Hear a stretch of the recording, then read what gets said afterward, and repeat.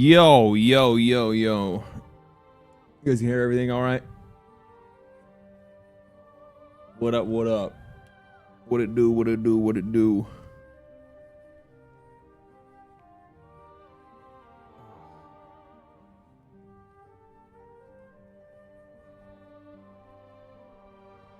Late and not bald? I try not to be late.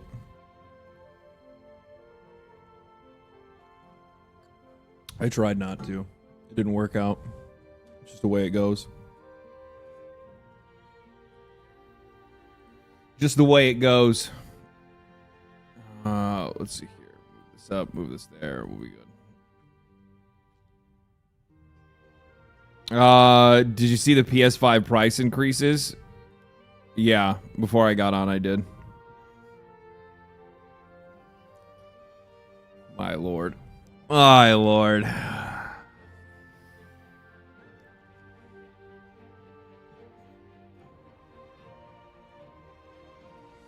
It's not good, man. It's definitely not good. Looks really bad for, like, people. It's really bad for, like, the generations of kids that are coming up that are literally just going to be in households that won't have access to the hobby at all, or the only introduction to the hobby that they're going to get is literally going to be mobile games. That's all they'll ever have. I think it's all by design, but we'll get into that later. How was your day? My day is good. It's good. I chilled out. What did I do today? Nothing. I had some breakfast and I played some Crimson Desert. I tried to take a nap and then my cat kept waking me up. I'm actually not allowed to take naps at all. If I ever feel like I want to, if I lay down for more than like 30 minutes, my cat's in there and he's like, meow, meow, meow. And then I get up thinking he wants something. He doesn't want anything. He just doesn't want me to, he doesn't want me to rest. That's all it is. He just doesn't want me to rest.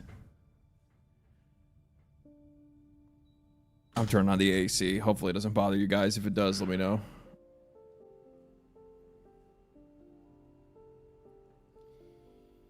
While I'm paying full attention, how far into Crimson Desert are you? How far am I in?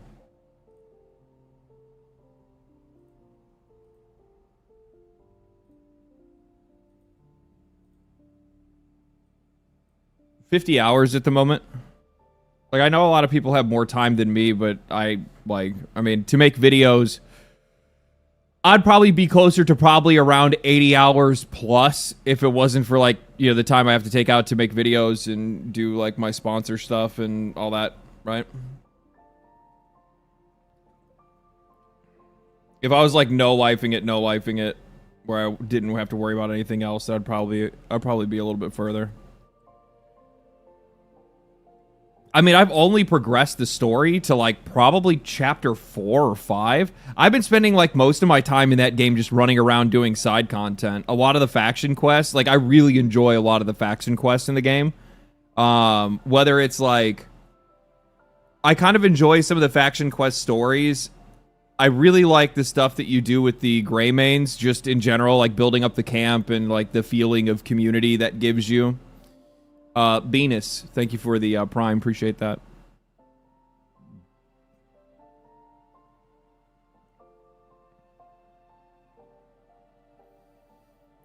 I'm here, everyone. Calm down. How you doing, Witch? How dare you game like you're a self-employed man with responsibilities? I mean, I try not to the best that I can. I didn't play too much on Tuesday. Like, I played a little bit when I first got up, and then I went and I played Magic for like the rest of the day. Oh my god, dude. So this is only really gonna make sense to people that like play like trading card games, I guess. But there was a new dude that showed up at the local game store, and he sits and he's playing at my table, and he is not explaining anything he's doing. And like a game like Magic the Gathering, like there's a lot of shit on those cards, okay? Like there's a lot of shit that's going on, okay? Like you need to explain what you're doing and what your stuff does. And he's just like, I'm just gonna do this, and I did that, And I did that. Okay, you take 15 damage. And I'm like sitting there, and I started getting abrasive because nobody else wanted to pipe up and say anything, and I'm just like, you have to say what you're doing. I have no idea what you just did. How do I know? Like, how do I know I'm actually, you're doing anything at all? Like, it was so obnoxious. But the funny thing is like, it was like that. And then also, it was really weird. I'm almost like, I don't even want to like bring it up, honestly, because it was like super uncomfortable. But like the whole time that we were playing, anytime, and like, you know, I'm playing Commanders, so it's like it's a 4-player card game, right? So it's like, you know, everybody's dishing out. It's you know, one versus all, right? And you know, I'm dishing it out where I can dish it out, depending on whatever I'm trying to do, trying to further my game plan and play my game.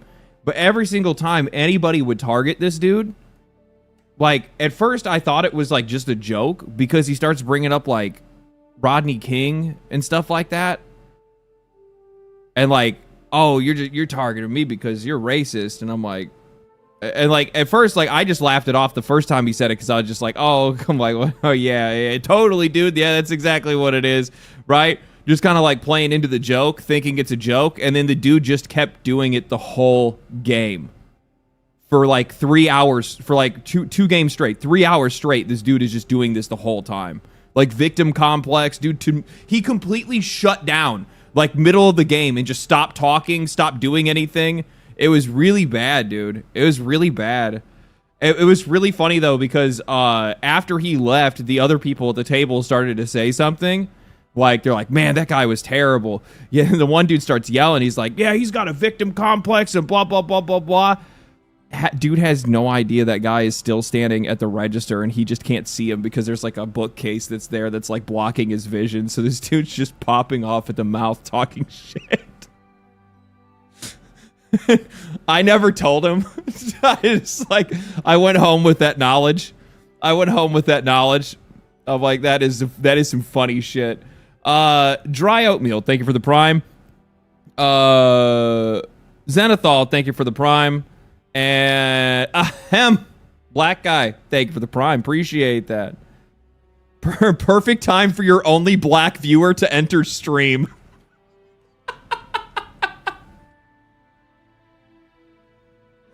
Oh, no. Oh, thanks for making it more awkward.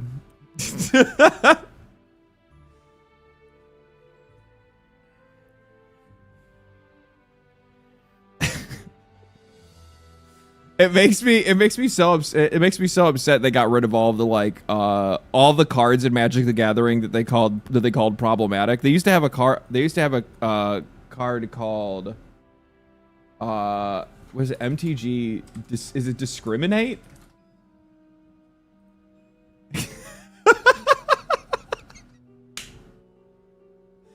Invoke Prejudice.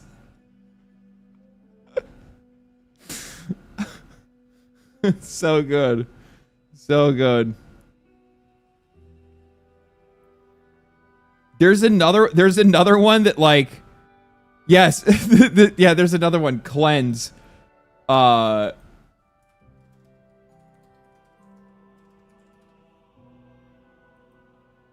this is another banned card. Cleanse. Destroy all black, or just all black creatures in play are destroyed. Anything that they could view as possibly problematic, they got rid of. People fucking apparently didn't like this stuff. Even though that was not its even though it wasn't even though it definitely wasn't the intention of the designers, at least I'm sure, or I would imagine.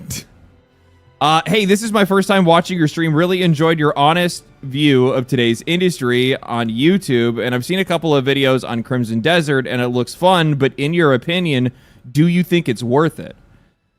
That is a really good question.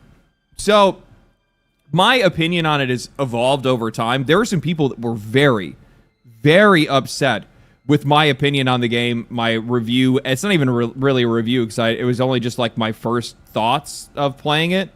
And I had actually made a post where I had talked about this.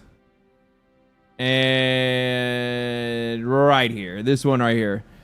So I just said, you know, while deeply flawed, Crimson Desert is utterly brilliant, and I haven't been able to put it down. I can't believe this game exists. And you got this guy, you know, unironically grifting for PlayStation 5. I don't even know what that means.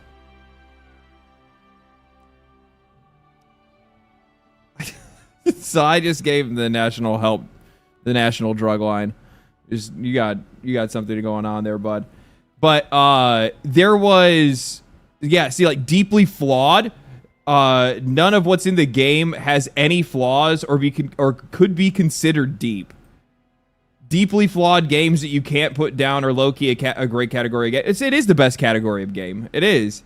Some of the other ones that are here, you're on crack calling Crimson Desert deeply flawed.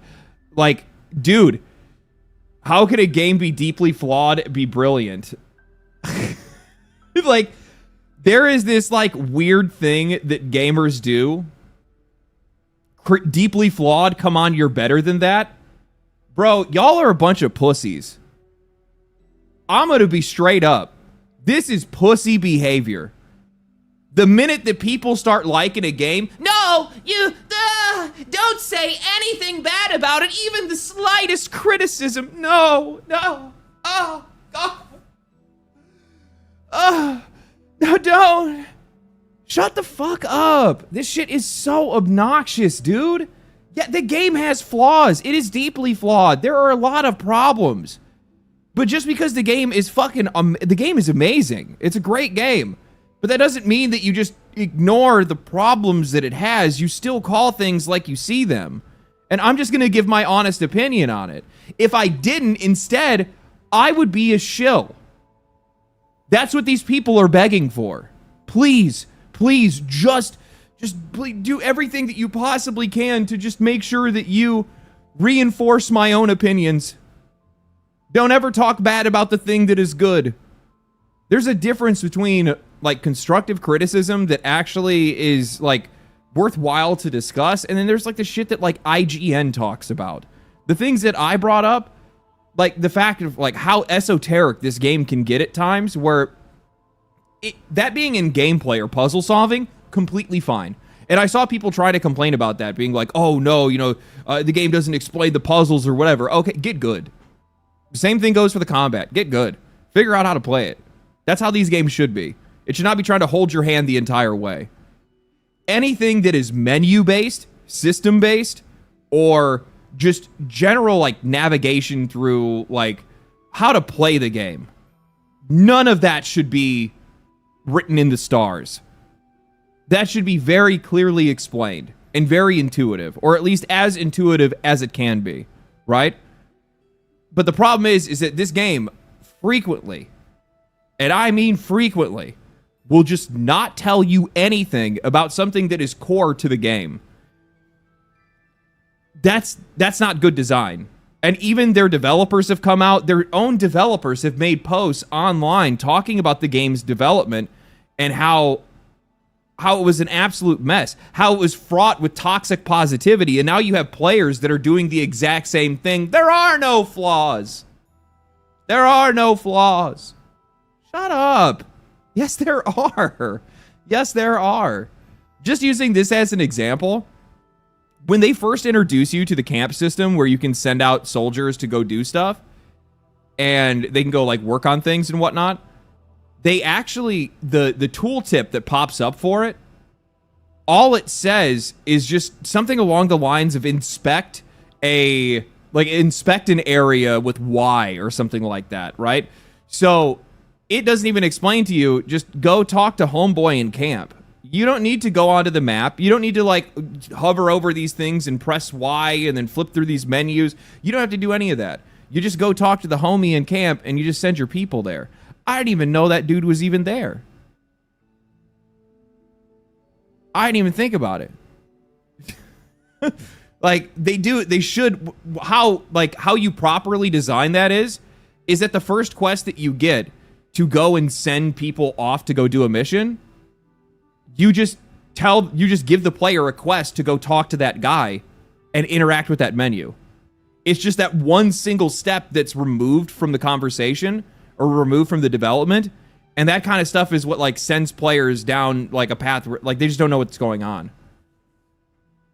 That's like one of the more simpler like explanations that I can give for something. Another one is like the force palm into the ground. They don't even teach you that. At no point in time does the game ever tell you to ever like try to use the force palm at the ground, nor that it will lift you or that it's used for solving damn near every single puzzle in the game, right? So it's one of those things where it's like another one is the lock-on. The lock-on. This one's really good, right? So I got a lot of criticism because people were like, dude, the lock-on is down on the D-pad. So, funny thing about that, it is down on the D-pad. I didn't know. Part of this I don't even know if I can even really blame on the developers themselves, because like some of this stuff is also just like learned habits from playing games and Western games and games that have come out over the past couple of years, right? So like most games, one of the first things that they do when they have you go into combat is they actually will tell you like, hey, you know, hit this button to lock on to an enemy. Or if they don't tell you, the reason why they don't tell you is because it's a universally used targeting button. i.e. something like pressing right stick in or left stick in, right? Like most games, it's usually one of those two buttons to be able to lock onto something. It's not for this game. It's down on the D-pad. Now, the funny thing is that once I finally figured that out, I was like, oh, okay, well, this is totally going to make the game so much easier. No. The manual lock or the manual lock-on gets broken like every 5 seconds in a boss fight. Because enemies will disappear, they'll go behind pillars, they'll do some other thing, they'll break the camera in a lot of cases so you can't even see them if you're using manual lock-on. So I don't even actually use the manual lock-on because it's fucking garbage. The best thing that you can do is just use the left bumper to be able to like focus in on an enemy. The manual lock-on sucks. Not unless you're like out in like the middle of a, you know, if you're like out in the middle of a field or something like that. But then it also doesn't do like it's just these small things that kind of like add up to just general frustrations while you're playing. Those are flaws. Those are problems. Those are things that can be fixed. If you can't call those things out, then they never get fixed. And I understand that there's some type of gamer cred in shared suffering, that flaws in a game should remain because I had to deal with them so everybody else does. And because I'm okay with pushing myself through that, everybody else just needs to get good, right? Like, I used to see a lot of these arguments when it came to, like, World of Warcraft and runbacks. All the people that would constantly want to make excuses for having to fucking run, like, 15 minutes back to your body after you die in a raid. It does nothing for the game experience. It does nothing for you.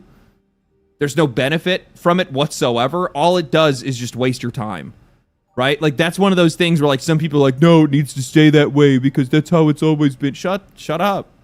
Shut up. Nobody cares. Nobody cares. Kind of annoyed it wasn't intuitive to begin with, though. And but here's the thing. Some of the problems that I had with the game when I first started playing it don't even exist anymore. Either there's a couple things that happen.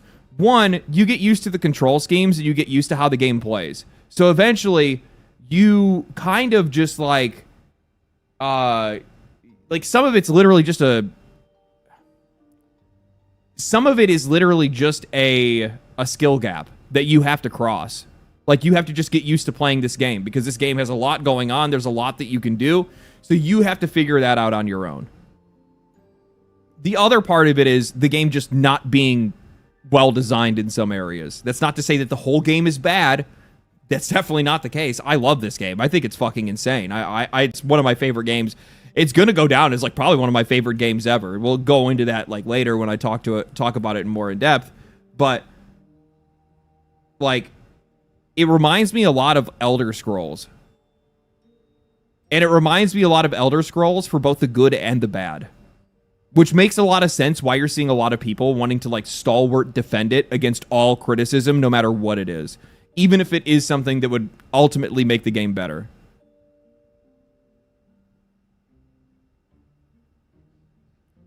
So what I mean by this game effectively just being like Elder Scrolls, something like Oblivion or maybe Skyrim, is because there are these moments of just like pure jank that can there are these moments of pure jank that could break your playthrough or just cause a serious amount of irritation, and it's just because the game itself is like broken in some areas and like poorly designed, right?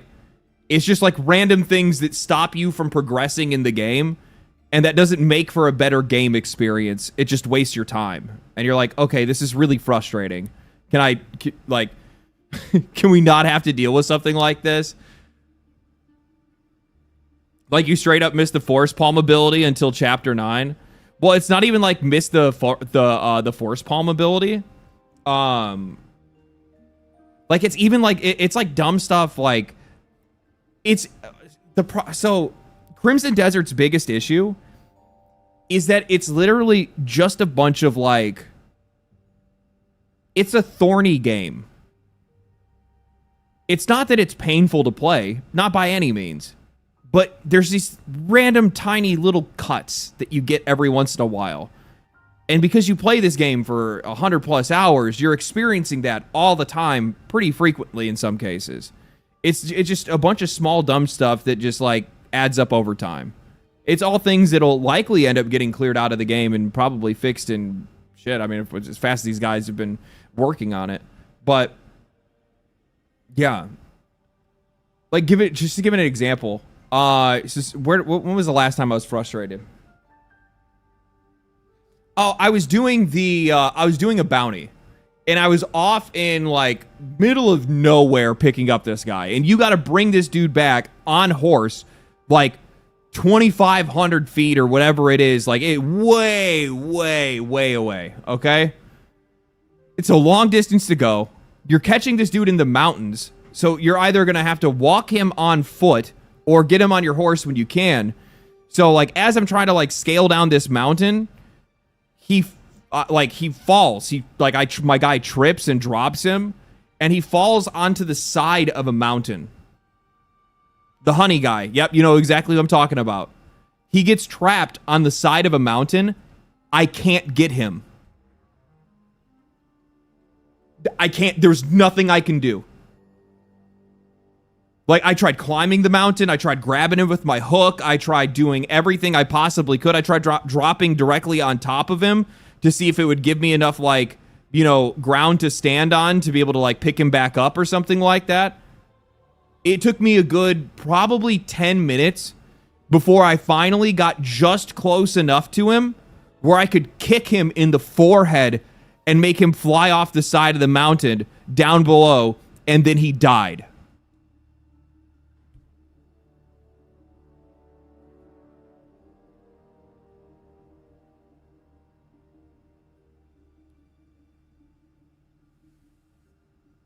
It just works. Exactly. It's shit like that where you're just like, okay, man, like, fuck, like, what am I supposed to do here? Like, and that's something that they probably can't even design around, to be honest with you. Now that I think about it, like, well, like, that was a very annoying, like, the most annoying part is probably the fact that, like, you don't have anywhere else to be able to drop off convicts. They have to go back to the jails all the way back in town.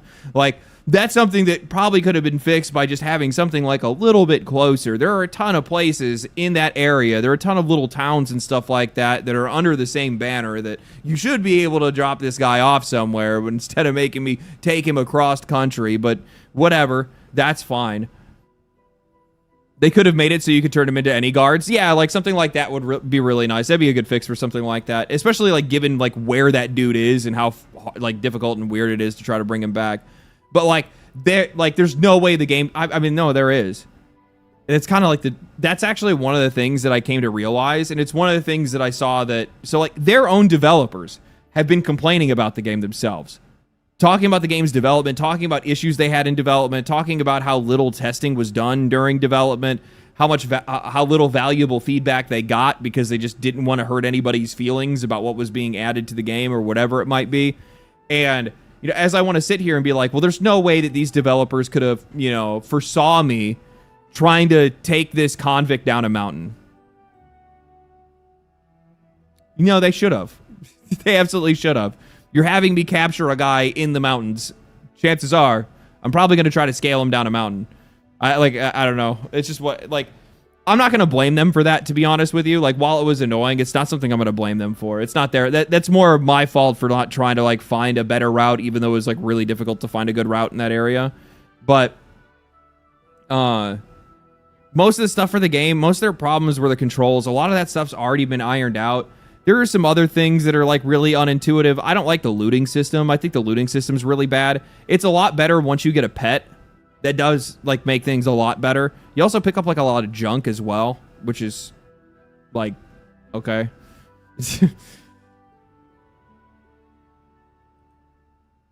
But I think, like, the funny thing is that, so, like, somebody had asked me, like, you know, what, like, there was actually a dude that was in here that I had seen, and it, like, pissed me off so much.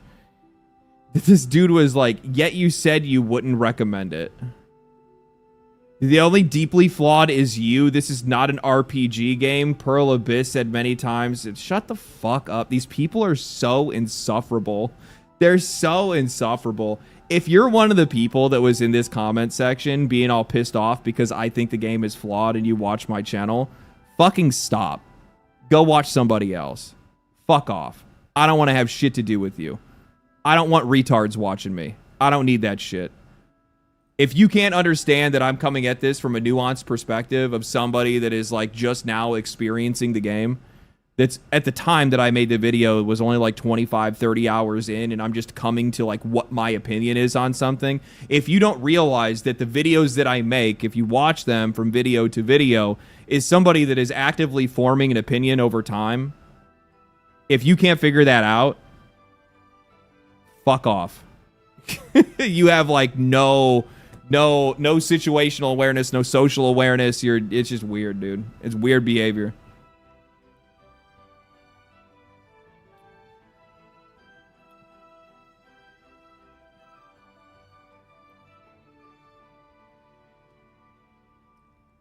We only accept critical thinkers here. That's right, baby. We want critical thinkers. Anyone figure out how stats work?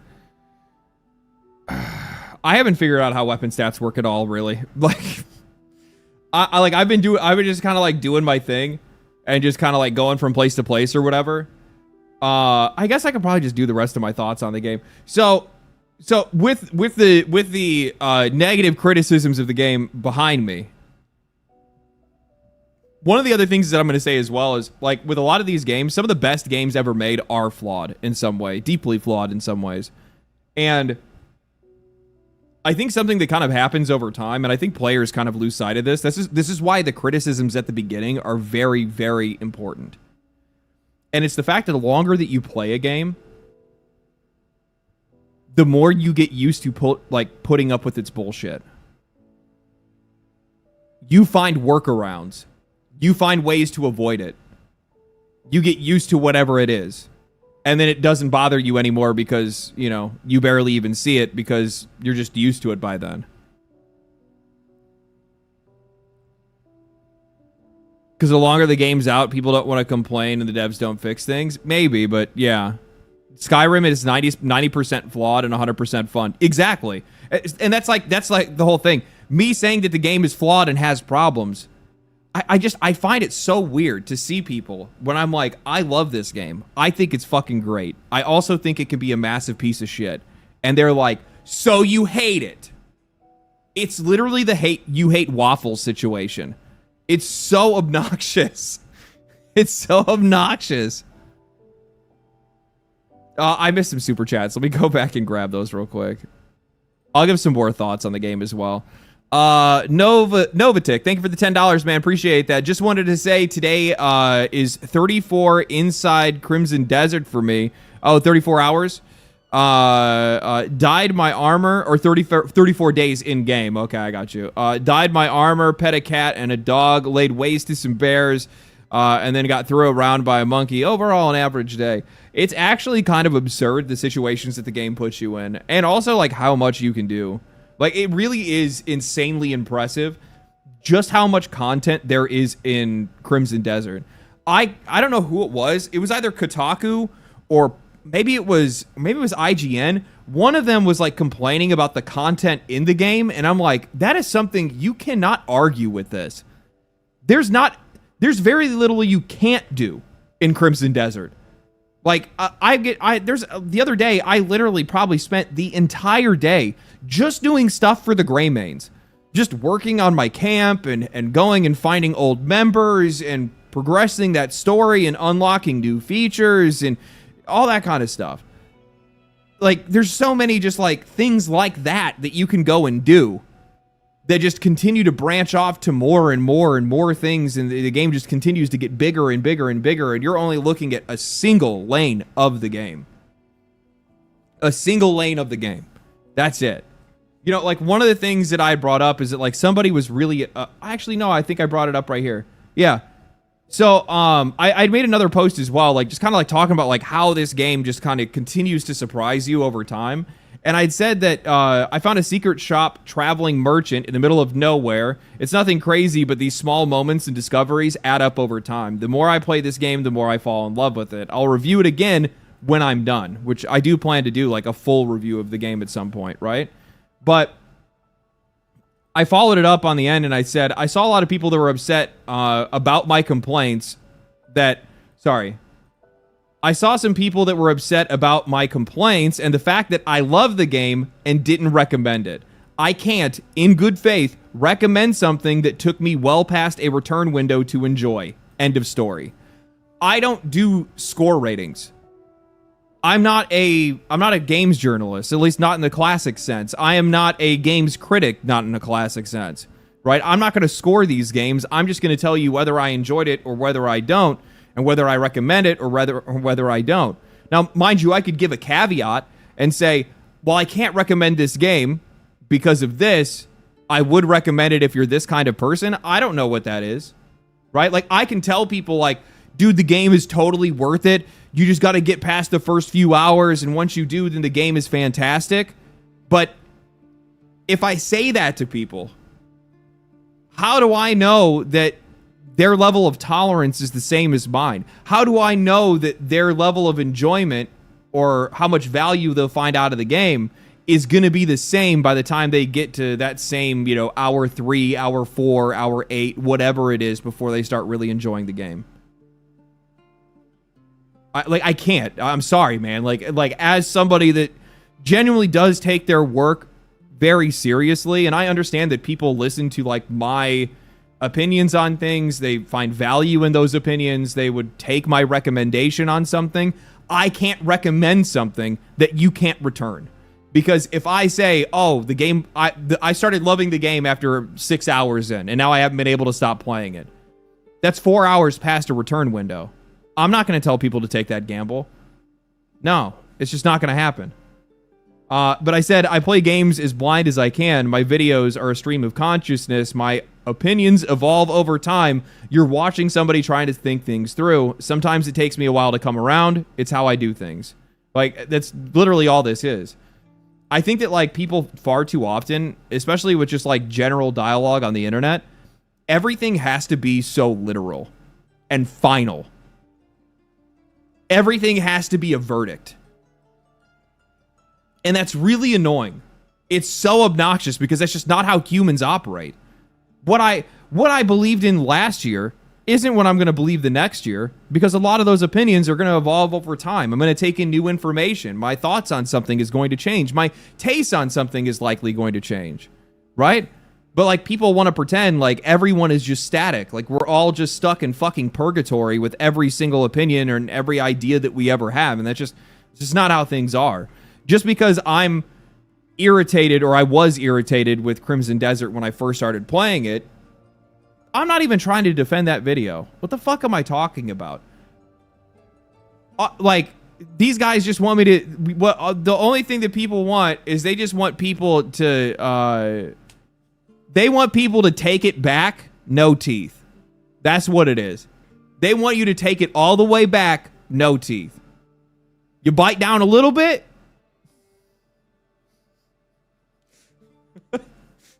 they ain't happy with it. They ain't happy with it. Let's see here. Dostroy, thank you for the $10. Appreciate that. Novatic, thank you again for the 10. Dostroy with the 10. Crimson Desert is the dragons.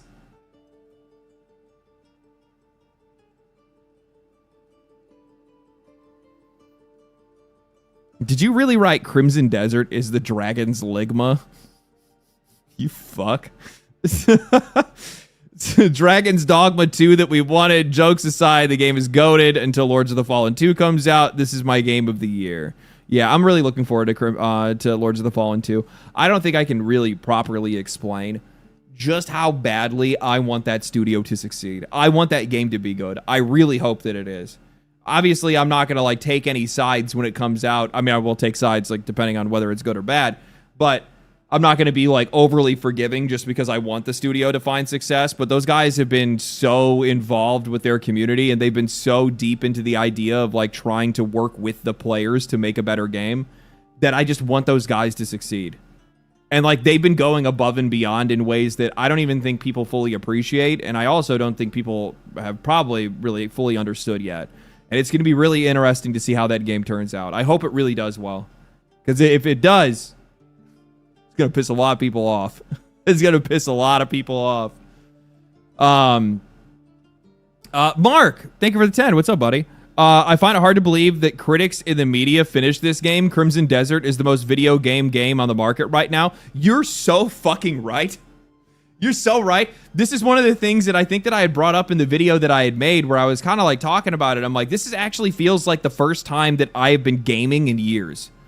Like, while I've played some incredible video games. Some incredible games, right? Like Expedition 33 and stuff like that were fantastic. There's been great games that I played over the past couple of years. You know, I haven't felt like I've been gaming this hard since probably Elden Ring. And what I mean by that is it's like all of the side stuff that it's usually that's like not there with games anymore. It is some of how esoteric this game is, where you're trying to, you know, find different ways to be able to unlock things and discover things and adventure around and solve puzzles, and how you're going to take on certain enemies and the way that you're going to approach those conflicts, the kind of, you know, weapons you're going to use, the kind of moves you're going to use, how you're going to build your skill tree, all this kind of stuff. Like there's all these stacks of systems and discovery and exploration and all this stuff on top of each other. And even the janky parts of the game still add to that feeling of like, bro, I am gaming right now. I'm actually playing a video game again. Like, I am actually pretty forgiving when it comes to these games having like a little bit of jank, but that jank, there's a difference between a game that wasn't finished purposefully because they were trying to make money. And there's a difference between that and a game that is just flawed. It just has flaws. Flaws are a mark of passion. Flaws are a mark of innovation, of somebody trying something new but not fully understanding it. It's probably one of the reasons why I was like so triggered by people being upset that I said that the game was flawed. Flaws are not a bad thing. A flaw is it's not a derogatory word in my library. I see flaws as a beauty mark. Some of them can be erased. They probably should be, but yeah. Thank you for 10, buddy. Appreciate that. The first pet I adopted was a fat cat, and he didn't loot shit. He didn't even want to walk, just want to hang out on my shoulder. Game of the year, based. I just picked up the brown dog that they had you like. They gave you a quest to like feed and stuff at the very beginning when you did like the Greymane's quest, because they actually try to get you to adopt an animal in the game. They actually had a tutorial for something in the game. It was crazy. It was crazy. And yeah, I just took that dog and he's been following me since then. Flaws are fixable? Yeah, of course they are. Cody Wallace with the 5. Appreciate it, man. Love your videos. LD is a fellow follower of indie and roguelikes. Have you ever tried Shogun Showdown? If not, I recommend it. No, I might have to check that out.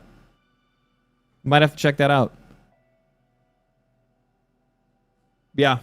And like I think the game is just going to grow more and more over time. I think like it's like that's probably the most surprising thing. I saw this as well, and this is so cool, right? So, where is it at?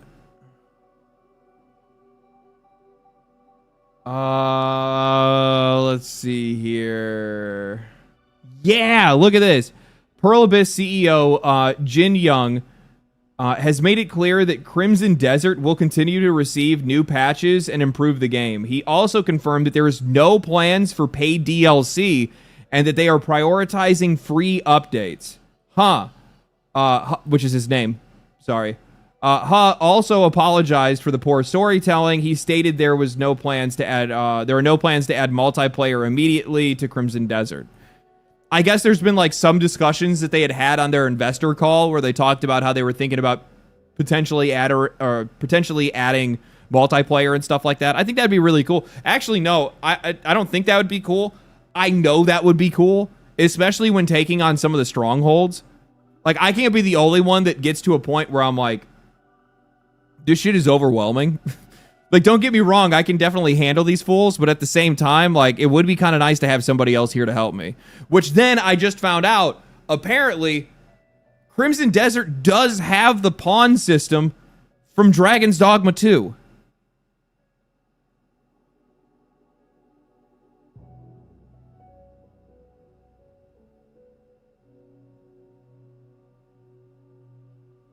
I had no idea. They never explained that. Yeah. So the party members that you can switch to, and you can become like the girl, or you can become Unka or whatever, you can actually just hit the summon button, and they will just come to you. And you can run around with Unka and I forgot what her name is, and the girl, and you guys could just go fight and shit. I can't use it right now because she's like off on a mission or whatever, but yeah. Yeah, only 50 hours in, I had no clue. Domain, yeah, that's what it is. Damien or whatever it is, yeah. So, again, never explained. It's just kind of like, by the way, on the side, Noah, thank you for the 20. Holy shit, brother, appreciate that. Attaboy, appreciate the Friday ritual of watching you. Appreciate it, man. Thank you so much. Her name is Gun Chick. Yeah, I saw Asmongold at the very, like, just before I got off, or just before I got on stream. I saw him playing, and I saw him like, God, she sucks. And it's just like, because you don't have any gear on her, dude.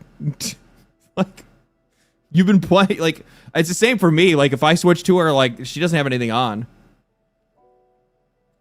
I mean, I wish she didn't have anything. I mean, I saw the armor that you could get for her, and I was like, this is not a Korean game.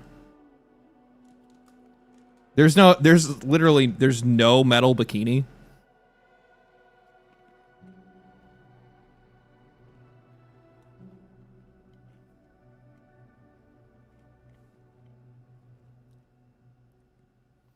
When did Korea fall off? Her Valkyrie armor looks really cool, though. There are some cool armor sets for her. Let's see here. Oh, man, there is so much to talk about. There is so much to talk about.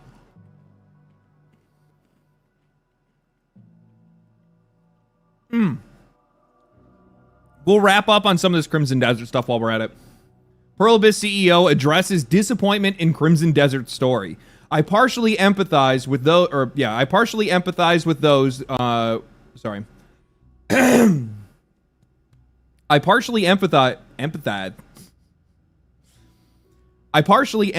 with those that feel the disappointment that users feel regarding the story. I believe it would have been better if we could have handled it better.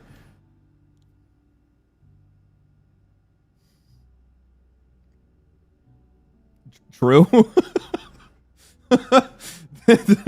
The development team tried to fill in the gaps in the remaining time, but ultimately we are focused on strengthening the gameplay, which is what we do best. Something that I realized while I was playing this game And it's like one of the major criticisms that basically every single games journalist had about this game. Oh, the writing is terrible. Oh, the narrative is terrible. Bro,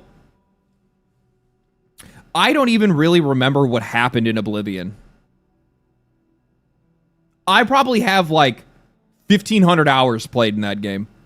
The same thing goes for Skyrim. I remember I'm like the Dragonborn. I remember fighting a dragon at the end. I don't remember what it was about. Nobody gives a shit. Zelda, Breath of the Wild, and Tears of the Kingdom.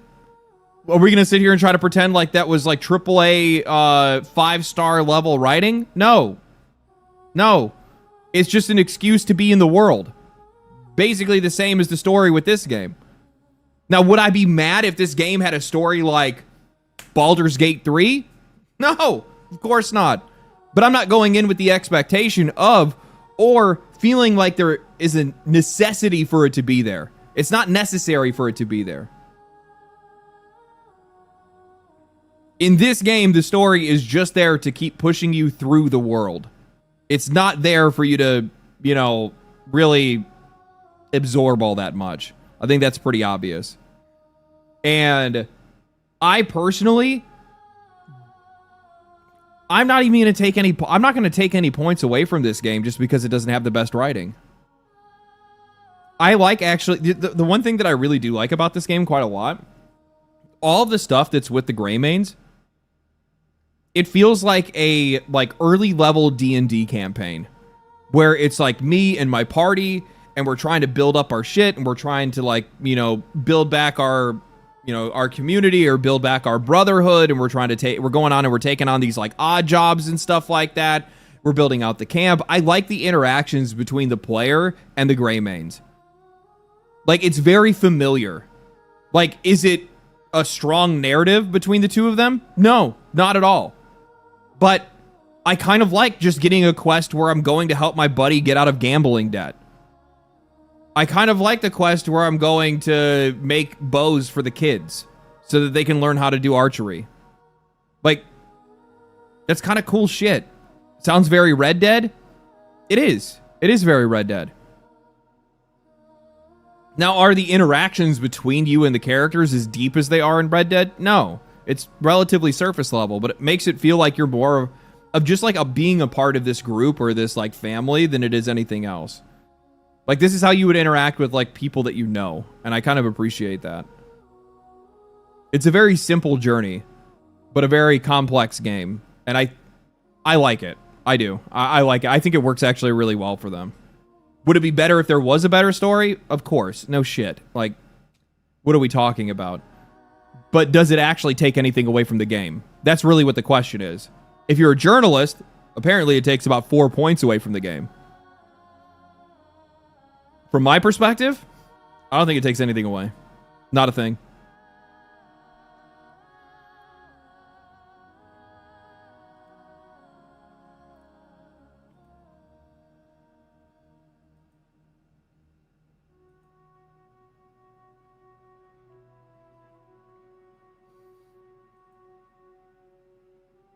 I hate Red Dead's writing and Rockstar's writing. You do all the work and everybody else just takes advantage of you. It do kind of be like that, huh?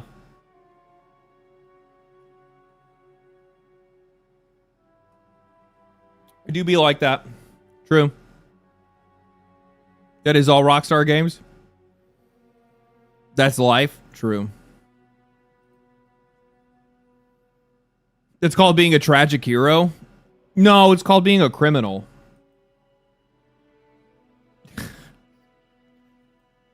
It's like the nature of like being a criminal.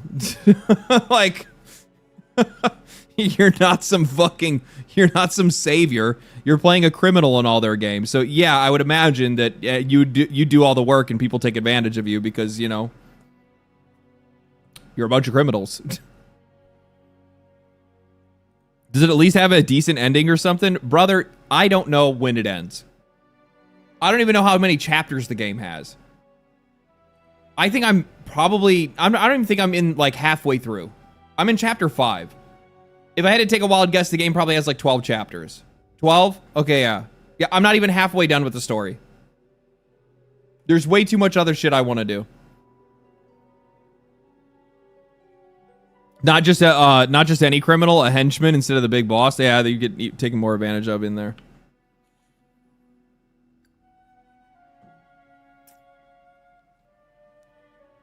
It has an end? I don't think it does. I mean, the story has an end, but yeah. I will say though, I was like a lot more. I was pretty critical, like, you know, internally of the game's narrative and kind of skipping through a lot of the stuff. But that main story mission where you go to like take back that castle was fucking peak. That whole quest chain was just like a never-ending roller coaster ride of absolute fun. That was so good. Holy shit, that was cinema. Where like you first start out and like they're at war, they're on the front lines, they're like, we need your help, Greymane. Will you go out there and will you like raise the banners to be able to like, you know, motivate the men? You go out there and you're just mowing down just crowds of enemies, grabbing these flagpoles, smashing people in the fucking head with it, planting that shit. All of a sudden, all the guys, they all start cheering for you. You hop on your horse, you go to the next one, you get to this next camp, you got to save some injured soldiers and bring them back on your back, carry them over, get them taken care of. You go and you fire some cannons, take down some towers. Then you get the whistle arrows where you're like shooting at these like mobile tanks that they have to try to take out their weaponry, making huge explosions and shit all over the place. They give you more than enough to not only destroy them, but also destroy soldiers if you want as well. So like I got dudes that are like chasing me and I'm like firing arrows into the ground and then blow up behind me, but you never look at the explosion. And then you get to that boss fight. Well, first you walk up and then there's Anka. And I love how in this game, and this is probably like the one thing that like, if I had to say it's the best storytelling device that they have, there is zero bitch writing. Pure testosterone. You see Anka, you don't even say anything to each other. Take care of this and then go back to the camp. All right. Like, homie thought you were dead. He didn't even flinch. He just like looked over and he's like, oh, it's you. Yeah. We're killing all these people? Okay, cool. And then you walk in and then there's the Marquis, right? I forgot what his name is, but the like full the shield, fucking full shield and full armor, and he's just like, come on, Greymane, and you guys are like fighting together back to back for a second, and you take out all the enemies and you go and you fight that boss. You shove this fucking shield straight through his chest right before this dude's like, no, wait, and you're like, nah. So good. So good. So good. I'm sitting there and I'm just like, man, if you got whoever wrote chapter 5 of this game should have just did the whole game. Should have just did the whole game. If you could have made the whole game just that, absolute peak. You just sold a copy, sir? There you go. Chapter 9 needs fired. Yeah, well, you're going to have that. I haven't gotten there yet.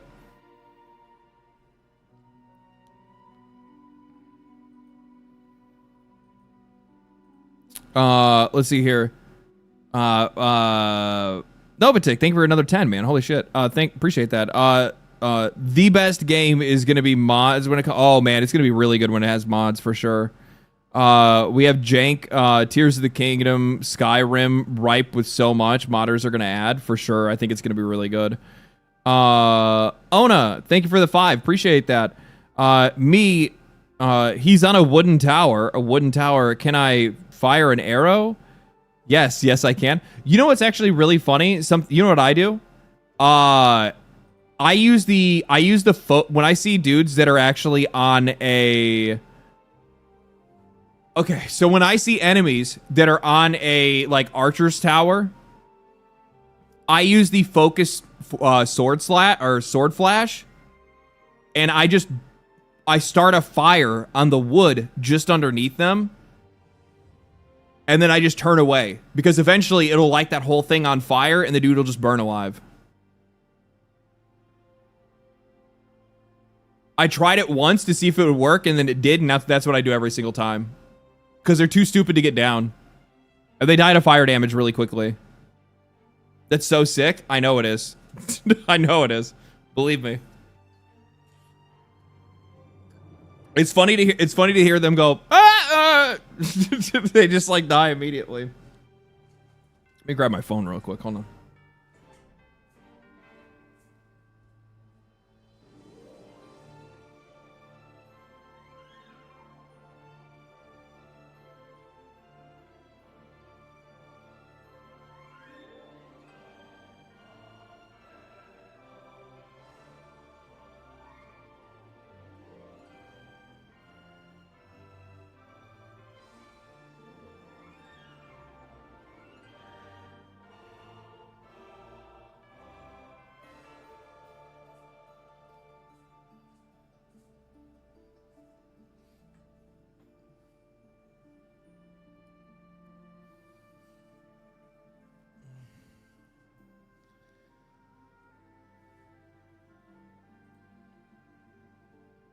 All right, let's see here.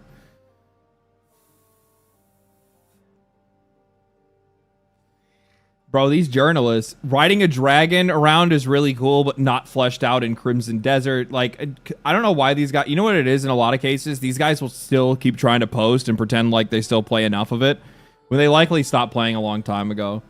Crimson Desert has pretty rocks, but after playing it for 12 hours, I don't want to go on. But then you try and post...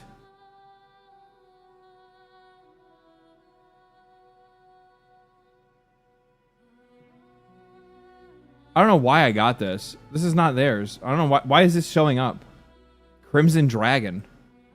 It's not Crimson Desert. I don't know why that's here. That's so weird. Never mind that. Just ignore that. Pretty rocks, but I don't want to keep playing is the most accurate headline possible for a game that put 80% of its budget into Unreal Engine 5 Showcase and 20% into making you care about what's happening on screen.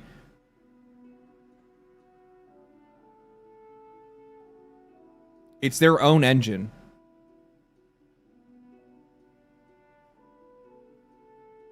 It's their own engine. Like, the people that talk shit about this game have no fucking idea what they're talking about. It's so bad. It's so bad. What did Kotaku have to say about this game? Gorgeous vistas aren't enough, gorgeous vistas aren't enough when the rest of the game is such a boring, annoying slog.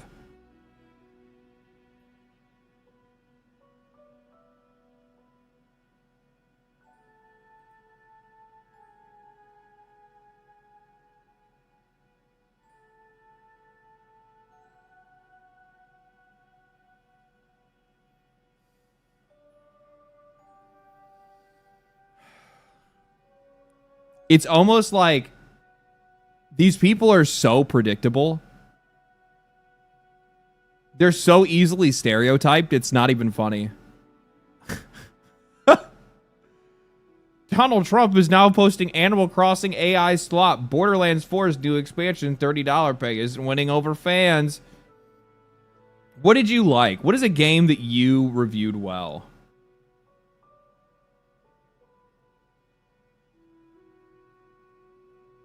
Can I see your reviews? There they are.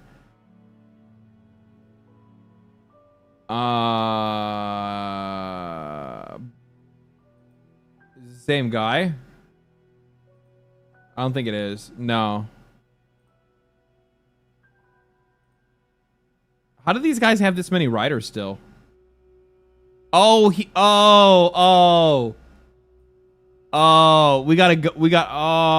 Bungie's new shooter can be a painful experience, but the victories will stick with me forever.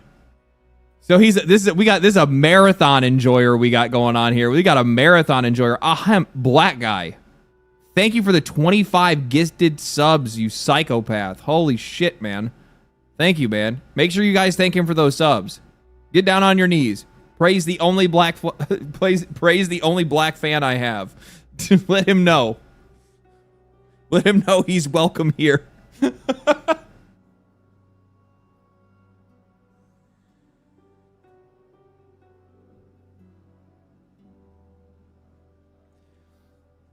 We have two of them now? 3? Holy shit. It's multiplying. Oh man. So we have a marathon gamer. That's what we got here. We got a gun ball gamer maybe. I don't know. That's really funny though.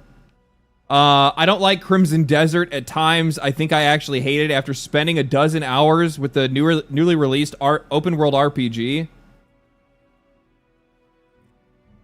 I understand. You know what's really funny? There's a lot of people that have been going around criticizing people that have been talking about Crimson Desert and calling it an RPG, even though the developer are the ones that have said that, you know, oh, hey, we're not, you know, this is not an RPG. This is an open world action game. Motherfucker, this is an RPG.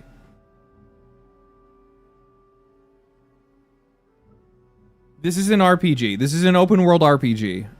Like, it's a systems RPG. Quite literally. Like, what are we talking around? What are we talking about? Like, I have stats, I have skill trees, I have multiple systems layered on top of the game. I am playing the role of I'm playing many roles in this game, right? The leader of a tribe, a mercenary, a hero, all kinds of different things. Like, yeah. It's just to stay away from the connotation because that they have story choices. Is that the so if a game has story choices, then it's an RPG. But if it doesn't, then it's not. Is that what the distinction is?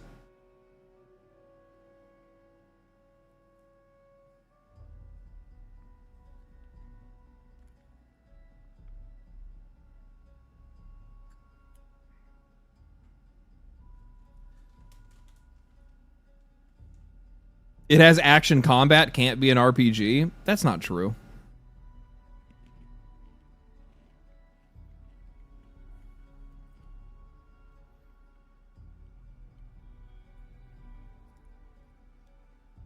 I'm both impressed by its nearly photorealistic world and its extremely uninteresting slogging through the continent that resides inside of it.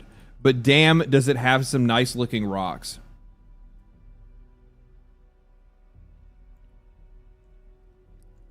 These people hate Eastern games.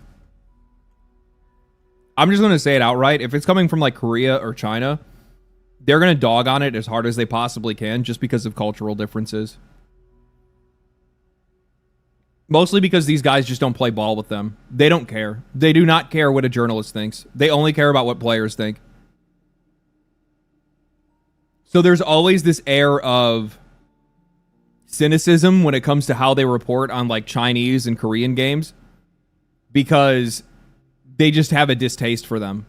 They don't get the same level of access. They don't get the same level of treatment. They don't have these guys bowing over and trying to make games for them instead of actually trying to make them for the audience. They don't listen to them or their opinions when it comes to, you know, what direction these games should go in, and they hate it. They hate it. I think it didn't. I don't think this fully coalesced or crystallized until the developers of Black Myth Wukong straight up just told Kotaku and Polygon that they would not listen to them. They straight up said, we do not care about Western media. We do not care about the accusations you're making against our studio. And they're like, aren't you going to comment on it? And they're like, why would we comment on something that you made up? And after that, these guys have just been like, they've been on a warpath with anything that's coming out of Korea or anything that's coming out of China. They don't want to have anything to do with it. And they're going to try to do their best to try to minimize the impact these games have. And I think the reason why is because a lot of it actually has to do with relevance. I think that they're afraid of the games industry shifting into the East because that's not where they are. That's not where their developer friends are. That's not where their access is. And without it, they realize they're nothing.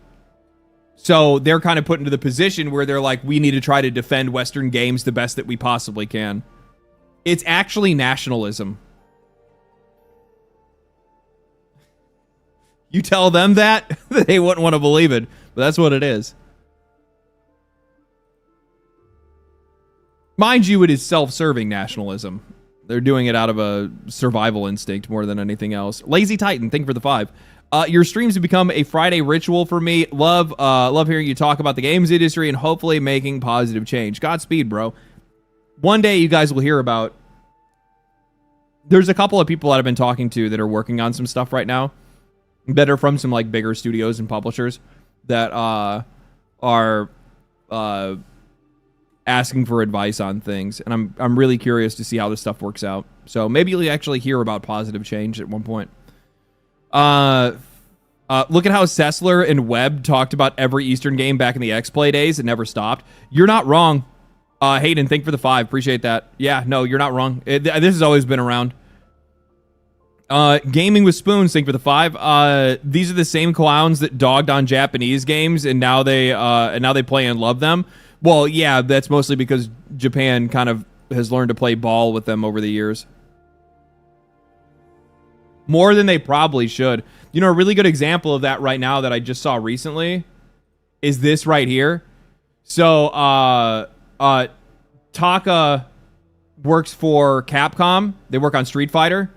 And they put out a notice saying, we apologize for any confusion to recent topics regarding Alex's story and what they may have caused. While we have not changed the characters' backstories, after an internal review by the development team, we plan to revise certain text passages that may have been misleading in the near future. Additionally, we have published a supplementary episode on Buckler's Boot Camp to provide further insight into the characters' emotions and backstories. So what actually ended up happening is, we'll view quotes on this. The entire world is about to forget Alex fucked his cousin on Street Fighter 6. That is not actually what happened at all. But this is a Japanese fighting game, this Japanese fighting game is awfully Japanese. Please make it more Western. Game changes, doesn't play it and moves on.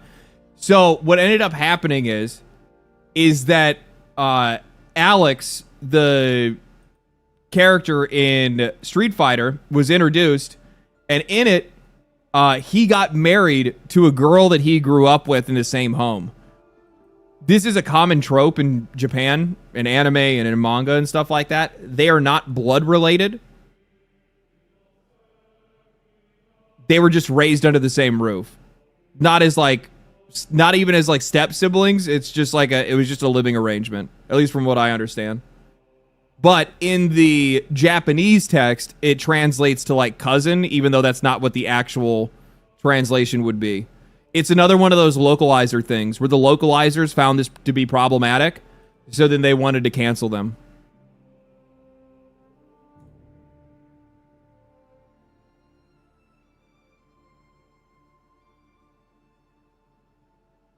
So, and they got what they wanted. They took it back. There's no confusion. You made Alex's sibling-like relationship with his second cousin go from him holding her hand as a baby to marrying, and getting her pregnant. The emotion you're seeing from the Street Fighter fans is not confusion. It's something else, I promise. I think this is fake Western fandom, man. I'm gonna be real. I don't know. I'd have to look into it a little bit more to see like what the validity is on this, like of them actually, like, I don't know. Maybe it is. I think it's just a cultural thing. I think it is too, but you know, us Westerners, you know what Western countries like to do? You know what we like to do? We like to destroy everybody else's culture. We like to appropriate that shit. Your culture is my culture.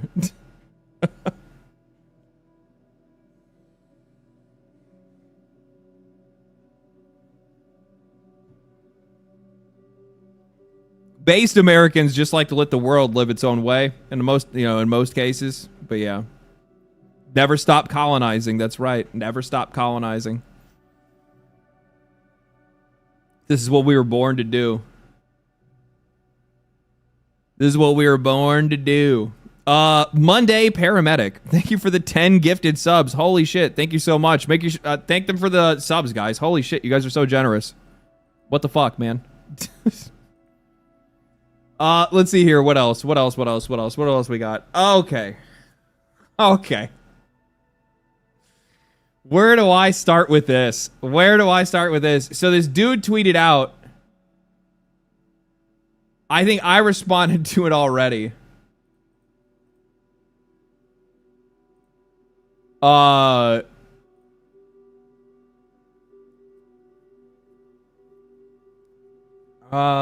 Yeah.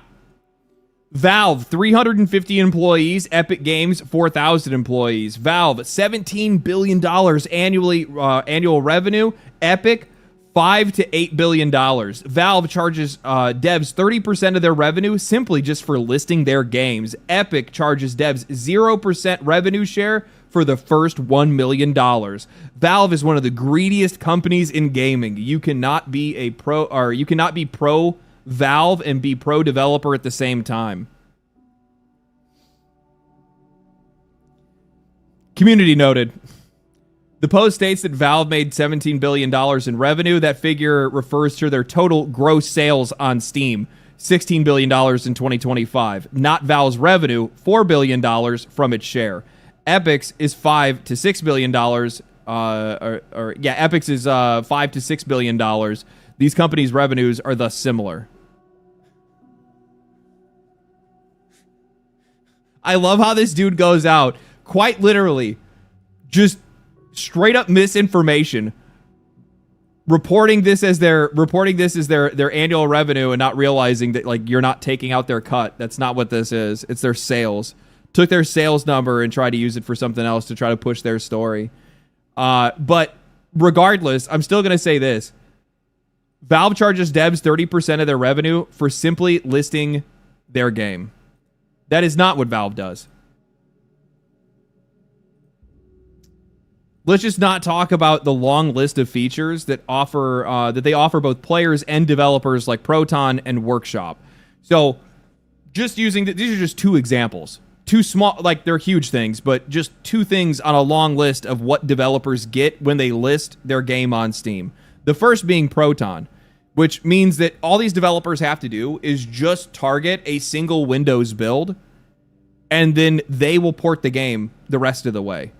They have their own open source developers that are independently hired. There's like 100 plus of these people that will help port your game to other hardware.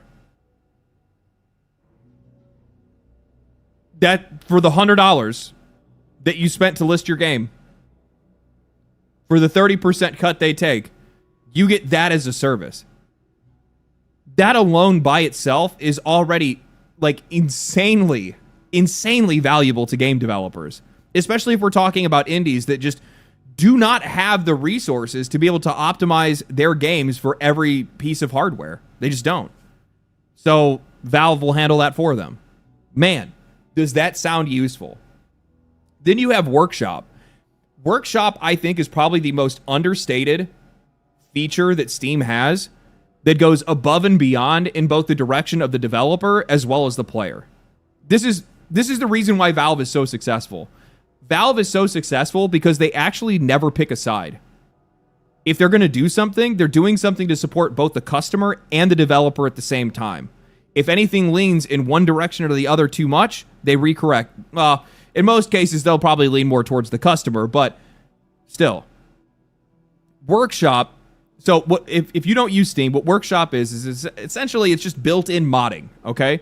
So every game will have its own workshop. So if I bring up Steam really quick and show you guys, so we'll bring up Tmod Loader, right? This is Terraria.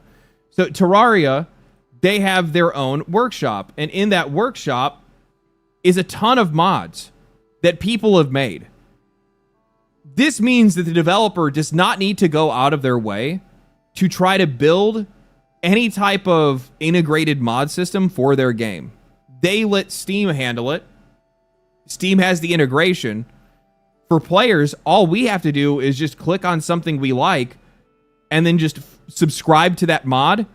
It automatically loads that mod when you load up the game.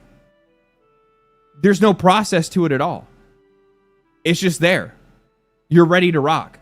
So one, it's great, like insanely good from like a player perspective, from a customer perspective, but from a developer's perspective, not only are they making things so much easier for these developers so that they don't have to go through all of this, but also Valve just created a system that gives their games more longevity. Not only longevity for the people that currently have already bought it, but longevity for future sales. One of the reasons why I bought Terraria was because I had heard about how crazy the modding scene was. I heard that basically there were entirely different games that were made using Terraria through T-Mod Loader. Things like Calamity and stuff like that. Those mods, they add up over time. That support adds up over time. That creates an entirely new ecosystem of people that are coming in just to play those mods. Not only that, it's also creating future career paths for other creators, because there are people that have made an entire career off of making mods for games. There are people that have built their careers because they modded games. Looking at something like Terraria, there's a bunch of dudes that worked on Calamity that now work at Relogic. That's just one example. Now, like, while I think Terraria would have like remained popular for years and years, do you guys think it would remain as popular as it is today if it wasn't for its modding scene? Do you think it would have sold as many copies as it has if it wasn't for its modding scene? No, it wouldn't have. So this one simple feature, that's not really all that simple, to be honest. This one simple feature probably represents a very large chunk of sales that they have made over the years. Epic doesn't have anything like that. Epic took 7 years just to make it where you could gift people games. 7 years. I think they're just now, I don't know if they've already integrated it yet, but I know that they were just now starting to work on an integrated chat and voice chat system in a platform that's been around for like 8 years. Like, these guys are so far behind the ball that it's like, why are you even, you're not even trying. They try to pretend like it's so unfair that they're going up against Steam and Steam is rigging the game against them and Steam is so mean. You guys don't even try. You haven't even started the race.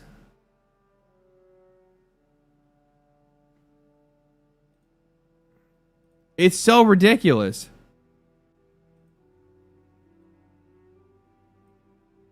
This person says, if you think about it, the 20 to 30% is rather high, but it's still a fair ask to let Steam handle the back-end stuff that most game designers are not privy to. Money stuff, discoverability, some promotion. It actually goes even further than that. They also host their own servers. They hook you up with multiplayer if your game is going to have multiplayer. They have peer-to-peer systems. They have all kinds of different things, all these different tools that they hand these developers. So many things that take so much off the plate of somebody that is making their first game or their second game or their millionth game or whatever it is. Steam lets game developers focus on the things that matter, developing games, which is very true. That's probably the most pro developer thing about Steam, is the fact that these guys go out of their way to try to take as much off the plate of a game developer as they possibly can, so these guys can just focus on trying to make the best game that they can. But I responded saying, Xbox, Sony, Nintendo all take the same 20 to 30%, and none of them offer the same features or support. The only thing that you're going to get from these guys, we'll help you port it to our console. That's it. That's it. You get dev kits so you can build it for our systems. But remember, Steam is actually the bad guy because they're a company that can run competently without 1,000 employees.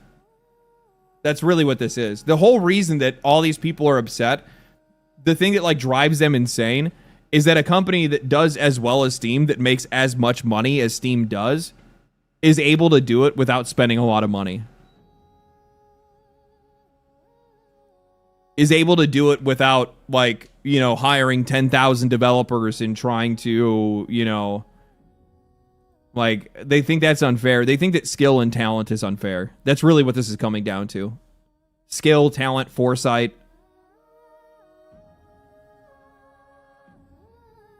It's mind-blowing is what it is. It really is. But I've seen some more stuff with this as well. Where did it go?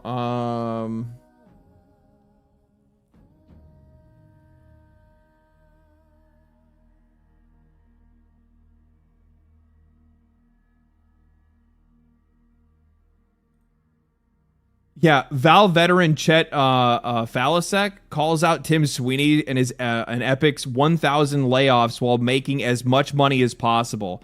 I worked my ass off at Valve and I could retire today. I made more money than I'll ever make. You just make one game. How do you not, or how do you have any agency? How do you have any ownership when you just laid off? When you're just gonna lay off like this, get laid off like this. What is this? Hold on, maybe I read that wrong. I worked my ass off at Valve and I could retire today. I made more money than I'll ever make. You just made one game. How do you have any agency? How do you have any ownership when you're just going to get laid off like this? Hey, Tim, Gabe's better at you than this.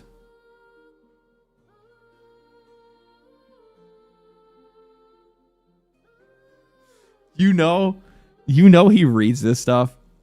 Tim Sweeney is all over Twitter. Sweeney is all over Twitter. And you know for a fact that he reads something like that and it just grinds his gears. It gets under his skin. He can't stand it. But the truth of the matter is, they're right. They're right. Like, let's be real about this. Like, well, yeah, you have Epic Games that has the Unreal Engine. That's successful. You have a lot of people that are using that. You guys have one game. Outside of that, outside of that one game that they made, like, all I've done is, like, they bought Rocket League and they bought Fall Guys. And then you have the Epic Game Store that you guys have been torching billions on. It's actually crazy. The funny thing is, I'm actually kind of surprised to see.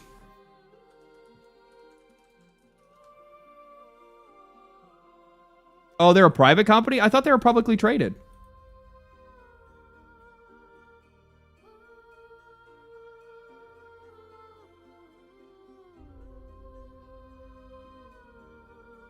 Huh, I thought they were publicly traded. I guess they're not. Good for them.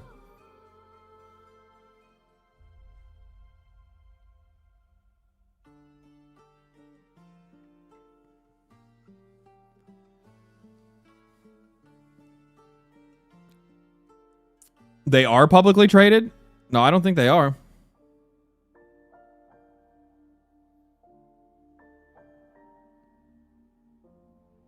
Epic is traded? Epic is.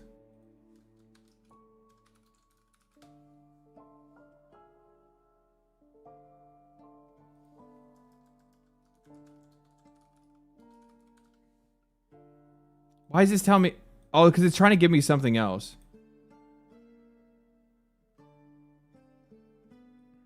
$479.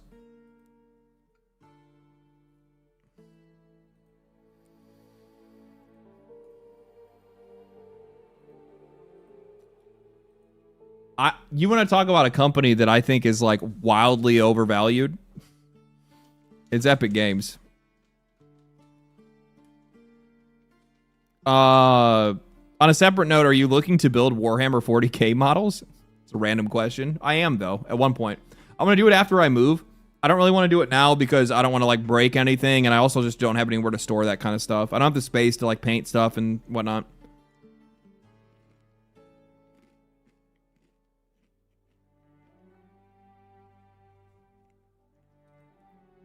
Bryce, thank you for the membership, man. Appreciate that.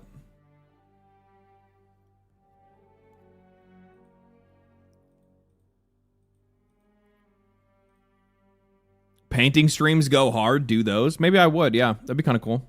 No, I just don't have the space for it right now. I'm also like, I think I'm going to do the Eldari because they actually look like the best ones. Escaping California. Yeah, I'm going back to the Heartland.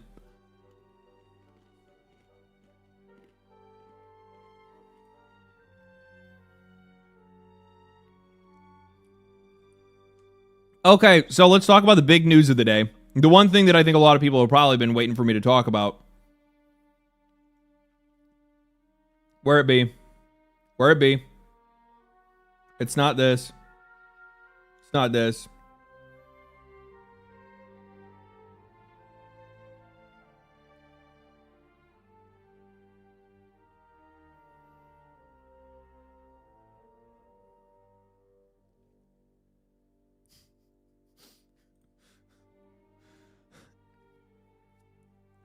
PS. Okay, hold on. Give me 1 second.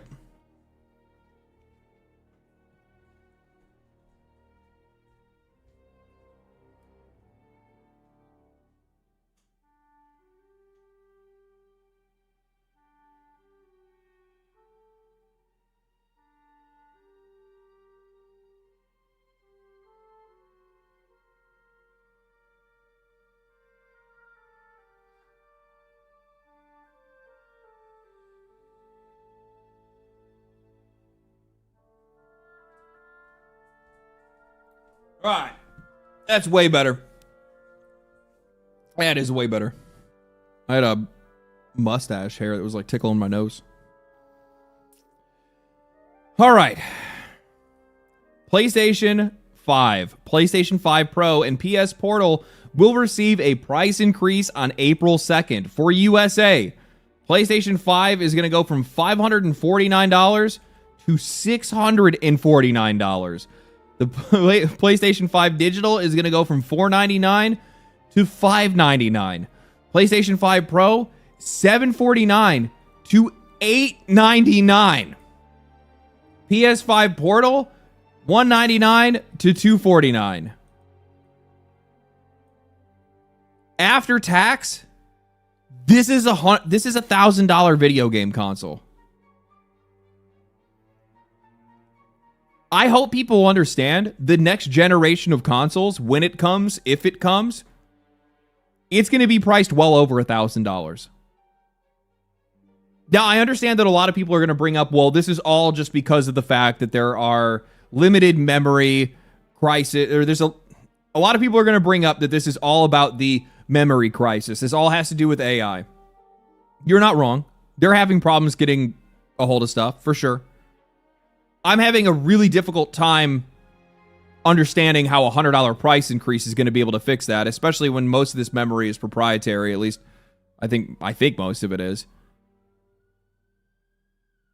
Because if I'm not mistaken, the RAM that is inside of a console is not the same as the RAM that would go inside of anything else.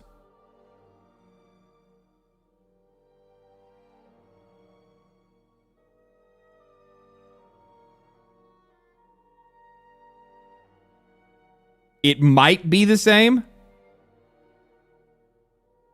It is the same as memory on GPUs. It's the same as base chips. Still volatile memory. Yeah, like regardless, it's taking away from whatever their like production is, so these guys are like making less of it and there's less available. Regardless, a $100 price increase across the board is fucking crazy. And like, I don't really have much to say about them increasing the price other than there's just going to be a massive consequence for this, which is that nobody's going to buy this. People can't afford it. I'm sorry. Like, we're talking about a $700 console, a digital only console only being $50 cheaper. And then the premium console, which is honestly the one that you're going to want because it's going to play games the best. And there is a noticeable difference between a Pro and just a base level PS5. And that being $1,000 effectively after tax. People are going to buy used ones? Maybe. Have they ever raised the price of the consoles this late in life? This is like the second or third time that they've increased the price for these consoles, isn't it? No, this is unprecedented. We normally do not see price increases for consoles past, like, any point in their life. Usually the price of the consoles decreases over time, and then the new consoles come out, and that refreshes back up to a high price. MSRP for digital was 500. Was 500. MSRP was 500 digital. 400. 500 digital was 400. Oh, okay. So yeah, it's gone through multiple. I paid $1,500 for 2 PS2s in 2020. What? Why'd you spend $1,500 on 2 PS2s? Resale, that's a completely different story. If you're talking about stuff that's like vintage games and whatnot, like that stuff, for sure, you're going to be spending a lot of money. Oh, PS5s. Oh, okay, I got you.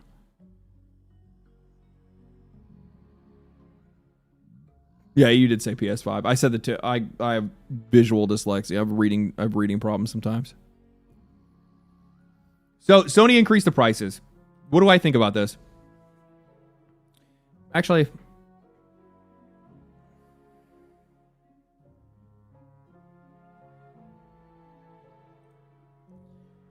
Circana Matt Pescatella on console price hike.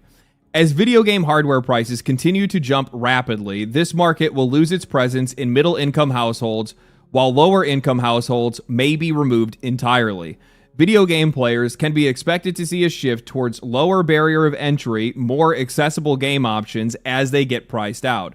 If dedicated gaming devices are available only to the rich, it will be, in my opinion, a very, very bad thing for gaming overall. I saw this, and I responded to it, and I think this is a really important message to send. This is an intentional attack on lower and middle class. Can't afford games or hardware? Perfect.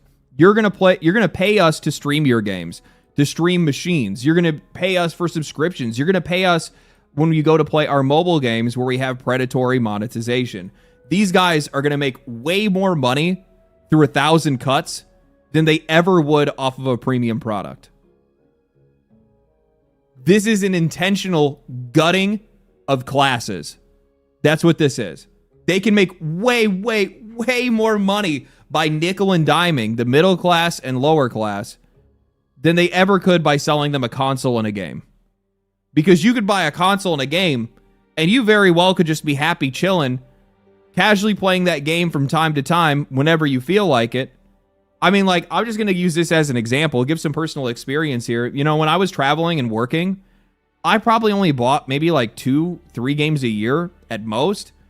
Hell, most times I'd just buy an online game that I'd play with my friends, and that was basically the only thing that I would play the entire time.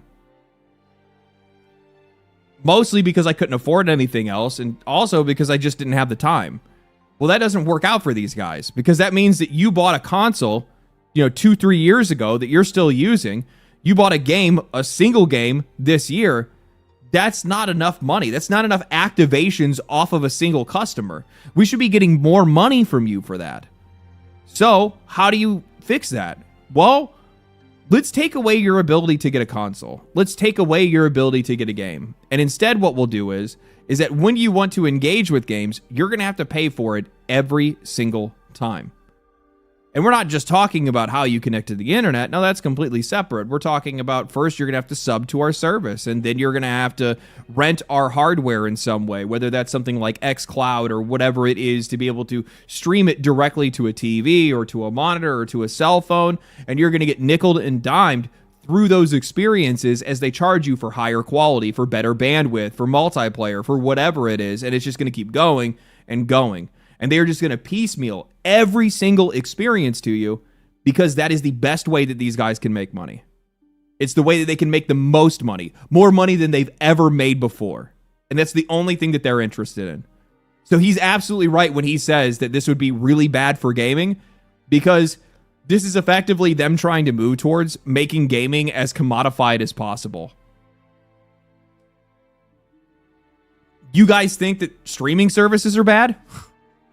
Oh, man. You think Hulu and Netflix are bad? You're talking about games that these guys are going to make you pay to pay to stream using something like xCloud, using a cloud service, because you can't afford computing power, so you're going to rent computing power from them.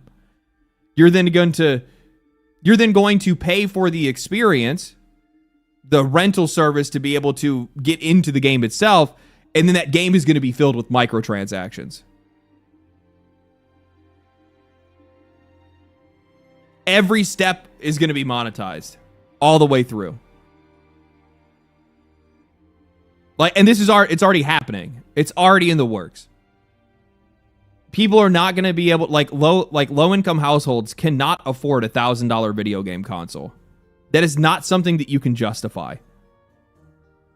It's just not something that you can justify. Fuck, dude. I remember, most of my life until I had gotten into construction, I lived paycheck to paycheck.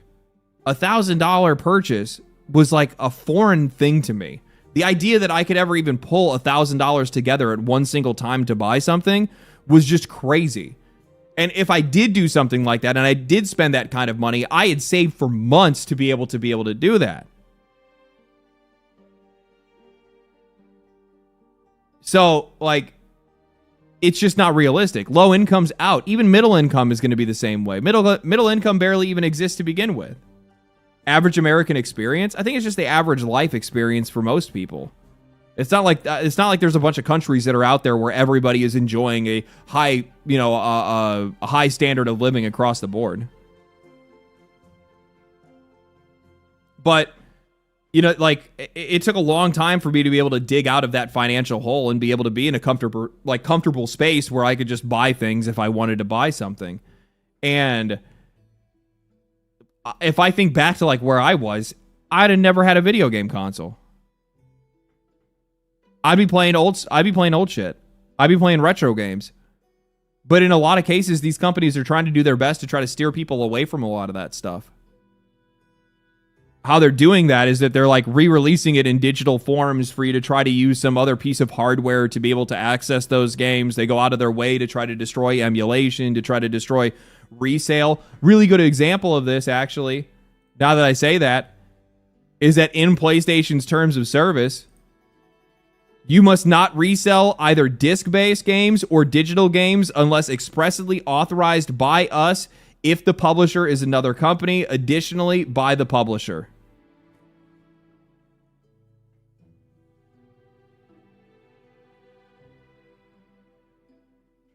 Xbox does the same thing.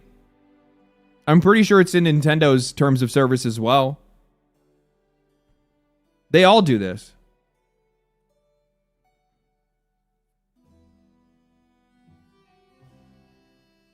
The Onyx Spy, thank you for the 10. I tried game streaming once for PlayStation 3 games, went out to smoke, came back, and the stream terminated because I was idle too long. I will never stream a game again, Lamau. Bro, you know what the funny thing is that that's just one level of friction that they have in there. Something like, oh, I idled too long, I went and I took a nap, I went to the bathroom too long. Now all of a sudden it backed me out of the game and kicked me out, but I still probably got charged for time or something. Realize that initially, while a lot of this stuff, you know what the funny thing is? I feel like they say time kind of runs in a circle, right? So what is my darkest vision for the future when it comes to video games or when it comes to any of these services? I think that we're slowly but surely going to regress back to the days of when you had to pay per minute for a cell phone call, when you had to pay per text message on a cell phone. But instead of doing that on cell phones, they'll instead just start doing that through products. Oh, you want to play on xCloud? Well, it's about $2 an hour. Oh, you want to play these games on xCloud? Well, playing those games is about $5 an hour. With microtransactions.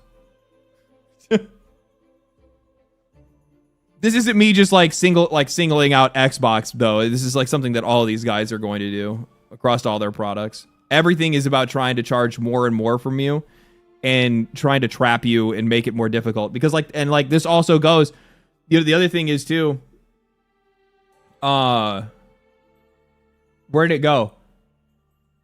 The other thing I posted here is, don't forget, you can always just lease your hardware. Don't forget, guys, PlayStation also has a leasing program where you can just pay, 10 euro a month, 10 pounds a month, whatever it is, $10 a month for your PlayStation.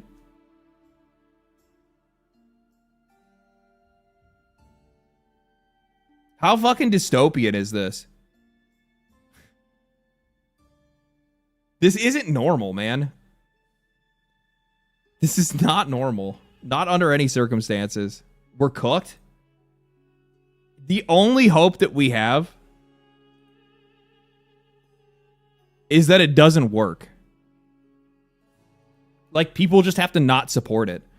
And the funny thing is that, like, depending on price, while, like, the worst part is that, like, the reason why I say something like this is an attack on, like, middle income and lower income people is because, like, in a lot of cases, those folks are the ones that are trying the hardest to find an escape.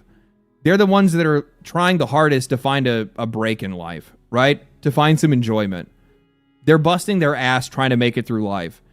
And doing this takes advantage of that because they realize that all they have to do is just build friction and make it more difficult, and these people will spend money to try to be more happy, and then through these different traps that a lot of these companies build, keep them poor. So they keep paying. The more poor you are, the more money they make.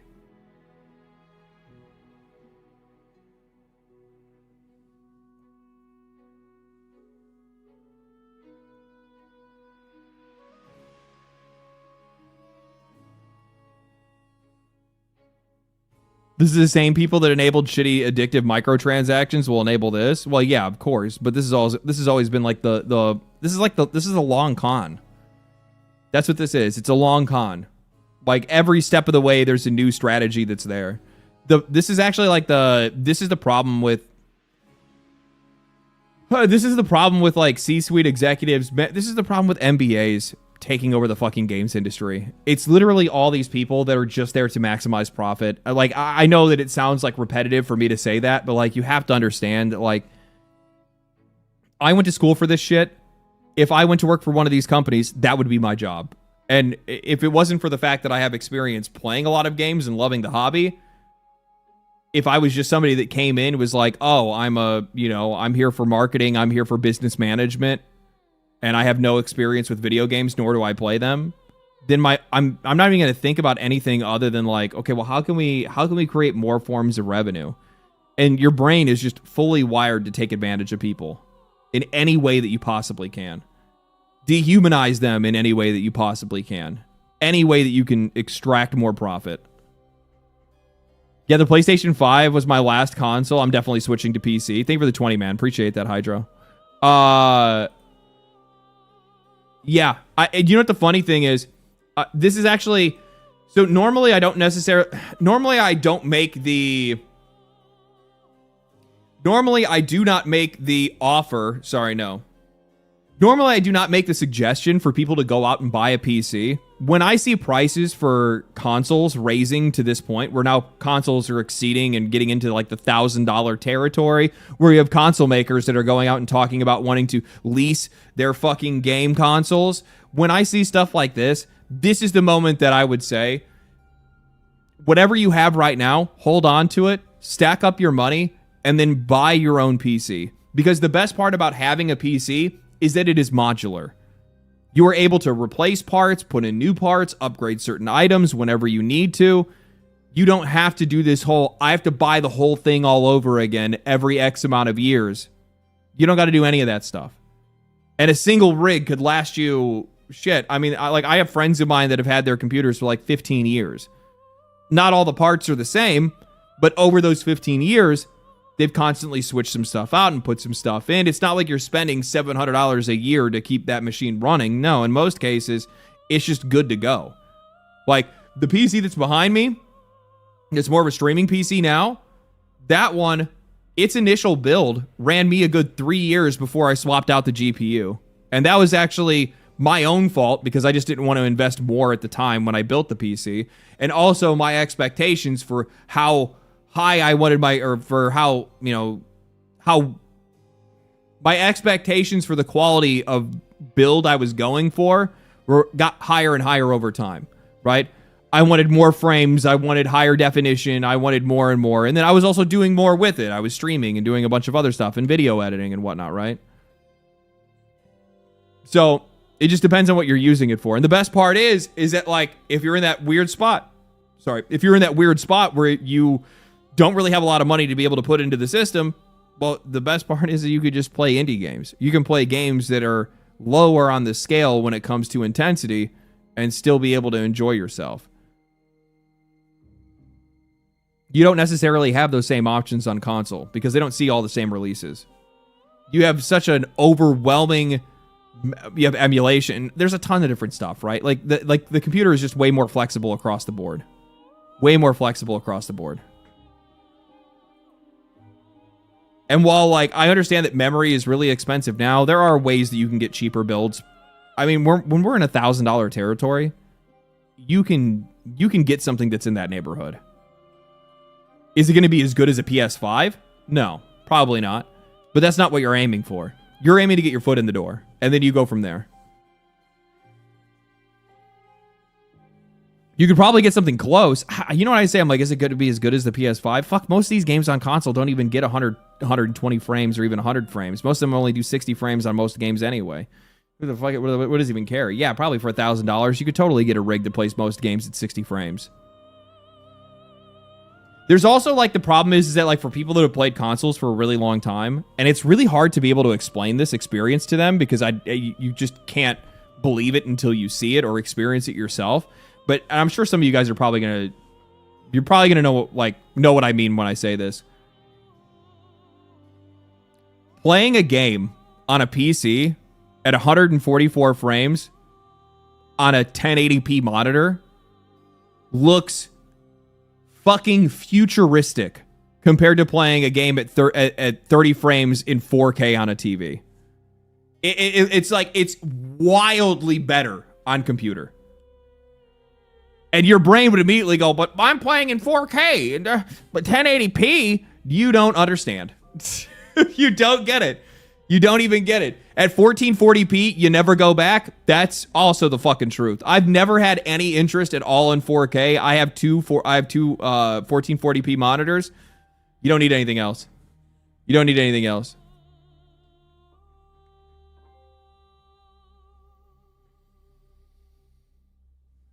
I'm going to get a yo-yo and a ball and cup. There you go. That's a good way to go about doing it.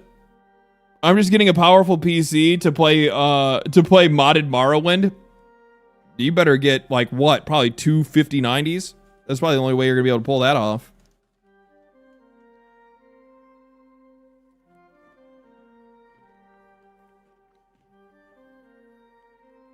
Man.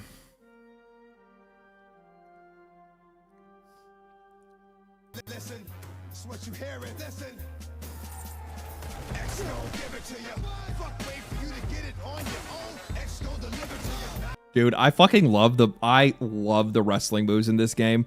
It is probably my favorite part of the entire experience. Whoever was the guy that was in there at that studio that was like, hey, what if we put wrestling moves in this game? Give him a raise. Make him president of the company. Make him CEO. Put his family through college. Like, it is the most satisfying thing in the entire game. And it's not even, like, nothing comes close. Especially because there are contextual wrestling moves and grappling moves depending on, like, where you are in relation to the enemy and also, like, what direction you pull your stick in.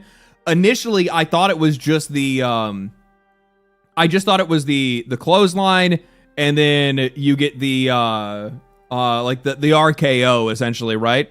But then you get, like, the over-the-shoulder drop. You get the fucking suplex if you go behind them when they're trying to get up. You can throw enemies into other enemies. You get the drop kick and all this other stuff.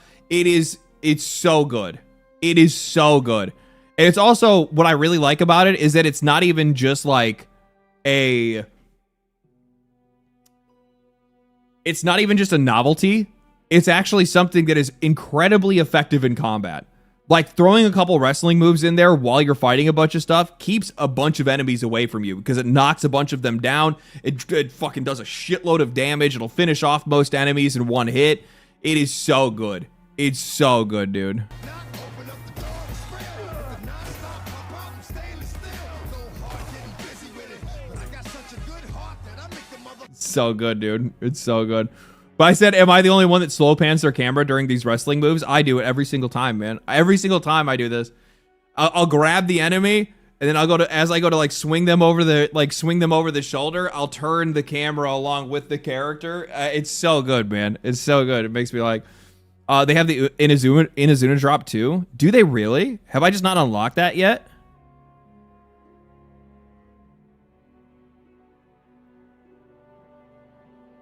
Bender, thank you for the membership, man. 7 months. Holy shit.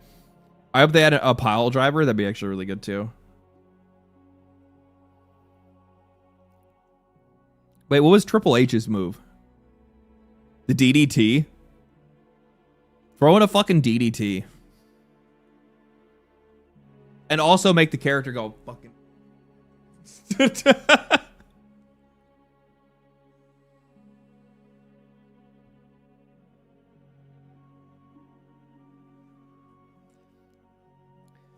D-Generation X. Damian has the Inazuna. Oh, okay, so it's depending on the... is it Pedigree? Who had the DDT then?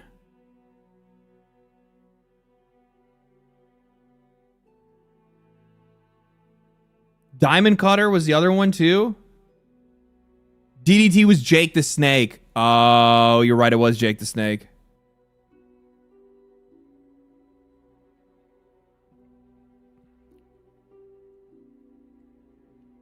I loved wrestling when I was a kid, dude. I loved it so much. It was like my favorite thing in the fucking world. Me and my friends all the fucking time sit around and watch it. The whole neighborhood was so into it. And like, especially like, you know, low income neighborhood. It's not like everybody's like people would be like buying, we'd steal. We'd steal pay-per-view from other neighbors. One of the neighbors went and stole somebody's satellite dish. Like, we do everything that we could to be able to watch wrestling. Like all the parents were all the parents were into it as well. So like, it was so good, man. I remember like when I was a little kid, like my dad was really big into bodybuilding. It was like, you know, like he construction worker, right? So like he would, you know, build houses in the day and work out by night. And he was really big into trying to like, you know, get swole. And this dude was built like a rock. I mean, his muscles were huge. He was massive.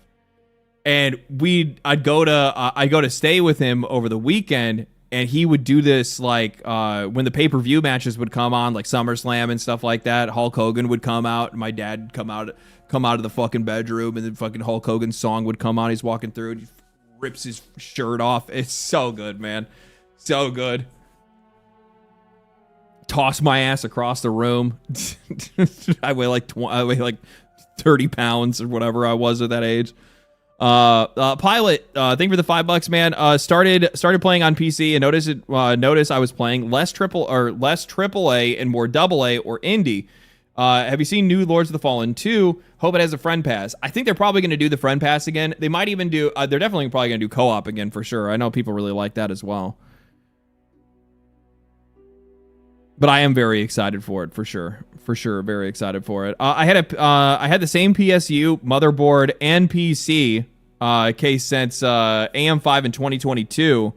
I've only changed and upgraded my CPU and GPU. Yeah, you basically got the same build that I do. No, I have a 4090, not a 50. I don't have a 50 series card.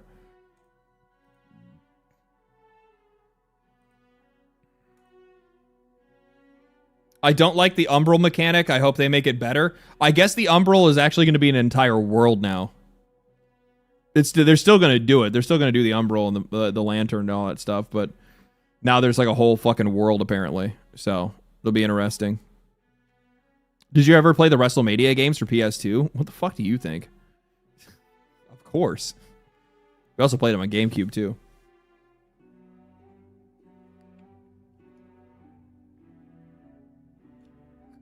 Still stuck on AM4? Both of my boards are AM5 now. Let's see here. Is there anything like I saw this. This has largely been proven to be false, by the way. Marathon wins critical praise, but faces player drop and shill claims. Bungie's Marathon launches to mixed reviews and solid sales. It's just really funny to see like both of these two, because you have like games journalists that are like, the sales are good, the game is really good, but then you have like the online community that's like, no, this game is fucking floundering, it flopped. And also Bungie is paying their developers to paying their developers to like praise the game on Reddit or whatever. I don't know what the fucking claim was. It was mostly bullshit though. I think in some cases people are trying to look for a story that's not even there. I don't really see the point. I've actually seen like quite a lot of people that are constantly trying to make content about like Marathon flopping. They're really trying to turn Marathon into Concord. They're really trying to turn Marathon into a Concord. And you know what the funny thing is that like they are, and it's cringe. It's really fucking cringe. I'm gonna be real with you. Like, they're trying to treat it like it's this, like, ultra woke game and all this other shit. Like, it's really not, though. Like, it's not any of those things. It's just, like, it's just a niche game that not a lot of people are going to be playing. It's a very hardcore experience for the people that are looking for that kind of experience specifically. Is it worth the money that Sony put out? Nope. Nope, it's definitely not. It's definitely not the end result that Sony was looking for. I'm going to tell you that right now. I know they spent at least $250 million just on building it. That's not even including the marketing. So, if I remember correctly, I think I actually grabbed somebody that was actually talking about how much money they made. Oh, these are all me just commenting on random shit.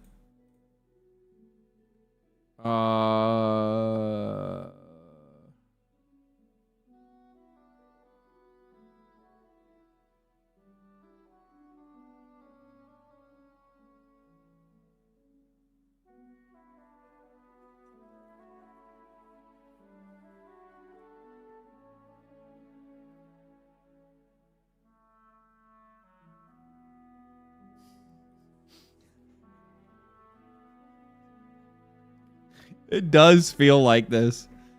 It does feel like this. They're doing everything they can.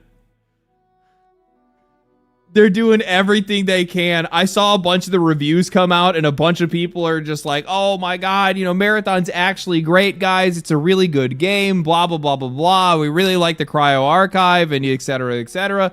I'll be honest with you. So I'm just gonna tell you. I'll tell it to you guys straight. I watched people play the Cryo Archive. It looked dope as fuck.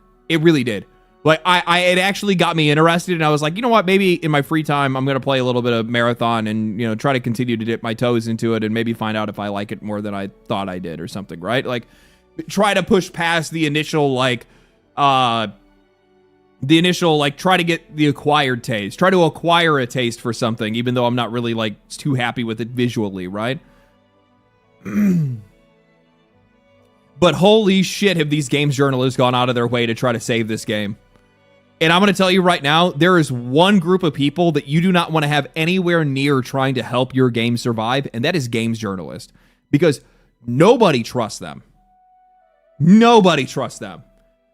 Nobody trusts their reviews. The only time people ever pay attention to a game journalist reviews is either if that review agrees with their own bias or disagrees. If it agrees, based. If it doesn't, I'm going to burn you to the ground. You guys are terrible. You're the worst ever. I know this because I make videos doing the same.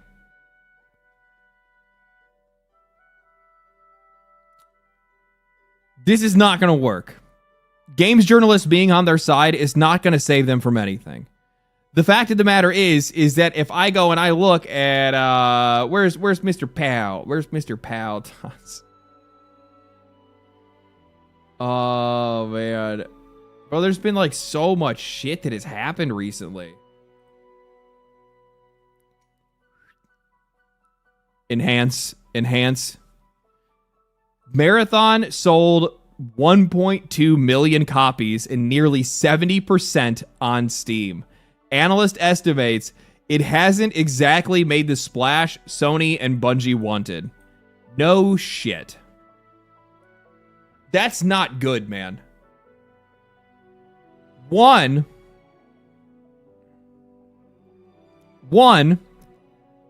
Sony, notice how this game that you released had a 70% sales margin on PC, and you guys just backed out of doing releases on PC. The whole reason why Sony backed out of that entire deal and do not want to put games on PC anymore is largely because they just would not commit to day-and-date releases. And I understand why, because if they did, less people would buy their consoles. At the end of the day, that's exactly what would happen. How many less people? Probably not really all that many, to be honest. I don't think it would be... I mean, probably over time it would lead to a significant decay, but at least like in the short term, probably not that big of an impact. But 70%? 70%? That means the other 30% was split between Xbox and PlayStation? Which is probably looking like maybe 15% on PlayStation, and no. It'd probably be like 17% on PlayStation or something. I don't know. I'd have to figure out. The Xbox community is very small. Not a lot of people own an Xbox or play or buy a lot of games on Xbox anymore.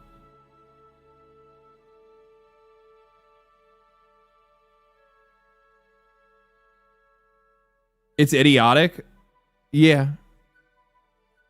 So I'm just gonna be real.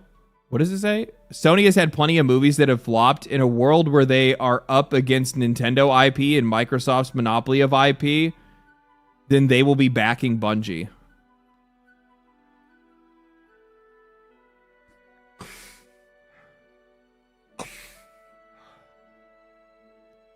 It's got to hit that shit hard. It's got to hit that shit hard. So it's guaranteed to be on PlayStation Plus in a year. 1.2 million isn't good enough now? Why? Well, because so if 70% of them sold on PC, so we'll say, I don't know. So we're going to say they sold 1.2 million copies, right? Oops. 1.2 million copies times 0.7. 840,000 copies on PC.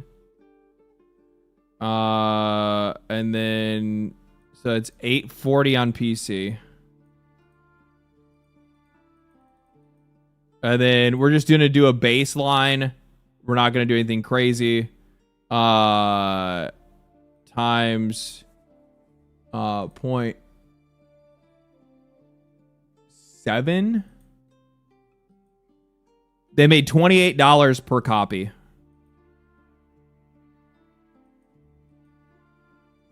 At 840,000 copies.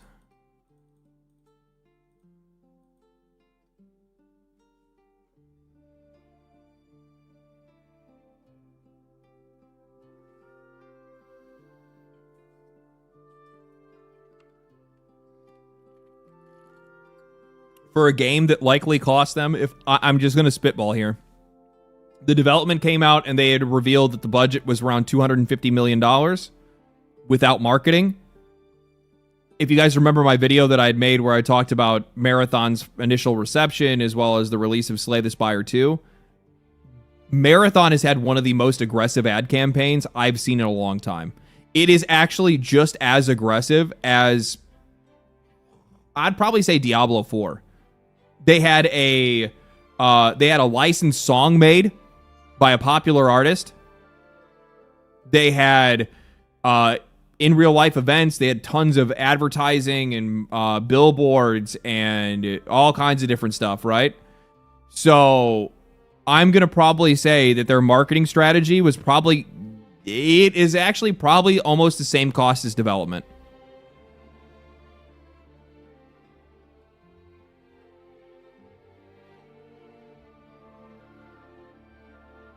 It's probably the same cost as development. So this probably all in total probably cost them about $500 million if I had to guess. If we say it's on the low end, let's say they like at least $150 million in marketing. So you're looking at a $400 million game.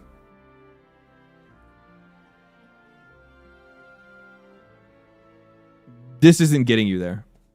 $23 million is not getting you there. Somebody else said 38 million, 35 million or something like that. That they had already how much they'd already made in sales, is that what you're saying?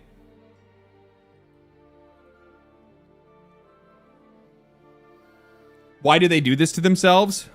Really bad leadership, really misguided leadership, marketing departments and sales departments that are justifying their own employment by effectively putting these companies in a chokehold, by putting them in financial trouble to make them more reliant on them and their services.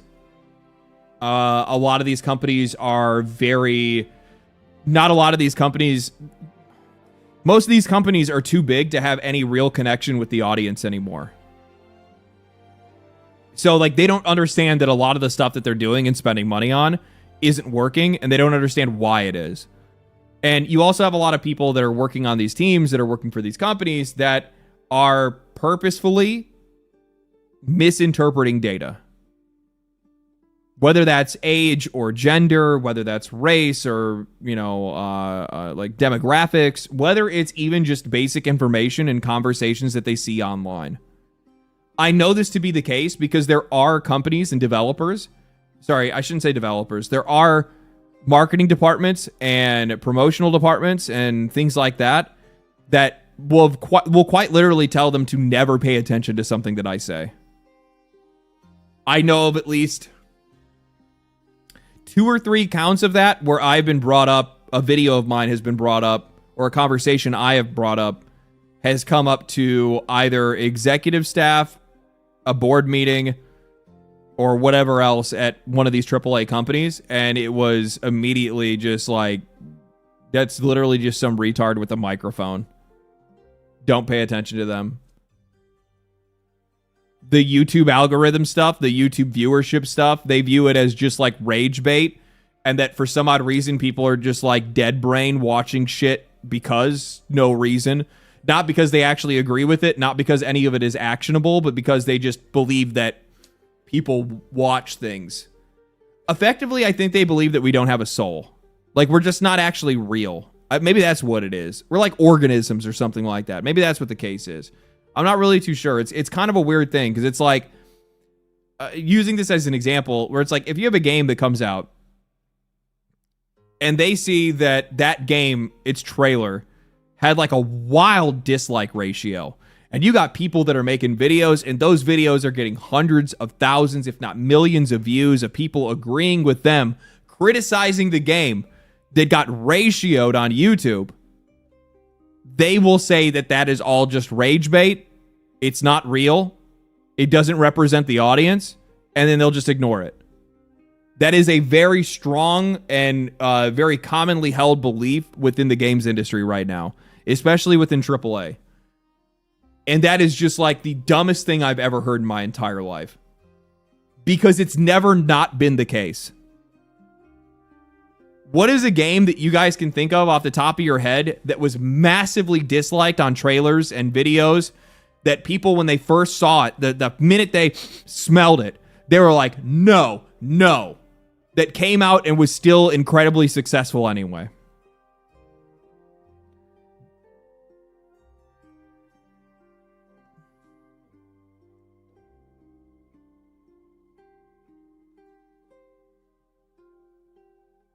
Final Fantasy 16?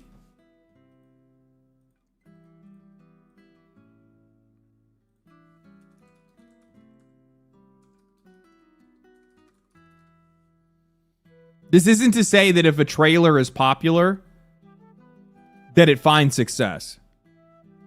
It's that the opposite is always true. That if a trailer... What are we talking about? 49,000 upvotes. Nobody was talking shit on this stuff. Resident Evil 7?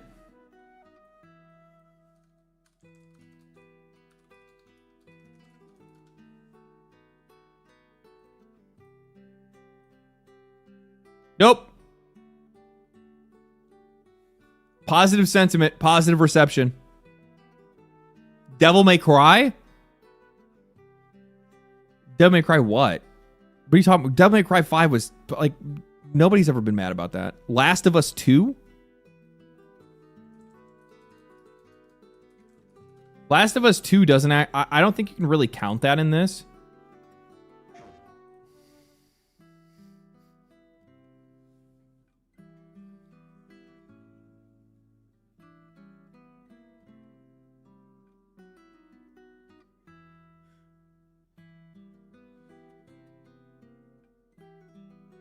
Out of any game, of course it's this one. Out of any game, of course it is this one. What a piece of shit. Now keep in mind, the reason why people were like really, obviously I don't think people really liked Abby at all. But one of the reasons why a lot of people were really upset with this series, or upset with this game specifically, was because they killed off Joel, and they also killed him off in the way that they did. And that had nothing to do with the trailer or anything like that. I think like The Last of Us was always going to do really well. The point that I'm trying to make is that if you have a game that goes out and it has a trailer, and that trailer is like massively disliked on YouTube, right? Massively disliked on YouTube. It is going to fail unless you make a major correction. Unless you make a fucking insanely major correction, or just cancel the game and then just, keep your money. That's the best thing that you possibly can do. Just because, but if a trailer is super popular, that also doesn't mean shit either. That doesn't mean shit. It's just the negative side of this that actually has any meaning. They're talking about the reboot with black-haired Dante. That was not a massively successful game.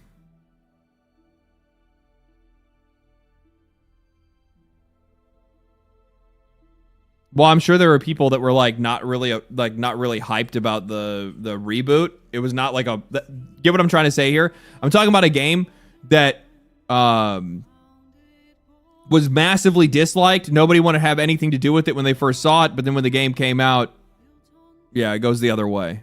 It just doesn't happen. People usually keep whatever their first assumption is, and they stick with it, and they don't change their mind. Dead Space with EA. You guys are literally just throwing out game names for no reason now. Call of Duty Infinite Warfare, literally millions of dislikes.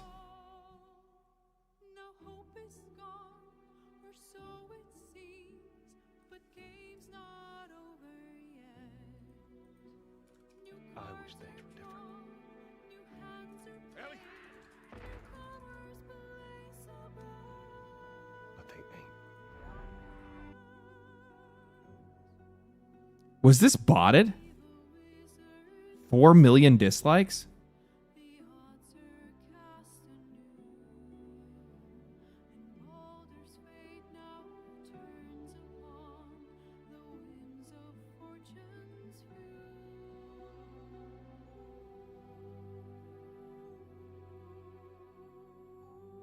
Oh, yeah, I remember this.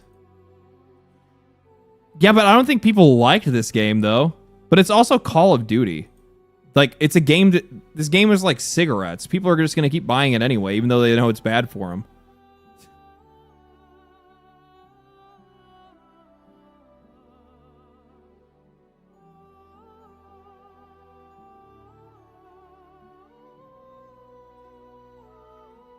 It actually wasn't a super bad game, though.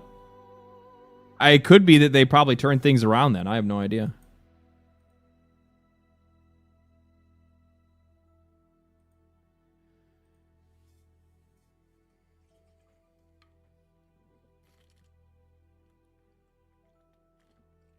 People did warm to it later because the gameplay and story were pretty good, but nobody wanted the Expanse Call of Duty. Expanse Call of Duty as the next Call of Duty. Yeah, I could see that.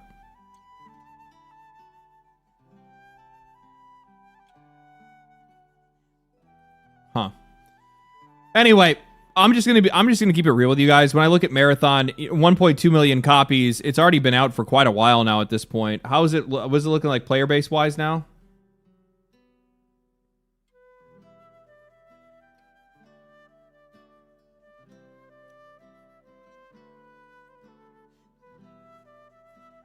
Oh.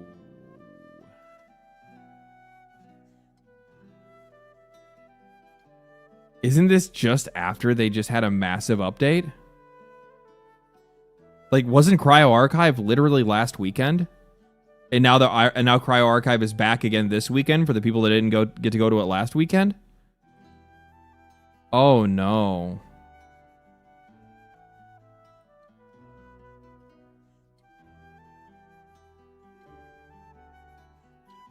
These games are just not like, okay. AAA game companies, if you're listening to me, if you ever have anybody that works at your somebody's here. I'm sure there's a couple AAA developers that are in the chat somewhere lurking at the very least.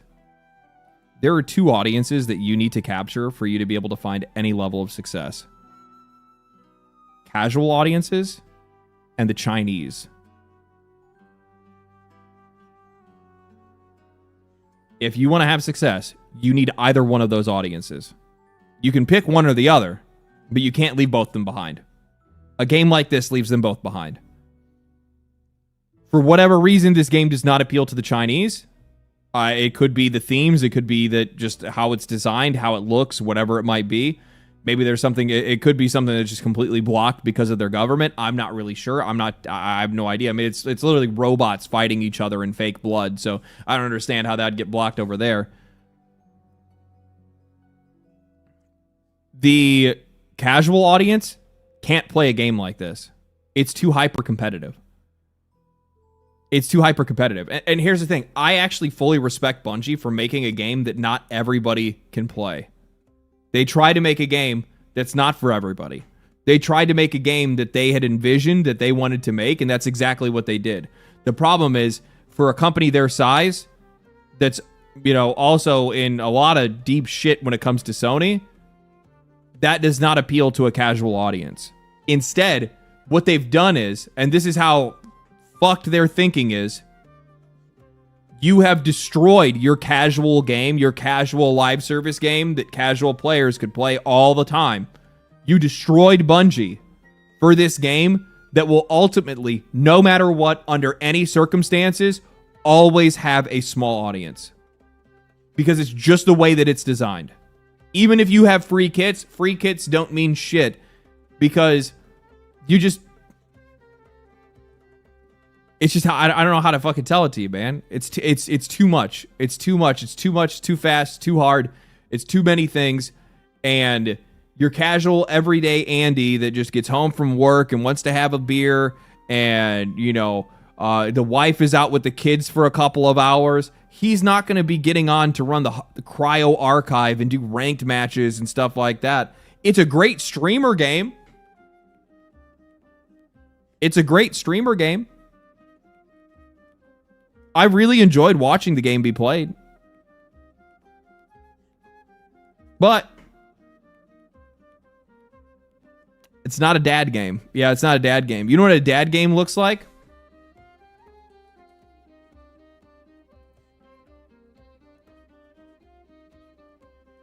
Which, by the way, I will say this. The only reason that Arc Raiders is falling off is it's literally content. It's literally just content. It is the ultimate fuck up when it comes to a lot of these major companies. Or sorry, when it comes to a lot of these successful live service games. The one thing that like probably drives me the craziest, which by the way, this is still really good. This is still like really, really good.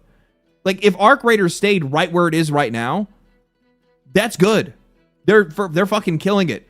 They're making great money. Because you're likely seeing similar numbers on console. I guarantee this game is getting played like the fucking shit out of on console. But the problem that I always see is every single time we see one of these live service games that come out, they are never ready for success. They're never ready for success. The only live service game that I think I have seen so far that was actually ready for their own success was Marvel Rivals. I think Marvel Rivals was ready for success the minute that Marvel Rivals was ready for success the minute that game hit. The second that game came out, they already had content ready, they had new maps ready, they had new characters coming, they had a new season coming out, they had all kinds of stuff for players to be able to do. And they kept pumping it and pumping it and pumping it. And eventually the game's player base did fall off and it cooled down and it became something a little bit more normal and manageable. That's just normal. You're going to see that with a lot of these games. I mean, the crazy numbers that they have, that's just not usually what you have. What about Warframe? What about Warframe?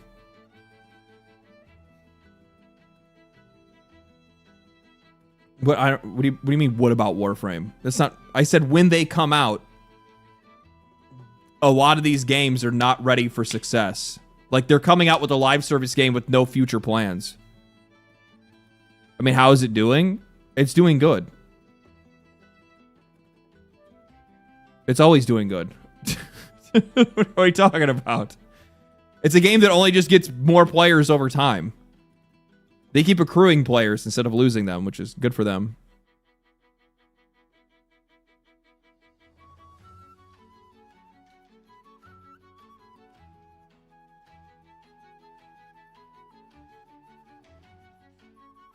We're tired of the bait and switch, buying games that we bought to have them remove updates. Yeah. Well, there's also that as well, too, right? Like, a lot of these games will come out.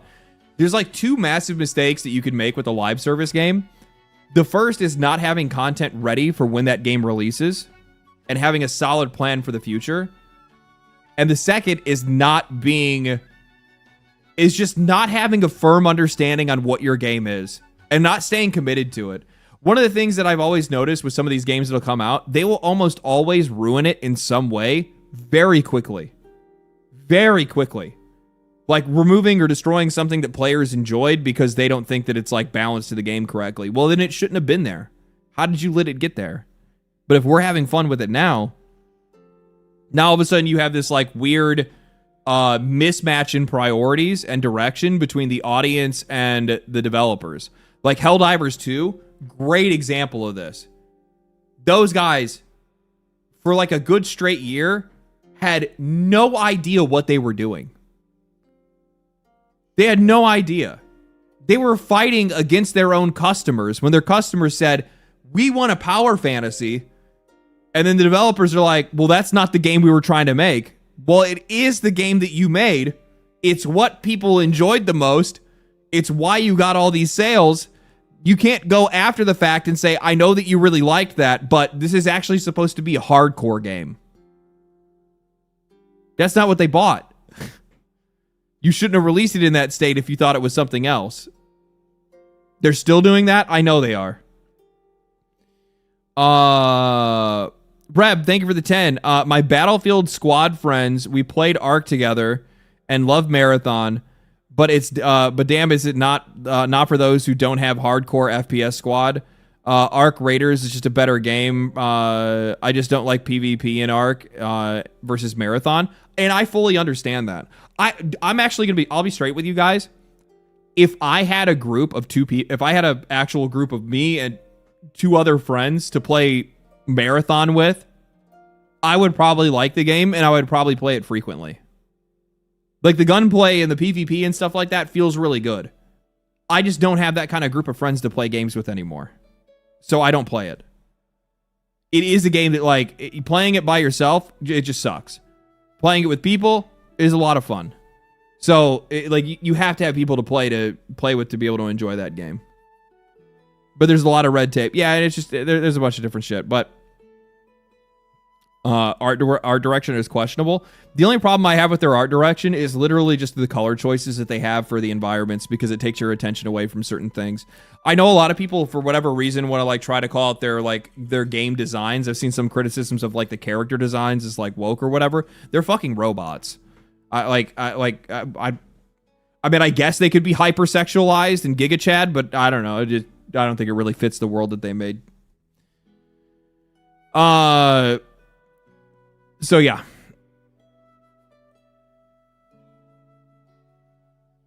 Bungie is second to none in gunplay. Game feels incredible to control. It's absurd how good that game feels to control. The color was too random put together in the world. I don't think that it's necessarily random. Like, they obviously made a choice with what they were doing with Marathon. It's just, my problem is that it's like, if I'm in an environment and this entire area behind me, like this whole wall is just bright neon orange, and the other wall is bright neon yellow, and the other wall is bright neon pink. Your eyes are trained to track things. You're tracking those big colors, and you're not seeing the guy that's walking on the ground in front of you. You're like, the game is constantly distracting you from like what you should be looking at. Same thing goes for loot. Like, I almost would never know what to actually check for loot, because the game had so much visual noise that it was too difficult for me to be able to like discern like any points of interest at all. Whether that was something on the ground to pick up, whether that was a loot box, whether that was an actual point of interest itself, all of it. Robots are woke because robots use non-binary pronouns, duh. No. Robots are binary by default. Thank you for the 5. I'm gonna get water.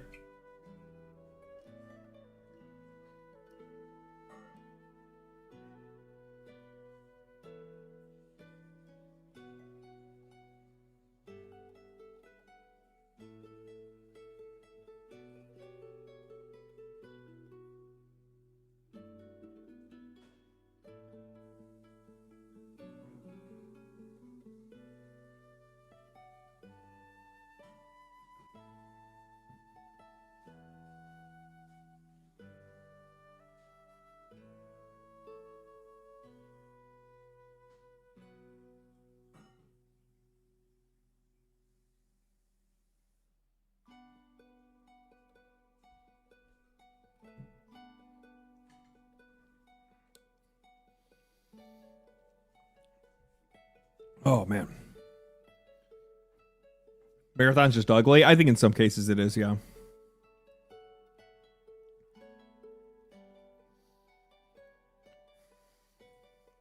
Bro.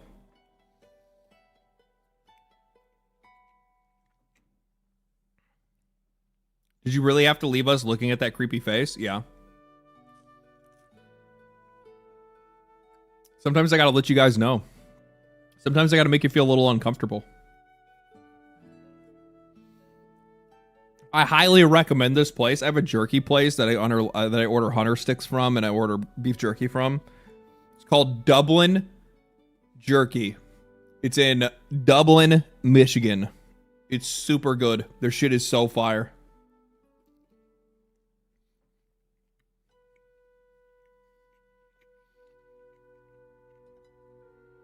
It's also cheap as shit.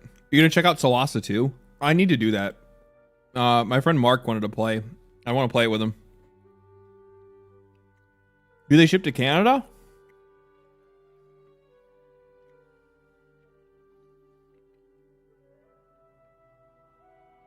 Doxing yourself, LD? I'm in California. Most people know that. And now, after this, I'm moving to the woods. Into a cave. Oh my God, they have L6. I'm in the Canadian. I mean, yeah, no, you should. I would. They probably do actually, because they're pretty close to. I don't think they're very far from the D. And I mean, like, Detroit is basically. We actually gave Detroit to Canada. I don't know if you guys knew that. Yeah, we gave Detroit to Canada.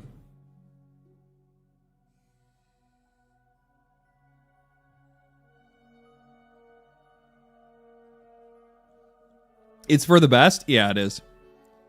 It is. No, I've got family in Detroit. They're Canadian now. I actually like Detroit. I think Detroit's a great city. I mean, it's definitely a shithole in some areas, but I like Detroit. I think it's a cool town. Downtown Detroit is a cool town. Going to like the Joe Louis Arena and stuff like that, watching like because I would go there to watch like Hawks versus Red Wing games. But they don't have Joe Louis anymore. They got the Little Caesars Arena, which is not nearly as cool.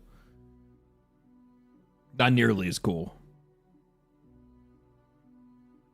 Joe Louis Arena was sick because it was like going to a high school stadium. It was crazy. Like they had these like old school ass benches. You would almost not even know that it was an actual like arena. It's so funny. OpenAI is shutting down its AI video slop making platform Sora. That's crazy. So, is ChatGPT going to go out of business?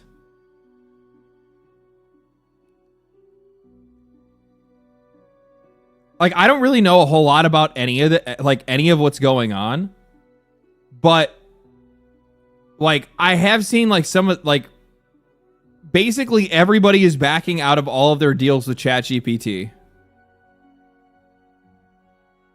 ChatGPT seems to be used too much for business for that. They don't make enough money.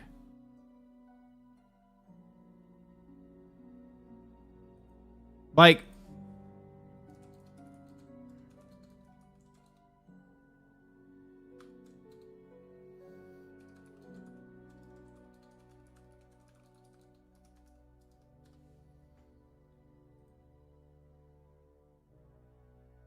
yeah. OpenAI is projected to face massive losses approaching $14 billion in 2026. They're not making any money. It's not, oh, there's too many businesses that use it. It can't go out of business. They're not making any money. Like, this is like, it's so funny. I think that people, when I talk about AI, I think they believe that I'm just talking out of my ass or that I'm just like hating on it to hate on it or something like that. This is not coming from a place of hate. This is coming from a place of reality. They are not selling a consumer product. They are not selling something that has a large enough audience to be able to support their spending. These guys have been spending way too much money trying to expand way too quickly. There's nobody there to sustain it. We're not using it. People want to know why Sora got shut down. People weren't using it. They weren't paying for it or not paying enough for it,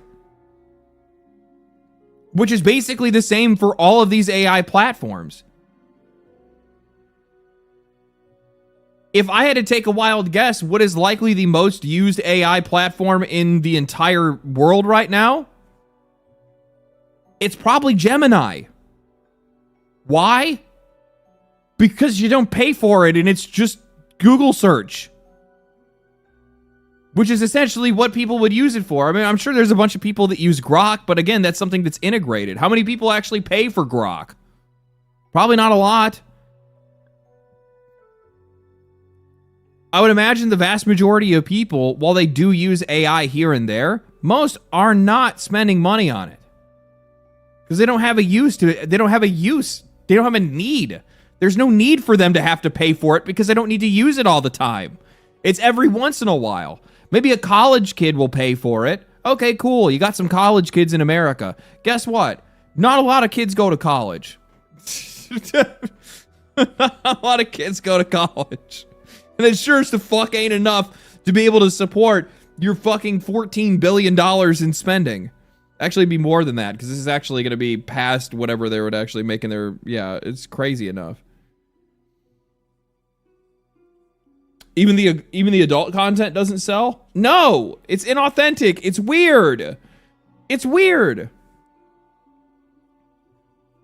Like, it doesn't work. I'm sure there's some dudes that, honestly... The guys that are using the AI stuff are dudes that could probably get off to a doorknob. Like, let's be real. These are dudes that would fucking bust out to a fucking slight change in wind direction.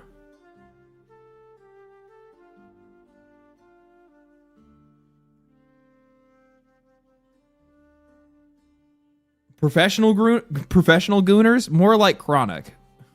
More like chronic.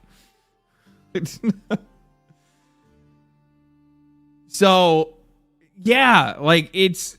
I don't know, like, I've watched a documentary about a guy that was talking, or wasn't a documentary, it was an interview. I was watching, I watched CoffeeZilla's video on deepfakes, and there was a guy that he had talked to that was working with OF, and they were, you know, selling these AI images and had these AI ran accounts of these girls or whatever. But again, that's not enough. But here's the problem, though. This is what I don't think people really understand. If you're charging, let's say you charge $30 a month, okay? That one account that you're using for that AI to generate those images, to generate the video, to do all this stuff, that can run a whole business. They don't need multiple accounts. They don't need multiple subscriptions. The one subscription takes care of everything. So, unless you're planning on charging people for like per prompt, then like you're never going to make this profitable, not on a consumer level. And if you're not making it profitable on a consumer level, you're not making money. It's just not happening. Like there's not enough money in industries to be able to support something like this. And the minute that these guys try to raise that price to something that would make sense if it was just being used as a corporate tool, it would almost immediately just not have the same level of adoption anymore. And you wouldn't have enough people supporting it to support you. Like financially, this whole AI push just doesn't make any sense, like at all. Not unless the entire thing is subsidized by the government. That's the only way. That's the only way. Unless they're trying to turn these AIs into a public service. That's the only way it would ever make sense. Give it time, the government will bail out. Yeah. Give it time, the government will bail out AI companies, just like in 2008. Thank you for the 5-bender. Appreciate that. I don't think so. I think they might bail out a couple because they got buddies, right? They got some friends in high places. But I don't think that they're going to be bailing them all out. Sam Bankman-Fried, right? Is that what the guy's name is? I think that's what is that what's OpenAI CEO? Sam Altman. I'm thinking of the other dude. I'm thinking about Fried was the fucking crypto guy. This guy, nobody's bailing this cat out. Nobody's bailing this cat out. Ain't nobody have any interest in helping this dude. They will let him burn. The minute that boat started to rock, the minute that they started having issues, Nvidia was like, I don't even know who that guy is. Microsoft is like, who? Sam Saltman? Disney? We're pulling out. We're pulling out. Is this Enron 2.0? I don't know, man. There's going to be a crazy... We're the ones paying for this, by the way. Like, we're the ones that are going to get absolutely fucking juiced by this whole thing. Like, so much money just being burned at the pyre. There's dudes that are making, like, generational wealth right now, but it's not... I don't think it's going to go anywhere. This is what Steve Denuser said about being laid off at Epic Games. He loved working with the Simpsons minigame in Season 6 and enjoyed the positive reactions to Chapter 7. Good narrative, dark presence. Yeah, I'd seen, like, apparently, like, a lot of people are not really happy with the direction that Fortnite has gone over the past couple of years. It's actually crazy how much Fortnite has actually fallen off. I was trying to look for, like, popular content around it, right? And so I'll just use this as an example.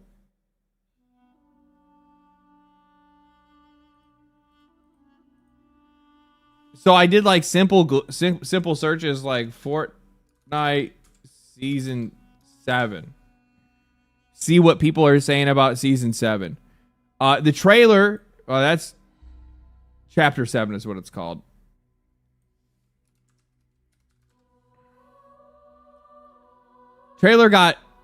These trailers used to get like 7-8 million views.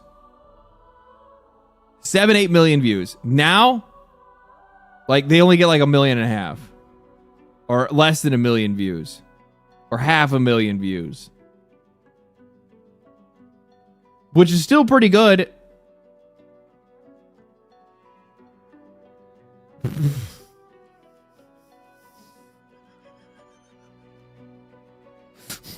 The fuck was that?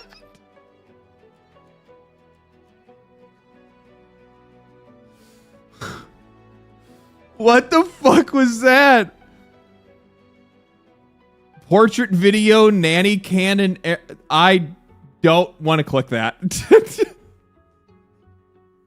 What have you been watching?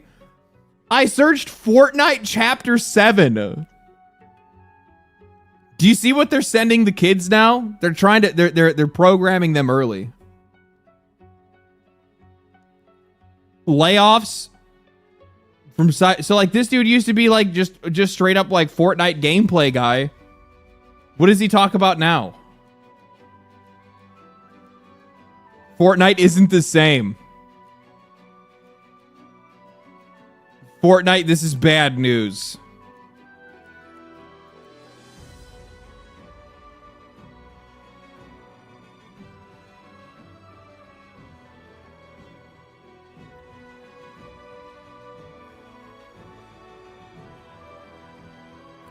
But one of the things that I found was interesting is that like outside of him, I'm not really seeing like a lot of like really popular people making videos talking about Fortnite. How does Fortnite do on Twitch now?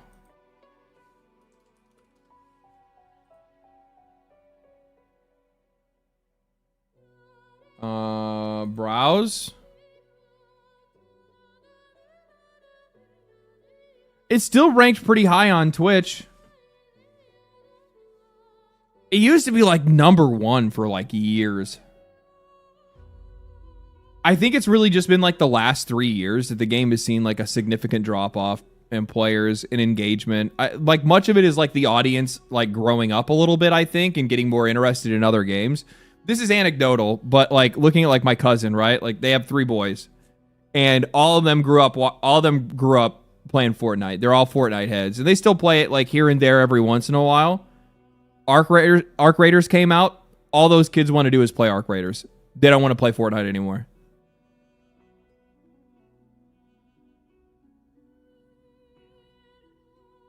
Kids are growing up. They think Fortnite is lame now because that was their childhood. Isn't that kind of weird how that works out, though? Like, I don't think any of the games from my childhood were lame. I think all the games from my childhood were dope. I mean, also, it's not even that. It's just like, it's the idea of playing the same game, especially a game that, like, is not an MMO, right? Like, Fortnite is not World of Warcraft. So, like, the idea of you playing Fortnite for, like, 10 years straight as, like, your main game is kind of crazy. It's kind of crazy. But, yeah, no, I, like, looking at, like, the numbers that they had posted talking about, like, how much, like, engagement they had lost, I was shocked to see, man. I didn't think that,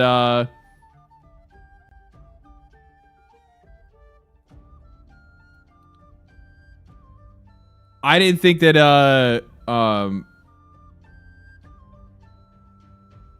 would fall off that much. I mean, it's like it was like a 35% drop in playtime or something like that, pretty much across the board that they had seen. Poor replayability. It plays really well. It's microtransaction slop. I mean, like, I guess, yeah, but it's also not pay to win or anything like that. I actually have fun playing Fortnite, but I play it very sparingly. And by very sparingly, I mean, like, a couple times a year. Couple times a year. That's about as far as I go. So they already patched the game, which is sick. What is this? Crimson Desert didn't give enough fun. To waste dozens of hours grinding, leveling, before you can even fight a single boss. Fuck that noise.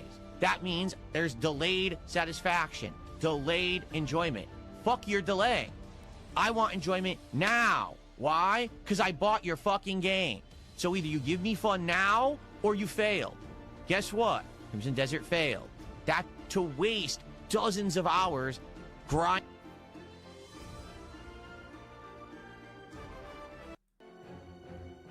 You know what?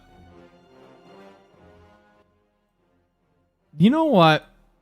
Grinding, leveling, before you can even fight a single boss. Fuck that noise. That means there's delayed satisfaction. He's not wrong. He's not wrong. No, he's not. I mean, like, the very beginning of playing Crimson Desert is like a good solid fucking 5-6 hours before you feel like you can actually do something like meaningful. Like, the initial opening hours of playing the game, chapter 1 through 4 kind of suck. It's not that they just kind of suck. It's that you're just running around doing, like, you're doing a bunch of busy work. You're not fighting a bunch of stuff. You're not fighting any boss. And I'm not saying you need to, like, oh, I need to immediately go and fight a bunch of bosses or something like that. But you do kind of want to wow the player, right? Bro is TikTok brained. Like, I also kind of agree that, yeah, he also got filtered by the controls pretty hard too. But to be honest, I hate to say it, DSP is the guy that you want to make games for. If you want your game to be as successful as possible, you need to make it so that DSP can play it. And I'm sure a lot of people are going to say that's a bad opinion. I'm sure people are going to disagree with me. But there's a lot more DSPs in the world than there are basically anybody else.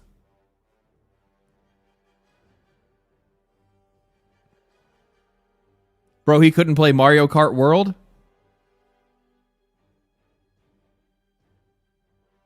I'm telling you, man. I'm telling you.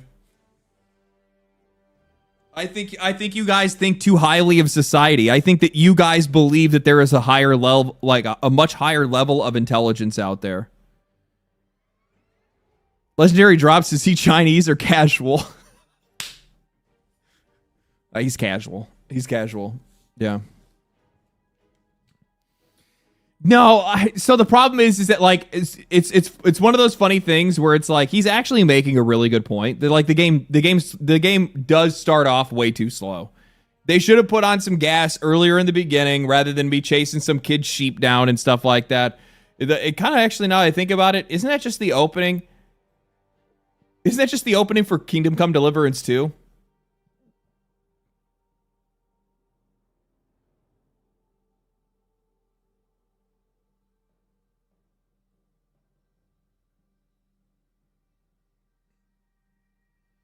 But KCD2 is cool?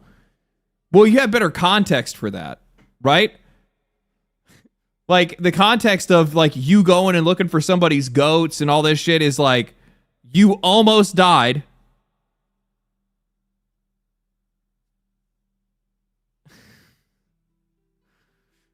And now you're trying to start from the bottom and build your way back. Oh my god, actually, they both start out the same way.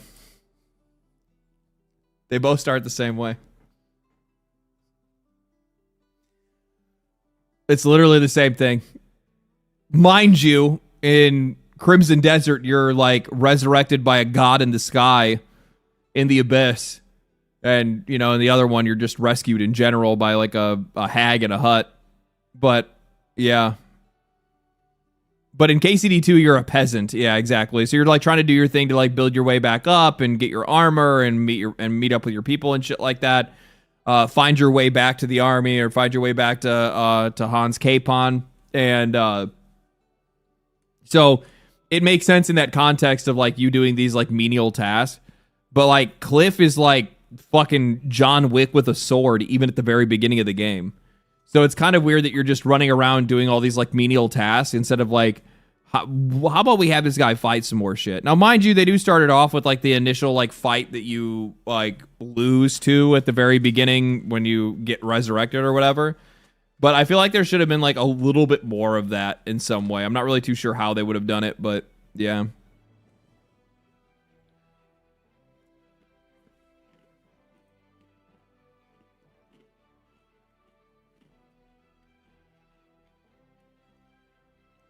Okay.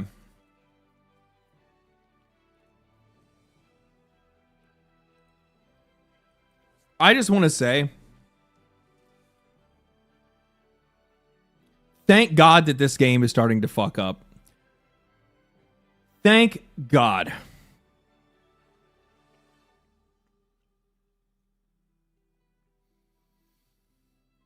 I am so happy that Fortnite is I am so happy that Fortnite is starting to find failure.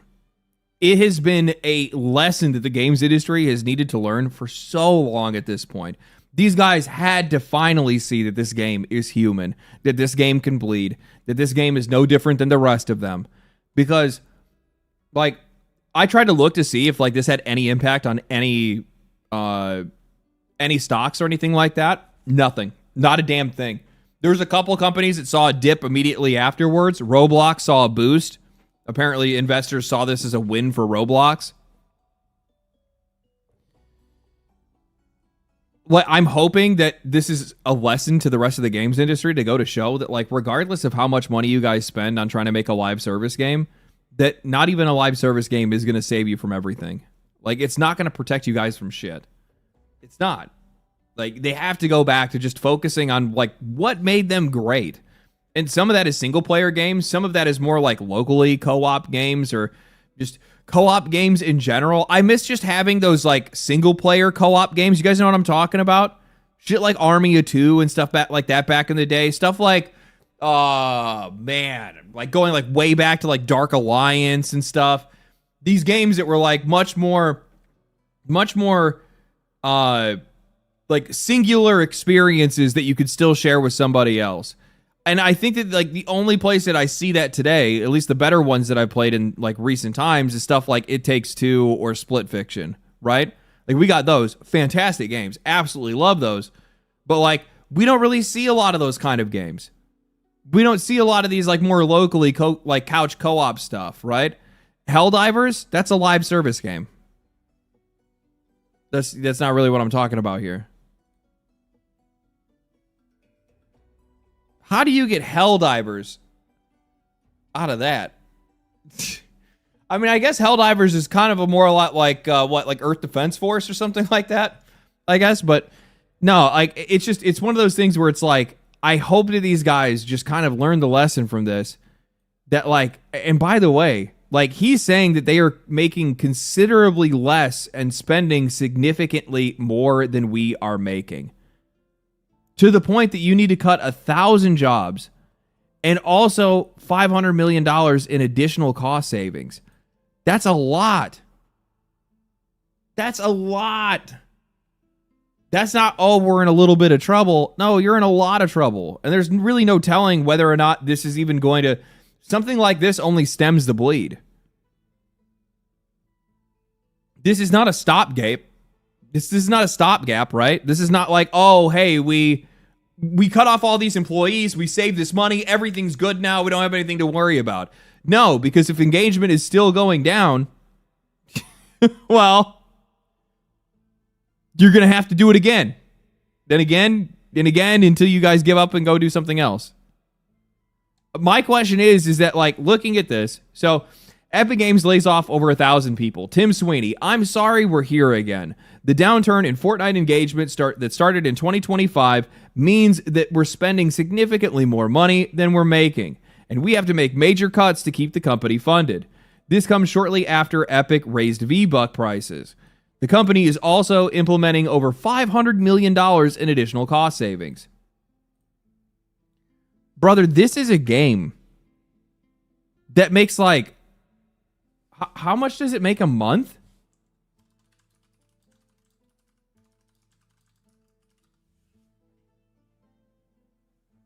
Fortnite generates roughly 100 million to 500 million in monthly revenue.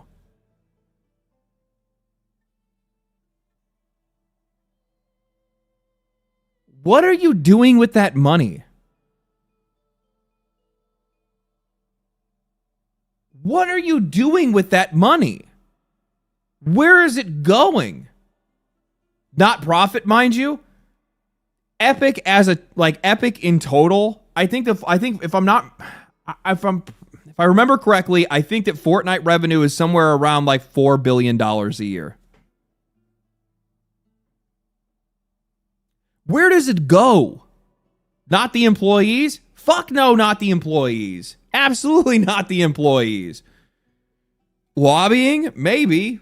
lawsuits. We know that's definitely part of it, but it's just like, it blows my mind that these guys could spend through all of that money and now find themselves in a position, which, by the way, like, think about this in context, that Fortnite has been around for almost a decade.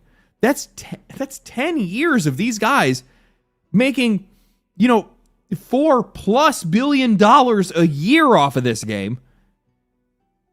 And after all that time, they're like, yep, well, we lost some players, so we're in trouble. Like, any way that you could possibly look at some of these companies and think that they are being ran right? How?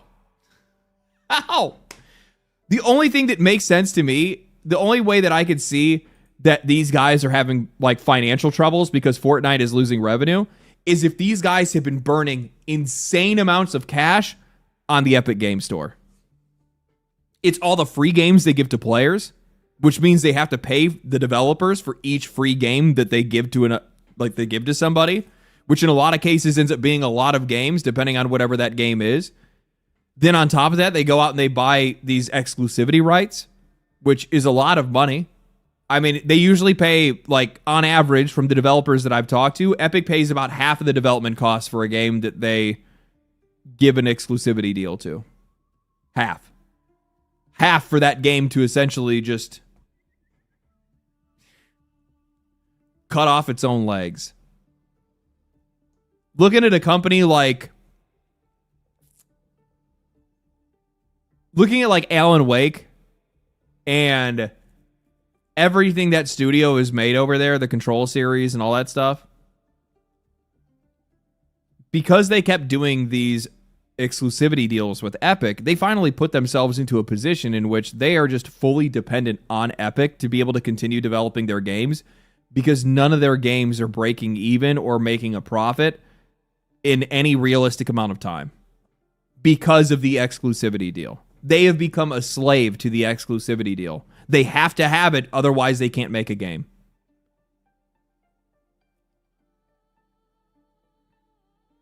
I love Remedy, but that Remedy deal was terrible. It's not that Remedy deal. It's every deal that Remedy has made with Epic. Every single time they do it, just think about how this happens, right? It's basically, it's debt through marriage. Or sorry, it's marriage through debt is essentially what it is. So let's say I make a game, I take my money from Epic, Epic funds half of the game's development, we make half the money back when the game comes out. The game does not sell enough copies because it's on the Epic Game Store exclusive. It has an exclusivity deal with Epic Game Store, so not a lot of people come and buy it. Well, we're going to need another half of that money again when we go to make our next game, because we never got out of the hole on the last one. And they just essentially keep rolling that over and rolling that over and rolling that over and rolling that over. You're telling me that studios are dependent on Epic welfare checks? Yes. Yes. We have video game studios that are addicted to the welfare system. That's exactly what this is. They're hooked and they can't get off.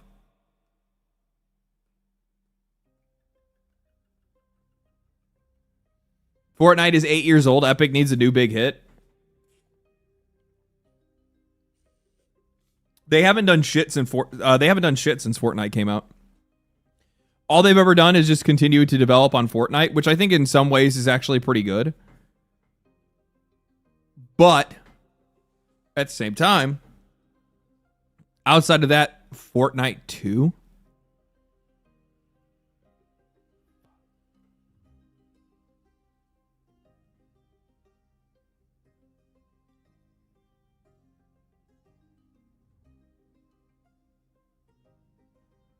What if they just did Fortnite? What would I make for Fortnite 2?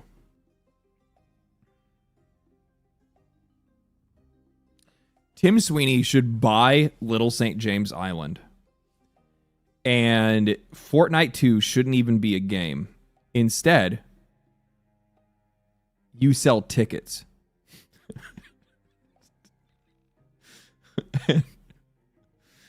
You just load up some 8-year-olds with some AKs and some pickaxes And, you know, you throw some boxes all over the place. You televise it.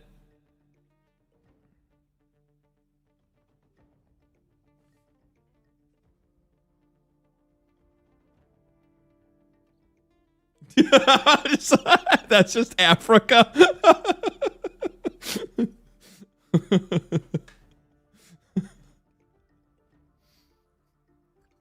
Lord of the Flies X Rust. Yeah, essentially. Oh, man. Yeah, no, they're cooked. They're not making... they haven't made anything else. We haven't seen them make anything else. I mean, I'd be interested if Epic tried to make... Because, like, keep in mind, it's not like Epic has made bad games. They just haven't made a lot. What games has Epic made? Gears of War. Fortnite.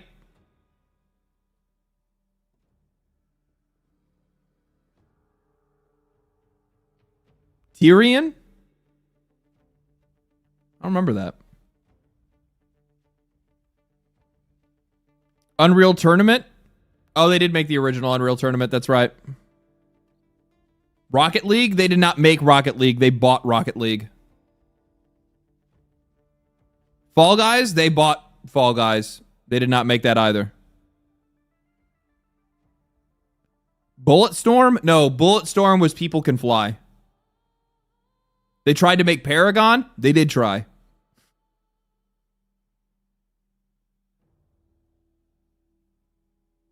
Epic wants to be Valve. I don't think they want to make games anymore. That's not true. Valve makes games. Valve's making Deadlock right now. Game's peak. That game, when that game comes out, it's gonna make like half of the games industry lose their fucking mind. They're gonna be so mad that Valve just comes out with another live service game that just sits there averaging like crazy player numbers and doesn't go away. And then people are gonna be even more like mental about it because they're gonna be like, how are you doing this with a hero shooter? And they're just gonna completely miss the point as to why it's all working. They're just not gonna understand why it's working. But it's a hero shooter. It shouldn't do these kind of numbers. That's what they're going to say.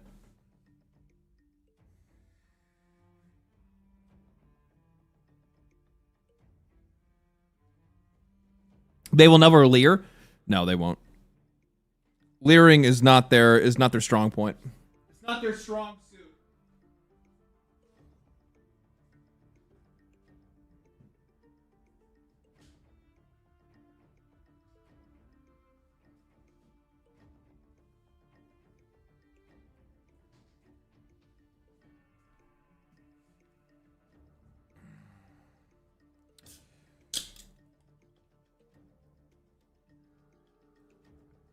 Valve, you are not him, I am him. All right, let's see. What else we got? Is there anything else here? What are the ratings on Crimson Desert now?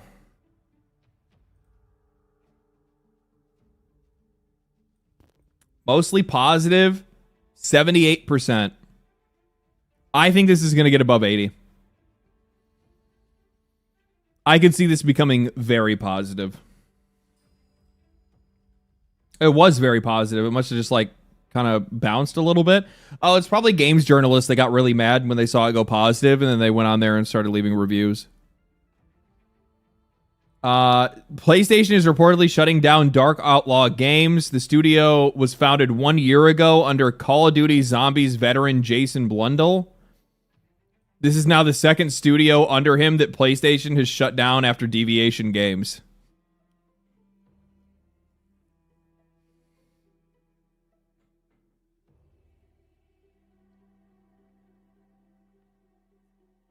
Jason Blunder? Yep, I'm noticing a pattern. I don't know about you guys. Remember what I've said. Remember what I've said. Brought to you by the former makers of. Brought to you by the former developers of. It's become a warning sign for me. Now that I see it, I'm like, the former developers of whatever that go and leave their company and go somewhere else oftentimes do not do anything good. Especially the ones that are going to a different publisher. There's a difference. In some cases, these guys that actually go and start an independent company, as long as it's one that's not secretly funded by the fucking Chinese. Good lord. That was probably the one thing that like pissed me the fuck off when it came to High Guard, was the fact that those guys had the stones to come out and pretend like they were independent. We're just an indie studio. We're trying to do it the indie way, and secretly they're being funded by Tencent. What a spit in the eye. Zero respect for any of those developers. Zero. Zero empathy. Stolen valor. Stolen valor. Hey, LD, that is supposed to be my people's secret. I'm sorry. Honestly, to be honest, like, I mean, you guys can fund anything you want. I don't really give a shit, to be honest. I actually like the guys at Tencent. I have a couple people that I know that are over there that are really nice. Tencent actually pretty much, for the most part, has like a really good handle on like what they think, like what direction they think the games industry should go in. They still fund some dumb shit every once in a while, but for the most part, they usually have a usually have a pretty good strong handle on it. Do you know who my favorite CEO in gaming is? I shouldn't say this because I feel really bad about it, because I also don't like him at the same time.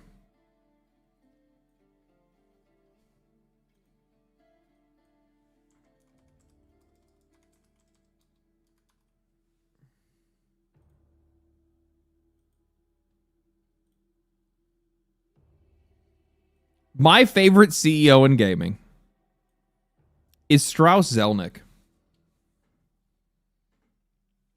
Gabe is first. Okay, fine. All right, so it's Gabe and then Zelnick. Now, I'm going to give you a reason why, because some people are probably going to be like, what the fuck? I don't like what he's done with microtransactions, for sure. This dude, he is quite literally the guy that just says, I don't know anything about video games. I just let the developers take care of it. The devs know what they're doing. I just give them the money. They had him over on they had him for an interview on I forgot what it was, like Fox Business or something like that or whatever. And they're like talking about the stock market and video games in the future and Grand Theft Auto 6. And they're like, so, you know, what do you think about Grand Theft Auto 6? And he's like, I don't know anything about it. You're like, what do you mean you don't know anything about it? Do you think the gamers are going to like it? And he's like, I don't play video games. So then how do you know? He's just like, I trust the developers. They know what they're doing. I just give them the money. It's just like, all right, you know what? Based. He's also like the only CEO out of any of these AAA companies. He is the only one that from the very start, the second all this AI stuff came out, he's like, none of this will ever replace any developers. None of this will replace human creativity.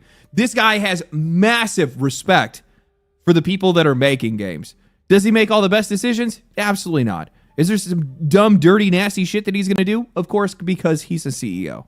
It's just the nature of the business. But it was on Money Talk. This motherfucker right here, at the very least, does stand in front of his people.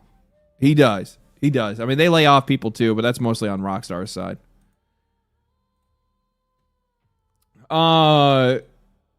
Let's see here. What else? I thought this is really cool. Neuralink patient named John Noble can now play World of Warcraft using his mind.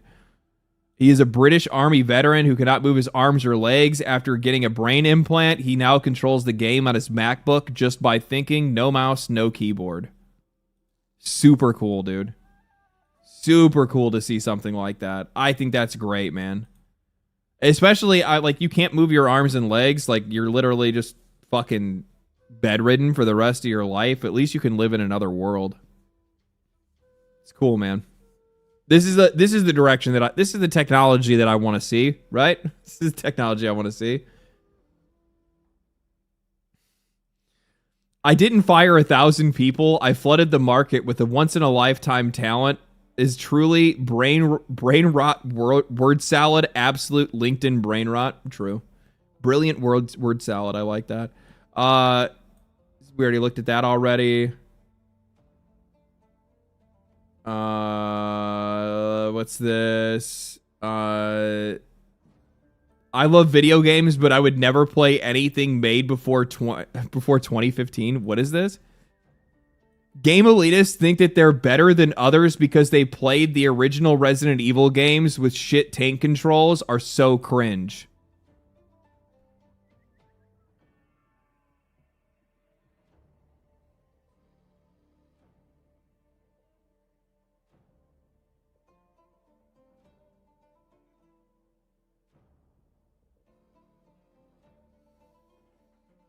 I mean, they actually like the game, so yeah. It's almost like you don't have to play every single game in a franchise to be a fan of it. I mean, no, you don't have to play every game in a franchise to be a fan of it. But also at the same time, I love video games, but I would never ever play anything made before 2015. Ain't that the fucking truth? Ain't that the truth? I feel like there are generations of players that are like new entrants of fans that come in to play some of these games, and like they basically wait for remakes and will only ever play remakes. And I think that there's some original magic, an original part of the experience that's lost by not going back and playing those older games. I think probably the best example I could use for this, imagine somebody only ever playing the Demon Souls remake and not actually playing Demon Souls. Like, they're like, don't get me wrong. It's like, as somebody that played the original Demon Souls, I already had the original experience. So playing something that's just like a little bit more up to date or whatever, like, you know, okay, it's fine. It was serviceable. I played it. I enjoyed it. Right. But there is a massive difference between the like actual experience of playing those two games.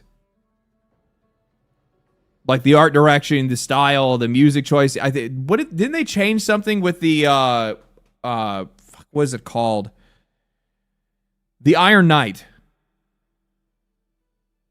The fucking massive armored knight that you fight. I forgot what the name of the boss is. I'm not good with boss names.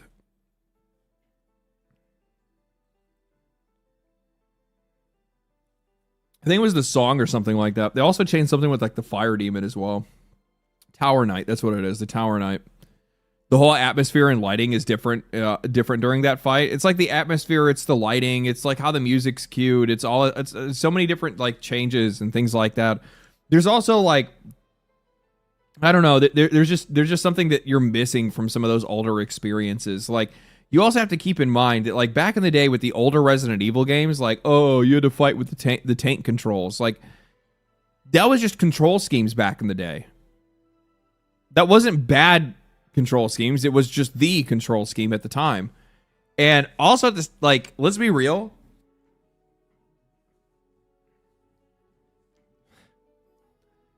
Those games were a lot scarier. Those games were a lot scarier. Like, the original Resident Evil games with the tank controls are way scarier because it took a lot more coordination for you to be able to get through something, to be able to fight something, to be able to do much of anything. Was it unintuitive? Absolutely. Did it have you on the edge of your seat? Yes.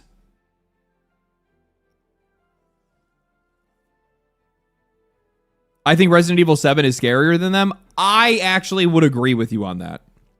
I would agree with you on that. I actually am of the mind, and this is maybe, I don't know how other people feel about this. I feel like Resident Evil should stay first person in the future.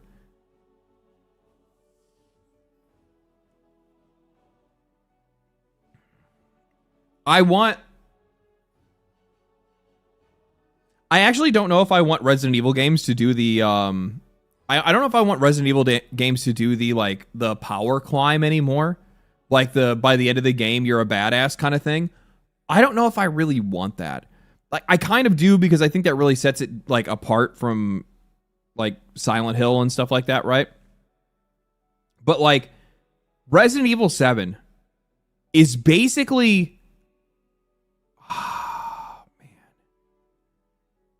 It's like everything before the ship.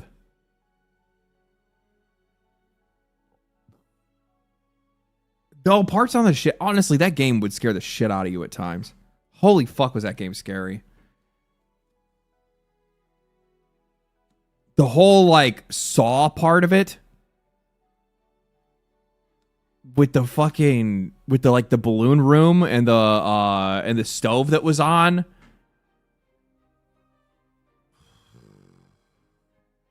Though I don't think anything is ever going to traumatize me more than fighting Mama.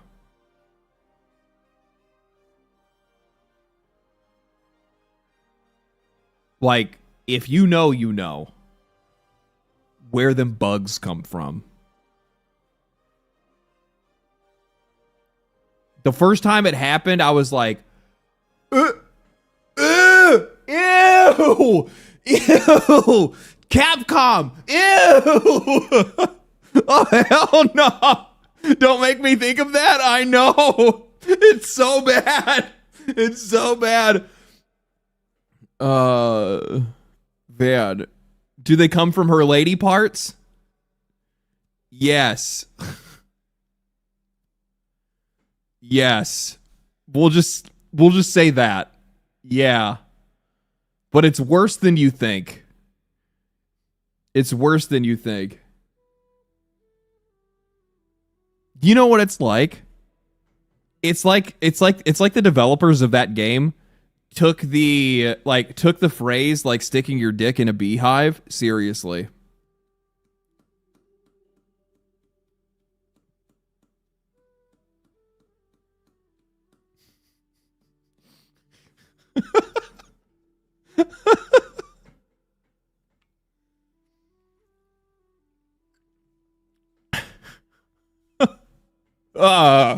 Oh my god, dude. Every time I think about that character design, it is the most fucking like unsettling shit ever.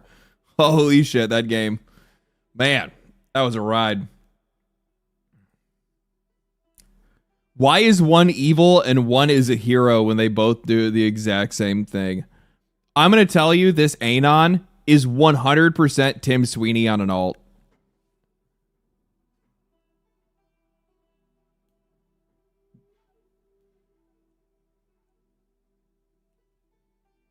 %.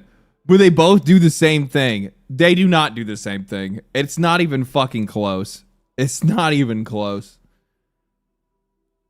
This guy, this man right here, he has shaped the game. He has shaped the games industry for the better in most cases.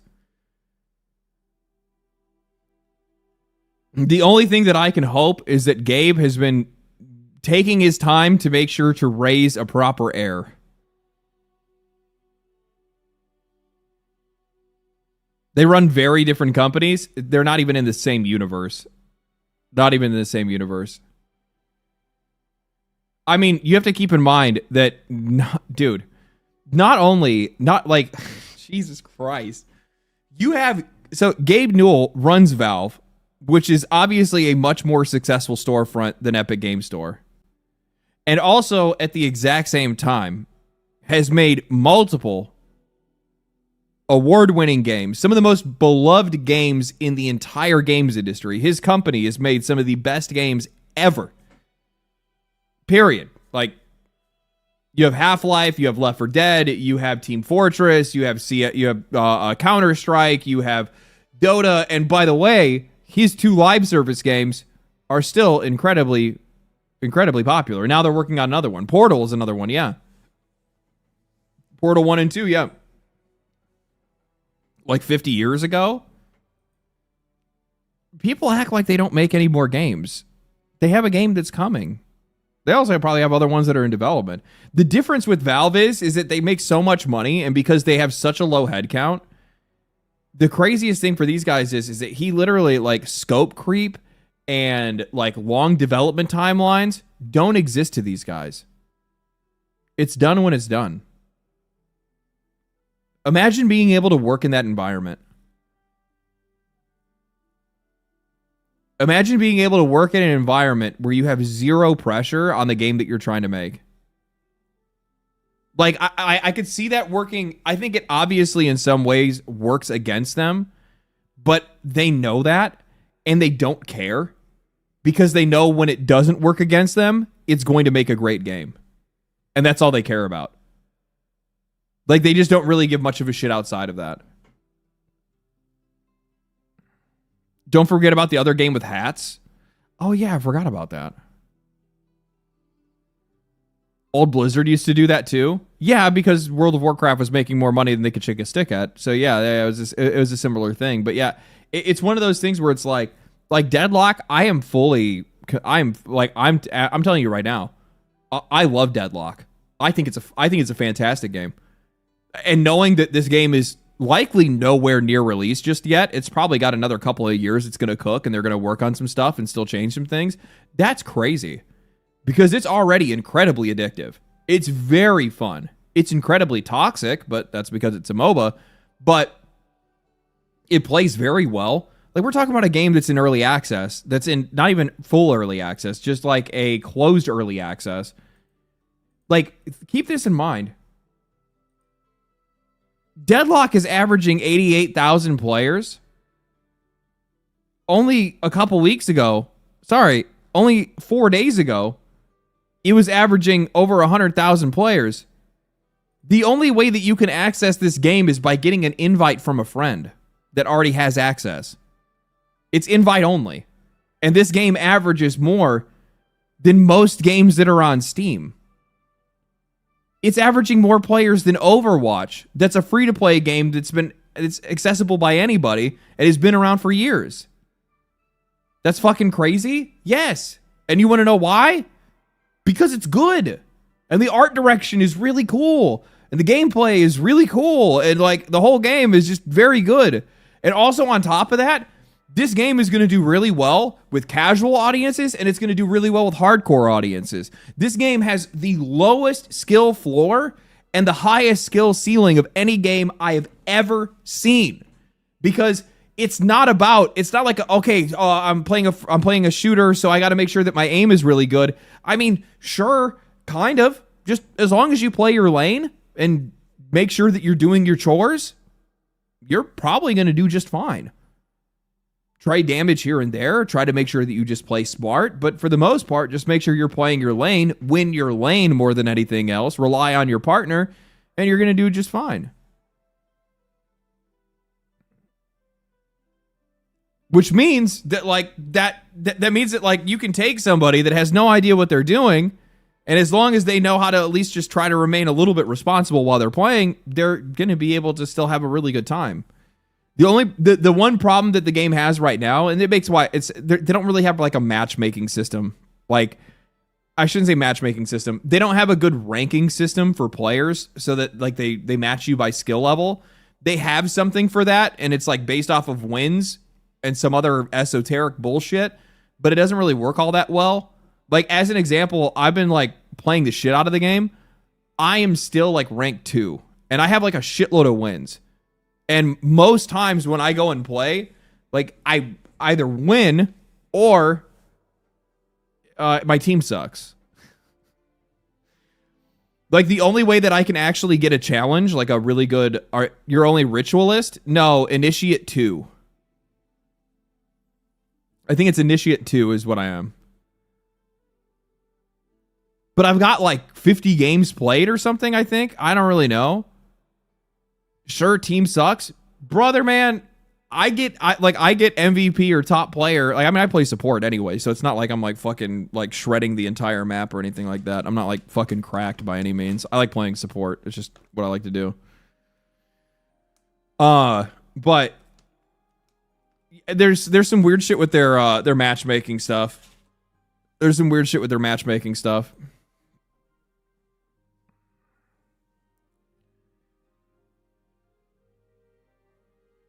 Do you use GG for seeing the ranks and shit? No, the ranks will show you if you click your profile picture in the top right-hand corner of the game.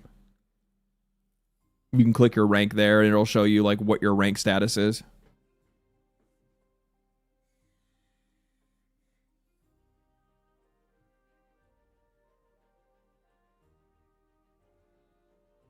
I got addicted to Overwatch. You would get addicted to fucking Deadlock.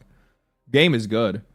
Character designs are absolutely fucking peak, too. Like, their character designs in this game are so good. Like, a lot of personality, a lot of, like, different variations. I just love the, the noir aesthetic. I think it's really cool. Like, the fucking you know, Magnum PI meets like vampires and werewolves and fucking robots and all kinds of stuff. It looks really good. Deadlock is going to be fucking huge. It's going to be massive. That game is going to be a fucking nuke in the games industry. Occult Noir is so good. Yeah. The whole art style for the game just looks really, really good.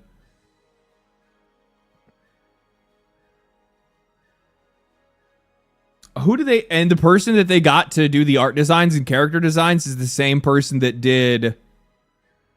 It's Hopu Games. Because they brought over all the developers that made Risk of Rain 2. After... If I remember correctly, Gearbox got rid of them and then kept the IP or something like that. I forgot how that whole thing worked. It was a weird situation, though. But yeah. Oh, man. What else we got?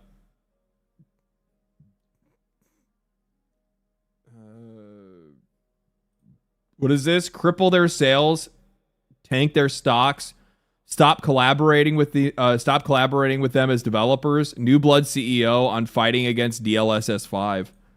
Yet the funny thing is that like Nvidia made a lot of enemies out of the games industry. They made a lot of enemies out of the games industry, especially because you have to keep in mind that they went behind some of these developers back and used those images. Like the Capcom one, I had originally ran with the story, and I even said in my video that Capcom had okayed it. Capcom had no idea that Nvidia was planning to use their game as footage for that DLSS 5. Which makes them look bad because it makes them look like they signed off on it. And then Capcom came out publicly and said, we don't want to have anything to do with this shit.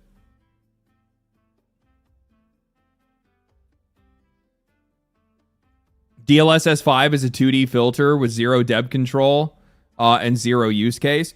Yeah, that's actually something that I found to be really funny, is that there was so many people that were defending DLSS 5 as being some revolutionary tech, when all it was doing was just remapping a 2D image over an existing 3D image. It's literally... at the end of the day, it was literally just an AI, like, Instagram filter. Nothing more.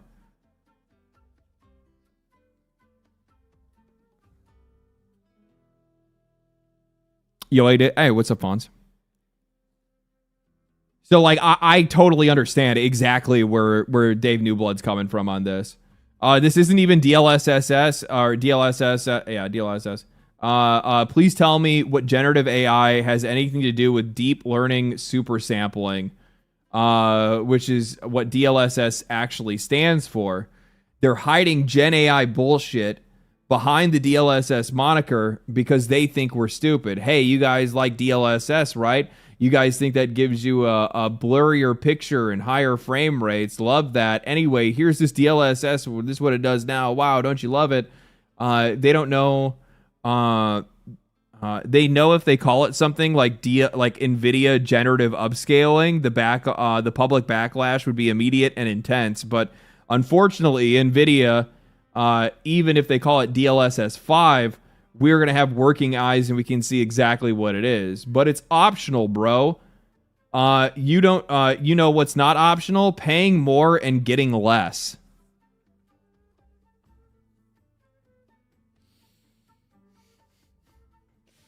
Holy shit. Which is what we've been doing with Nvidia for years now. Enough is enough.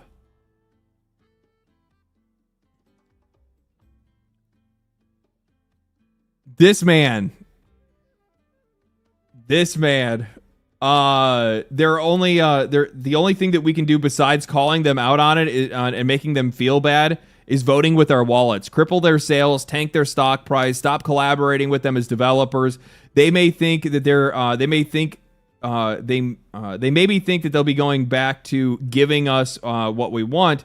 More visual processing power and more value per dollar for technology that should be getting cheaper with every innovation, not somehow more expensive while we get less value and our games somehow look worse. He's like 100% right. New Blood is a former CD Projekt Red developer. I think he was, yeah. No. You're thinking of Rebel Wolves, I think. This is Dave Newblood. He does wehatemoney.com. They're very pro developer. They do what's their fucking game? Ultra Kill? Maybe? No. What is their game? I've heard of them. I know who they are. He talks a lot in the games industry.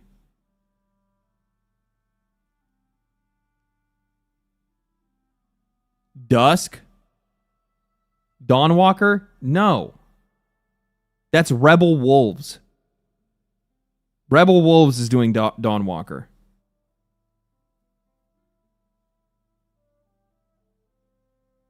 Oh, a Medieval and Dusk. Ultra Kill. Yeah, okay. That's what I thought. Yeah. The thing is, it doesn't really affect us. I have no dog at this fight other than being a PC gamer. We make retro bloody indie games. Yeah, like I was about to say, I was like, I'm pretty sure they don't even use DLSS for their games anyway. He says the thing is, this doesn't really affect us. I have no dog in this fight other than just being a PC gamer. We make retro indie games. Sometimes we even remaster them for free. And then hire artists to do that remaster. We've only ever released one game that we put DLSS and RTX into, a Medieval, and it was a huge pain in the ass. Arguably, made the game look worse and didn't get us any extra sales. But it was a fun experiment, and Nvidia sent us some free GPUs for our trouble. Yippee! Nvidia has always been on the cutting edge of stupid experimental bullshit. As they should be. Remember 3D Vision? That was a bust. The Shield, I've got mine somewhere. PhysX, that was costly, but it sure was cool as hell watching concrete pillars dynamically explode into pieces and shootouts in Mafia 2. True. That tech has been rolled back into a remaster in the same way. RTX path and ray tracing are more costly than anything we've seen before, but I'll be damned if they don't make Cyberpunk look good. Frame gen, I'd say the jury's still out on that one. But this is more than just experimental bullshit. This is fundamentally changing a video game, the way a video game looks based on artificial intelligence that has been trained on Instagram models and Epstein memes.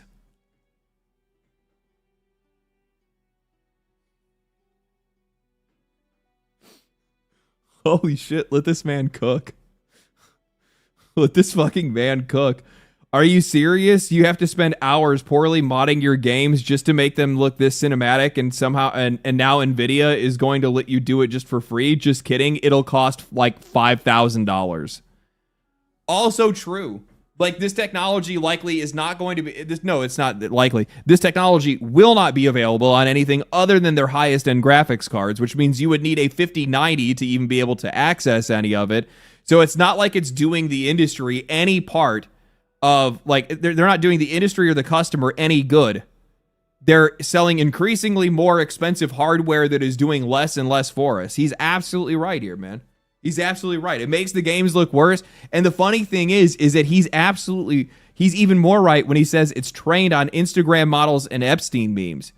Because, like, a lot of these AIs, they're just sourcing random shit from basically Twitter and Reddit and whatever other social media platform, whatever else they're connected to, and all that shit is just getting funneled straight into, like, whatever they're working on, which makes a lot of sense why that random elf in Skyrim or Oblivion looked like they were Epstein. It makes a lot of sense why it turned Grace into an Instagram model, because that's just what these things are trained to do. They're not intelligent.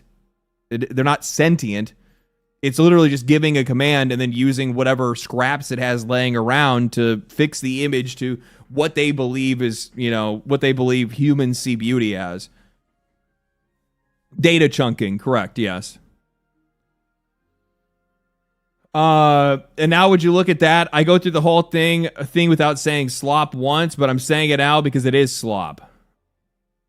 The core problem here with DLSS 5 per Nvidia's showcase looks like shit. Even if we set it all aside, relevant and valid concerns about the artistic intent and generative AI itself, the lighting and contrast it adds or removes in some parts makes scenes look less realistic and believable and more like an Alpha Chad Breaking Bad YouTube short with a contrast and sharpening cranked up. So what exactly is the appeal here? That, once again, we're expecting to be shuffling a few steps to the right and saying this is forward progress. Yeah, true. We're supposed to be happy that we're supposed to be happy that for the low cost of 2 high-end GPUs and never buying RAM again, that we can zap our favorite video game characters with the Jeffree Star-inator and make every game equipment look like an overcast Unreal Engine 5 marketplace scene with half a dozen fill lights. Yeah, it also took 2 5090s to be able to produce those images, by the way. It especially sucks seeing it showcased with Resident Evil Requiem, a game that exemplifies quality and passion in AAA game design. Seeing Grace and Leon getting run through a slop filter as a victory lap definitely feels like an insult and injury combined into one. But it's optional. You mean optional like upscaling? You mean optional like temporal AA? Optional like real-time GI? I don't know what any of this stuff is. The past, I don't even know how many of the graphics cards and advancements we've had. Massive disappointment. Yeah, no, I agree with what he's saying here. It's one of those things where it's Nvidia overstepping their bounds, and it's also Nvidia trying to justify a tech that's just not necessary. It's these guys that they have a hammer and they're searching for a nail. And they need that nail so that they can justify this to their shareholders. That's really all this is. Bender, thank you for the 5. This guy and Thomas Mahler would make gaming journalists lose their minds. Fuck. Ain't that the truth? Xbox's new CEO, Asha Sharma, reportedly wants to find ways to make Game Pass cheaper. This could include introducing low-cost tiers with ads or bundling it with Netflix. Race to the bottom pricing is exactly why Game Pass is a mess, as if subscription as is art. As is subscription as is art. I don't think a race to the bottom needs a renaissance. Trust is at an all-time low. He's right here. Doesn't it already have ads? They have splash ads. They do not actually have like added like commercial ads yet. I would likely think that that's probably the direction that they would probably take. Right? You can make maybe like a free to play Game Pass that has ads. That's probably what they'll do first. But race to the bottom. So the problem is that means that I don't know, man. When I look at this, it's like Xbox's CEO reportedly wants to find more ways to be able to make Game Pass cheaper. Find more ways to make Game Pass cheaper. Well, by cutting the price, it's just not going to work. There's just no universe. I'm sorry. Not right now. It's just not going to happen. Not unless you just want to force everybody off of being able to buy games or in some way, shape, or form, which I think a lot of these companies would like to see. They'd much rather people be paying for subscription services over buying these games outright. And the problem is that like at $30 a month, even with the money that they've been making, and Game Pass has made Xbox a lot of money, but it doesn't make up for the cost of how much it's taking for these guys to be able to subsidize the games that they're making, the games that have failed, as well as the games that they're paying to be on the service. They're still going to need to charge a lot more money than what they're already charging. The only way that you're going to be able to make Game Pass cheaper is by tiering it out even more. But tiering it out even more is quite literally the cancer of subscription services. It's what makes these subscription services so bad in the first place. One, because we don't actually own anything, which is definitely a problem in itself. But more than that, it's the fact that they're constantly itemized. They're constantly itemized. That's what the problem is. Over and over again. Itemized further and further every single year, sometimes a couple times a year in some cases. And the only way that you'd be able to make a cheaper Game Pass tier is by offering less to the customer. That's the only way that would work.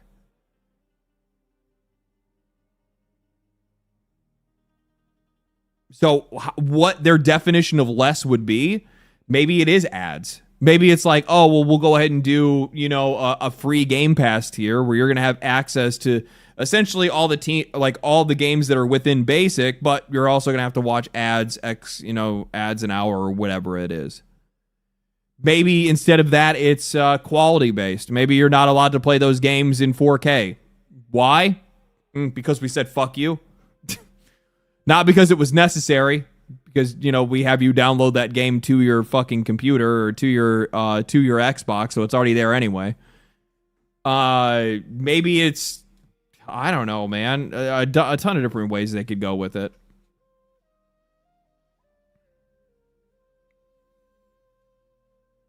Or you can play it for a certain amount of time. Yeah, it could be that too. Like limited play time or something like that. Chances are, if I had to guess, what they're actually probably going to do is they'll just unbundle it with Xbox Live. Where you could get Game Pass, but it doesn't have any online play access. Or you get Game Pass, but it has limited games. That's the only two directions they could go in. Those are the two ones that I would see them. That's the direction that I would go if I were them. I'm not saying that's a good thing. I'm just saying that, like, if I wanted to be a retard and also not give a shit about the audience or the video games, that's what I would do. Yeah. Yeah, if I was a piece of shit, that's what I would do. Luckily for you guys, I'm a very generous and humble guy. Very generous, very humble.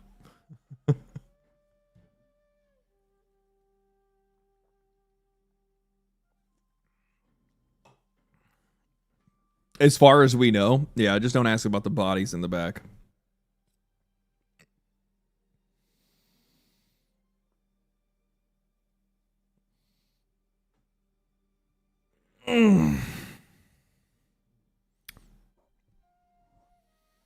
LD, if he was role-playing as an imbecile. Empathy is a very important quality to have. It makes you understand people at a much more intimate level. It's a very important skill to have. If you can figure out how figure out how idiots think, you can figure out a lot about the world. A lot of things start to make a lot more sense. All you got to be is like, man, you see something happen and you're like, I don't understand. How could this ever happen? Wait a minute. What if I was stupid? And then you're like, that makes a lot of sense. That makes a lot more sense. Oh, what is this?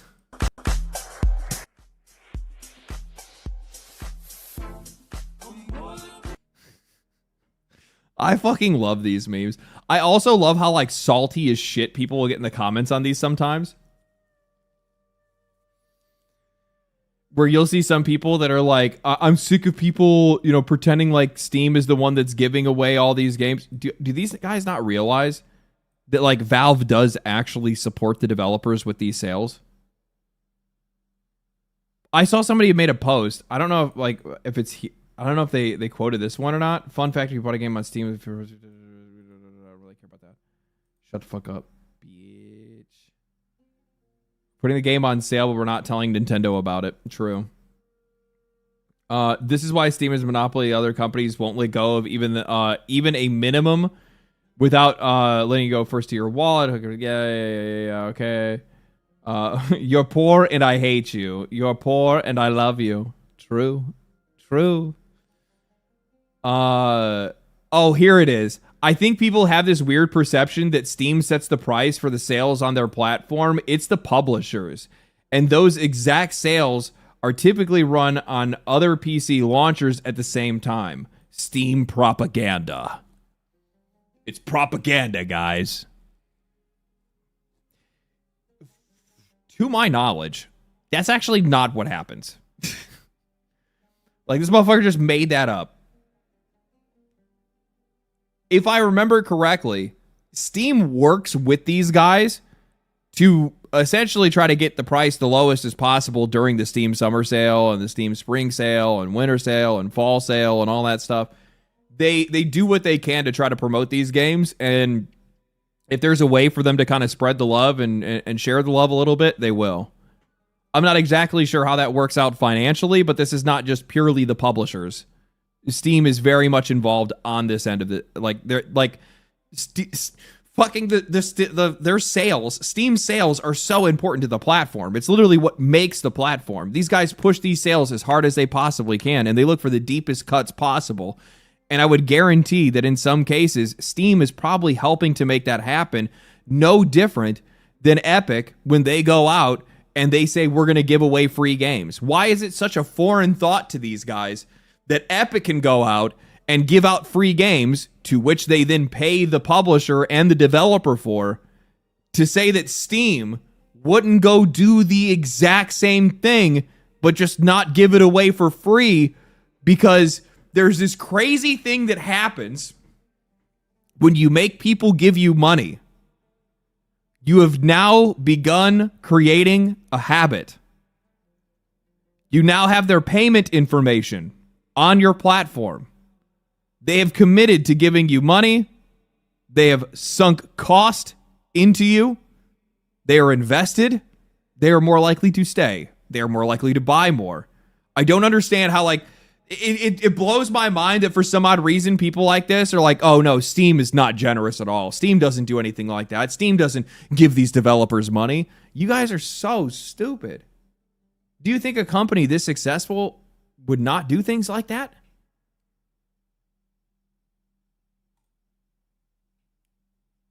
Associating value, but also it's forming the habit.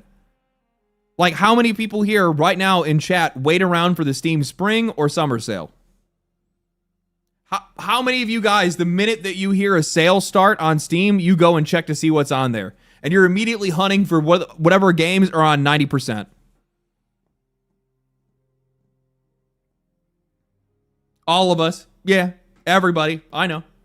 It's the first thing you think to do. The first thing you think to do is go, okay, what's the game? What's the crazy game that they put 90% off? What's the crazy game that they put 90% off? I know there's something that's going to be on there. And then you go and you look and you're like, oh shit, it's that. Oh, I'm going to get that. Check my wish list immediately. You're smarter than I am. I don't use my wish list enough. It's just goofy to see these, like, it's insane to see how much better Steam is than its competition. Literally nobody any close. True. Steam is the Costco of game stores. No elaboration needed. True. Steam tards are unique. They probably think that's the only publisher who sets discounts, but the platforms.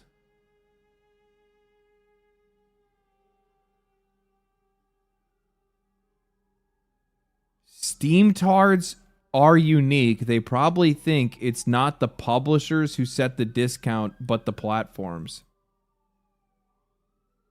They work in combination with each other.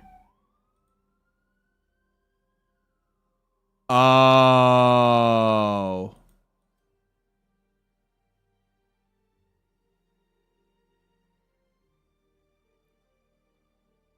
We have a fucking weapons grade retard on our hands here. Holy shit. Holy shit. I've never come across anything like this before.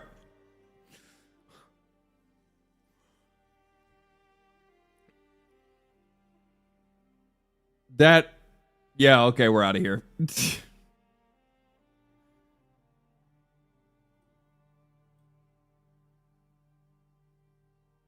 Oh, man. Steam is so good that if I already own the same game free on Epic, I'll buy it on Steam. I've done this a couple of times. Has anybody else done this? I have. Only if it's gone on deep sale. Like super, like crazy. Like it needs to be like 90%. But I have games that I didn't buy. I got fucked. Okay, it's like part of like when you're like okay, I'll say this. So I got my first PC in 2020. just before the vid, just before lockdowns. So I never really experienced buying games on Steam. I bought Tiny Tina's Wonderland because I was like trying to get used to like mouse and keyboard, and I was like, oh fuck, a new Borderlands game? This is going to be perfect for me to be able to like learn how to play on mouse and keyboard. So me and my buddy Mark were also both learning to play mouse and keyboard at the same time and play on computer at the same time. So I bought it off of Epic Game Store, not realizing the mistake that I was making. The other thing the other thing that upsets me is that my CPU that I had bought at the time came with a free copy of The Division 2 through the Ubisoft store. So like I was born into the multi-launcher world and then had to separate myself from it over time.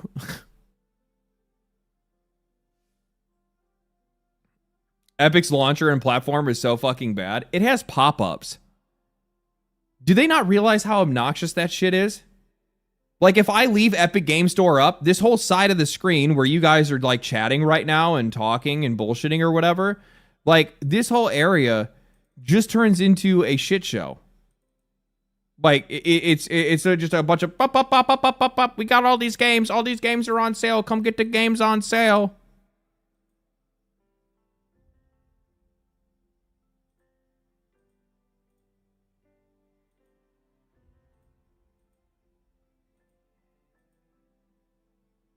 Doxing Mark? How am I doxing Mark? Nani? I don't even know where he lives.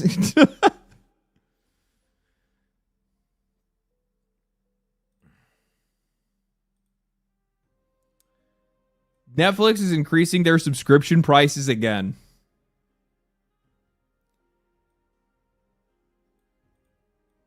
This is the part that blows my mind. Imagine you're paying $8.99 for the ad tier. For the tier that they make money from. Do you have any idea how much money they make off of you?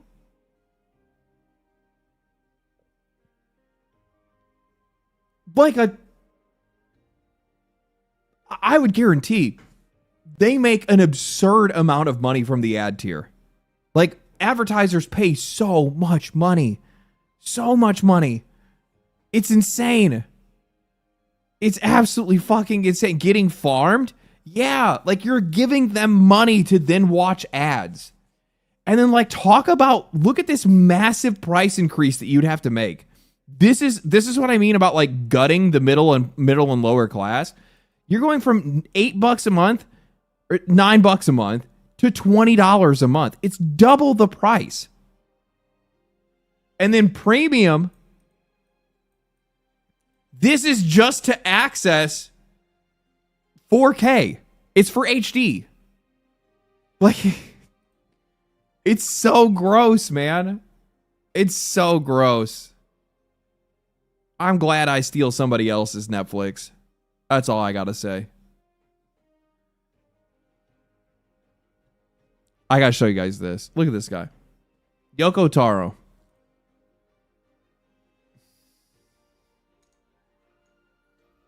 This is why this guy makes good games. He literally is just one of us.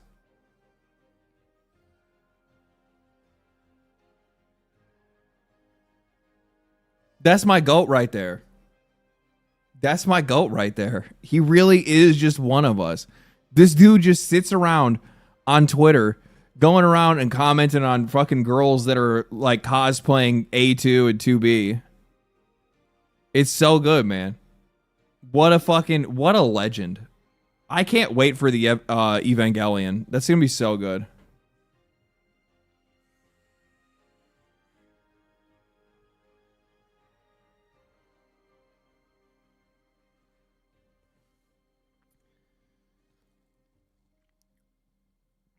Yeah, one of us, fully one of us.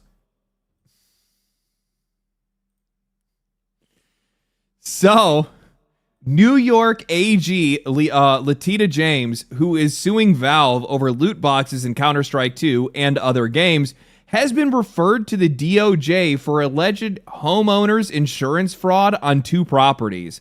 The referrals were filed by the Trump administration by a Trump administration official on March 25th, 2026.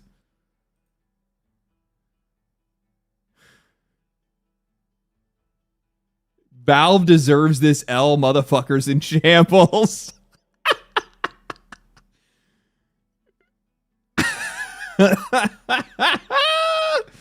I love people's reaction to this. It's been nothing but like do nothing and win, do nothing and win. It's so beautiful. It's so beautiful. I mean, this court case is likely going to go through regardless, but it's so funny how like it's he who cast the first stone.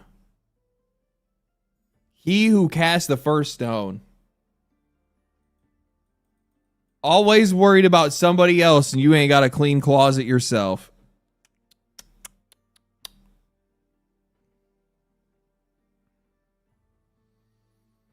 It's really, it's too much, man. It's too much. I'm really going to be interested to see exactly where this goes. I mean, her thing, I'm not really interested in, but I am really interested to see what ends up happening with Valve.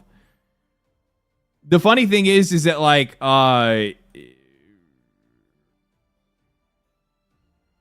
the funny thing is that like I know what the outcome is going to be. It's going to be essentially no fucking change. Nothing's going to ever happen with loot boxes themselves. They're going to sue Valve for a bunch of money and then that's it. And they'll drag out the lawsuit for years. Yeah, I guarantee it. Yeah.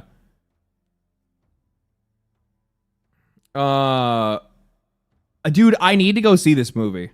I keep hearing nothing but good things about it, and I feel like I want to go see it. I haven't been to the movie theaters in a while. I went a couple months ago because I went to go see Fellowship of the Ring extended edition, theatrical edition recently. Seeing it tomorrow. I only see I can't remember the name of the movie. I heard it was great. Critical Drinker interviewed the book's author Andy Weir. Yeah, I saw that. Hail Mary, that's what it's called. Hail Mary. Yeah, I've heard nothing but good things about it. I like Ryan Gosling. I think the dude's actually really good. He's also just kind of like a feel-good kind of guy, which is really cool. Yeah, Project Hail Mary. That's what the name of the movie is.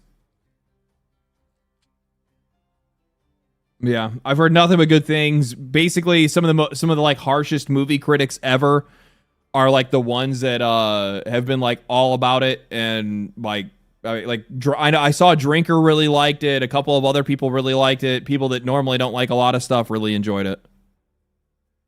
Ryan Gosling is my comfort actor. Yeah, he's really good. I like him. The book is awesome. Well done for word of mouth book readers. It's cool. Rest in peace, Chuck Norris. True.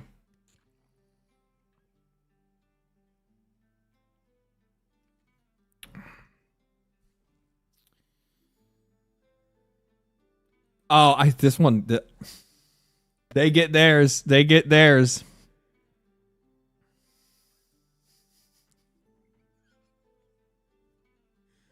What's wrong, Potter? You have a cortisol spike?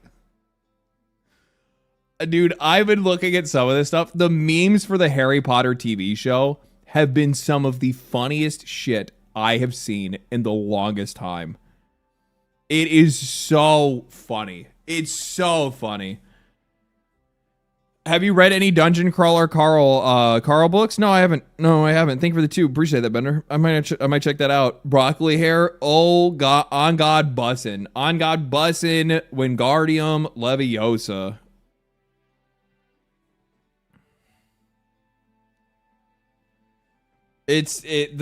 Man, I've been laughing my ass off at some of the shit that I've seen. This one had me fucking rolling, dude. It's too much. It's too much. People are going all out, man. People are going all out. Let me see if I can find what is it called?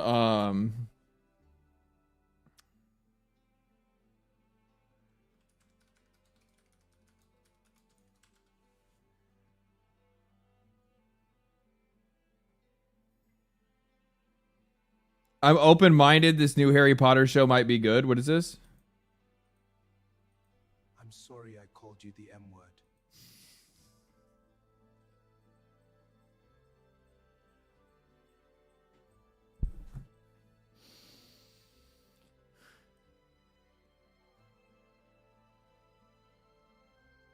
Um,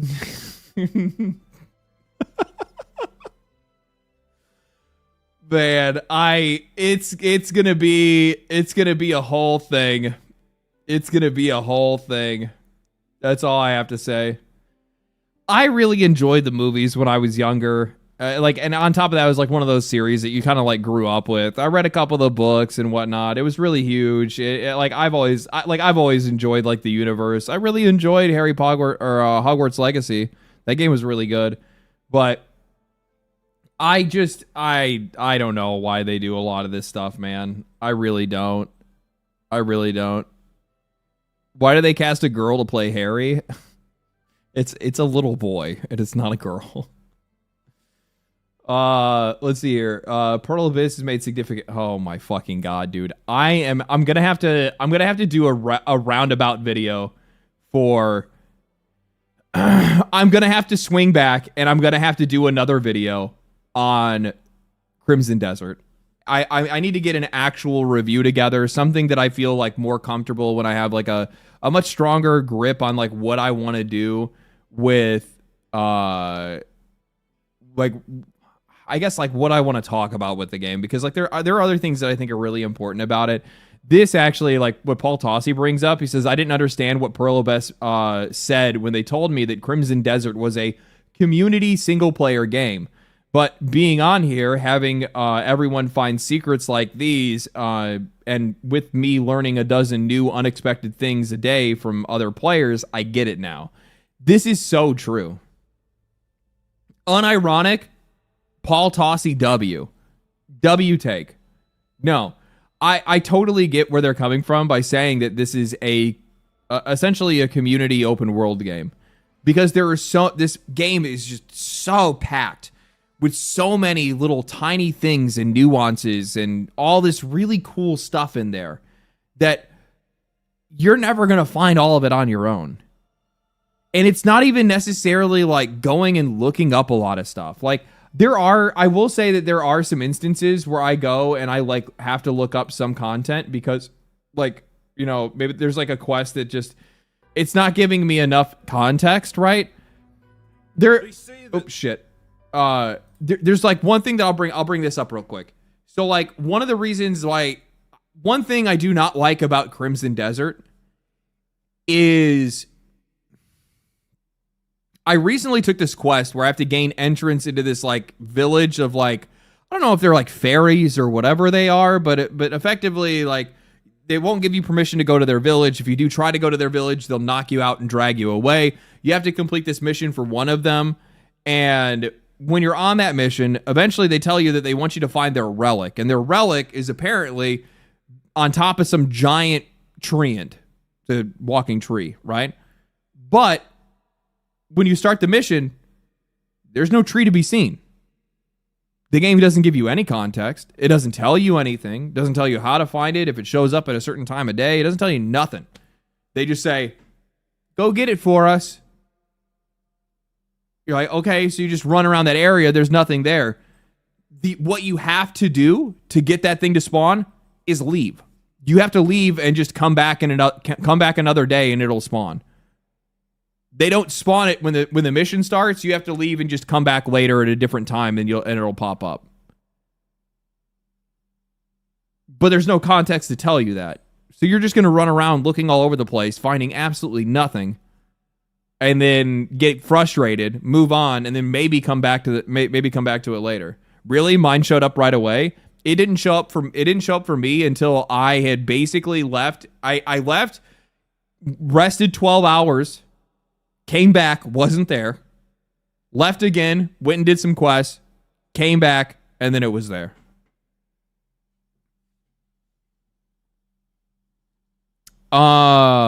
Rasman, thank you for the $10. Death Stranding defender from day one. You get it, or you get it that either you get it or no Twin Peaks, and you're retarded if you're not playing 2. Have avoided all the spoilers. Why is there a group called APAC that is running America? I have no idea. Thank you for the 10. I'll play Death Stranding 2 soon. Right now I'm like neck deep into Crimson Desert, so I'm not gonna get out of the game until I'm ready. Lugia, thank you for the 2. Appreciate that. Is Palworld community single player game? Nah, I wouldn't say that's a single community game. I guess it kind of is because you'll find some of the stuff, but I don't think it's like as massive or discoverable as. I'm waiting to see like what their update's going to be. They've been hyping it up quite a lot. Auto Fire, thank you for the 10 gifted subs, man. Holy shit. Thank you so much. Make sure you guys thank them for the sub. That's huge. Appreciate that. Thank you so much, man.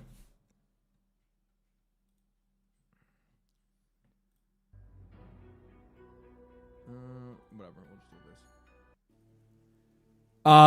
this. Yeah, so like there's been a ton of this kind of stuff where it's like these like little puzzles around walls and stuff. I think it's actually, a lot of people have said like, how am I supposed to find this kind of stuff? All you have to do is just be observant. There's a ton of times that I've come across a false wall, and if you see a false wall, there is a way to open it. And it's not like a down the road kind of thing. It's just like there's a way to open it. You just got to find it. I remember there was one that I had found that's outside of the witch's hut. The first witch that you meet, right? And there is a hidden energy in that area. And you find the false wall in a cave. But you actually have to leave there and go into a village that's been burned down and ruined that's just across the way. And there's like a well that you can climb down. And then that will take you into a cave. There's a puzzle. And then it'll open up the back route if you go through that way. So like, it's really cool, man. It's really cool. No problem. I watch your videos and live streams when possible. You're doing the Lord's work. Thank you, man. Appreciate it.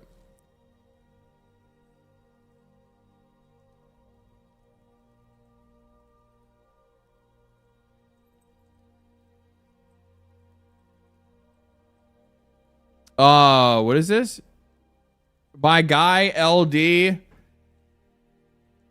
LD is having a stroke. Somebody help him. What are you guys talking about? Is there something wrong with the stream?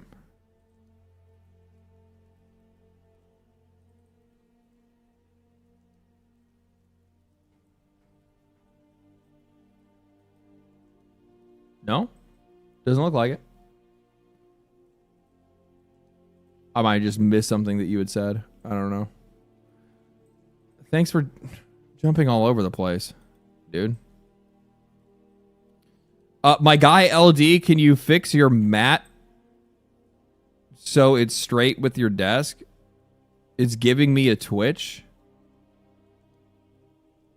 It's crooked every stream. It's every video. It's crooked. My what? My mat? What are you talking about? My mat. Are you talking about the camera?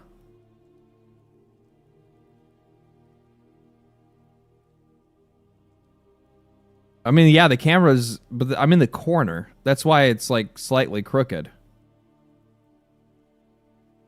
The thing you drink your drinks on?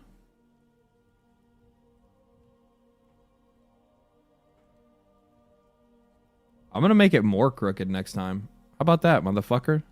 What do you think about that? I'm gonna fuck it up even more. Your shadowy employer in Death Stranding 2 is APAC IPAC, which is a private group now in charge of running America. Take the extra 10. Thank you for the 10, Brand. Appreciate that. All these remakes and side projects of beloved franchises feels like it's being fed Resident Evil 3 remaster, and I'm told that it's the new standard or you're the problem. Thank you for the 5. I don't know, like, remakes are always going to be a thing. Remasters are always going to be a thing. These guys are always going to want to double dip. It's definitely not the new standard. I'll tell you that right now.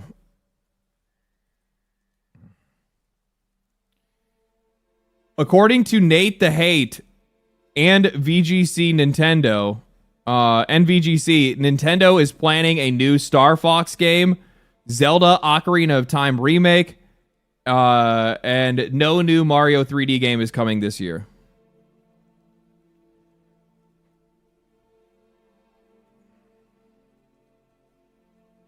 I'm actually not a remake hater. Some of these remakes I don't like.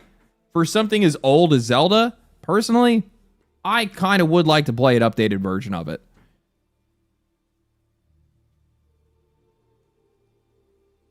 But it's also me just being like probably like a little bit of a fanboy when it comes to this game. I'd actually seen somebody post. I wonder if it was actually in response to this or not.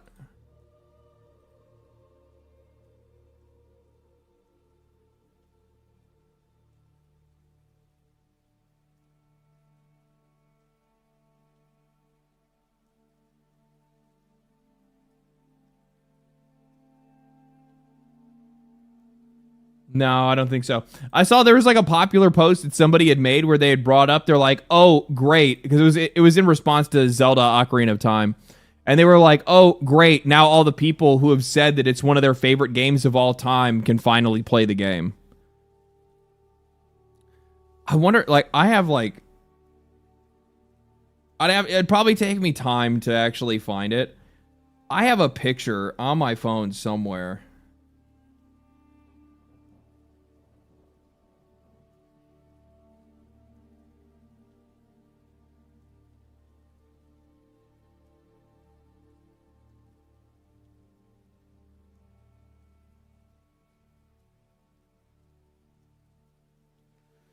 I don't know where it is. It's probably in the way backs.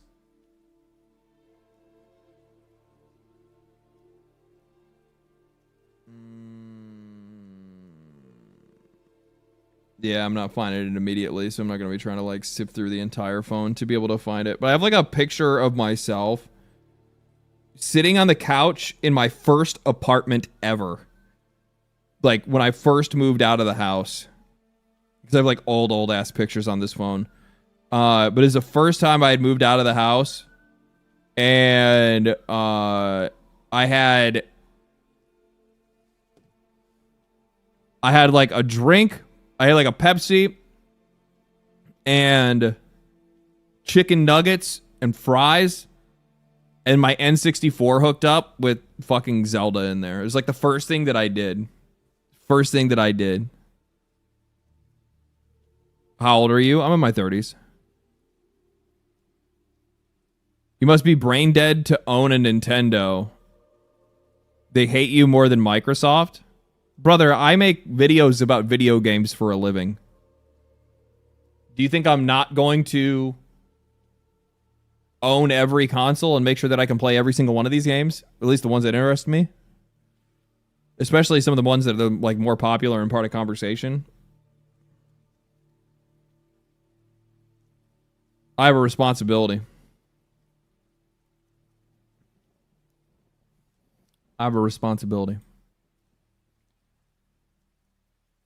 Did you get the Virtual Boy re-release? Fuck no, that wasn't a re-release. Wasn't the Virtual Boy re-release just like the cardboard box thing? I wasn't going to buy that shit. I still have a Virtual Boy. What do I need a re-released one for?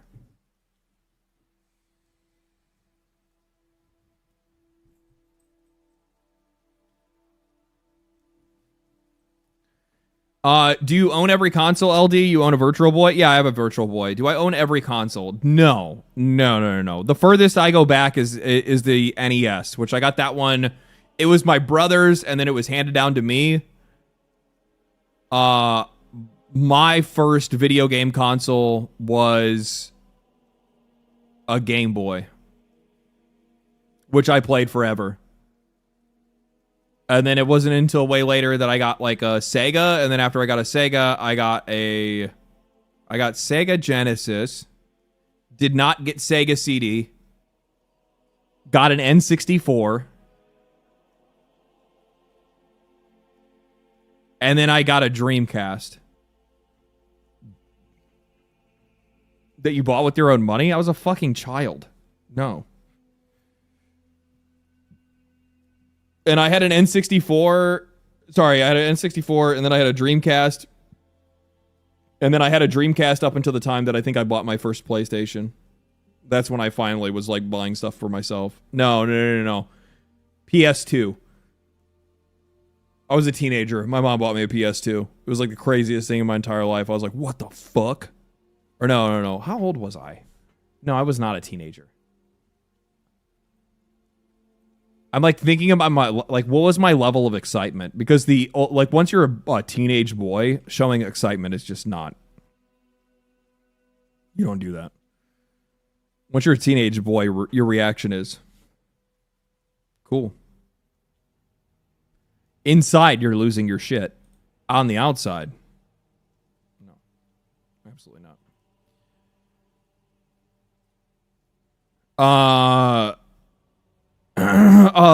What is this? Mr. Dead, thank you for the $10. Love and value your opinion. Very few people left in the world who actually give a good, unbiased opinion.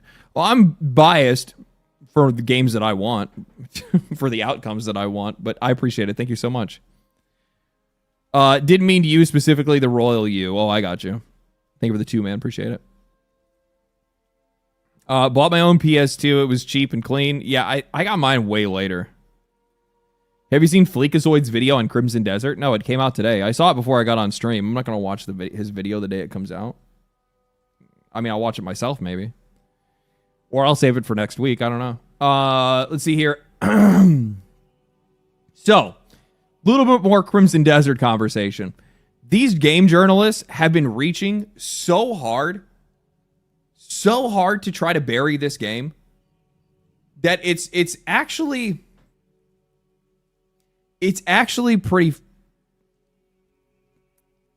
pretty pathetic, actually. I think that's probably the best way to say it. It's just pathetic.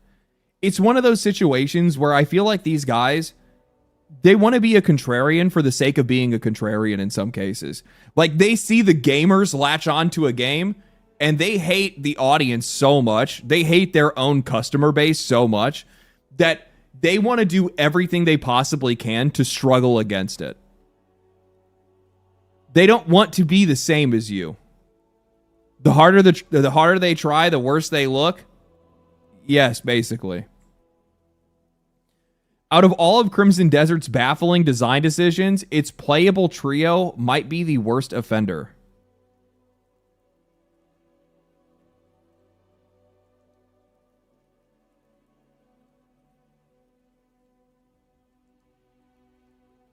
If you actually read the article, this is actually correct.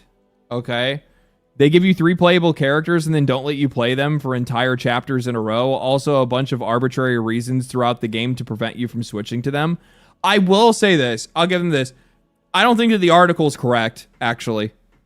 I think it kind of adds to the atmosphere of the game. And plus, on top of that, like, you are playing as Cliff. Like, he's the main character. The other people are kind of side people. You're going to send them off on a mission to go do something, or they're doing their own personal thing. I guess it would make more sense if it's like, oh, you know, this character is going to leave because she's going to go and she has to do this personal thing. It would make more sense if it switched you to her perspective. Maybe it does in the story. I haven't got there yet, you know what I mean? But I will say that it's definitely been a little bit irritating, especially when you don't have the context of like, oh, I wanted to try to like summon her to use her when I realized that that was actually a thing that you could do. But I can't have access to her. Victor, thank you for the 22 months, man. Appreciate that. Another day, another delusional journo. Ain't that the fucking truth? So, but I like, it's one of those things where it's like, I feel these guys are just desperately trying to find more and more stuff for them to be able to bitch about.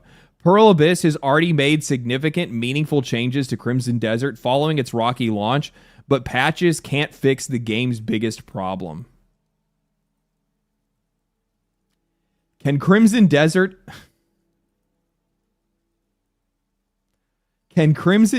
patch its way to a Cyberpunk 2077 style victory?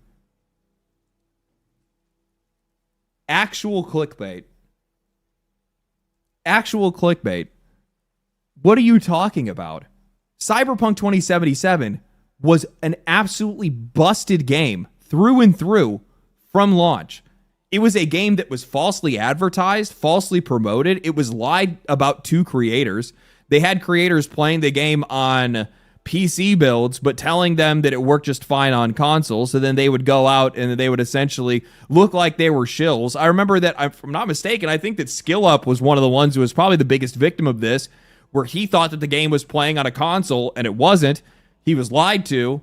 And then he came back and told his audience that everything was going to be good, the game was going to be great, and the game came out and it wouldn't run, or it crashed, or it was buggy, or it had all these different quality issues. Cyberpunk 2077, at least for console players and also for PC players, but I could barely even... I think when I started playing that game, I think I had a 2070 when the game released, which at the time, it's not like I was that far behind, right? Like, I mean, I know the 30 series, I think, was out at the time, but it wasn't like that big of a leap. But I couldn't even play the game. It wouldn't run. It would crash all the time. It would flicker. It would stutter. I would have constant issues. Like, they just released a straight up unfinished game through and through. And not only that, but it was also like shallow. Like, it was also shallow in its design. The skill system that they had, a bunch of different problems. There's a ton of different problems that they had with that game when it came out. This is not Cyberpunk 2077.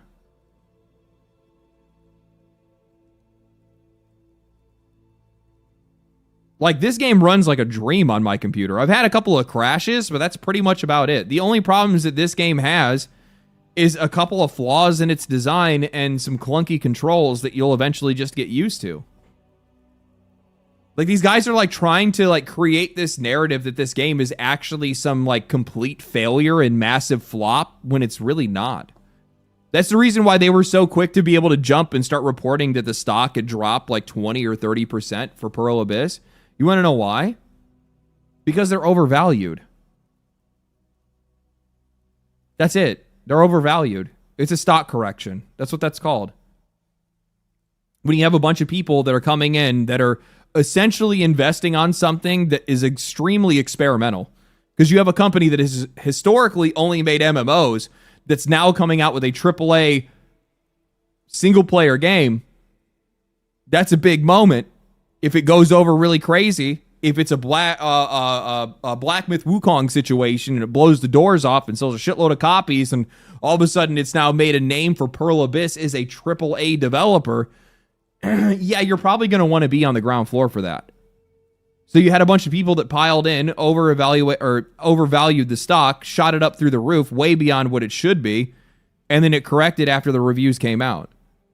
Which, by the way, the reason why the game tanked so hard was, one, people are selling...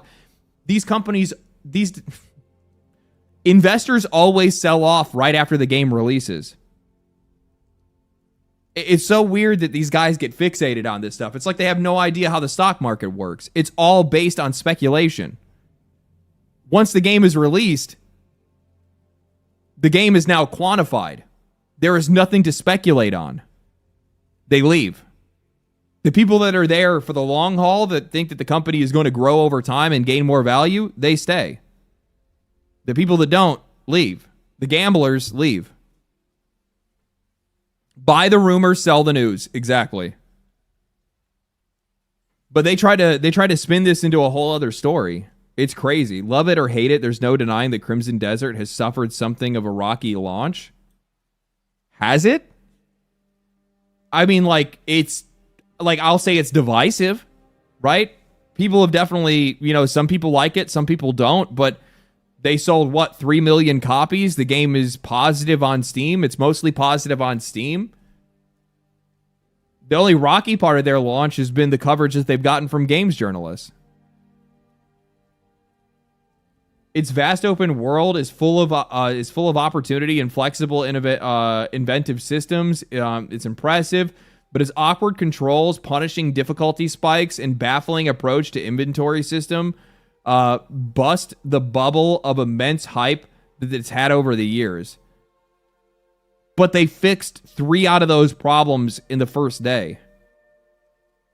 In like the first 48 hours.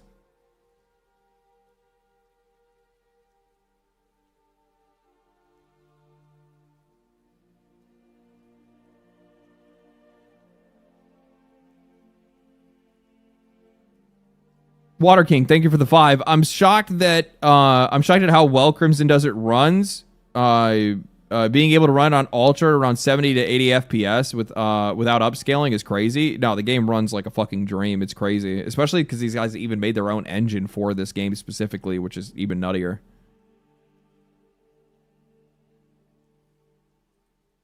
resulting in mixed reviews on Steam. But there's no denying that Pearl Abyss has a dedication to make things right in response. It's been under a week. Strong million. Now it has an army of testers, 3 million strong.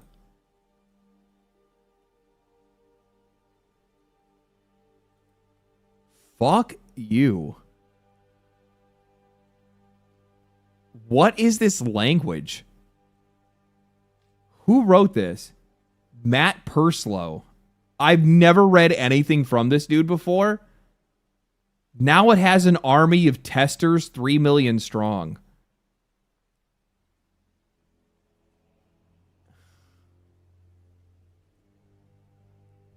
You never hate them enough? You really don't. You really don't. If you already like Crimson Desert's approach, I think there's a genuine possibility that it could be your contender for Game of the Year by summer. Why couldn't it just be a Game of the Year? Why does it have to be just my Game of the Year? I don't think that any of these guys genuinely wish for any success for any of these developers. It's really funny because, like, I'll get that criticism a lot. I think a lot of people will watch my videos and they'll think that, like, all this guy wants to do is just complain about the games industry. All he wants to do is see game companies fail.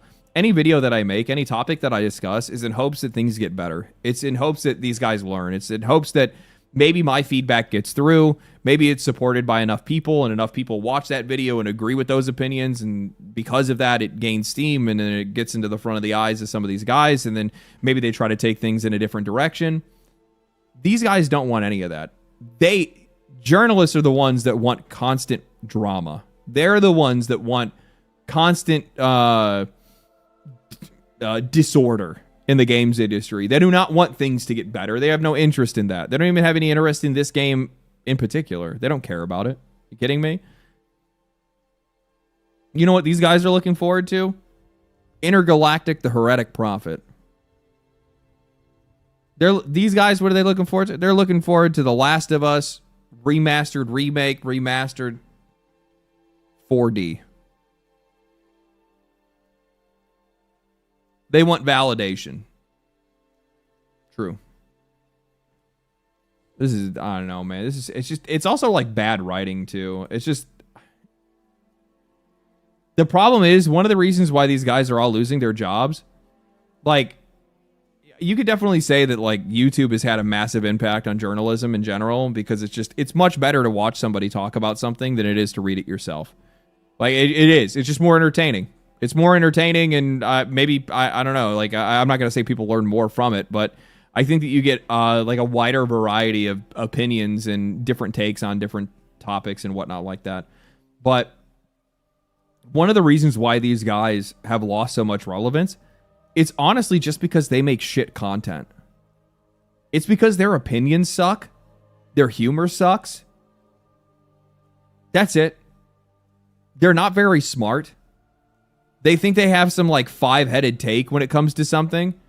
Like, I guarantee this dude, when he sat down, he's just like, I wonder if Pearl Abyss will have a Cyberpunk 2077 style comeback. Brother, you're talking about a game that largely can have most of its issues fixed within the first month.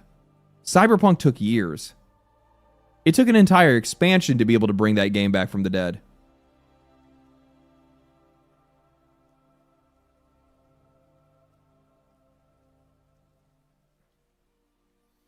IGN making it out like Crimson Desert launched completely in a completely broken state. Cyberpunk is one of my favorite games ever, and it was basically unplayable at launch. It was for the vast majority of people. And we already saw that Crimson Desert has pretty rocks. It's just funny to see that's 1, 2, 3 outlets. That's 3 outlets all posting the same kind of like negative, like even though like the sentiment around the game is positive, they're still out here trying to put like, no, it's actually bad, guys. It's actually bad. It's not doing well. It's going to need a Cyberpunk style comeback. It's failed, guys. Like I'm pretty sure that Pearl Abyss is probably pretty happy with 3 million sales in just a few days. Pretty sure these guys are chilling right now. Pretty sure they're chilling. They're having a good time. Is there anything else in here? I don't know. I don't think so. I think we've hit basically everything. Oh, I thought this was funny. They gotta, like, they gotta. I won't pay for like stuff for my kids. They gotta, like food and and clothing. They gotta earn it. What? How? Yeah, How would they? Why? they just gotta figure it out. It's part of life. But you don't. I don't what? You don't tell them like how to. No, figure it out. I had to. You did. I know they're joking. And I'll like if we take a family trip, Yeah. I'll sit in first class, Oh, and I my love this. kids will sit. They'll sit not only in coach, Yeah. but on a different airline. Not even on the same flight. What airline? I'll make sure it's a red eye. They'll get the cheapest fare. Yeah. Wow. Yeah. They only get to fly Spirit Air. Yeah. The red eye. Discount. The red eye on Spirit. Economy. Economy and as many changes, as many layovers as possible. It's so fucked. It's so as many layoffs as possible. I put them on a different air. Like, just get him the fuck out of there. The reason I found this funny is because this is actually how I was raised. I mean, obviously, I didn't have like rich parents or anything like that, but like my dad, it's really funny. We'll have conversations about stuff today, right? Like now that, we're both older. And he'll bring something up to me and he'll be like, he'll now are the times that he wants to try to like impart the life lessons. And he's like, what did he say to me the other day? He was like, my dad always had this philosophy of just like the best way to learn is to watch. Watch and listen. Asking for help or asking for assistance or anything like that, you're never going to learn anything that way. The best thing that you can do is just watch and listen.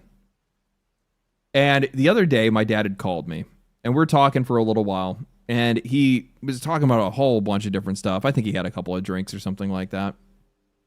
And I don't remember how we got onto the topic, but he's like, do you know what the most important thing is for a man? What is a man's role? Is what he asked me. And I had said, without hesitation, the safety and security of your family.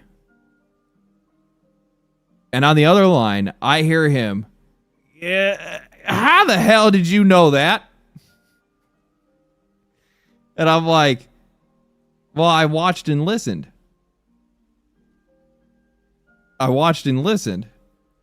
And he's just like, well, goddamn.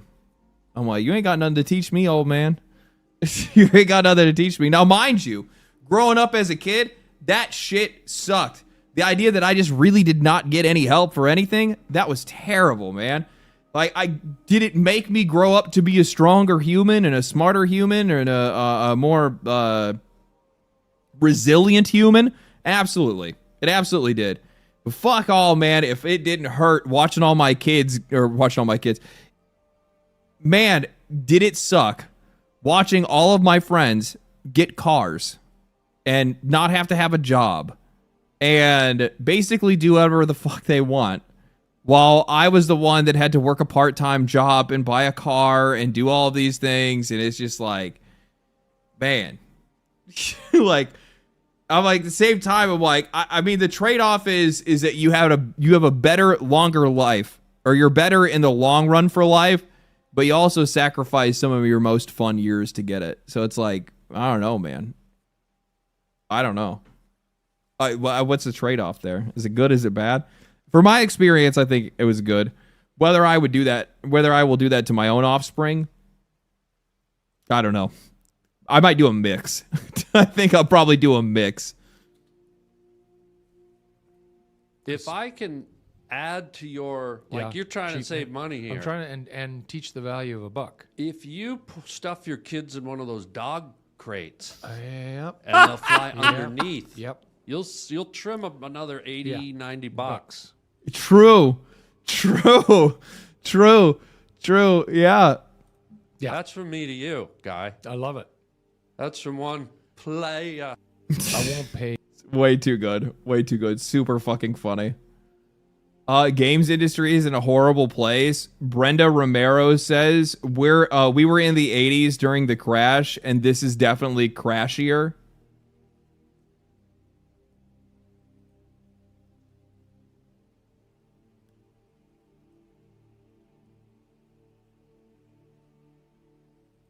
I'm gonna use the bathroom. I want to think about this.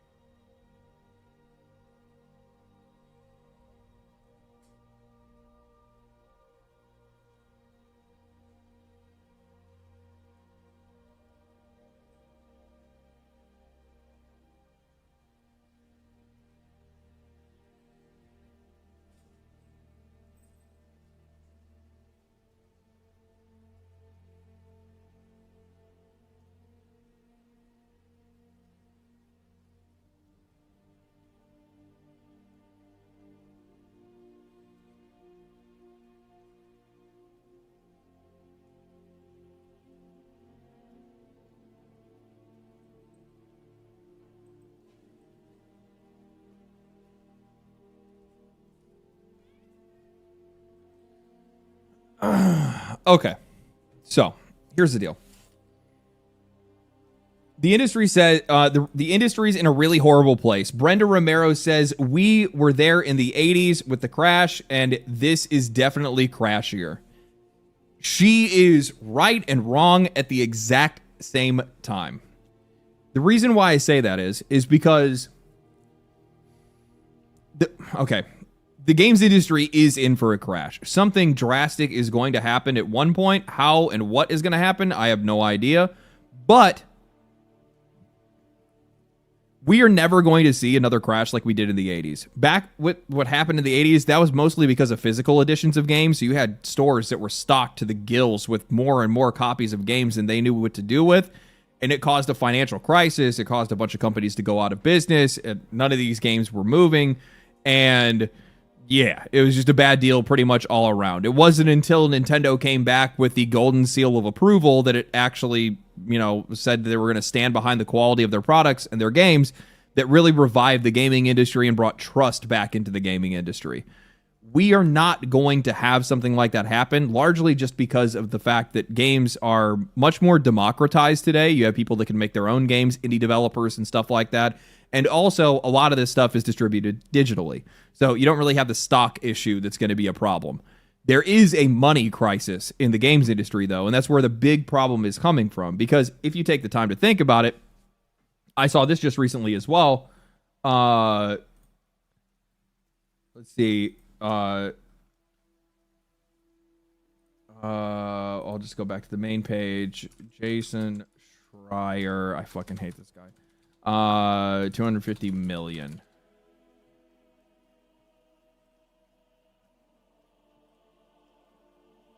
Did I spell the guy's name wrong?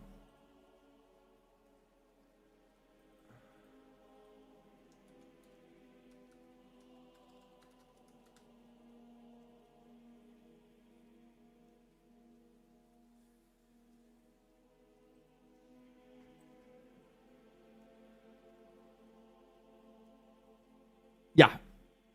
I think this is it right here, right? Is this the right date? Yeah, March 25th. Jason Schreier says that AAA games nowadays are costing north of $300 million to make. This is unsustainable. Exact budgets of video game productions can be tough to corroborate, and more transparency from publishers would be nice, but the numbers that I've heard floating around in AAA game development... One second. Exact budgets of video game productions can be tough to corroborate.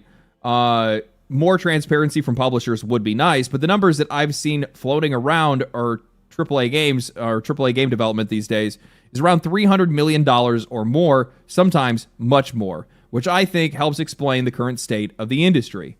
So if we have games that are currently running at about $300 million a pop, right? So we'll just use the old AI for this real quick. Let's see here.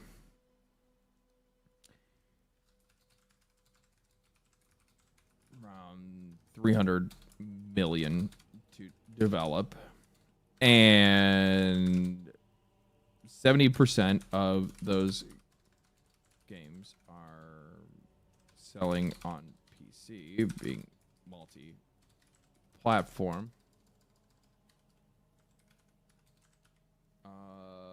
Multi-platform, having platform.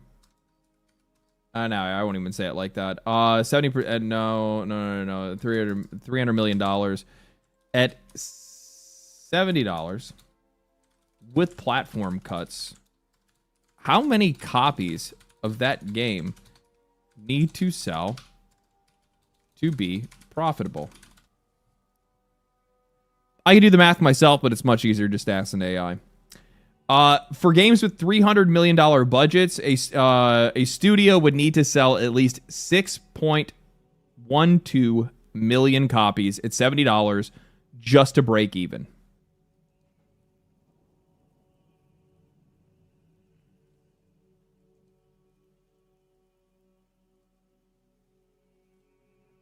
Just to break even. This is something that, on average, is not happening for the vast majority of titles that release almost every single year. There are only a handful of AAA games that come out that actually sell that within their first week, and that's what a lot of these games have to do. What I don't think a lot of people realize is that while games do accrue more and more sales as their life goes on, the opening month, the opening 2 months, honestly, in a lot of cases, just the opening week is what matters the most, because that is going to set the pace basically for the rest of the life of the game. That's the position a lot of these studios are in right now. Monday Paramedic, thank you for the 20 gifted subs. Holy shit. Man, you guys are like wild today. We're having a good Friday. Thank you, man. Appreciate it. Make sure you guys thank him for the subs. So, if we're thinking about platform cuts, we're thinking about all these other things. By the way, this $300 million, this is just game development. This isn't even including their marketing. In a lot of cases, most of these games are likely exceeding anywhere from, like, if the game was $300 million to make, that game probably with marketing is more like $450. Because these guys spend a lot of money on marketing. Way more than they probably should. So a lot of these games are probably between $400 to $500 million to be able to make some of these games. And they're releasing and they're selling like 2 million copies at launch. They're selling 3 million copies at launch, which that might be okay. And that kind of like sets them at least down the right path. But at that point, you need a game that's going to sell 20 million copies for you to be able to make a sizable enough return to justify even being in business. It doesn't make sense. Josh Wiley, thank you for the membership, man. Appreciate that. It doesn't make sense. So financially, in the games industry, we are in for some type of transformation. We're in for some kind of crash of some sort. And what we're seeing right now is we're watching an industry that's like battling at two sides, where you have one side of the industry, which is AAA, which is largely looking to figure out how they can possibly extract more money at a faster rate from people outside of just selling them a game.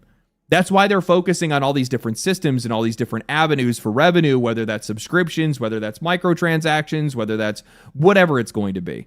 They have a ton of different options that they're trying to balance and come up with, and they're trying to find out what their solution is going to be.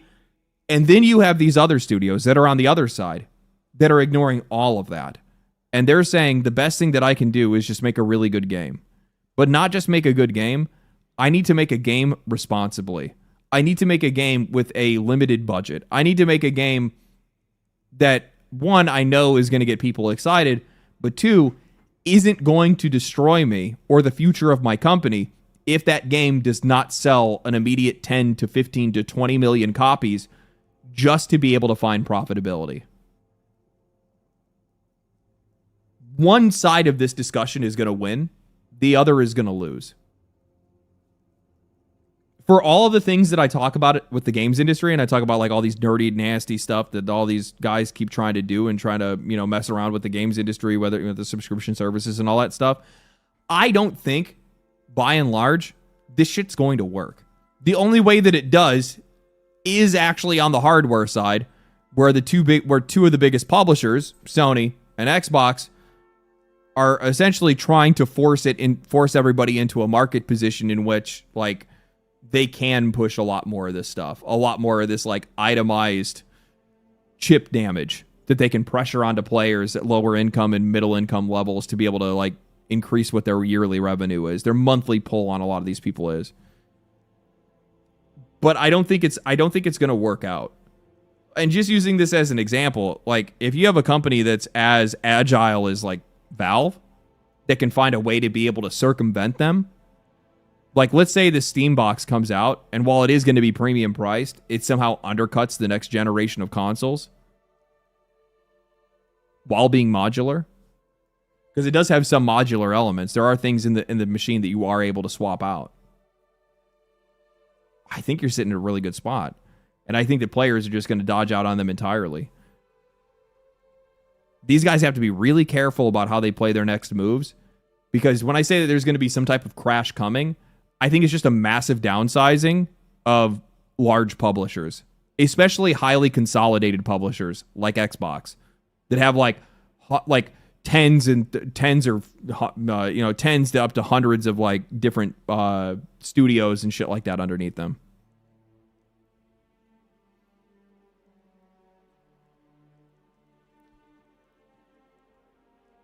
Tower, thank you for the Prime, man. Appreciate that. Thank you for waiting through all the bullshit for the rest of us that are working other jobs. Yeah, no problem, brother.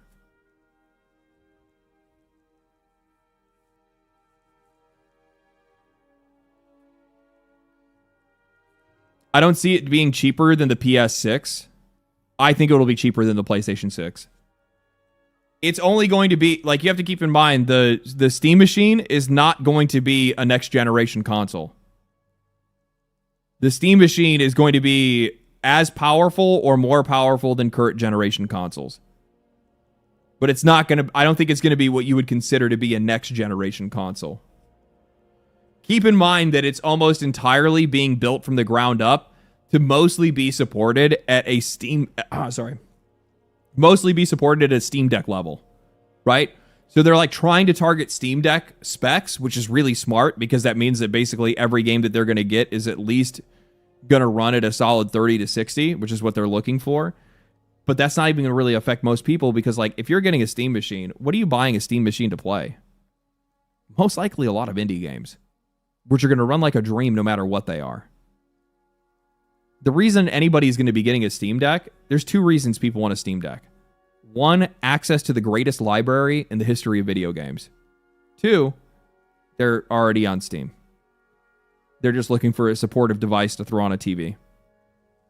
I'm getting one, fucking for sure. You kidding me? Like, just for me to be able to, like I know I could also get, like, this, there's a stick that you can use and can stream from your computer to it. No, I'm not going to mess with all that. I want it just to be able to support Valve, but I also want it just to be able to, like, have a way for me to be able to chill on the couch and, you know, throw down on some stuff.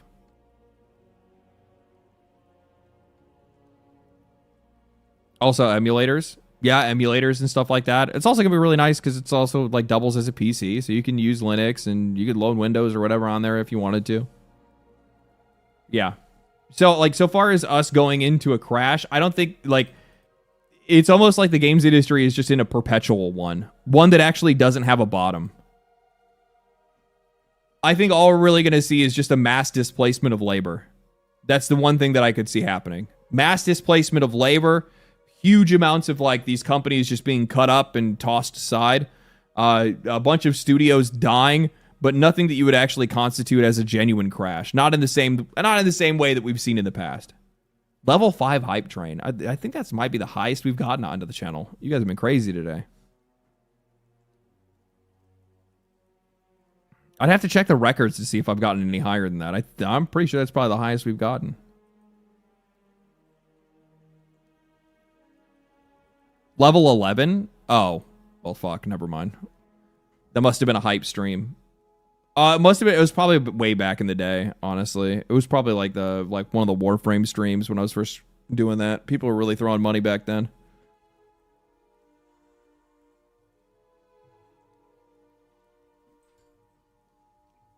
Then you finish the campaign and they all just disappear. I fucking love that, man. Autofire, thank you for the 10 gifted subs, man. Appreciate that. Thank you, brother. Level 6 complete. Has Valve historically sold hardware at a loss? No, Valve does not sell hardware at a loss. They're making money off of the Steam Deck.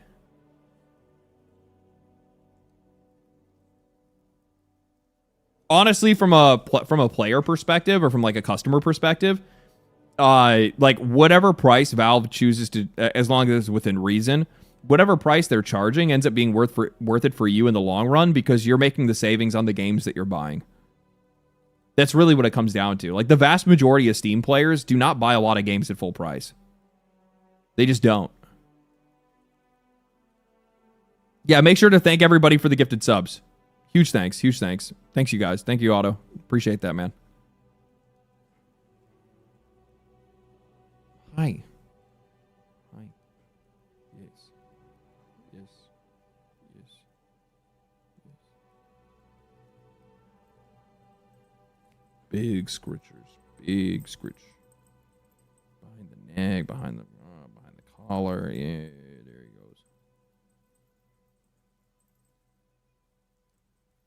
If it's not on sale, I don't buy it. Yeah, for some people, they just wait for games to hit sales. They don't really care about anything else.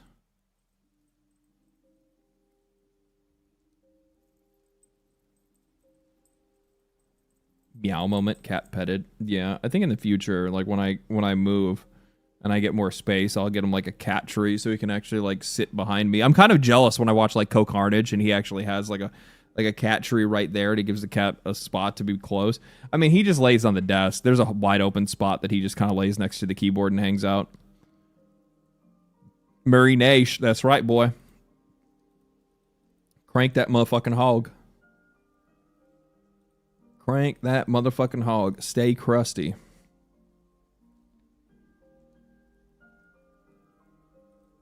Will you get a green screen? I don't think so.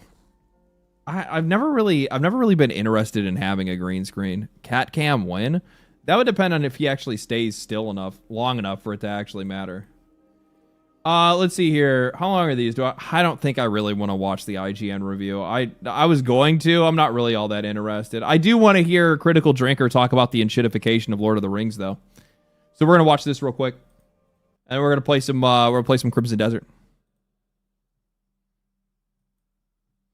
Those who forget their history are doomed to repeat it, and looking at how Hollywood has treated The Lord of the Rings over the past couple of decades, I can't help but think there's a grain of truth in that. Just like Star Wars before it, it all began with the classic original trilogy born from... Man, it's actually kind of crazy that like how often this stuff is happening now. It's like part of it is just because of like how the games industry, just creative industries pretty much across the board have just run out of ideas, especially at like their highest levels. The enshittification, that's exactly what this is. Hollywood is creatively bankrupt. Everything is like remakes or like rehashes or reimaginings or whatever it might be. And it's a lot of like, and the funny thing is that I think in a lot of places, like part of it does come down to politics. But I do feel like when I see a lot of this like race swapping stuff, I think it's them just trying to like give a new visual coat of paint to something to see if it like makes it look different, makes it look fresh enough that they're not just making the same thing over again. They don't want to be too obvious about what they're actually doing. Now, in some cases, in most cases, it does come down to like personal politics and them trying to send a message or whatever it might be. But yeah, it's actually getting like, it's really bad. And it's also like them all like constantly targeting some of the most like beloved things. And I understand that they're doing it because it's like, they're doing it because it's popular. That's really what it is. They're doing it for the popularity. They're hoping to be able to tap into your nostalgia and your love for some of this stuff. But it's being tapped into or being reused by people that just do not have a whole lot of respect for like what it used to be. And it's also, in some cases, it is the people that used to make this stuff. It is the people that should have a level of respect for what they had made before, But something that I think a lot of people don't realize is people change over time. Their politics change, their personality changes, things in their life changes, things change them. Oh, popularity? Do you not think that Lord of the Rings and Star Wars are popular?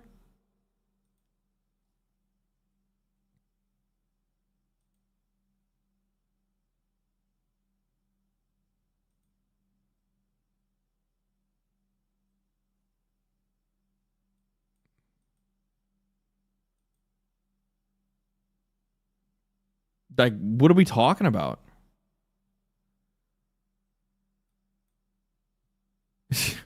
Of course they're popular. They're fucking wildly popular. Harry Potter's the same thing. That's why these are like the three main franchises that these guys have been like trying to hammer as hard as they possibly can, because Star Wars, Harry Potter, and Lord of the Rings have some of the they have some of the widest cultural reach out of probably any media franchise that's out there right now.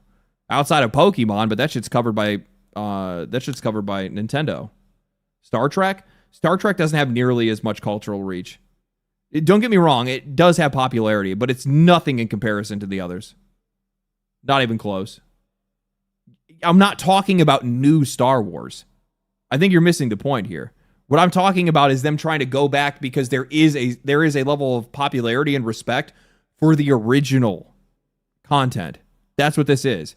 It's not that today the new Harry Potter stuff, the new Star Wars stuff, the new Lord of the Rings stuff is popular. That's not the point that I'm making. The point that I'm making is they're trying to tap into the popularity of what it used to be. They say that those who forget their history are doomed to repeat it, and looking at how Hollywood has treated The Lord of the Rings over the past couple of decades, I can't help but think there's a grain of truth in that. Just like Star Wars before it, it all began with the classic original trilogy, born from a sublime blend of inspired writing, technical skill, and timeless themes of heroism and adventure, followed by an overblown and underwhelming trilogy of prequels made by the same people, just older and lamer now, that failed to recapture the magic of the originals. I also think there's probably something to say, like how much less effort and fire and creativity a lot of these people had as time went on as well. Where like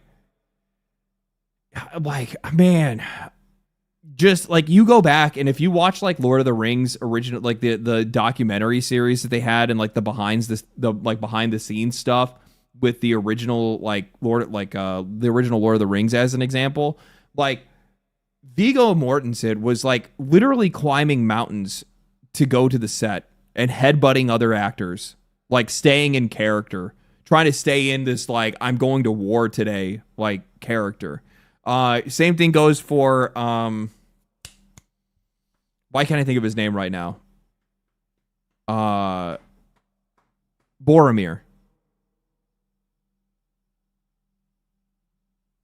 I can't remember the actor's name off the top of my head for whatever reason. Boromir. Sean Bean. Thank you, Sean Bean. Same thing goes for Sean Bean.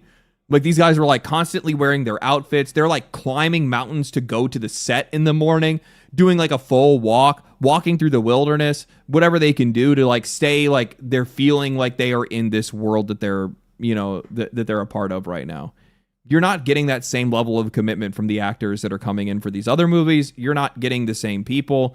It's basically, this is like a high school reunion. While you might all be the same people, you're not the same people. And finally, decades later, with money-hungry studios desperate to squeeze a bit more money out of old IPs before the actors get too old or die, we come at last to the end game. Yep. Make it shitty! We already saw it with Rings of Power, Amazon's cringy attempt to compensate for a lack of artistic merit and... Holy shit. I watched a couple episodes of this and like some of it wasn't like terrible, but it's like, it's just so overtly, it's so like, I don't like using this term because I largely don't use it to criticize anything. It's so woke. Like, to the point that it's like, it's so abrasive. It's just such bad writing. It's like somebody that is just like so high on their own supply when it comes to their like personal politics that it has to like fucking be shoved into every inch of everything that they make, and they just don't have any like real authorship. They don't have any soul. There's just nothing there. Nothing there. And it's like, it's so grating to watch because it's so overt and over the head with the message that they want to teach you. And it's just like, I'm not that, you don't need to do that with me. I'm a really I think that's probably, you know, I think a lot of the pushback that you see on some of this stuff, the reason why you see it is like, I'm a very accepting person. I don't give a shit. I don't care if, like, go ahead and make a strong female character. Go ahead and make a gay character or whatever else. It doesn't, none of that stuff's gonna bother me. Use a black guy, use a brown, use a Chinese guy, use a whatever the fuck. I don't really care. Make it entertaining. That's all I'm here for. Just make it entertaining and fun and interesting to watch. You don't need to educate me.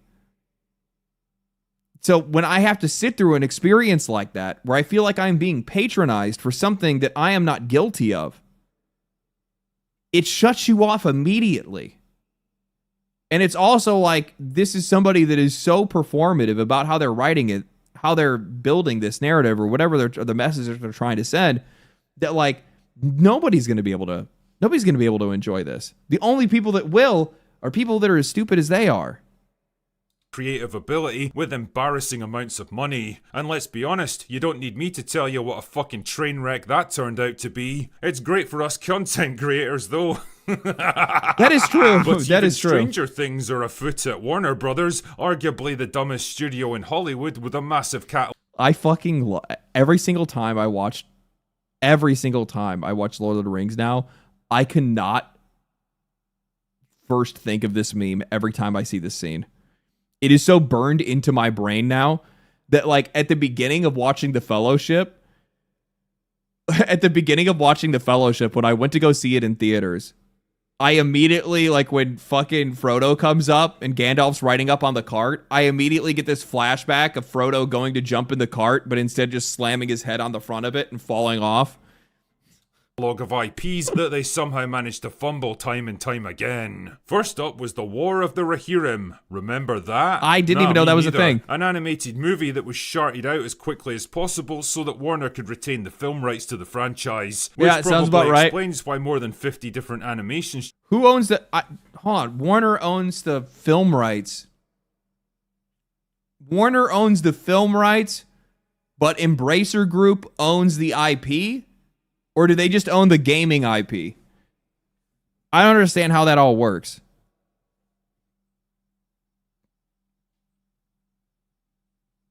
What a weird thing.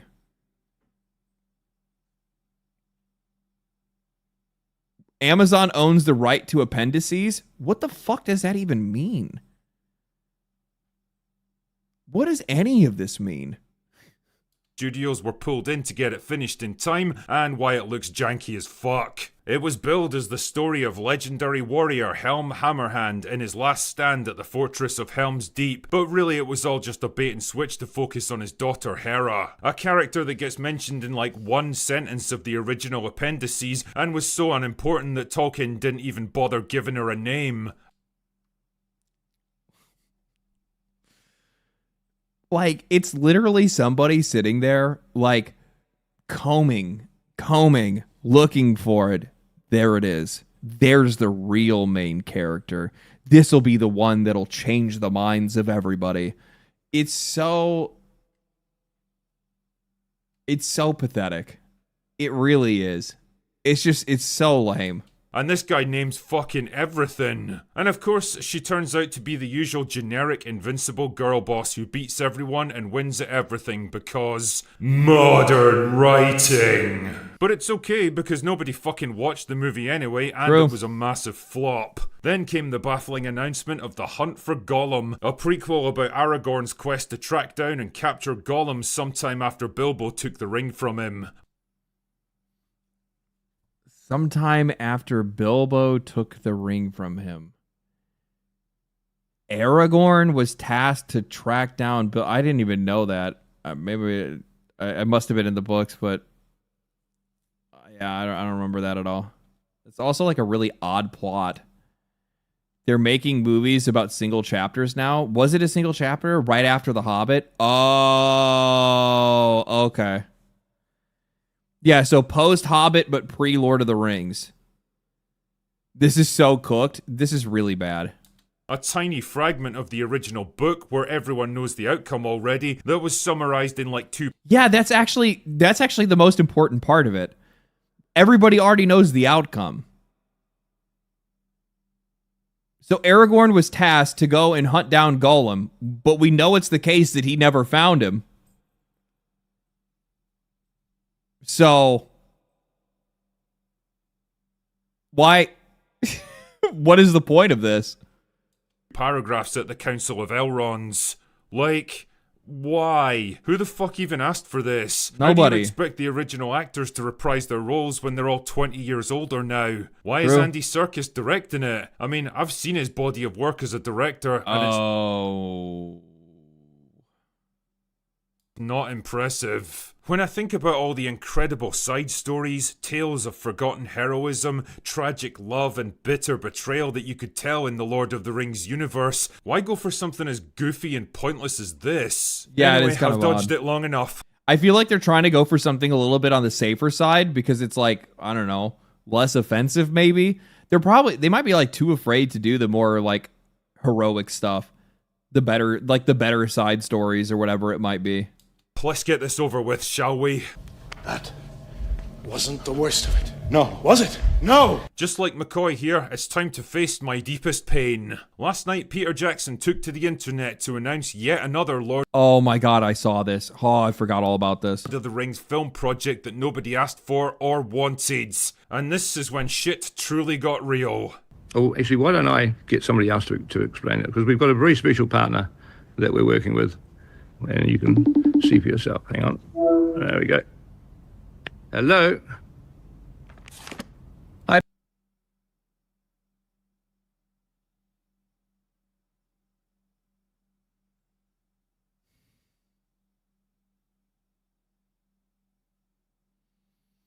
Peter? Oh, man. Oh, God. Oh, man. What the fuck? Oh no. Oh no. Not the jab dance again. Oh god. Oh man. Didn't he lose his show? I haven't really followed Colbert in years. I used to really like Colbert back in the day, like for like the the Daily Show. I really like the Daily Show, but after that, I never really followed it. I'm not really like a talk show host guy or anything. His show got canceled. Oh no. He's doing one more season. Oh. The Colbert Report was great. Yeah, it was. It was. This is not like, why? Like, also, wait, what experience does he have if he's like partnering with Lord of the Rings? Like, I know the dude is like a big fan of the Lord of the Rings for sure. Like, he definitely knows his shit. I'm not going to pretend like he doesn't. Like, this guy knows that, but he knows that book in and out. He knows the books in and out. He knows everything you possibly could know. But that, that being a talk show host and comedian, it doesn't really like qualify you for something like this. And plus, on top of that, this is like the exact kind of person that is going to try to insert some of their own like beliefs and politics into this that just do not belong in these kind of stories. Why in the name of... And if I remember correctly, and like this is also like how much things have changed. I think I remember during some of the like original like behind the scenes stuff that they had done in the interviews, and like they had talked about very specifically that they tried to stay as faithful as possible to the writing. And that they did not want to try to include whatever their own message or whatever their own like morals were into the movie, because they didn't think it was necessary. Right? They didn't think it was necessary. But like writing has changed now, Hollywood has changed now, movies have changed now, TV has changed now. Where like it's the opposite belief. Where they think it's necessary. You have to do it that way, otherwise it's going to fail. even though basically everything that does that fails. Sauron's molten arse pipe, would you bring in this tragically unfunny, propaganda-spewing clown to write your multi-million-dollar Lord of the Rings movie? A man whose illustrious screenwriting credits include such gems as Strangers with Candy and...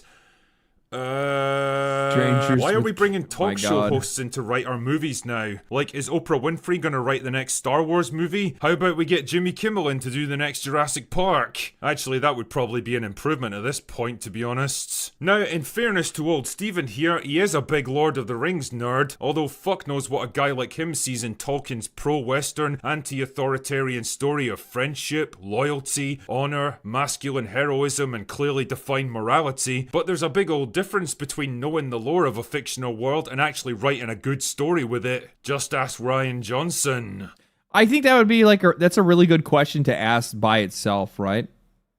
I think that's a really good question to ask by itself, which is, what does he see in it? Like, you might be a fan of it, but it doesn't really seem like the values of the writing, the values of the book, or the values of the story really line up with you personally. So it's like, what are you looking for it? What are you looking from it? Then there's his politics, of which there are many. Like, remember when Peter Jackson famously said, We didn't want to put any of our own, certainly in terms of the thematic material, we didn't want to put any of our own baggage. I mean, we had no interest in putting our messages into this movie, but we thought that we should honor Tolkien by putting his messages into it. Yeah, I wouldn't expect the same attitude from Stephen Colbert, a man so utterly consumed by his hatred of the Orange Man that he drove away his own audience and nuked his talk show. Yeah. Yep, that happened. And now keep in mind too that like people's opinions over the years, because like this has been like the thing for it's like 2020 or 2018 this has been going on. But that like trend that people started where it's like now going back and canceling people that have long since been dead for their opinions many, many years ago and calling them problematic or whatever it might be. And like the Lord of the Rings has suffered from this. I had actually just seen this recently. I'll show this to you guys really quickly. I had commented on this because it actually pissed me off. I read most of the article already, so I'm not going to make you guys suffer through it. But CBR wrote an article that was 8 reasons it's tough to watch the Lord of the Rings trilogy today. And one of the first ones, or the sixth one they have on there, Middle-earth's female characters are severely underserved.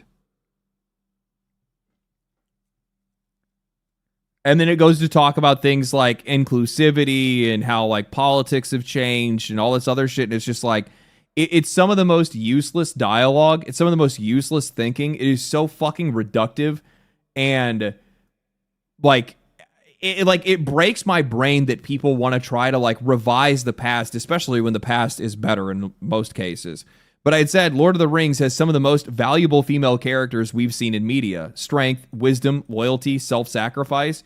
And they were writing about how they were upset that Éowyn and Arwen basically were just like simping over Aragorn in the entire thing, right? That's what it is. They're mad because like they were used as love interest rather than anything else. Except for the fact that, like, you know, for one, I had said, but you're mad that Éowyn and Arwen fell for Aragorn, who embodies those exact same values. Beyond that,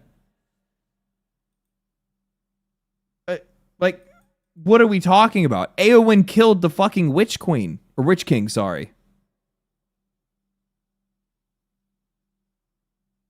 Like, she went onto the battlefield. She could not stop herself from doing it. She was told to stay away. She still went out there because she, you know, like, I mean, obviously it's like an end of the world kind of situation. She went full Mulan. She did. It's so weird to hear how, like, they're underserved. What are you talking about? She avenged her. Not only did she avenge her father, but like, she secured the win. What are we talking about? She secured the win. I am no man. That line goes so fucking hard too. In that moment, it goes really fucking hard. It was such a good scene. Yeah, it's crazy to me. It's crazy, and plus on top of that, it's like I mean the only character that I would probably say that is probably not the best portrayed is probably Galadriel, because they kind of Gollum her a little bit too much with like how the ring is tempting her, but it's supposed to show that like nobody is immune to the ring, right? Nobody is immune to the ring's call, But I mean, like, what are we talking about here, man? Like, this is like, these are like base level, like how humans should be. The entire story of The Lord of the Rings is about friendship, and it's about loyalty, and it's about just adventure and protecting what's the most important to you. And it's crazy to me that like now they want to go back and revise those things is bad. And it's largely just because these people have just like they've lost the plot on what good values are. I think it's largely because they don't have any values themselves.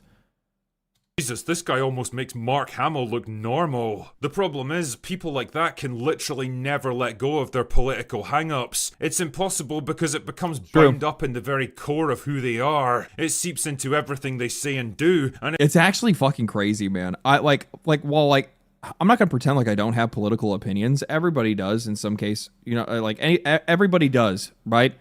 You present somebody an issue and you're gonna say yes or no, what direction you're gonna sit on with something.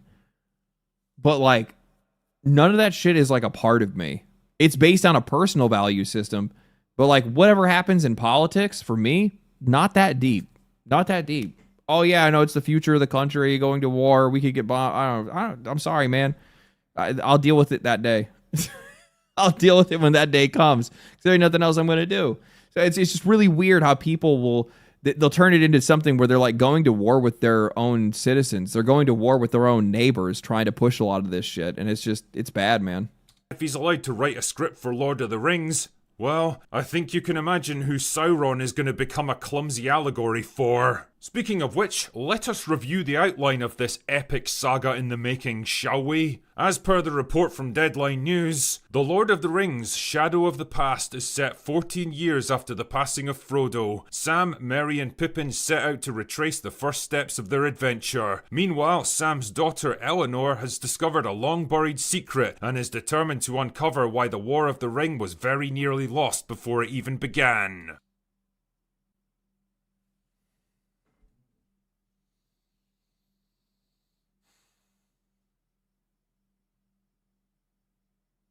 They're going to shoehorn in a female protagonist as the real person that won the Lord of the Rings.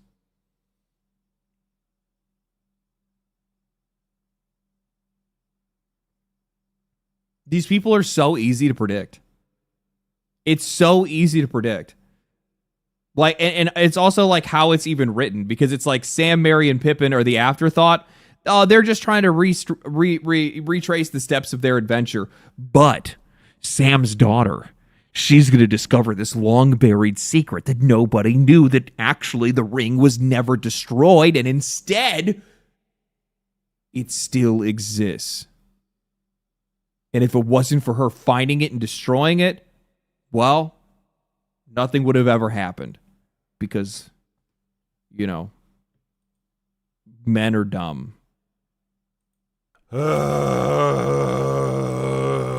Tell you what, right? I'll give you 3 guesses about who the real protagonist of this movie turns out to be. And here's a little hint to get you started. It's not going to be Sam, Merry, or Pippin. Nope.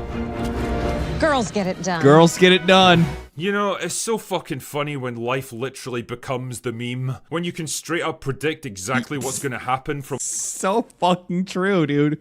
It's so true. It's not even like it's funny when life becomes the meme. It starts to make you feel like you're living in a simulation. It almost kind of gives you like a little bit of a... I feel like it's giving me a superiority complex.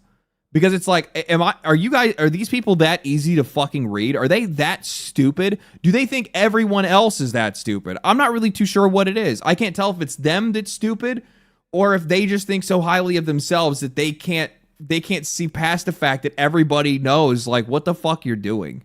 Nobody's like, these people, all I can imagine is these guys being like, I'm going to show these chuds. They're never going to see this coming. The female character actually going to be the main character. And the entire audience is going to be like, oh my God, I can't believe it. I've now, oh my God, I can feel it. My toxic masculinity. It's fading. It's fading. Let me carry your purse. Like, what the fuck do these guys expect? What the fuck do these guys expect? Like 10 nautical miles away, and it still does. Like, if I was to predict what Hollywood writers would do if they were asked to write a sequel to Lord of the Rings, it would basically be this. Defrost the original cast and have them come back playing older, pussified versions of their characters who learn the true meaning of adventure from a younger, more diverse, more female replacement that doesn't just outshine them in every way possible, but also makes them realize they were never really that heroic in the first place. To make it shitty. In fact, screw it, we might as well race swap a legacy character like Aragorn while we're at it. I mean, I know Hollywood desperately... She also has 0 flaws. So I like, from like what I had, it's really weird, like something that you'll kind of see in a lot of this media, especially when a lot of people are like you see it repeated over and over again. They keep doing the same thing. And like what ends up happening is that like they don't understand the meaning of like... I know Hollywood desperately wants to do it. I wanted like a better freeze frame. Oh, we're gonna fight it. They don't understand what heroism is. They don't understand what values are. They have a core misunderstanding of it. So what you see is a bunch of people, and like a lot of these like main characters that they try to push, especially like the strong female character, it's always the worst human traits possible.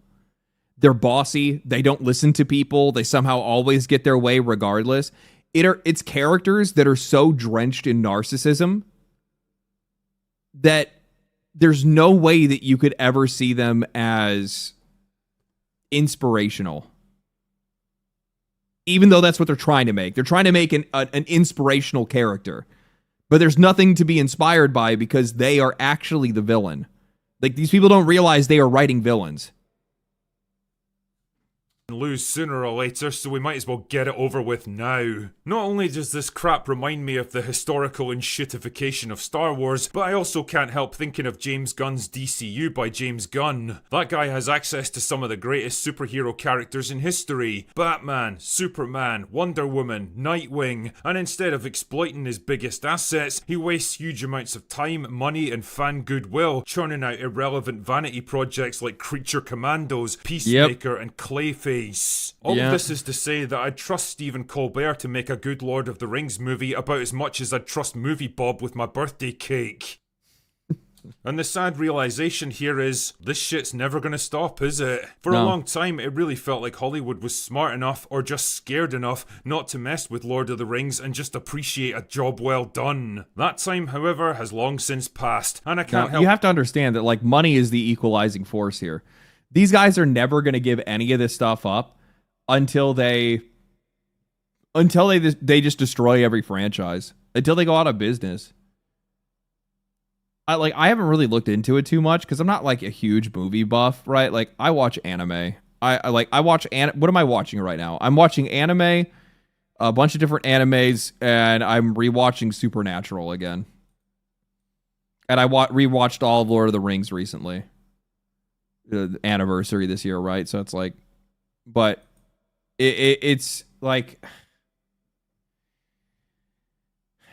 I don't know, man. Like, they're somehow making money somewhere they're getting money from somewhere, but I don't know where it's coming from because it doesn't seem like any of this media is very popular. So I just don't understand how a lot of these guys are still finding jobs, how they're staying in business. I don't get it. I really don't. If anything, I'll tell you this, if anything, you would expect to see them fail at a faster rate than the games industry does. Because at least with the games industry, it seems like a much more slower bleed that they're going through, but these guys are draining like a stuffed pig. thinking that Lord of the Rings is rapidly becoming the new Star Wars, just another convenient IP to be strip-mined until there's nothing left. And the more crap like this that gets churned out, the more it slowly tarnishes the legacy of Tolkien's masterpiece. We'll always have the original Lord of the Rings trilogy, well, until they remake it for modern audiences, but the time when we could actually do justice to Tolkien's work has long since passed. And I think by the time they get around to trying to remake Lord of the Rings, one, I'm not sure it would actually happen. And two, I feel like we should probably be past a lot of this stuff and it is something else entirely. But I don't know. Maybe it never ends. Maybe this is just who we are forever now. somehow I don't think Stephen Colbert is going to bring it back. Anyway, that's all I've got for today. Go away now. I really hope that oh yeah, it's me. I hope that I don't know, man. I don't have a lot of faith in this at all. I don't think there's any reason to have faith in it. There's just not enough talent anymore. It's as simple as that. Like, this is quite literally one of the best pieces of media ever made. Both the books and the original trilogy. It's fantastic through and through. There's going to be some flaws or some points to be able to point out, but like, this is some of the most valuable media that we have ever seen. It sent the right kind of messages. It's just a fantastic film and a fantastic movie. It has like the best values you could possibly pull from a piece of media. It's like some of the best character writing, some of the best characters, some of the best acting, some of the best everything. And I think that we just kind of reached a position. I think we just kind of reached a spot that, and I'm trying to figure out like, why is this the case? I think it's the reason why people aren't nearly as creative today is because I think there's just a lot more restrictions on what you can be creative with and how far that you can take things. I think that like society is kind of retracted to this point where everybody is so afraid of being canceled, of being whatever it is, being harassed in some cases, of losing money, of losing opportunities, of being judged. Everybody's so much more, everybody's so much more social than they normally would be because they're on social media, so they're constantly in the public eye, even in their local community. And no. Hold on a second. Hold on. He probably wants something to eat. God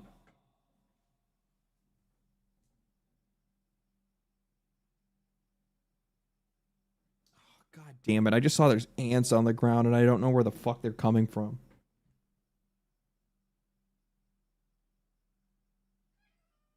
No. Go.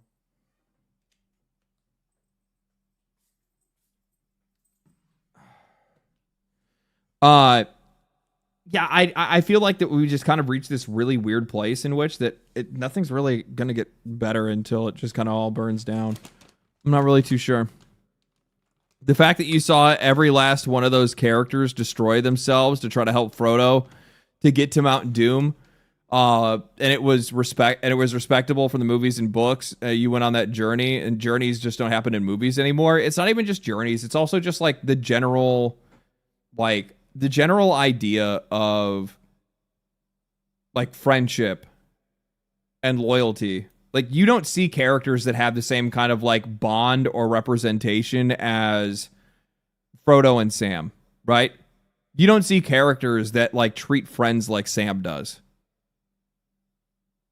Fuck, you barely even see humans that treat people like that anymore. Give me a second.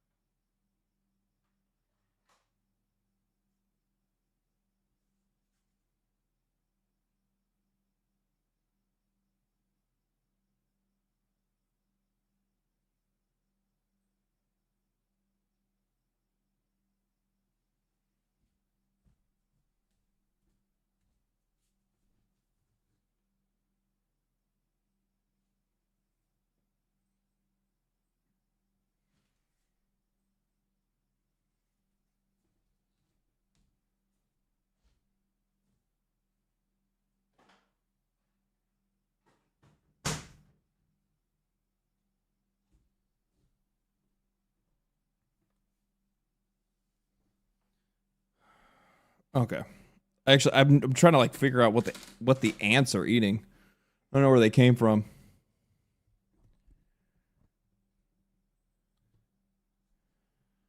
All right. Let's game. Oh shit, hold on.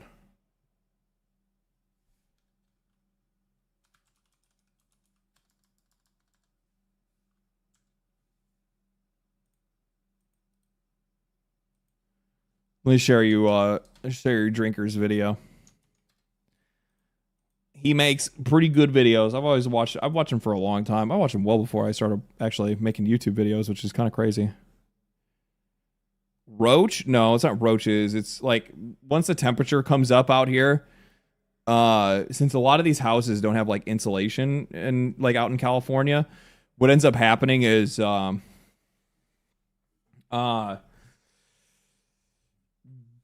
they just get into your house.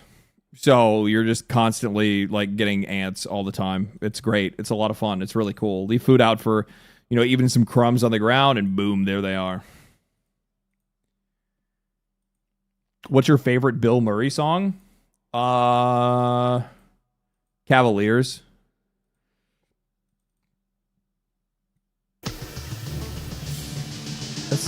That's Terraria. Wrong game.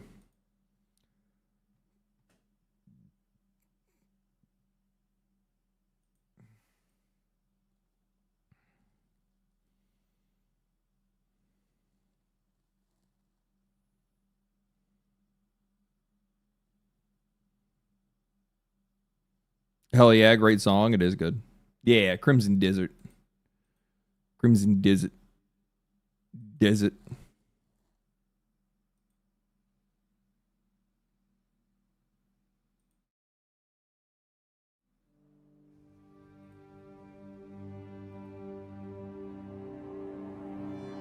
No, got my hopes up for a second there. Well, dashing your hopes to the side now.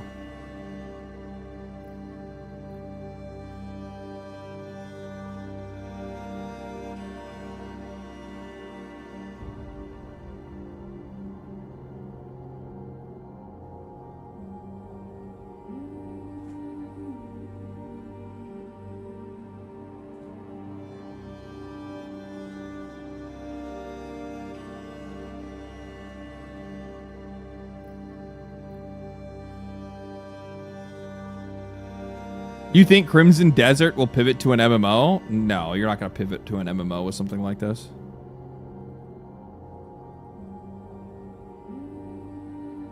Game's already out, man. Game's already out. People are already playing it. People have already beaten it. In some cases, probably. Maybe. Did you listen to the Black Snape music video? Yeah, I saw it.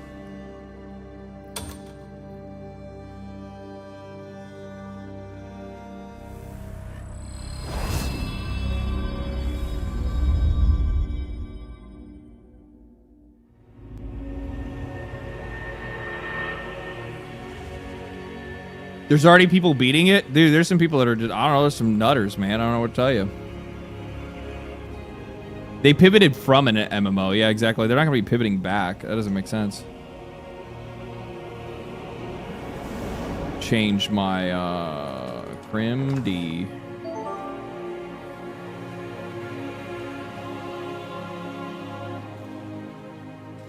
Ferris. Yeah, Ferris. Thank you for the membership. Appreciate that.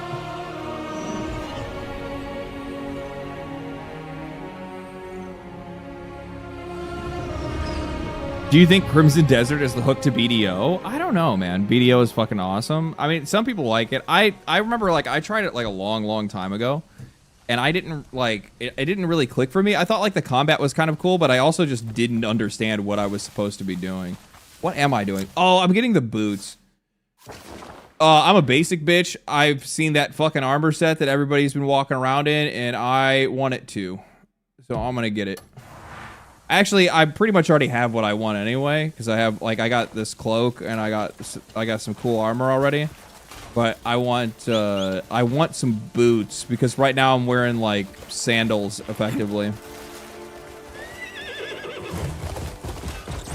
Hiya! Oh, wrong way. I wonder if it'd be faster for me to go up and over. Probably.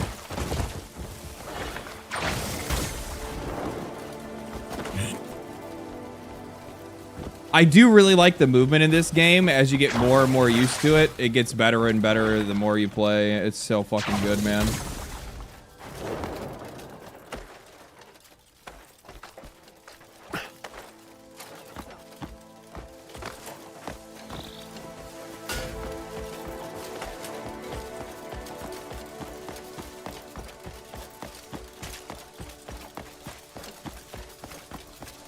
Watch yourself. Shut up, Beach. I am not sure I can do it. Ah! All right, guys. Well, that's it for stream. Karma. I know. Didn't that happen last time when I tried to kick that kid off a bridge? And then I fell into the water instead?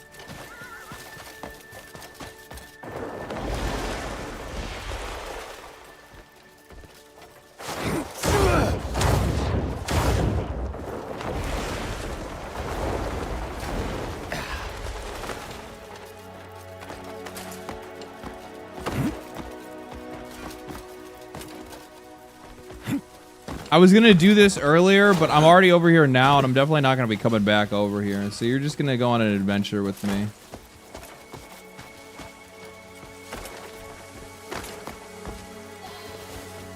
I love how fucking scalable this world is. How like anywhere you pretty much look, you can just go there. It's absolutely fucking absurd what these guys have done.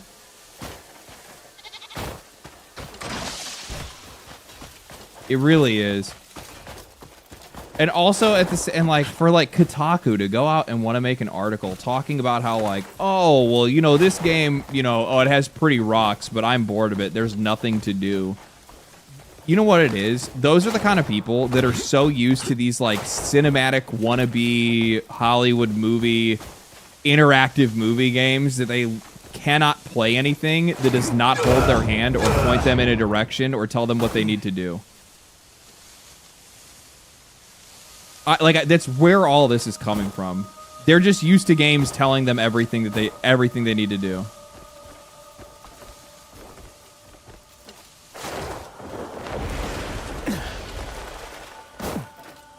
Am I gonna be able to get far enough with it anyway?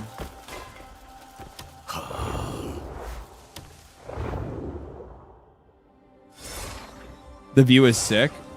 That's probably like the best part of this game. If I didn't say, like, what's the best part, it's this shit, right? Like, finding these areas where it's like you get these, like, beautiful views.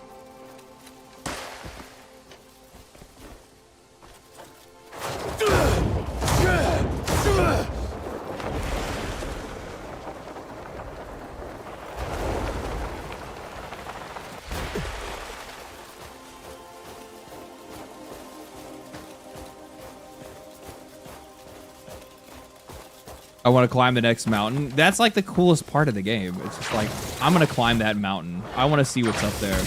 And then you find, and then the best part is, you find things.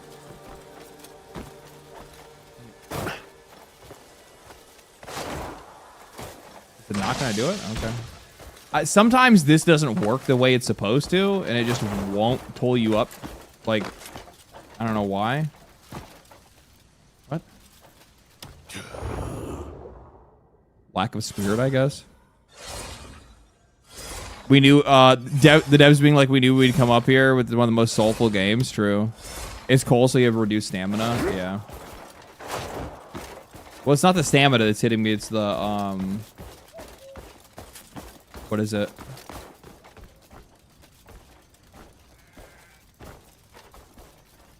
This is that shit. This is that shit.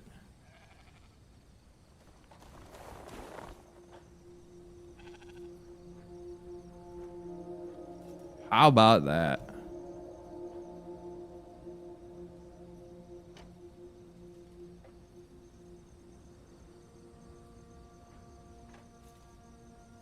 This is what I play these kind of games for.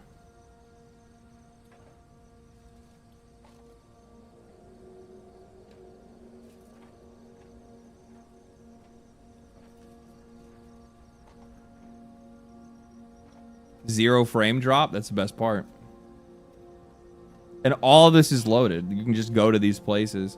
Their rendering is pretty good in this game. There's like some pop in with like grass and like foliage and stuff, but it's really not all that bad.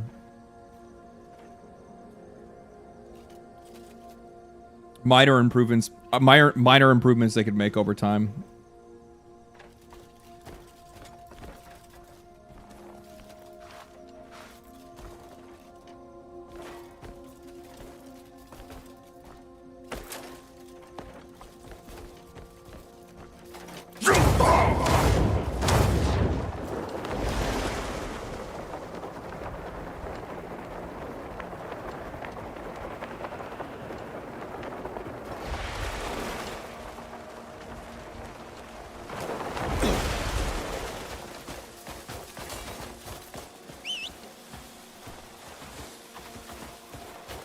Get on it, my pony. Hiya! Hiya!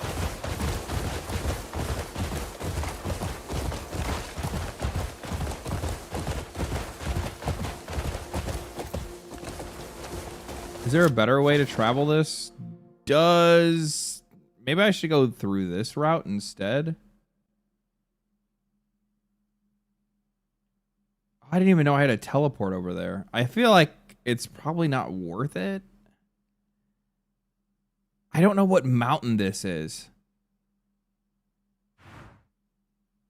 Oh, no, this is a faster route. Yeah. If I teleport over there,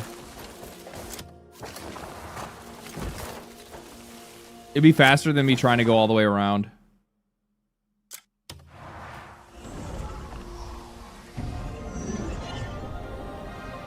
You're 7 kilometers from Roiler? Never mind. You're not far from Roiler? What is Roiler?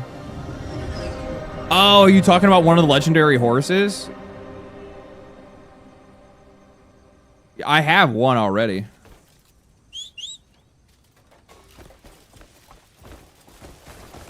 I have Rocade.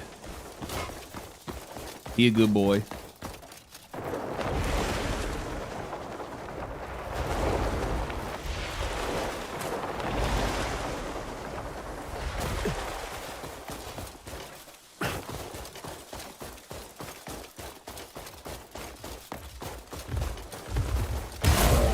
Motherfucker. Ow! Jesus Christ. I didn't even do shit. Now you're gonna have to get it. Oh my god. Literally fucking growled like a Pokemon.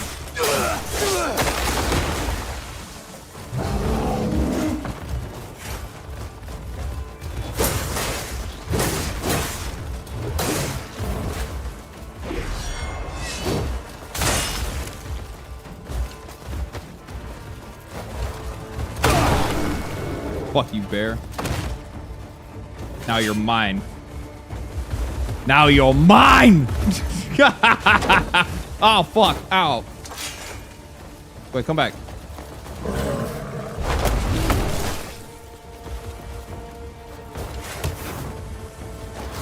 What the fuck? What happened? Oh, no! No, you're my mount! We were riding around! We were friends! Is it not gonna give me the thing to get out from underneath you? No? Okay. God damn it.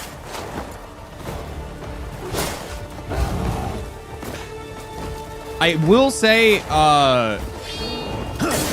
trying to fight anything on cliffs and ledges is absolutely a fucking nightmare. Oh no, I missed the button prompt. Don't miss your QTEs, guys.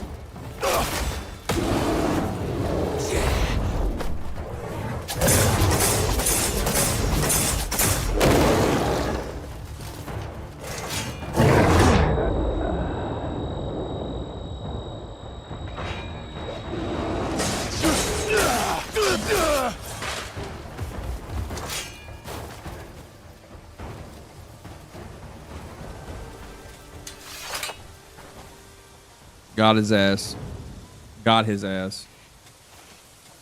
Fighting a bear on the side of a mountain is an epic idea. That's why I did it. Oh, I got the bear hat.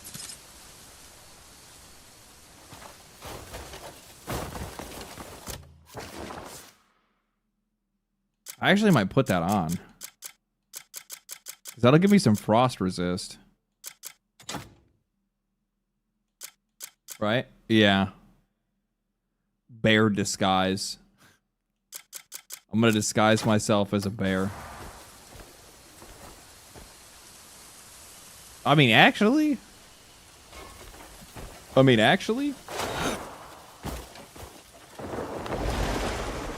and it gets rid of my fucking frost. Like, I have full frost resist. That's nice. Okay, fuck.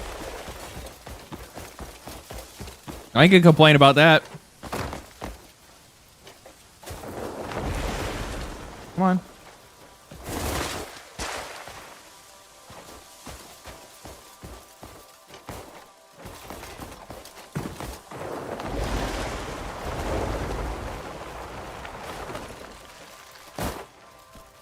Okay, so the cave should be somewhere over here.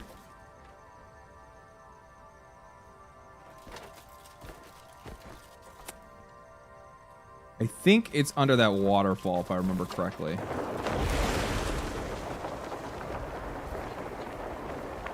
I just don't remember which part of the waterfall.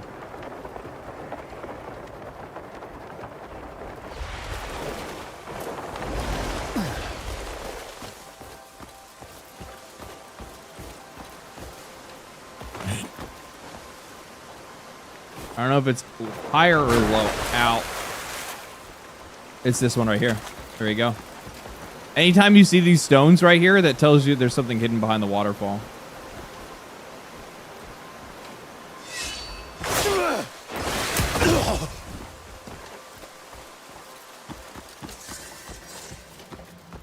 Well, well, well.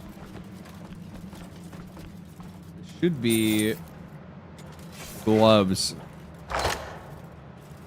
Boots. Leather armor, the fallen king. Never mind. Something completely different.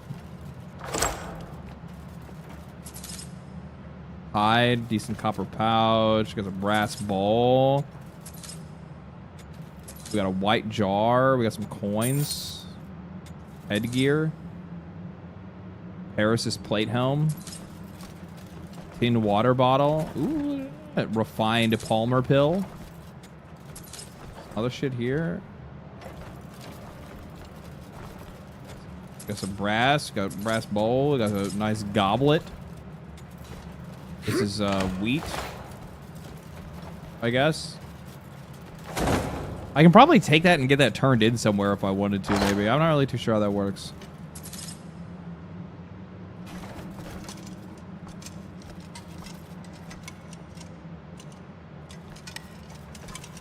So did I actually not get gloves? These motherfuckers randomized locations? I came here to get boots. But instead I got... what? I got this. Leather armor of the Fallen Kingdom.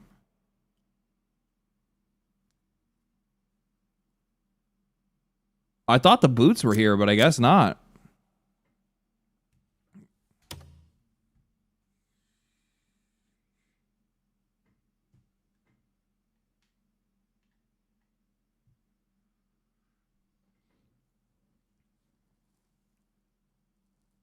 Unless there's another hidden one, there could be. I'd have to check.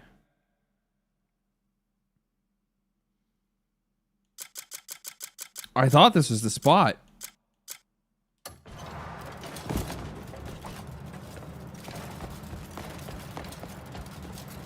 I got everything, right? Or everything I want at the very least. It's wheat. That's a box.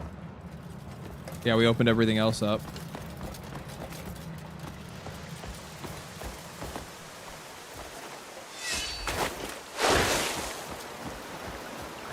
I guess let's check up here.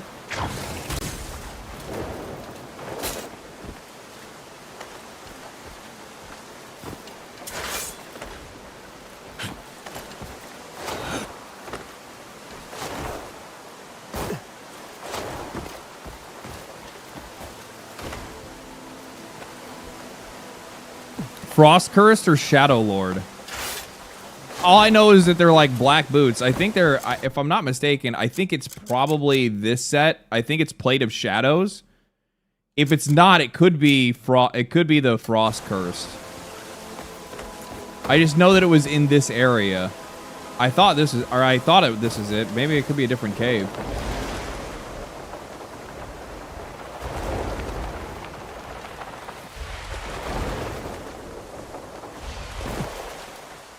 Plate Boot of Shadows? I think that's what it is. Yeah.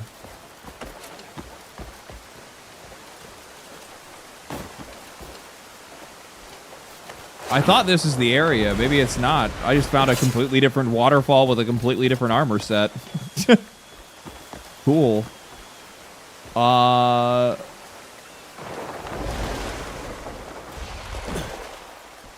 don't think there's anything here, right? Doesn't look like there's stones here. It's probably too deep, right? Yeah, no, this is not it.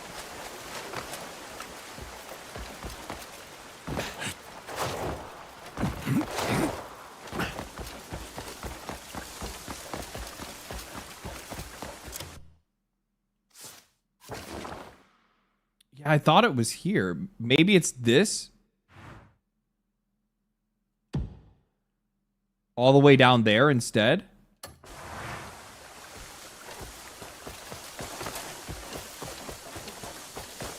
I'll check out this other cave, because I haven't been to this other cave either.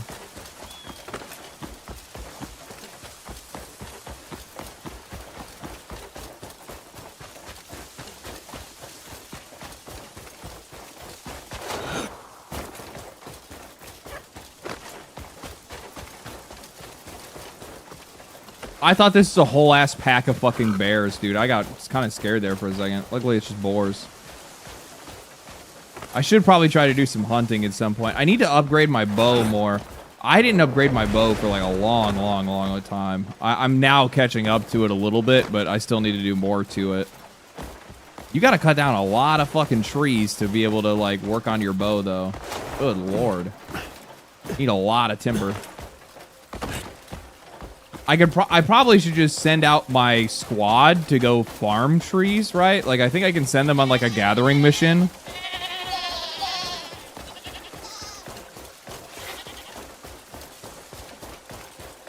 I know that's a thing, but I don't know how much you actually get from it.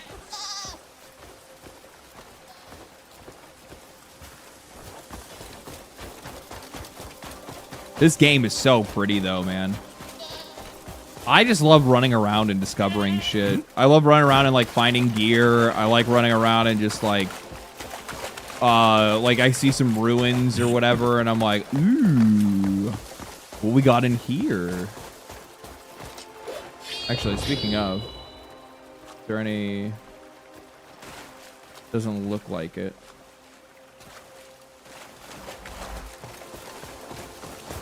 What the fuck is this?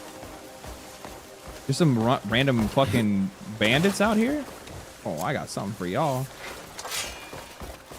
What's up, boys? What are you doing over here? There's gonna be a lot of blood here. Yeah, there is going to be. But not mine.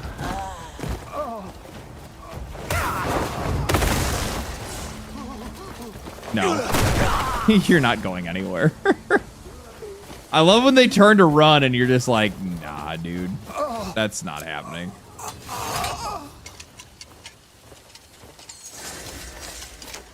That is not happening. Can I liberate you? You a great debt. You do. Now give me your money.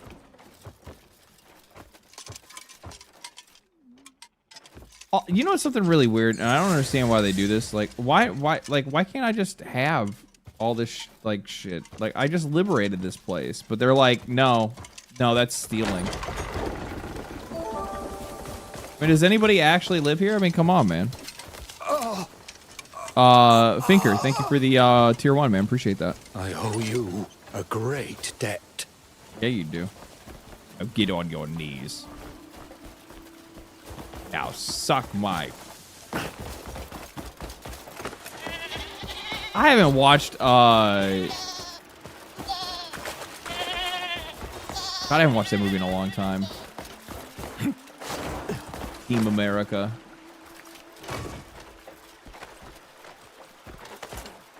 So this doesn't look like it's behind the waterfall, so it has to be like in the side of the mountain or something. Tim Zalen. Thank you for the 5 gifted subs, man. Holy shit. Appreciate that. Thank you so much, man. Aren't these the people that live here, maybe? I don't think... It doesn't matter to me where they live. They owe their lives to me.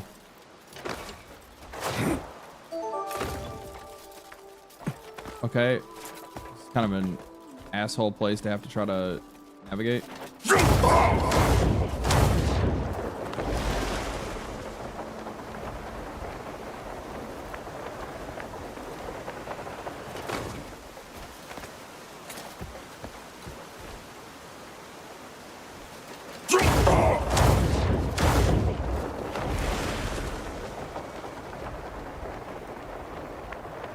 Must be behind that waterfall over there, maybe.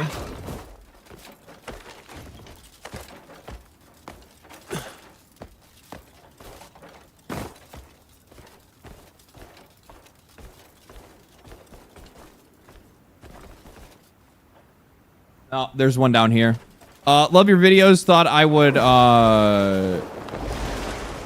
though at times I get annoyed by this or that you say and do. All in all, cheers from Norway. Thank you, man. Appreciate it. I mean, like, I'm a human like everybody else. I wouldn't expect everybody to like somebody perfectly. Am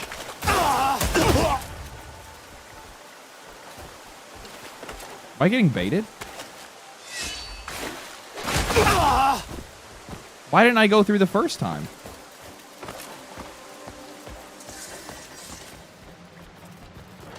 What's in the box?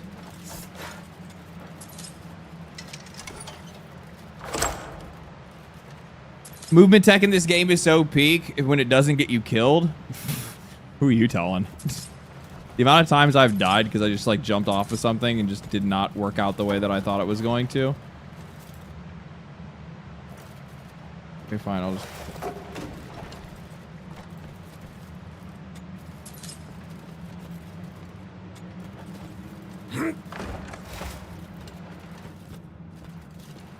I would imagine you're supposed to do something with this stuff.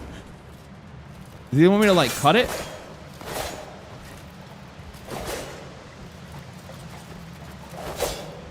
Because it's classified as wheat.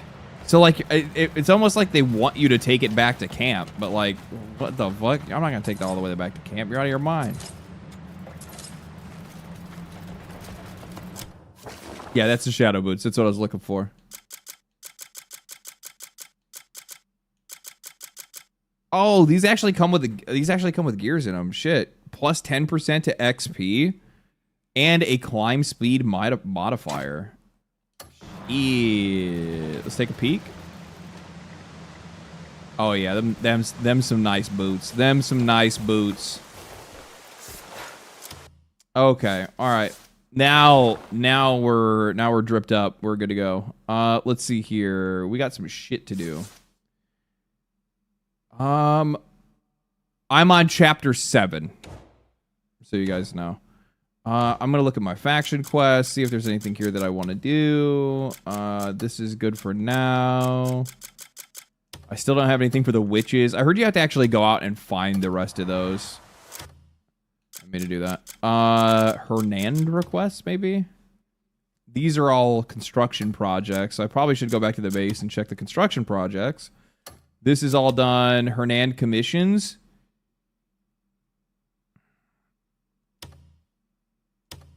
The missing forbidden book.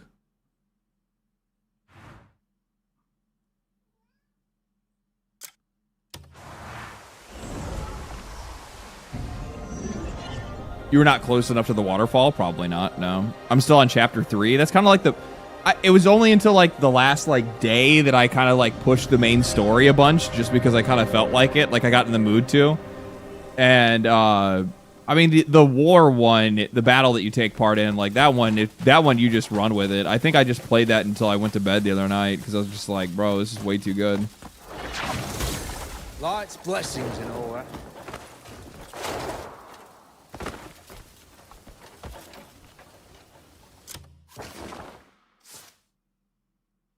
Okay, so now let's see how the drip looks all together now. Put that back on. The helmet can stay on though.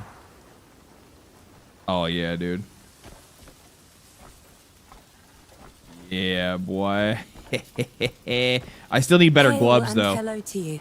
Because I'm still wearing these leather gloves.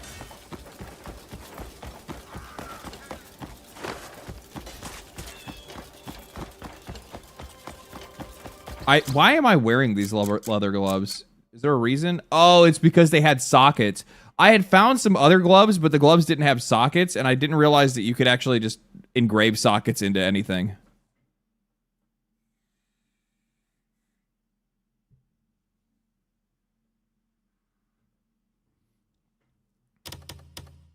Getting Assassin's Creed vibes from this place.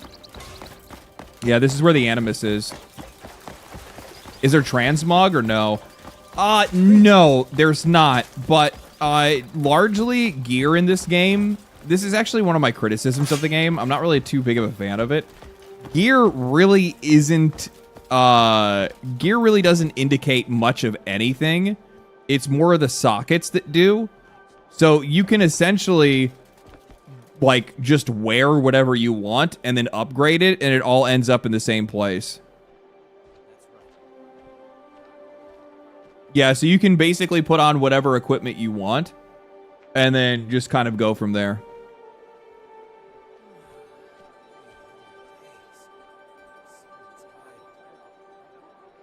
On Crimson DB, most weapons max out at 34 damage, which kind of sucks.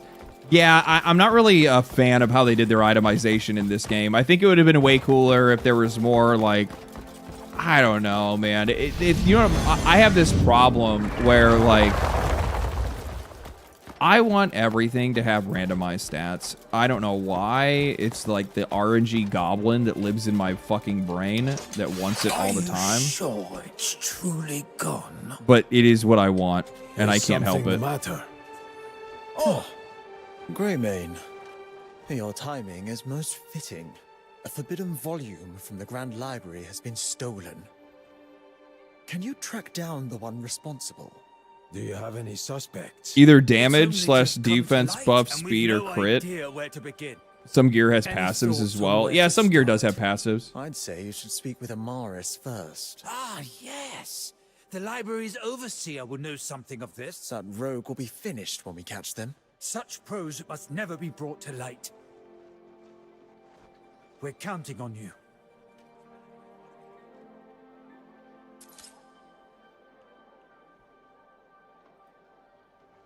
Okay.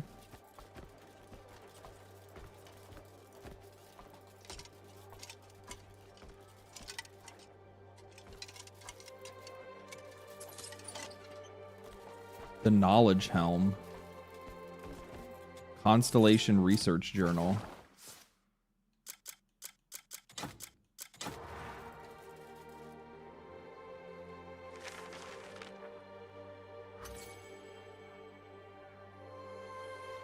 The finance manager of the institute, he's wearing a long dark brown coat and a Shillestone hat. He insists he only handles finances. Okay.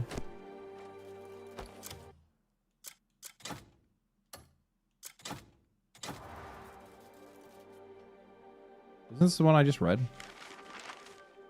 No.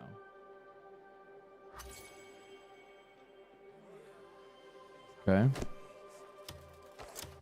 This is also something that I don't like. I don't like this, like, I have to, like, pull out this... Oh, my God. Okay, so there's more pages, apparently? Yes, there is.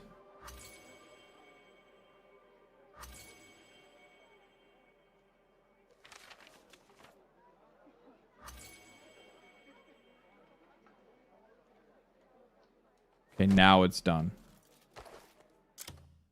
Yeah, this inventory system is like super wonky. I needed to finish some of these. What is this? Ground shaking impact. Cast aside Cast aside the shield and become a savage beast, unleashing a relentless onslaught with overwhelming might grasped in both hands. I don't know what that means. Some of these I think are for the other characters, probably. In under a minute, Silver Lightning will spear 5 souls, one after another. Yeah, I don't know, man. Some of these ones are kind of weird.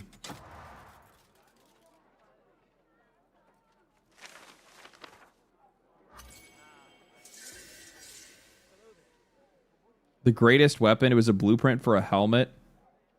A masterwork of abyssal technology. Through documents. Oh, okay.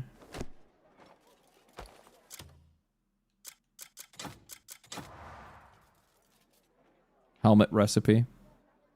Dual wield? Can you?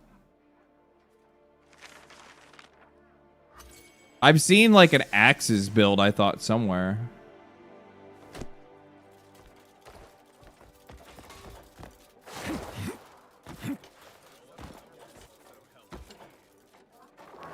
Get my captain.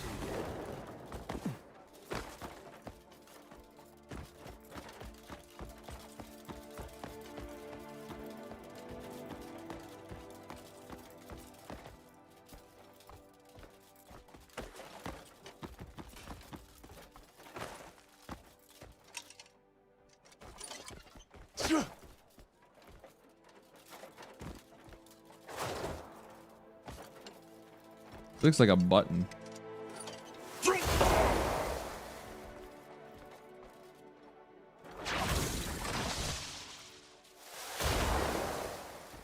It's not. There's something over here?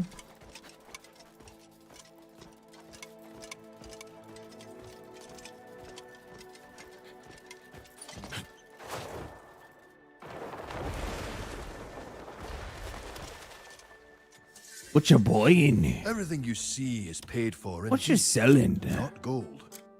Oh, this is like their gear. I don't give a shit about any of that, dog. Travel safely until we meet again. You don't sell nothing worthwhile. Nothing I want. How do you do? I'm alright. You can dual wield, but you have to switch the shield to F2 in the menu. Huh? I guess I'd have to figure out exactly what that is. I'll have to look into it. Crimson Desert already has 170 mods on Nexus. You'd imagine them rivaling Skyrim in the future. I could actually probably see that being the case. This is probably for like, especially Bethesda gamers, this is probably their new Skyrim. I mean, this is largely delivering on like everything that people probably wanted from Starfield. And it's scratching an itch that they haven't been able to scratch for a long time. I mean, it is for me, right? Like, I guess I kind of got the itch scratched a little bit with Oblivion, but it's... I am kind of one of those people where it's like, especially with a game like Oblivion that I've spent like hundreds and hundreds of hours in. So my first thought is Grunil. Well, the novelty of it wears off on me pretty quickly. You should speak with both the library assistant and the captain of the guard. Also, I wouldn't say you're not gonna rival Skyrim because you have like literally a decade of mods, right? We're relying on you.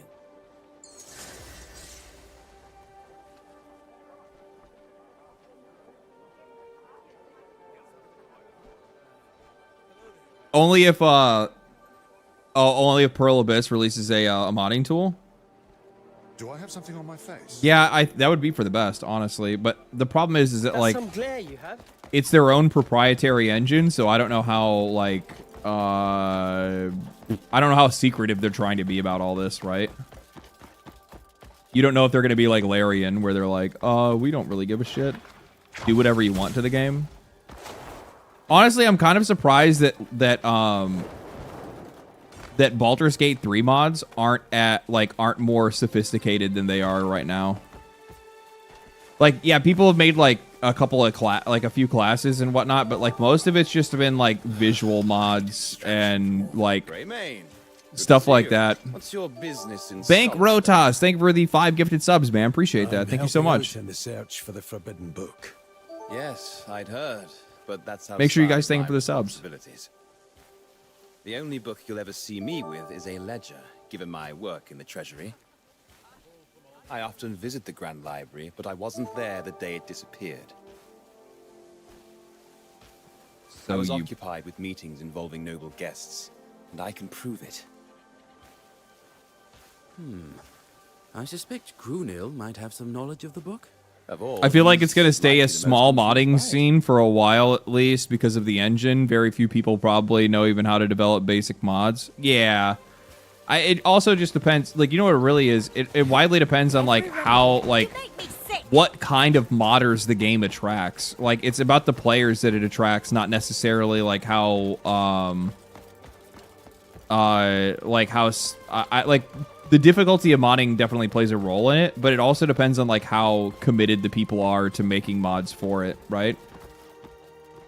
Like, if you look at people that are, like just you, again, using as an example, Terraria, like we said earlier, like, that game, people were, like, very committed to that game, right?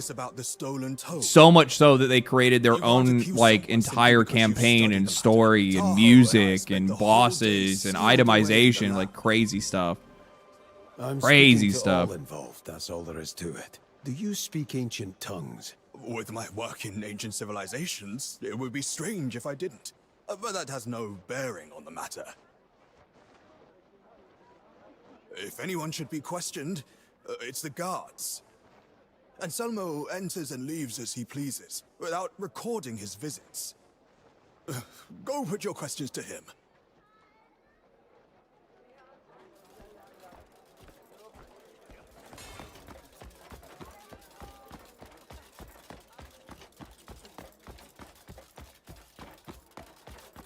The Denuvo is an instant pass for quite a few modders. Oh, I would almost guarantee for some people, yeah. My whole thing is, like, I used to be really opinionated about that kind of stuff. I was more opinionated on how it affected, Yes. I was more opinionated on how it impacted, impacted Of course. performance. Not necessarily, like, the tool itself. Like, believe me, like, don't get me wrong, I'm like, I'd rather these games be freer to do whatever you want with. But at the same time, like, I just want to play a video game. I don't really think about it that deeply. So, like, as much as I would rather these things kind of, like, move in the direction of these guys just, like, not wasting the money or the time or fucking up performance because of these, like, anti-piracy tools. It's like Gabe Newell says, right? Like, piracy is a service issue. Like, the only reason that you're running into issues with piracy is just because of the fact that you're making your games too inaccessible to too many people. Right, either through price or whatever other means, whether it's, like, not on the platform they're looking for. I would guarantee there's probably a lot of people that probably choose to pirate games simply just because they're on Epic Game Store and they don't want to have games on Epic Game Store, right? Like, you're gonna have some stuff like that. Really good example of this is Nintendo, right? Like, the reason why Nintendo games get pirated and emulated and all that shit is because people do not want to buy a Nintendo Switch 2. They do not want to buy a completely other console just to play these exclusive games. They would much rather just be able to play something, you know, on the device of their own choosing. I understand that works against the financial, the financial well-being of these companies, but it's just the nature of consumers and the nature of people. It's what we do. Bro, you got a nice hat, dog. Can I help you? I'm not from here, so I may not be of much use. I wish it was common practice to at least remove DRM after a few months. Yeah, I'd probably say just like I get it if you just want to throw it on there for like the first 3 months that a game is out. That kind of makes sense, I guess. Like to try to like just cut down on at least the initial pirating, because that's where most of it's going to come from, is going to be in that first initial like month or so. But yeah. Out to fetch it. Even then, he was with me. And nothing else struck you as odd?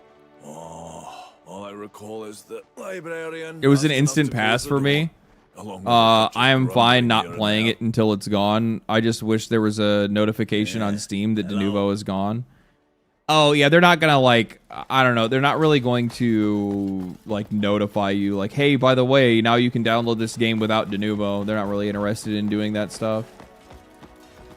Again, the average consumer is just not really concerned with it, right? And that's probably largely the reason why I am the average consumer, largely. I play games and buy games like an average consumer. While like most of it is for like, while it's for content, if you guys look, I mostly only buy, play, and talk about games that I am interested in. Unless it's something that is just like, I can't ignore it, right? Like it's it's a game that is just like so ass or whatever it is that it's like too hard not to meme on it at the very least. Or make fun of the developers for even making something so stupid. About the recent book theft. Yes, I've heard all manner of talk about it. I take it you're the one looking into it. Like, I'll be real with you. I didn't even know what Denuvo was until probably like 2 years ago. Like after I started making YouTube videos and I started seeing people in comment sections talking about like, why didn't you bring up Denuvo? Why didn't you bring up Denuvo? I'm like, what the fuck are these people even talking about? Penned in ancient nonsense and... Like, I really was that, like, couch-sitting Andy console player turned, you know, early PC player only just a couple of years ago. It's not really been very long that I've been playing games on PC. Sort out that book as their target.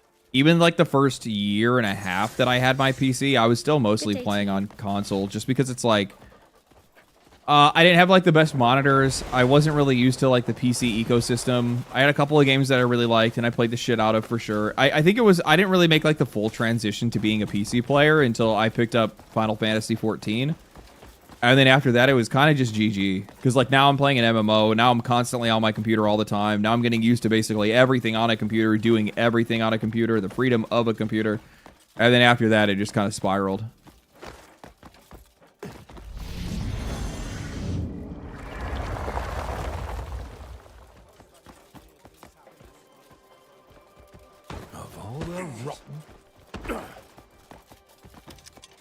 Greymane, I've been awaiting your return. Amaris says you've been speaking with the library staff. The time I couldn't give it a shit about anything being a financial burden on Nintendo passed long ago. Share your findings with me. They can eat shit, pirate all them games. With the treasurer. Yeah, no, I can understand why people would probably want to have nothing to really do with buying a Nintendo console.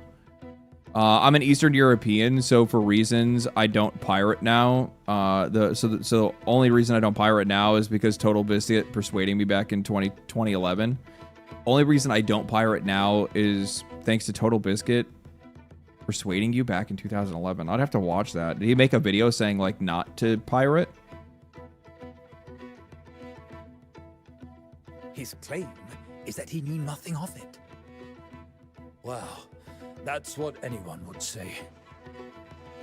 What of Grunil?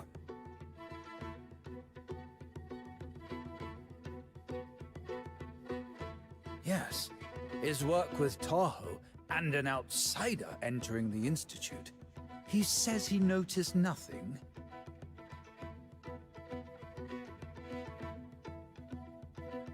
Perhaps they did something worthy of a telling off. I don't know what the answer to these were. I was not paying attention. The guard. Raphael seems to be the least suspicious of them. There was a new librarian who joined us recently. Javier, that's the one. And what did he tell you?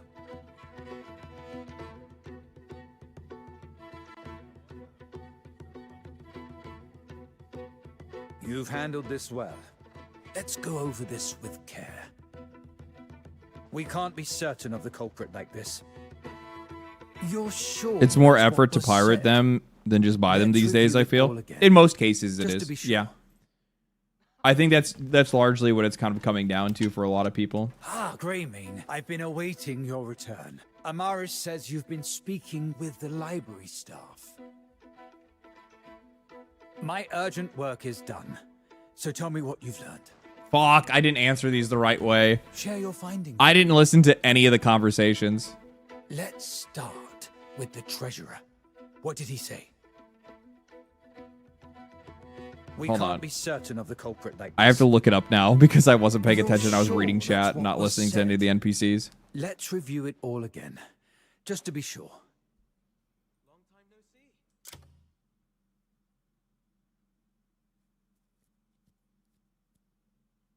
I'll just do this.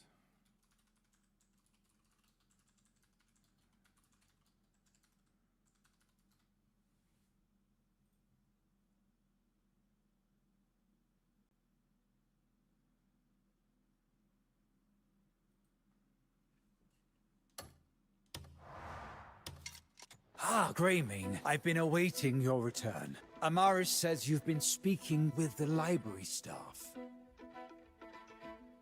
My urgent work is done, so tell me what you've learned. Share your findings with me. Let's start with the treasurer. What Yeah. did he say? He heard there was a meeting with an. Heard there was a meeting. That was yes. He had a meeting that day. He knew nothing of it. I only remember like half of what these guys said. That's what They all denied doing it. So. What of Grunil? He was in the lab all day. Yes. His work with Tahoe and an outsider entering the Institute. He says he noticed nothing.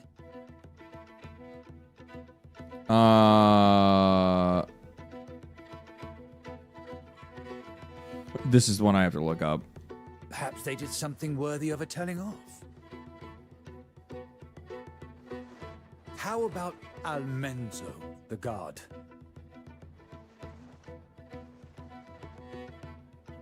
Raphael seems to be the least suspicious of them. There was a new librarian who joined us recently. Javier, that's the one. And what did he tell you? He said that he couldn't have done it because he doesn't know ancient languages. You've handled this well. Let's go over this with care. I can't absolve any of them just yet. Perhaps they worked with an accomplice or altered the evidence. Yet one thing continues to trouble me. Someone's account included details of the book never shared openly. Uh-oh. Detain that person immediately. Oh my god. Oh my god. All right, LD, you gotta getting off for work tomorrow. All right, buddy. Have a good night. Of all the rotten. You should have an investigation book. Oh yeah.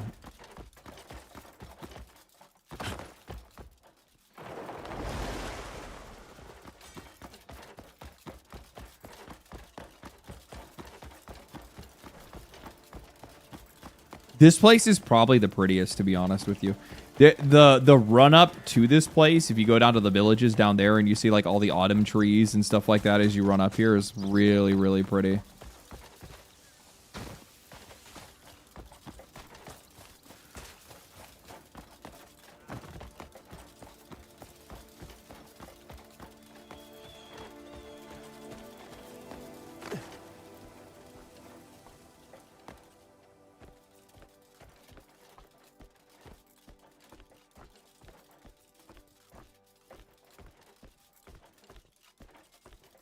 Where's the sussy boy at? Where you at, sussy boy?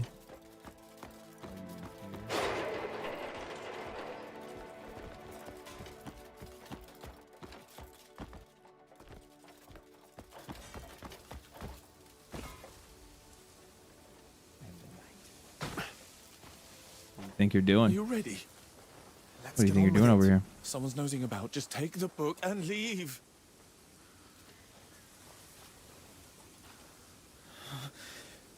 Who are you? You won't get away with this. Very well. Move! Ah! Believe that would actually work. You enjoyed the game, man? I really enjoyed it. It's a good time. Mercy, please. I'm gonna beat the shit out of this nerd. You gonna tell me what I need to know?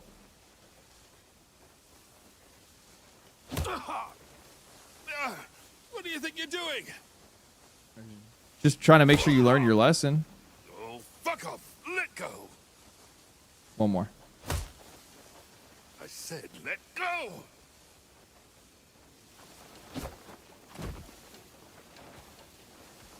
Have you seen the Korean movement tech that allows you to slide about 200 to 300 meters higher at rapid speed? No, I've never seen that. The only thing that I have seen is like the people that do like the jump, and then like the attack dash in the air.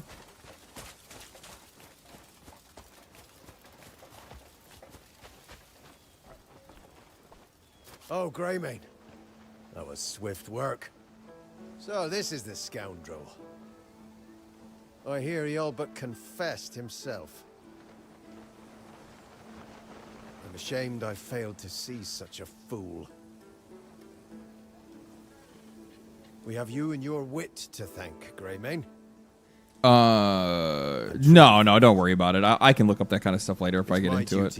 I'm not that coordinated to pull off half the shit these people try to do. I'll personally see him delivered to where he belongs. Here's a token of the Institute's thanks.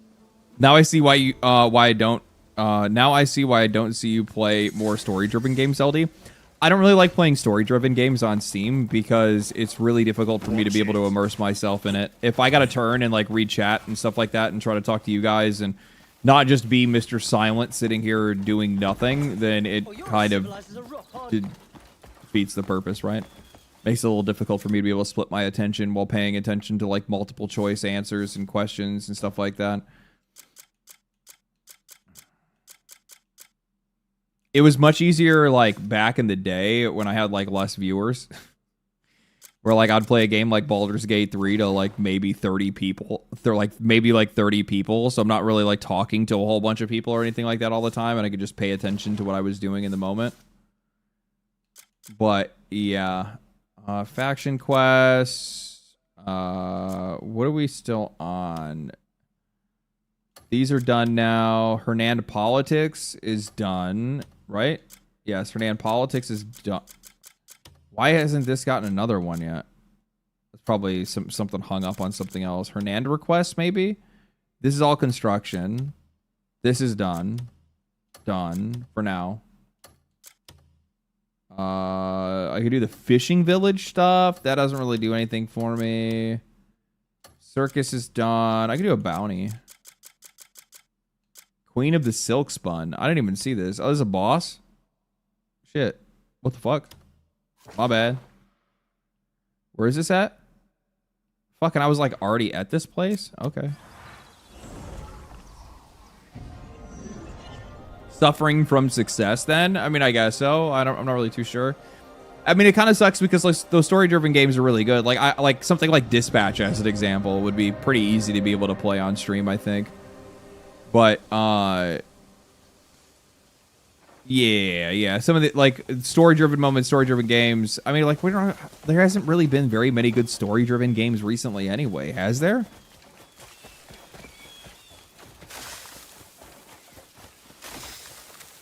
Oh my god, these fucking plants, dude. The amount of times I've been killed by plants, I feel is actually more than I've actually been killed by other people.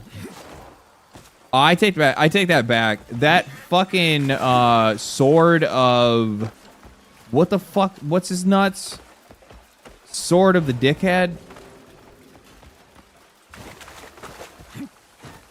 Like of like the priests that were like corrupting the shrine. That guy sucked.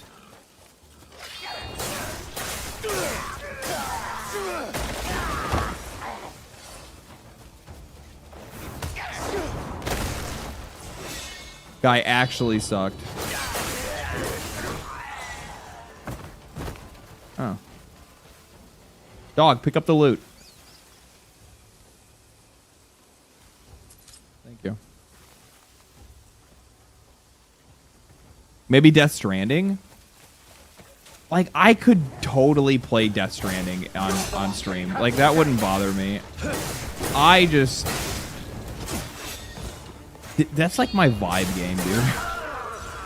That's me, like, disassociating Like, I don't know how anybody else plays that, but like, that's me. I just fucking disassociate when I play that game.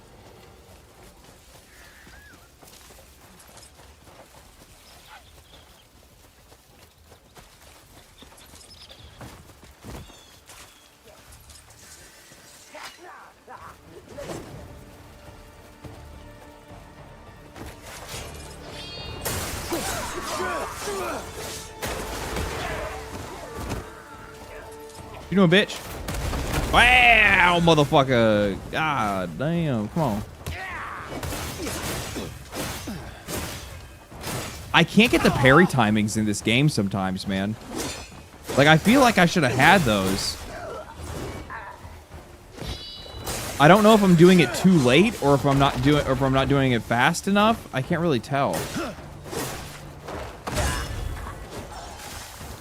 I can't tell if I'm too early or too late.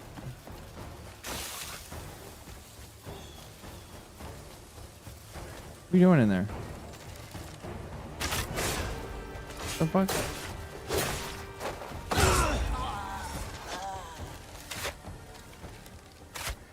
Are you stuck in there?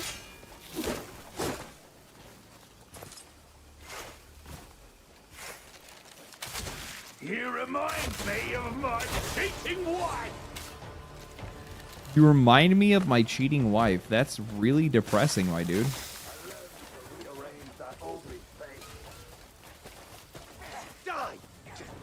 The parries don't always register. Oh, that's great.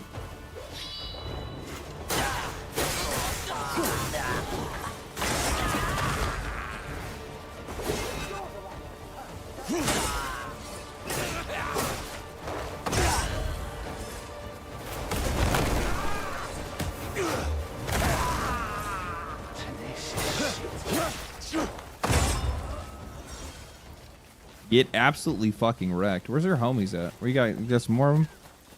I gave up on parries because of that. So it's not just me. Okay. Like certain boss, it's actually really weird now that I think about it.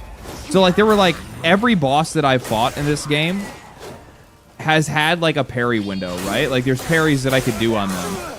But it's always the same parry window where I still end up, I don't get to like parry the first attack or the second attack.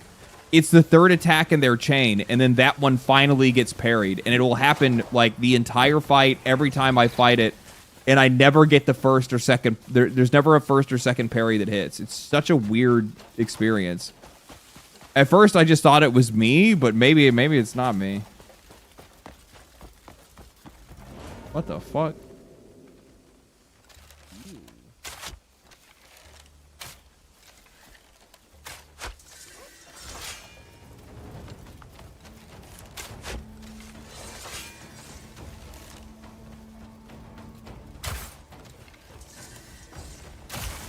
Ew. What? What? What?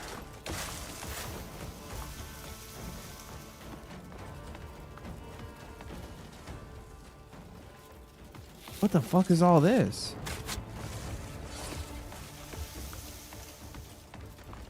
This looks complicated.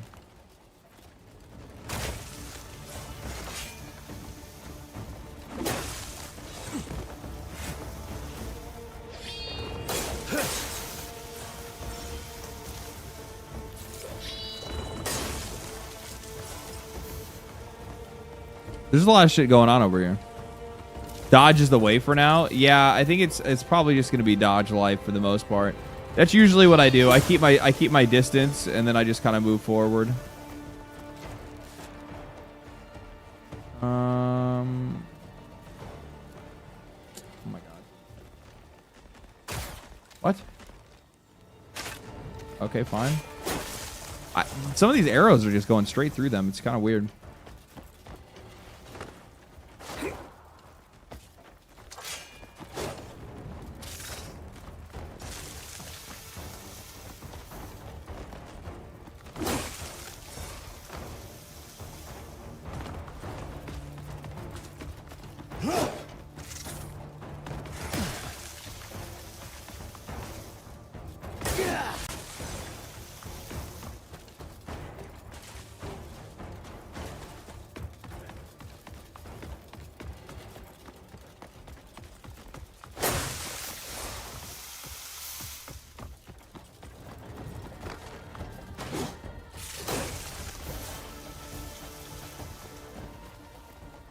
These aren't very strong enemies. What?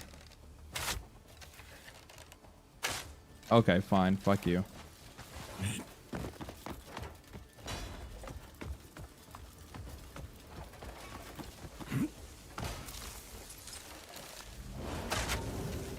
There we go. So how do I get inside of this place? Because I feel like I need to go like inside somewhere. Maybe it's up in the keep.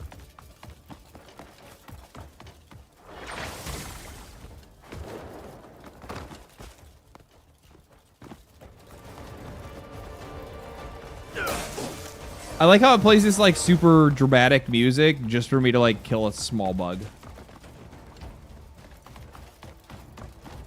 You're like, oh, you're about to enter into war.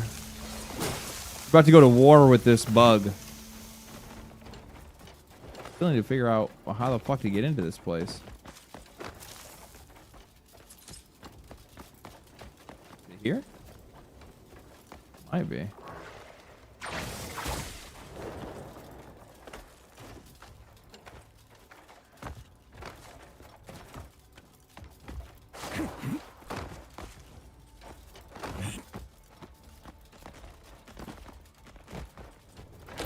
Like it. Bitch.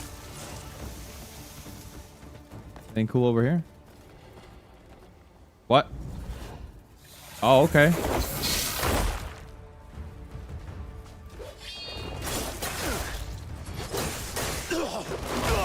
Jesus Christ, okay. See what you got then, son.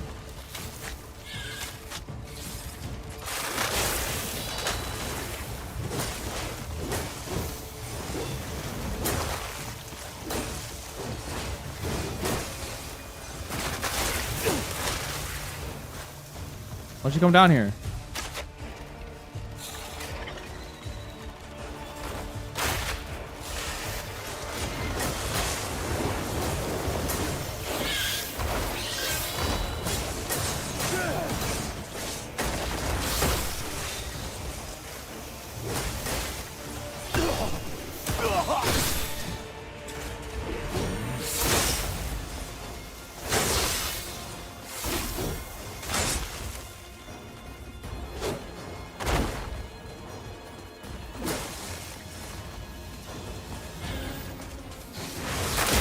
Oh shit, Jesus Christ. Okay, I was not expecting that.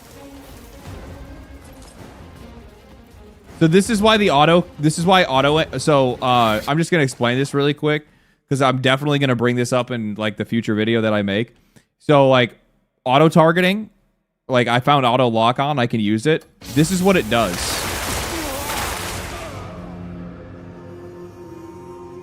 It makes it where you can't see anything. Like, you have to either use free camera or you have to use, like, the hold, like, right bumper or, like, whatever the, like, focus button is. Otherwise, you're not going to see shit. Because it will just, it'll either break the camera so you, like, lose track of where they are. Or what it'll do is it'll just, like, it'll break lock on because the characters will, like, teleport and shit all the time. What the fuck I just used down on the D-pad? That's what I'm telling you.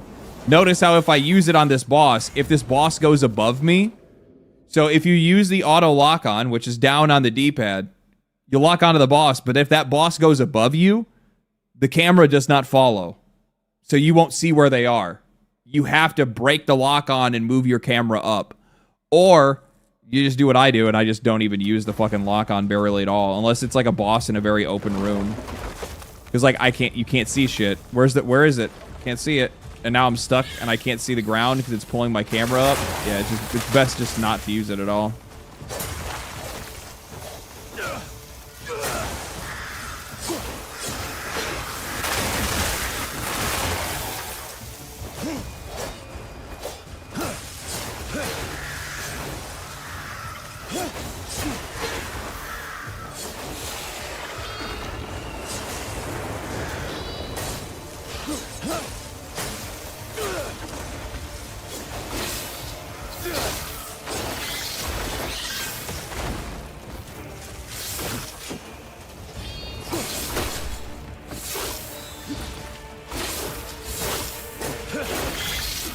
God damn it.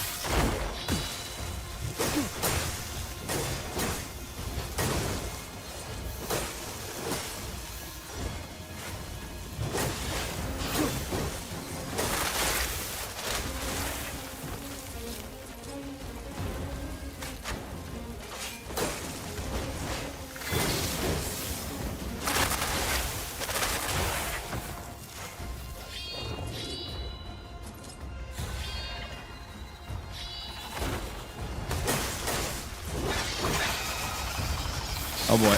Oh boy. Oh boy. Jesus Christ.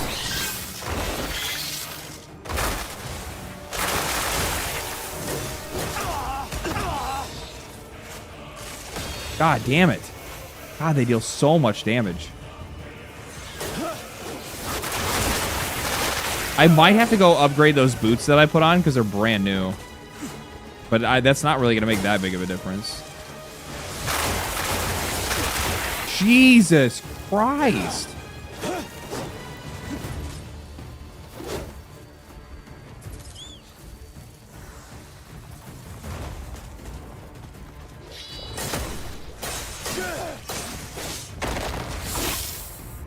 What the fuck is going on?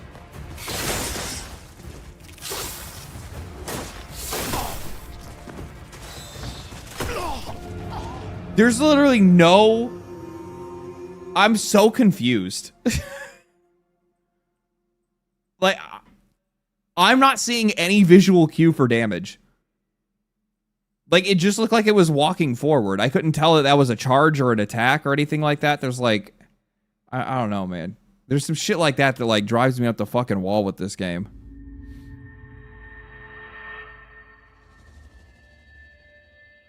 This boss room looks atrocious. Yeah, it's fucking obnoxious.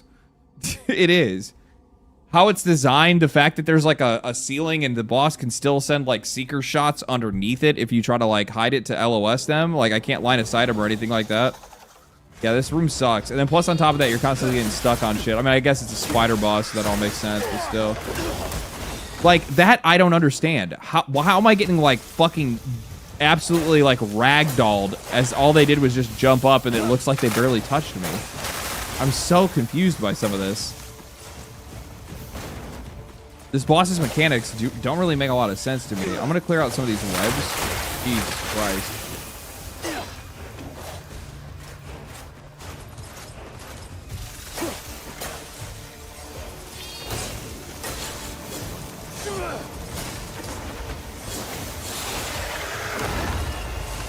What's going on?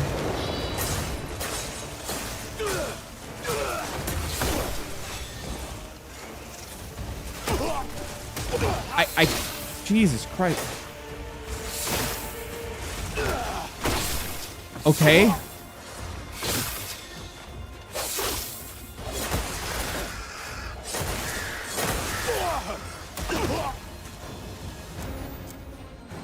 I'm so confused by this.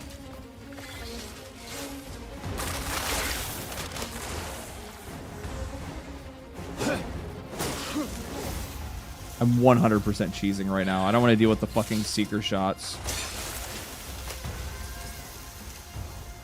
I found a spot that you can hide until they just come down after doing their AoE. They're gonna do it anyway. Fuck.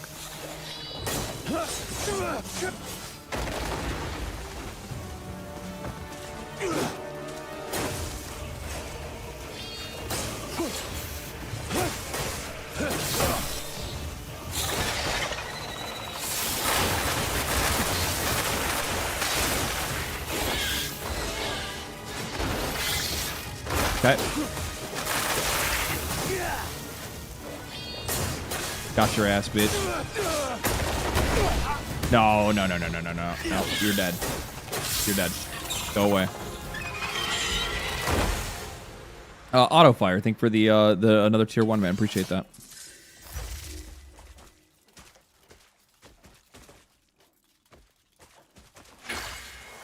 I can't skin it? I feel like I should be able to skin it and then wear like a spider head. Did I get anything from this?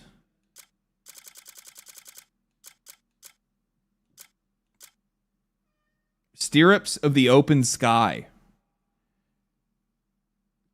Climb speed 2% and... Oh, no. It just is increased grip. Queen's Fang, Abyssal Gear. Grants a variety of effects embedded... Queen's Fang sprays spider venom, dealing damage to enemies on hit. Okay. Sure. Sounds good.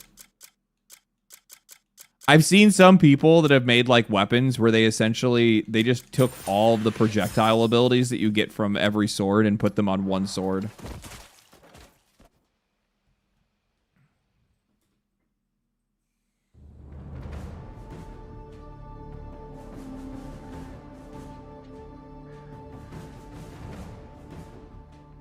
Those boots better let you walk the walls. This is D&D, my guy.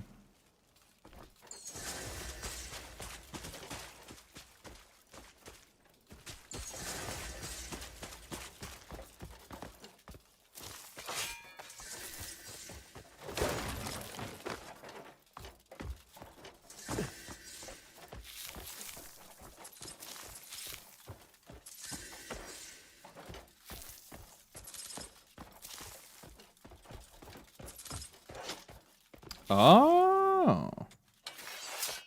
One of these guys. Cat. You're fucking with my controls. Stop it. Let's see here. How do we do this? I don't understand this. I've tried to do one of these. I don't get it. Like, I guess you're supposed to mess with the tension of the springs and lower and up the tension, like depending on what it needs to do. And it's such a weird puzzle. So like apparently like all of these are too tight. So I need to drop them down all the way.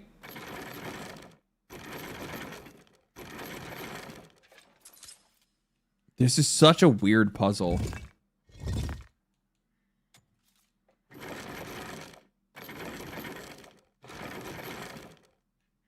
Modified? No, it is not modified.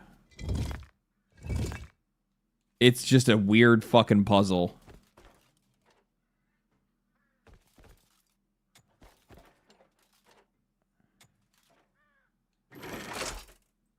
Okay, see, that's all the way down.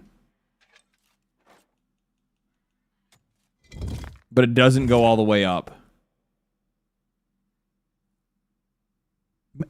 Cat. Just sit in my lap, dude. Jesus. He's like fucking pacing.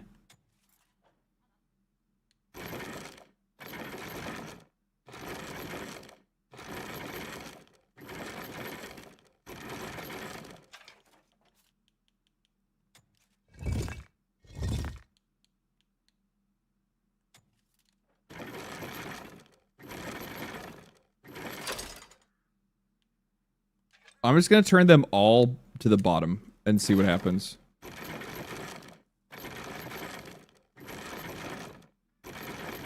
The top part needs to be the picture.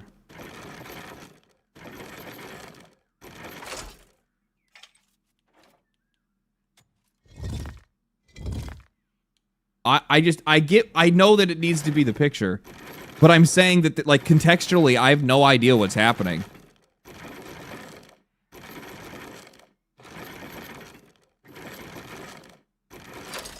I'm spinning a dial and pressing a button, and it's not really telling me what these things are doing.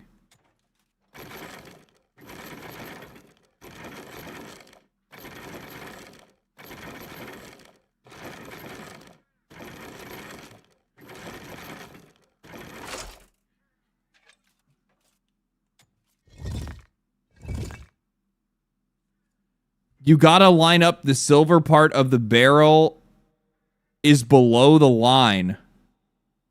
Kind of like how a tumbler key works. I'm fucking done. I don't get this puzzle. It doesn't make any fucking sense to me. You have to understand, like, from my perspective, I'm just randomly turning these dials, and I have no idea what those dials do. You gotta line them up. What the fuck does that mean? Like, I understand that you guys think that I understand that the pistons have to line up in a certain way. there's nothing contextually telling me how that happens with the dials. Especially when the dials can do like full turns and half turns. It's a fucking garbage puzzle. It is so fucking trash. I'm sorry. Like, unforgivable garbage puzzle. Like, at least the other ones, like picture puzzles and stuff, that stuff makes sense. It's the only thing in this game, it's the only puzzle that I've come across that I haven't been able to figure out. Spinning the child, do you guys listen to what I'm saying? I understand that spinning the dial changes how much pressure there is. Either it's going to kick it up higher or lower, but there's nothing contextually telling me that. I have to change it and then hit it. But if I also change another dial, then that might also change the tensile strength of that other one, I think. I have no idea. And then visually on the puzzle itself, you can't even see, like, I can't even see what, like, there's nothing here, there's nothing telling me here visually where these need to line up. Do they all need to go to the top?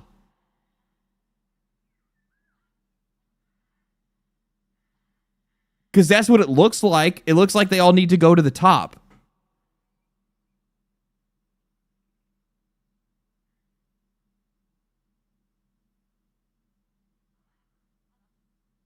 Line up the wooden part.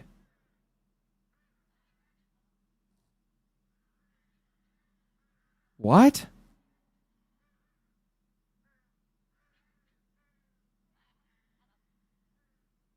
There is a line across each tumbler. Are you talking about the one on the top or the bottom?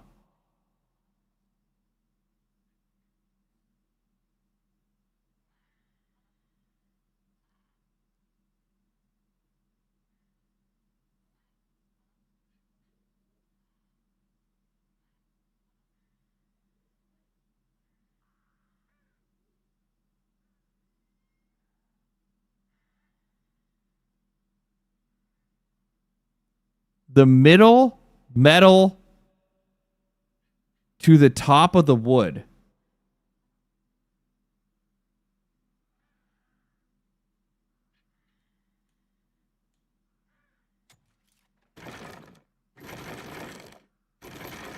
This is my problem. This is giving me no vision. Like, what is happening? I don't know what the visual context is happening. What does up and down mean? Raise and lower. Raise and lower what? How high it's going to go? How low it's going to go? Is that what it's trying to say? Because it doesn't actually work like that. Where are these things supposed to fall? I don't get this, dude. I'm done. I'm not like, people are trying to explain it to me in chat. I don't even think that you guys even know what you're talking about. I would guarantee that everybody's telling me right now has watched a video on how to actually solve this puzzle, and because they did it once, they think they understand it.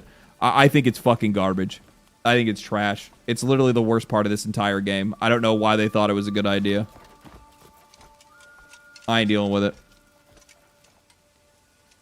I already opened it myself. I'm sure some people have. It's just a fucking garbage puzzle. There's a difference between a puzzle that has it's just not a well-designed puzzle. There's zero information on screen. Like, I get that it's supposed to line up. That part makes sense to me. But the problem is that the dial isn't showing you anything. I have to turn the dial and then move my hand all the way across the screen and press the button, and then move my hand all the way back, and then you just literally have to keep sitting there fucking testing to see whether or not it's actually going to line up. It's so tedious and absolutely fucking garbage. That's another one of those. That's another job I'm going to call for. Fire that guy. What's this?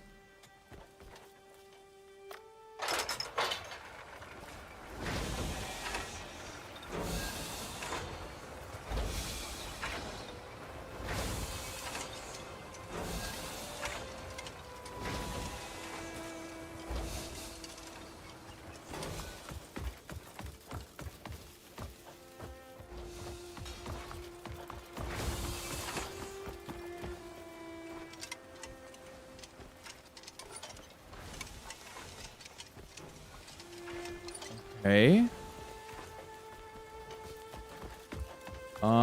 This one looks like...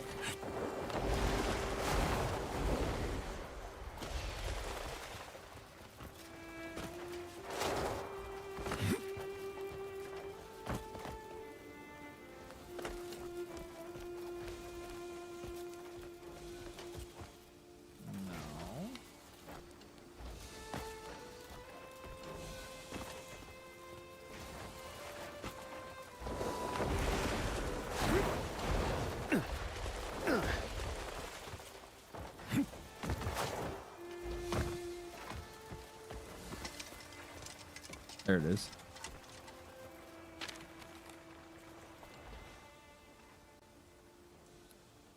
Four, press the power button to activate the device. Only authorized supervisors are allowed to handle this. If the mixture becomes cloudy during blending, cease operations, immediately discard the batch, and investigate the cause.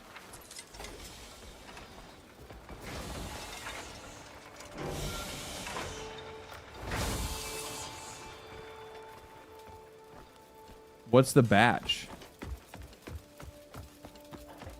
Is this the batch? Is there a way to empty it?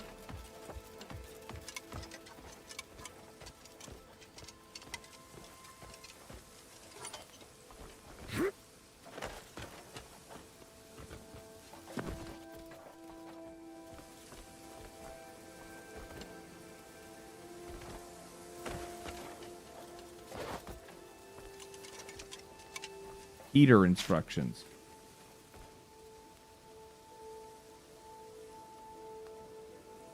Operating the lever slowly opens the storage compartment. Confirm a fuel tank is properly installed before pulling on the handle. The heating indicator will turn red when the device reaches its operating temperature. Okay, so now I need to find a heating thing.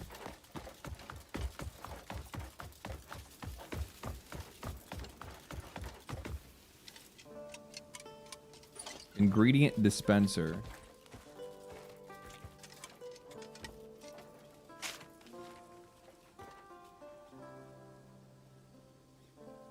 Okay. Turn the handle to extend the rod. Ensure the rod remains in its original position while the machine is in operation. Materials are fed from upper storage, so replenish them when they run low. Okay.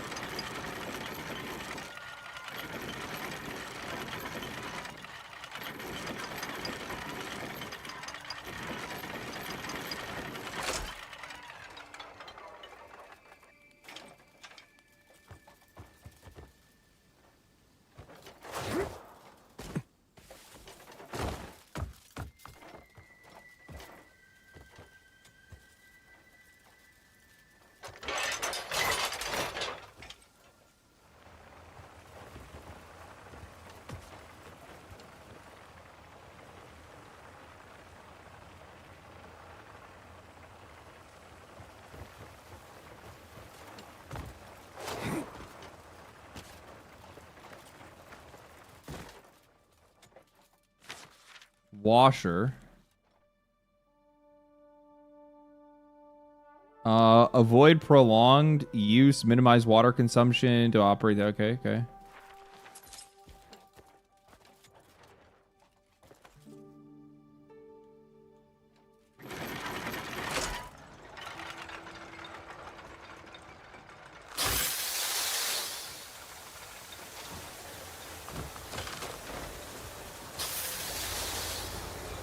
Okay.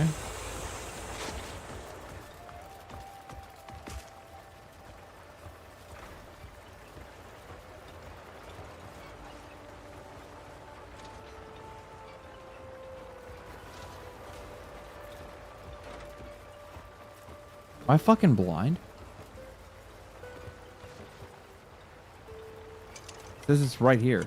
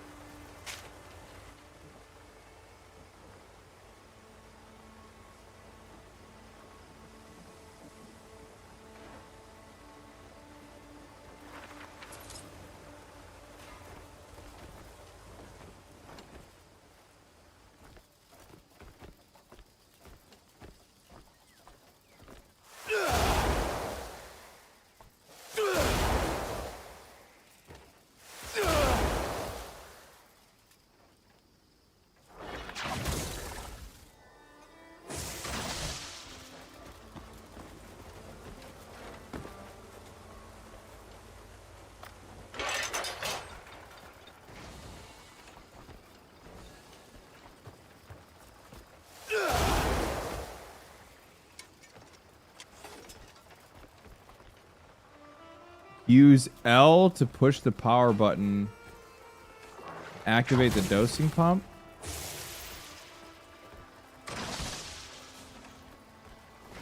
So this one was 5. This one was 6.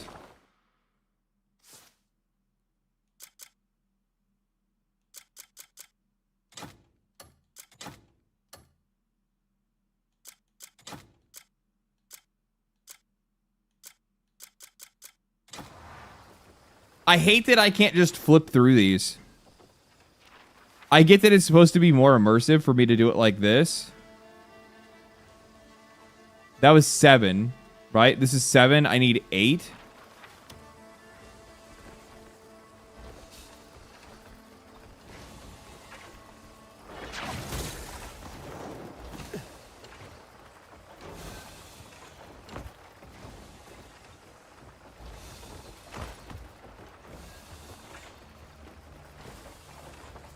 What the fuck is going on?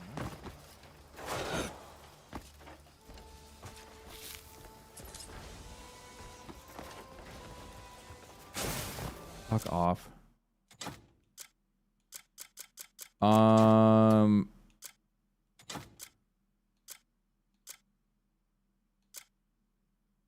Washer. Grinder. Lift and assist? No, that's the that was the button that we had pressed.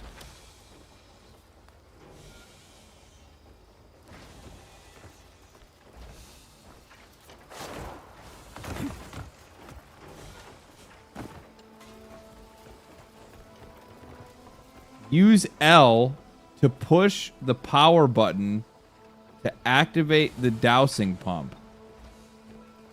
Oh, I need to push it? Oh, okay. I'm so stupid.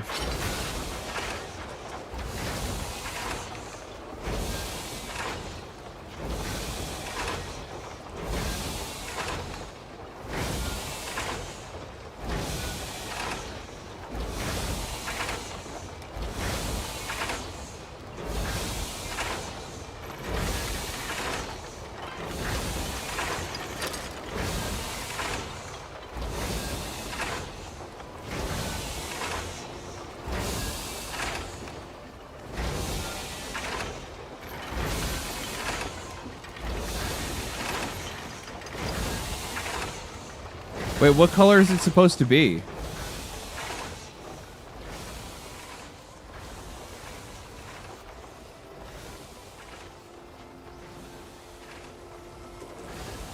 I don't know what color it's supposed to be. The compounder is the note that I need to read. Dowsing pump, heater instructions, ingredient dispenser, washer, grinder, lift. I would say the grinder, I guess. Check the water supply before operation to adjust for... No, that's not it either. Why are they not numbered? Why are the notes not numbered? Yellow second wheel. And the red is already in the right spot. So it was supposed to be purple.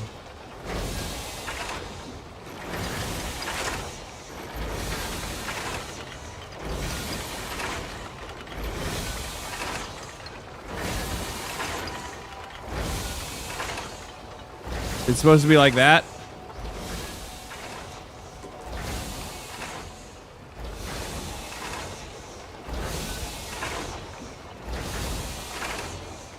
I can't tell like what, like the problem is I can't tell what note is what to, cause it's supposed to give you the instructions.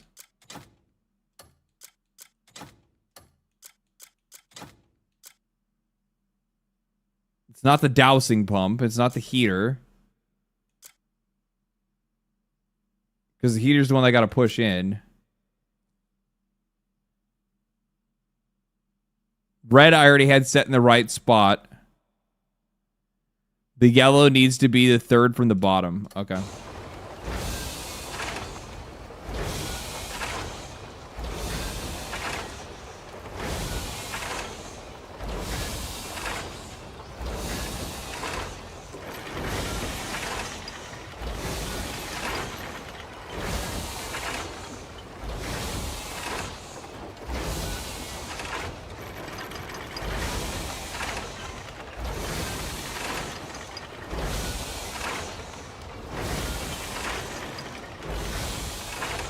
Like that.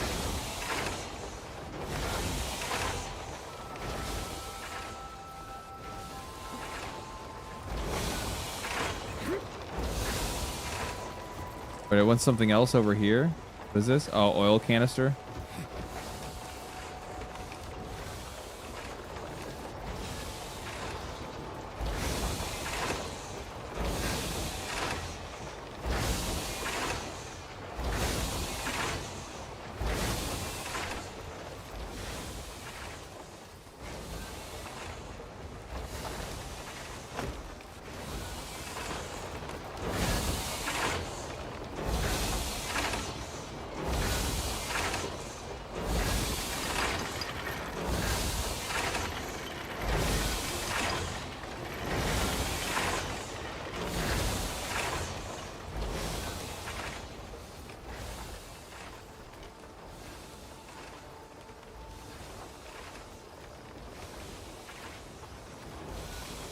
Something's not right. Activating the heater. Aim. What? Aim at the heater's barrel with LB and place the oil barrel in it. And then, oh, force palm.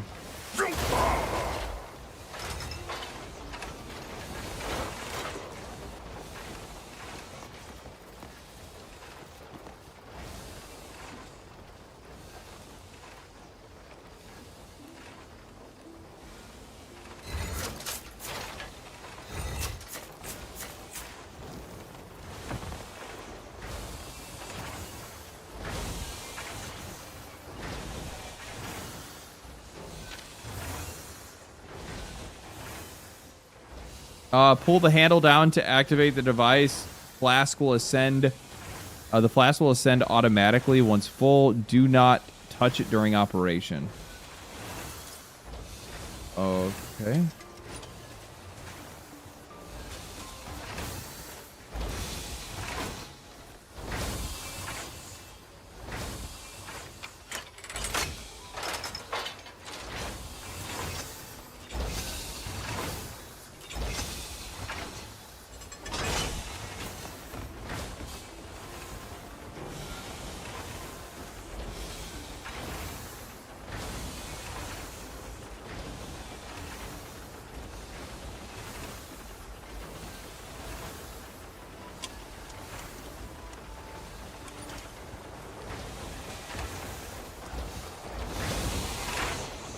Is the mixture not right?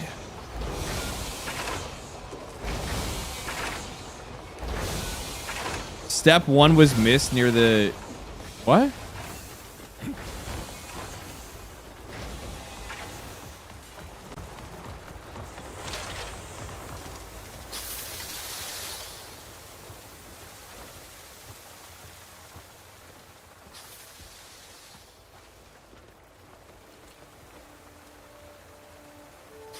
Aim at the foot switch and kick it with LB.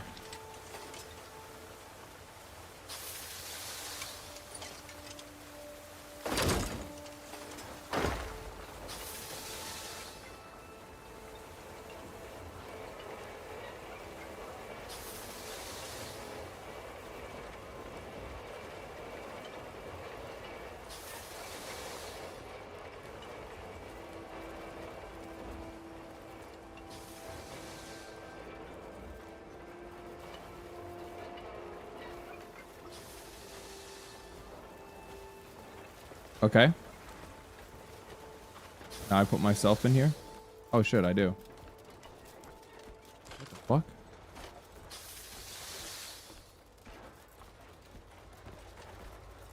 Oh.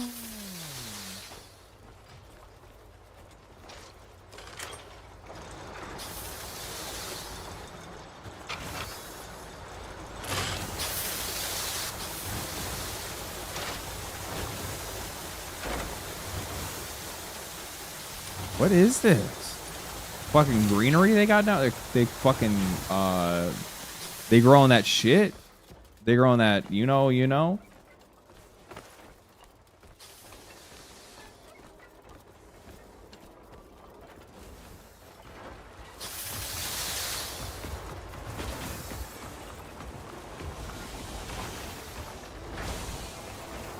Okay, so the mixture has to be wrong. There's stuff down there. Oh, it's lettuce? Oh, okay.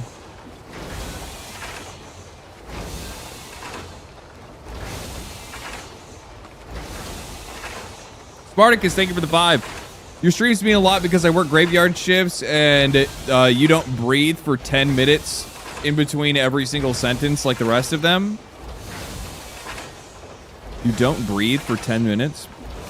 Oh, like breathe directly into the fucking... Yellow, one more. Yellow, one more up.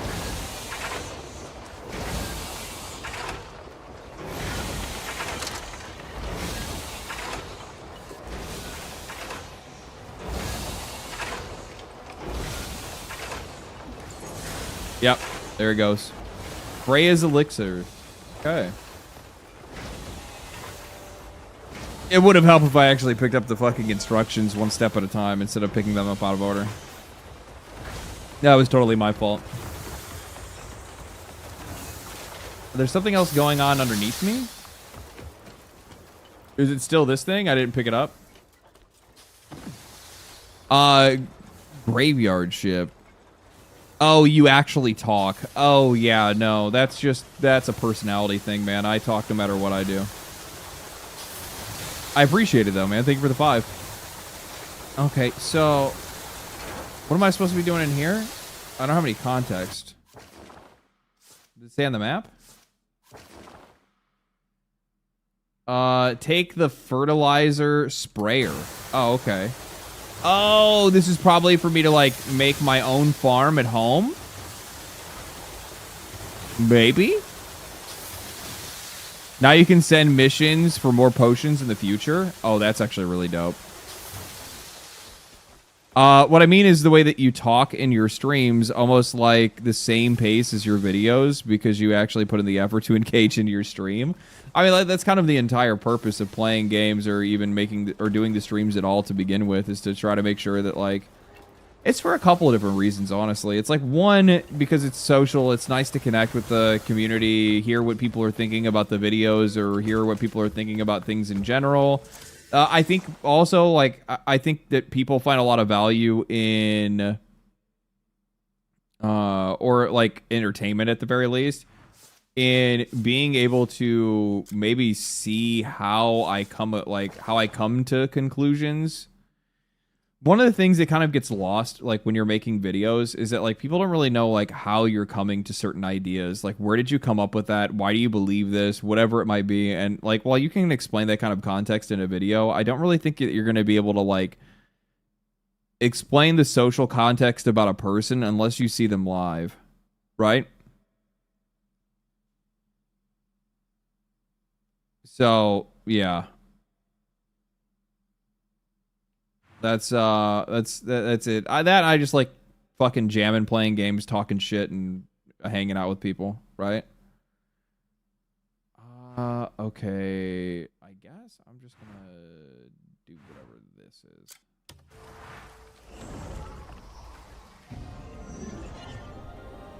Dude, maintenance on a data center roof and I listen to your stream helps keeps me sane. That's good, man.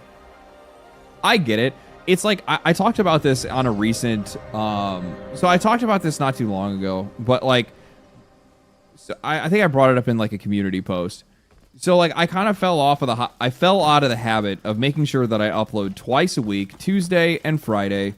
Don't miss it. Unless, like, obviously there's something going down, or, like, you know, there's something going on in life, or let's say it's more like, I don't know, there's just nothing to talk about, and I'm not going to force myself to talk about something that doesn't exist, which is usually something I used to supplement with more original essays, which I kind of gotten away from doing, where I followed more of the news rather than, like, original ideas, like, oh, hey, here's this thing that I just thought about from, like, back in the day, or this is something that I really like about games, and now I want to, like, explore that idea or whatever it is. I used to supplement those days of, like, there's no news. Well, I'm going to talk about this original thing.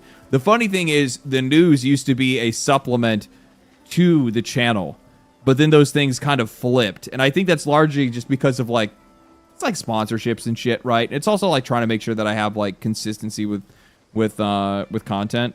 But one of the reasons why like I try to hold myself like relatively responsible when it comes to like posting regularly and streaming regularly and maintaining that schedule is honestly, it's largely just because that's what used to be able to get me through the day when I had to work, right? Like the old job that I had, we worked 4/12s or 4/10s, right?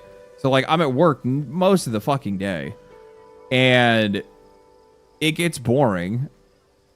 And when you get to like listen to, I don't know, other people talk about certain things, it kind of distracts you from the fact that you're sitting at work, you're fucking wasting your life away. Sometimes it feels like. So yeah. I found a lot of value in it. I really appreciated it when I was working, and if I can be that guy and provide that to other people, then that's important to me, and I want to make sure that I stay true to that. At the trading post in the outskirts of Hernand, your job will be delivered to you. Will be to deliver news to the main guild headquarters. No heavy lifting required. It'd be better if you joined talking about the merchants. Okay. Is there more here? There is. Simple poster. Simple poster. Proxies poster. Is that what it is? Looking for a strong, trustworthy person. There's an item that needs to be delivered safely. Okay.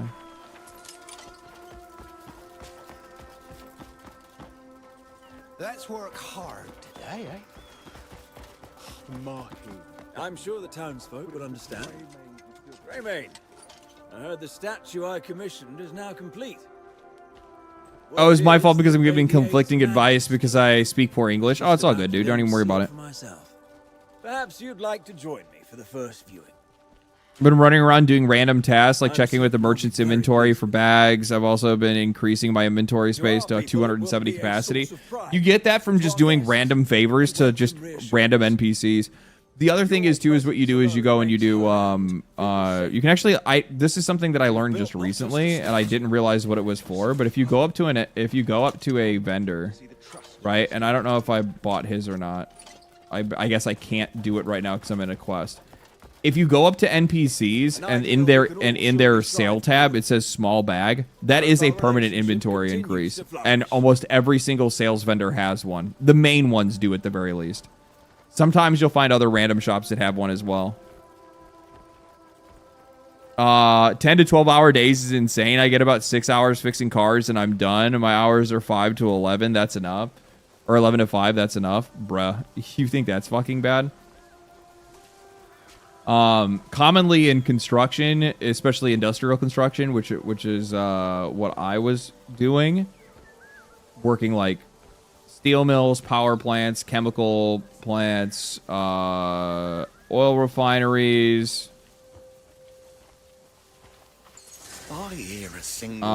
gypsum plant I worked at, drywall plants, glass maker place. I don't know what the fuck else they did there. They're doing all kinds of crazy shit. But essentially like those places that do like a lot of like high yield, like big business, like big industrial work. Those places cannot shut down. They can, but they can't do it for very long. It's a very, very short, limited amount of time that they have. They're like, okay, we'll do it for like a little bit, but we can't do it for very long. So usually those projects, what ends up happening is, they will have a set time frame of like, we can do this. Oh, fuck. I think if I buy the writ of passage from the church, I can just go in and catch that guy and not even have to worry about any of the bullshit. So those places can't shut down for very long because for every minute that they're shut down and they're not making a product, it's costing them money and they're spending money, right? So like like we're talking insane amounts of money, like millions of dollars that are not like, because they're simply just not making product that they can sell.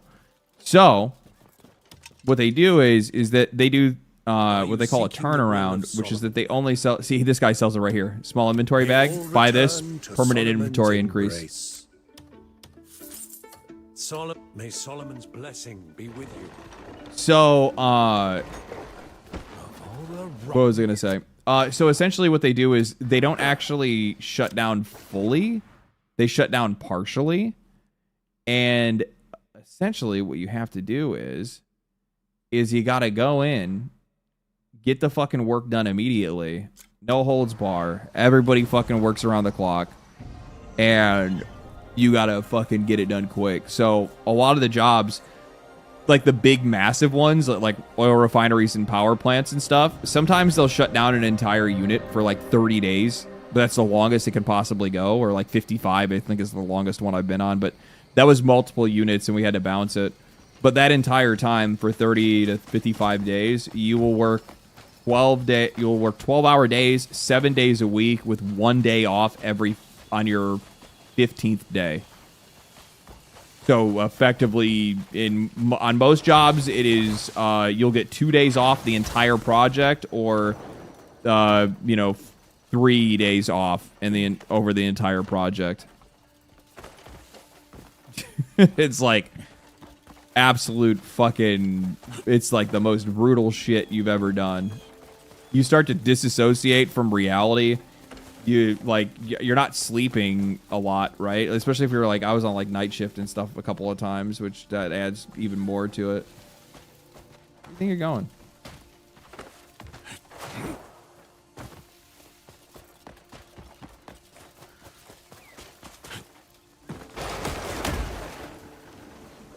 Finally caught you.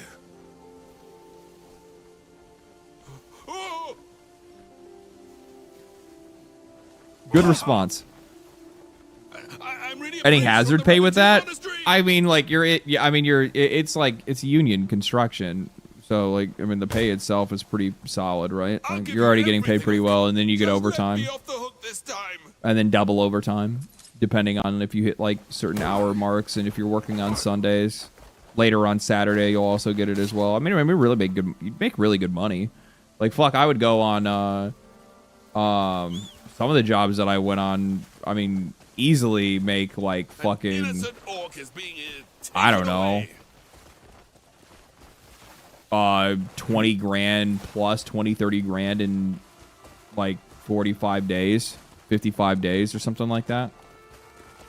Depending on the job and the pay that's available. But yeah, normally you'd make some absolutely fucking wild dough in a very short amount of time.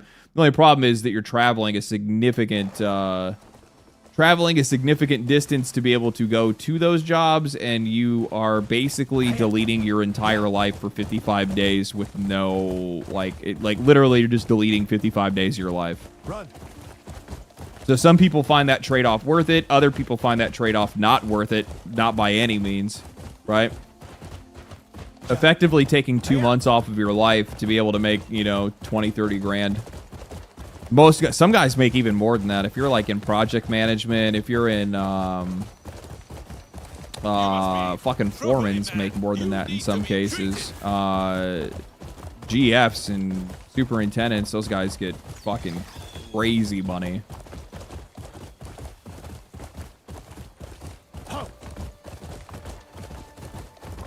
Suffering from serious delusions. Hello from France, dude. Good morning. Hiya.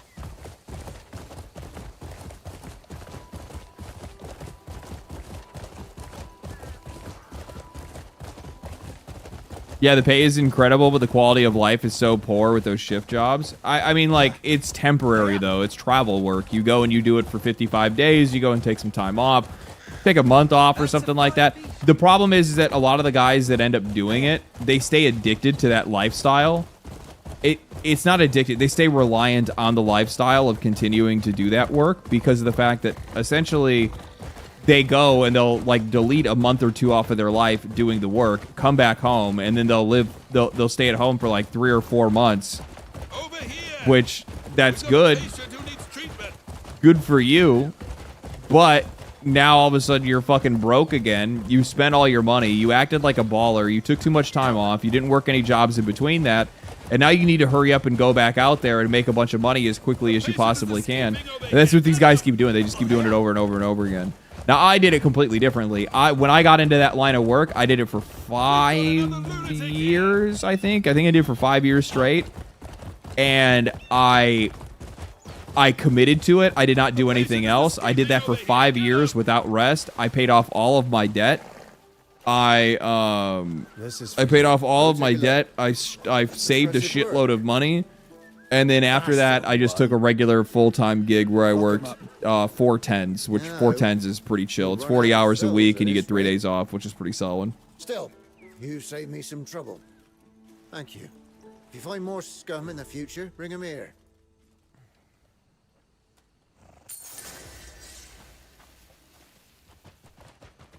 Seems like average man's job. I mean, I don't think it's average. I mean, yeah, no, it is. I mean, it's pretty fucking blue collar as it gets, but yeah. I work 12s as a cop, but frequently 12-hour shifts turn into 15 depending on what happens by the end of shift. Same thing happens in construction as well. There's plenty of times where I had to work like 16s and 18s. Not for the same reasons that you do, though. Not for the same reasons that you do. That's for fuck sure. I would never want to have to do a cop's job. Fucking, you know, thank you for your service, man.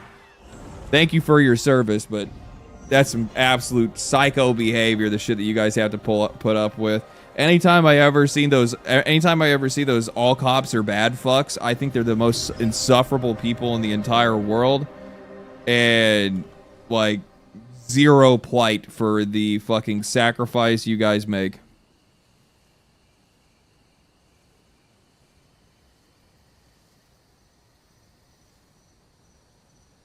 The shit you guys go through just for the rest of us to be able to live a normal life and not have to deal with the horrors of the night.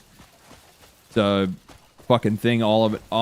It's something all into itself. It's absolutely crazy to me.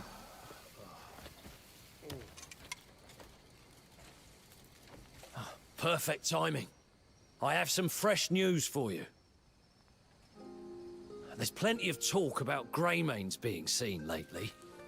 They have no idea what cops deal with on a daily basis. Go watch something like one of them Explore with Us body cams or Midwest Safety, you know, the police channels and body cam footage and stuff like that. You see what these dudes like walk up on all the time. I'm sure you've and it's just out who it is.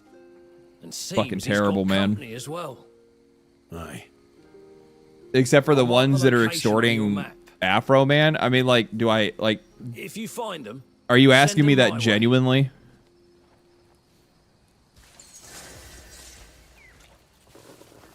Why didn't he ask Gunter?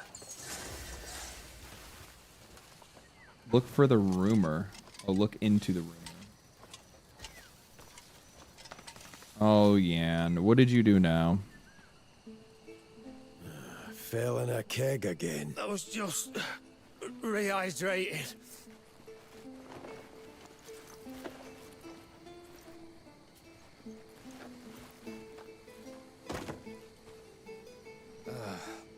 I best stay clear of Marius for a bit. Why? Might have told the innkeeper that he was covering us.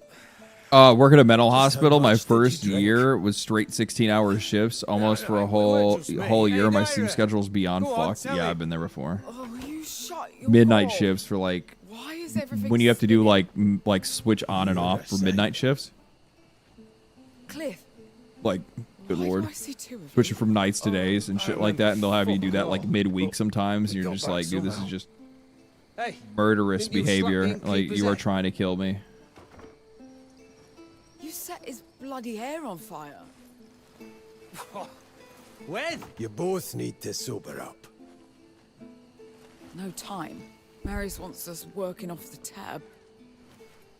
By chopping fucking wood. Good luck with that. Hey, aren't we a team? You're not just walking away. Yeah. Where's all that weird family shite now? Yeah. See? Even she agrees. We expected better. Truly shameful, Cliff. Fine, let's go. Knew you'd come round. Cliff, you're with me. Naira, sort your own shit out. Oh, it smelled you two from miles off. Oh, great timing. Come with me. Hang on. Oh, bloody hell, Naira! That's fucking vile! You're a mess! Sorry. Get in there and sober up. Looks like it's our chance to piss off. Let's go. You'll need this.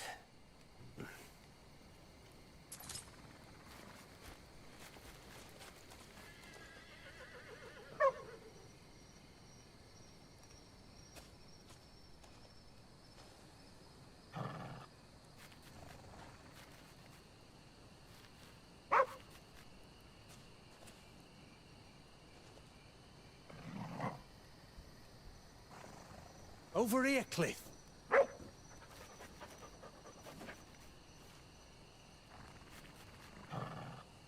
Over here, Cliff. Bro. No. Over here, Cliff.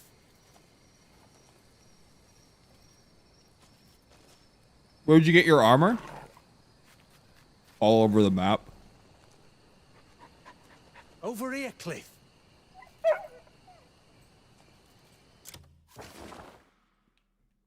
One of them I had to go like way up to the middle of fuck off nowhere to get. It's crazy that like it's crazy that I have like over 60 hours in and I've probably discovered maybe 25% of the map.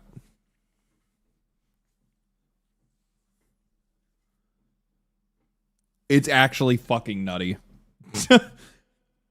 It's actually nutty, like how much more game there is to play.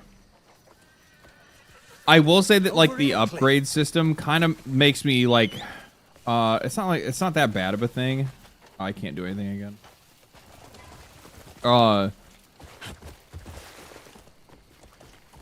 It makes it feel like there's a bit more of a ceiling on things than there is. I haven't really done a lot of the gearing though, like the like socketing and shit. Last time I asked to borrow his axe, he nearly tore my head off. Be nice if we could refund crafting materials. Yeah, well. What was I supposed to do? Yeah. We were all No. freezing our bollocks off out there. Use your daggers, he told me. Cheeky cunt. How the fuck's anyone meant to chop wood with a dagger? If cutting a tree ruins his axe, what fucking good is it anyway? I love Yan. I think Yan is fucking great. Fucking men. While everyone watches, just drinking their asses off. You lot were betting on it too, weren't you? Hey, who'd you put your coin on? I don't recall. You bet on Unker, didn't you? I knew it. How? Who won then? Me, obviously. Always bloody do. Didn't you drop first? Fine, fine. It was a tie. Big shaggy bastard anyway. No bulk and no brains. Run! I need to do some upgrading after this. I need to upgrade the boots. I probably should upgrade my gear pretty much across the board. We don't have all day. The problem is so for weapons, I don't know. I haven't found bloodstone yet. That probably has to be in some other area. I've gotten a little bit of bloodstone that I've used for like a single upgrade, but not enough for the rest. Piss. Must have swapped packs with Naira somehow. She'll be the fucking death of me. Go on ahead. And you? No, I've got to head back to camp. Can't do shit without an axe. No vertical dungeons in Crimson Desert? Jan. It's not the same kind of game as Elden Ring. They have their own thing that they do. It's like all the world puzzles and stuff like that.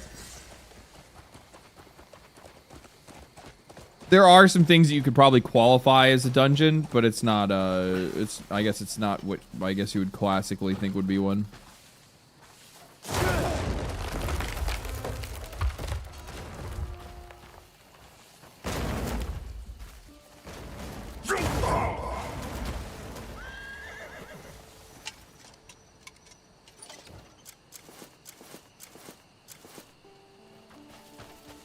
Alright.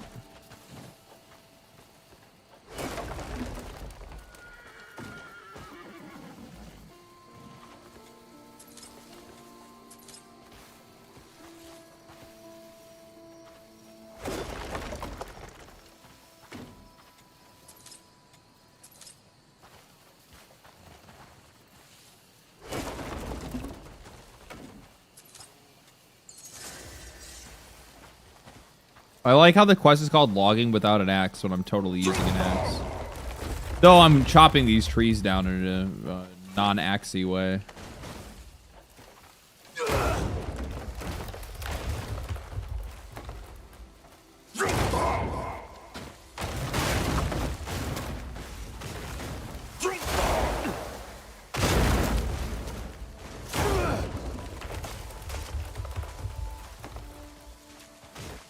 Bloodstone is close to the main town. Or in the starting town, I should say. Really? I've never seen it. I should probably just check more of the rock faces, like more of the cliff sides and whatnot, and see if I can find it that way. I found plenty of iron and copper. I found garnet. I found silver. I found like some really good mining spots, but like even in the spots where I'm like, okay, there's gotta be like whatever material in this area. Nope, nothing.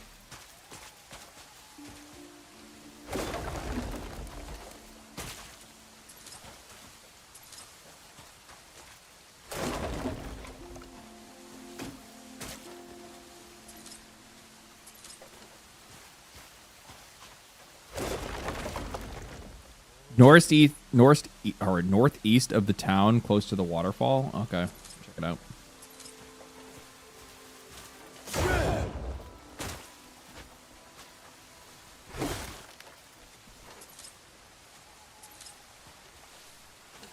I know the quest is complete, but I need to farm timber anyway. I need to upgrade my shield.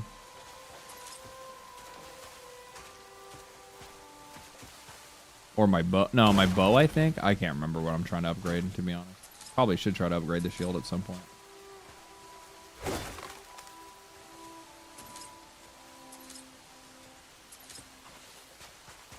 Almost done.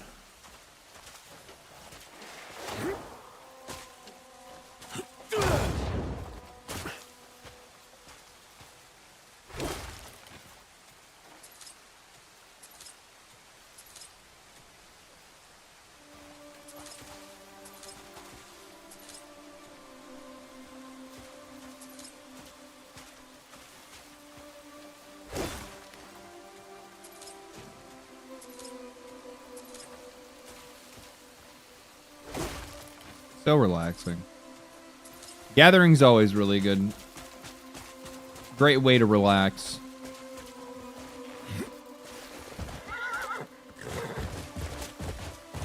My horse has to be getting close to leveling up again. Hey, you guys are way too close to my camp. I don't know what the fuck you think you're doing here. My duty is your death.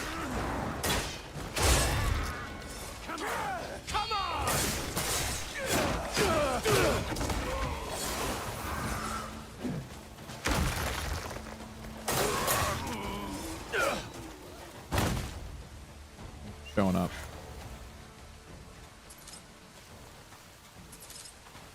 Your shit. That's the other thing too that kind of sucks is that like a lot of the gear and or a lot of the items that drop from enemies is kind of just like useless just to go sell it at the merchant kind of shit, right?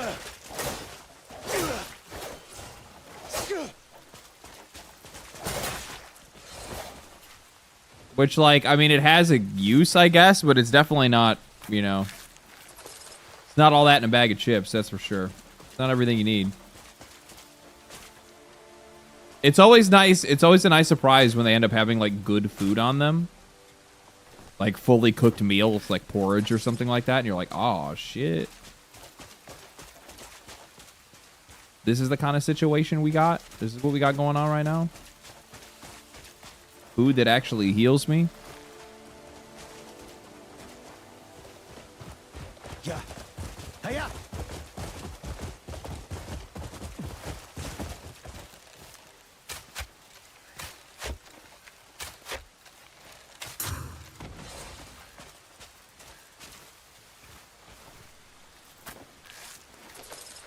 Whoever designed the armors did a really good job. I would imagine they probably did because, I mean, fuck, look at the other game that they have, right? Look at, whatchamacallit, fucking Black Desert Online, right? The only thing that I'm surprised by is that there's not a lot of strippers in this game.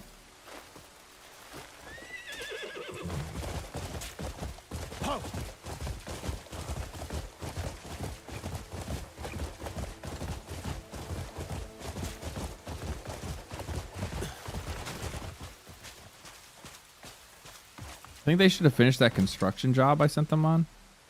What sort of warrior are you looking for? Yes, they did. We'll send you guys on another one. We'll have you guys fix up the slave camp. So we can have slaves. Based. Oh, I need 8 people for this?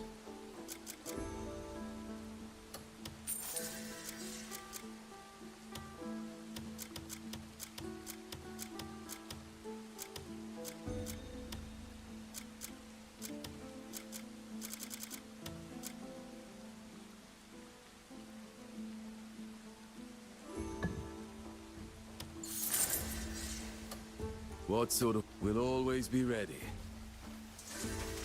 Strippers will be in Crimson Desert too. Cliff, have you seen Yan anywhere? Didn't he return to camp? No. I sent him out to chop wood. He ought to be back by now, but there's no sign of him. He turned back halfway out. Likely ran off. I should have kept a closer eye on him.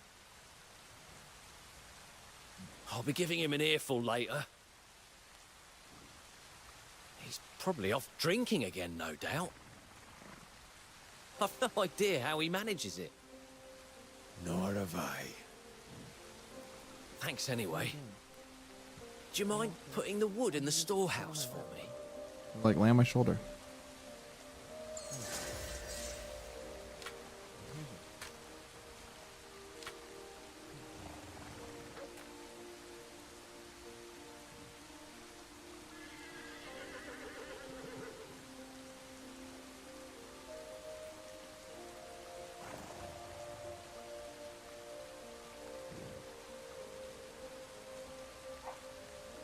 Attention starved.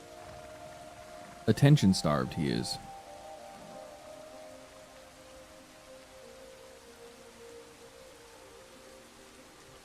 Give it time, there'll be free DLC. Oh, I guarantee it. They've already...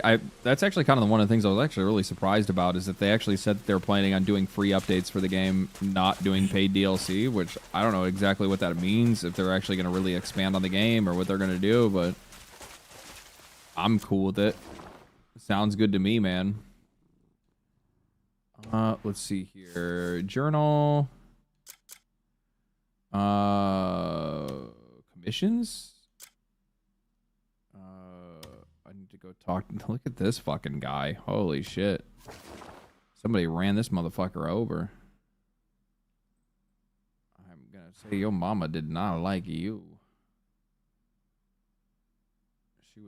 You are not her finest work. Well, I guess I'll go this way.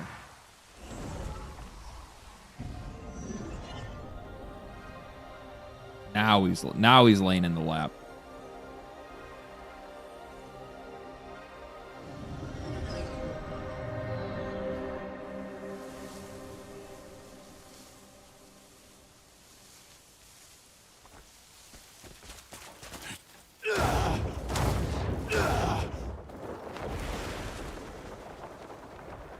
I really need to upgrade my... Part of me just wants to just work on maxing out my stamina. It's getting to that point now where it's like, do I really need more spirit? What am I using spirit for? I'm not really using spirit for a whole lot of shit.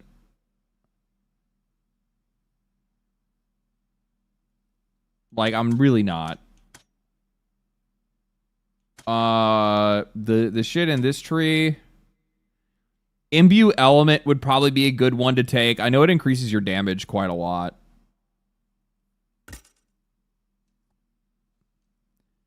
But it looks like I already have to have acquisition requirements. It looks like I actually have to get something.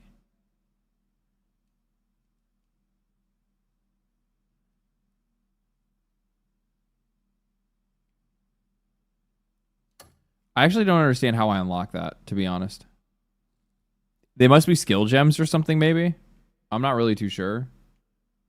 But I think I'm just going to save up and just keep dumping it as stamina for a while. Unless there's some shit in here, more shit in here that I want. You know what? Sure, we'll max out armed combat. We use RB quite a lot.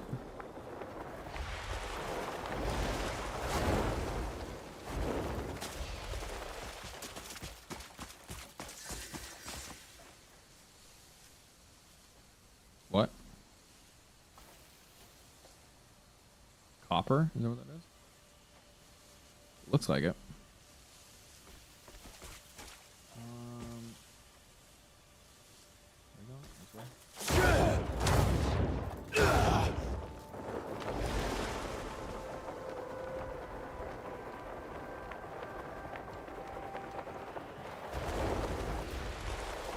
I do think that they could lighten up on the whole like flying shit and like let me fly around a little bit longer than what they let me.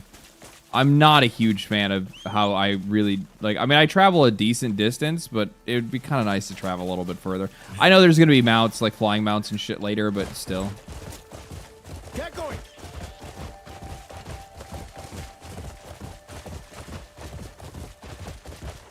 I also love how like we just had it rain, right? And like now the ground is wet, even on this complete opposite side of the map that I was on before. How like even like the trees and the leaves all are like wettened. No escape for you.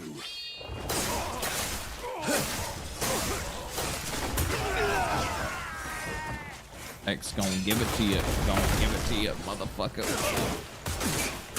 Oh fuck you. Get this. What are you gonna do? What are you gonna do? How about this? Up and around. Bam!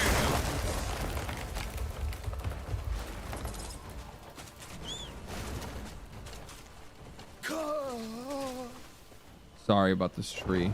Let me just pick this up like a real man.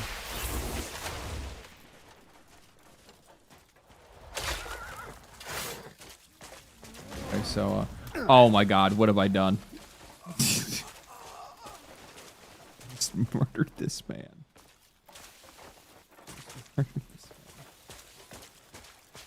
Too bad. Shouldn't have been standing there.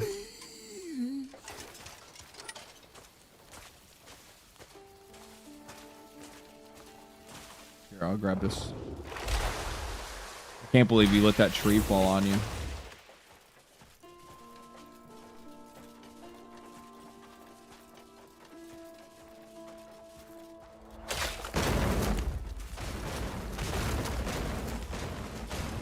I like how I almost hit them again.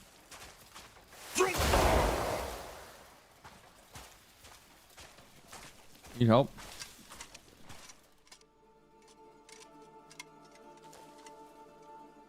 Yeah, you'll be all right. What's in the tent? Swords box? Swords box? Chesticles? They copied Batman Arkham Gliding, but didn't copy that it was unlimited and without stamina. Yeah.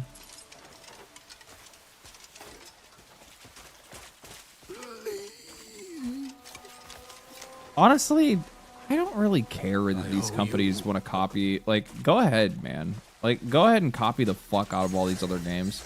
Especially when it's games that, like, we rarely ever actually get to see, like, any new content from, or anybody else try to iterate on what they've done or whatever it might be. Like, in a lot of cases, these guys, like, these games come out and then we just never see anything from them again forever. And it's just like, that sucks. I'd like to see more from that. Like, the Arkham games are really good.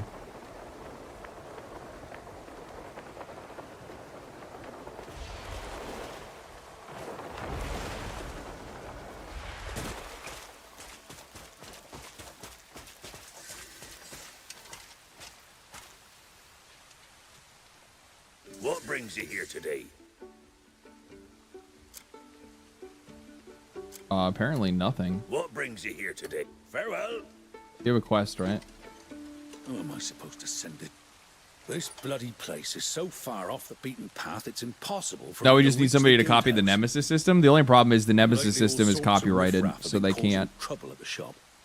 You'd have to design something similar but different at the same time. I don't even know how you'd really do that. So no one's coming through the door anymore, and I fear for my trade, and for my very life.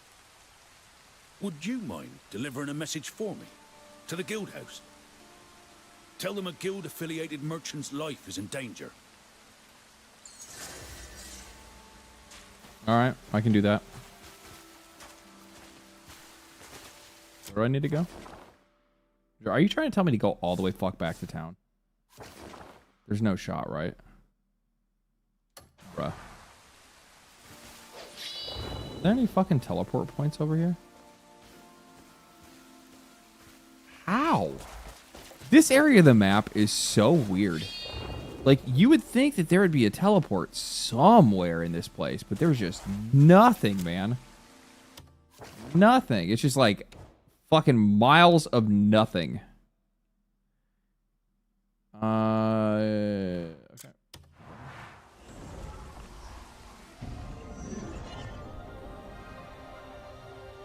It really sucks that they can patent game mechanics. It's so fucking stupid. It should never be allowed. Period. There's no excuse for it.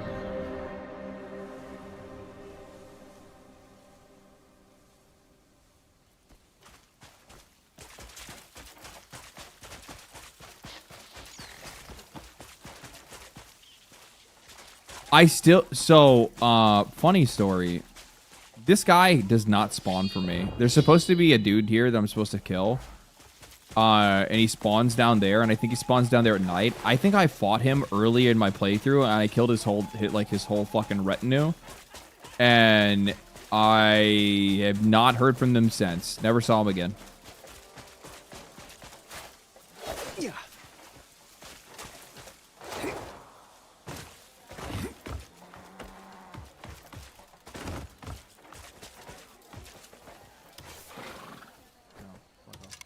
What's up, dog?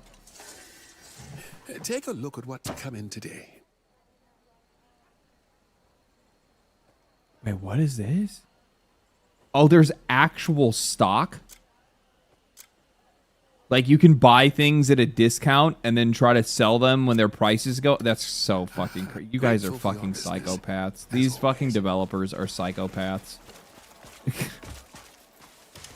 That reminds me of, what the fuck is it?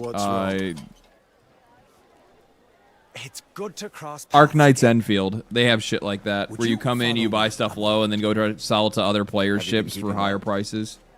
As always, I've got matters gnawing at me. I was considering asking again for your assistance. You're asking again for my assistance after I fucking got your ass crowned like fucking king of the caravan? Really? You need more from me now? Lately, bandits have been targeting our trade sites. I have reason to believe there's a traitor within the guild. Another follower of the Horn Splitter, no doubt. But I'd imagine they'll try to cover their track. Once they suspect they're a suspect. If you're willing, would you be able to handle the interrogation? Your interrogations will draw everyone's eyes, while I investigate the bandits.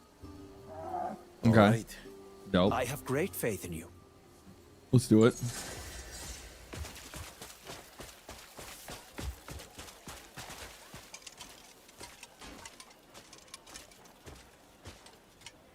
Chakatu soldier. Got that bad outside the city. The guild must always protect its members. We'll come up with a plan and take action right away. No need to inform Shirk. Dude, I look so fucking baller. Directly. Thank you for bringing me this news. The guild is in your debt.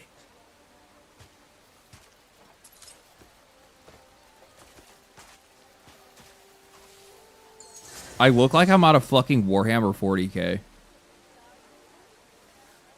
Do we know each other? No, but I know your wife.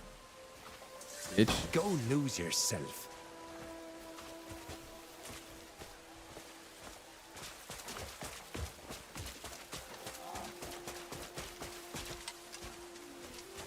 Be well then. Are you the trade manager, Nogle? You look like some Adeptus. I know. You fucking look sick. And who might you be? I'm looking into the attack on the Merchant Guild. Ah, you are. Lately, every single deal we make ends with the bandits swooping in. The losses come out of my own purse, and it's driving me under. All our trade routes are kept strictly confidential. Especially because the strips of paper that are coming off of me, or the strips of like ribbon that are coming down, are actually scripture. So it's fucking sick. But he's an old friend. Fine day, isn't it?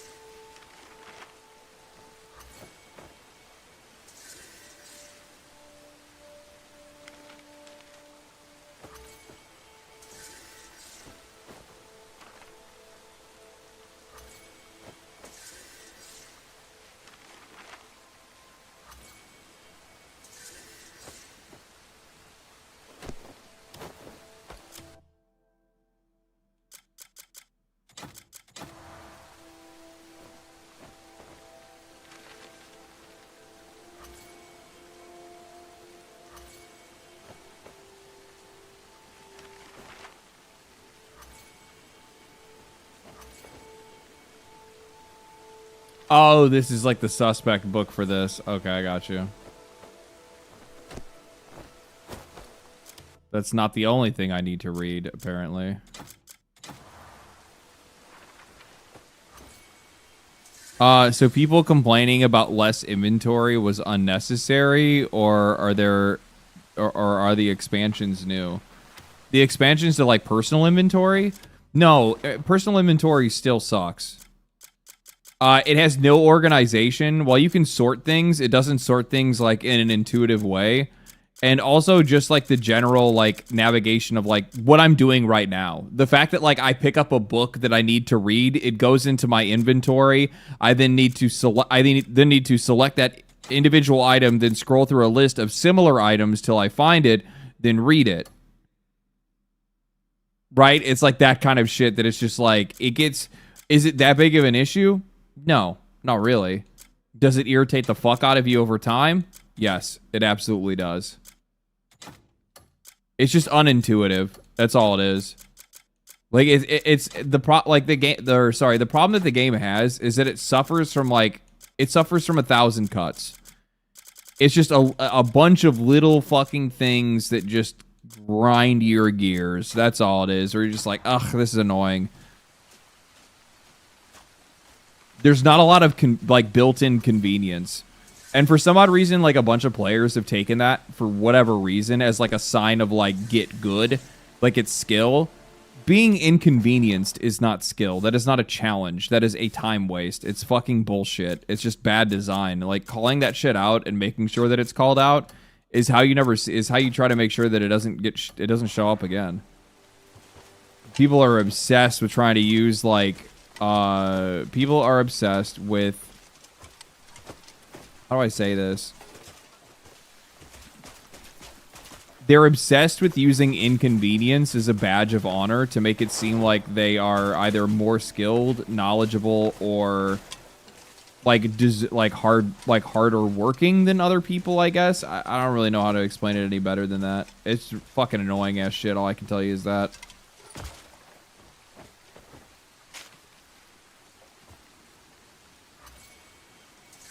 Also, key items take up space. Also true. Yes, key items in some cases will take up space. Not all the time, but some will.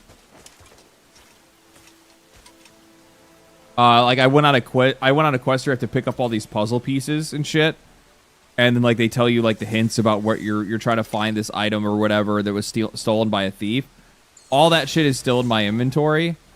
I have it in my personal storage now. You can't sell it. And I'm afraid to drop it in case it's necessary for a future quest, and then and if I got rid of it, it'll break it, right? Because like I don't trust these developers to have had the foresight to think about whether or not if I drop that key item, you know, whether I could get it back. I haven't played as hold on.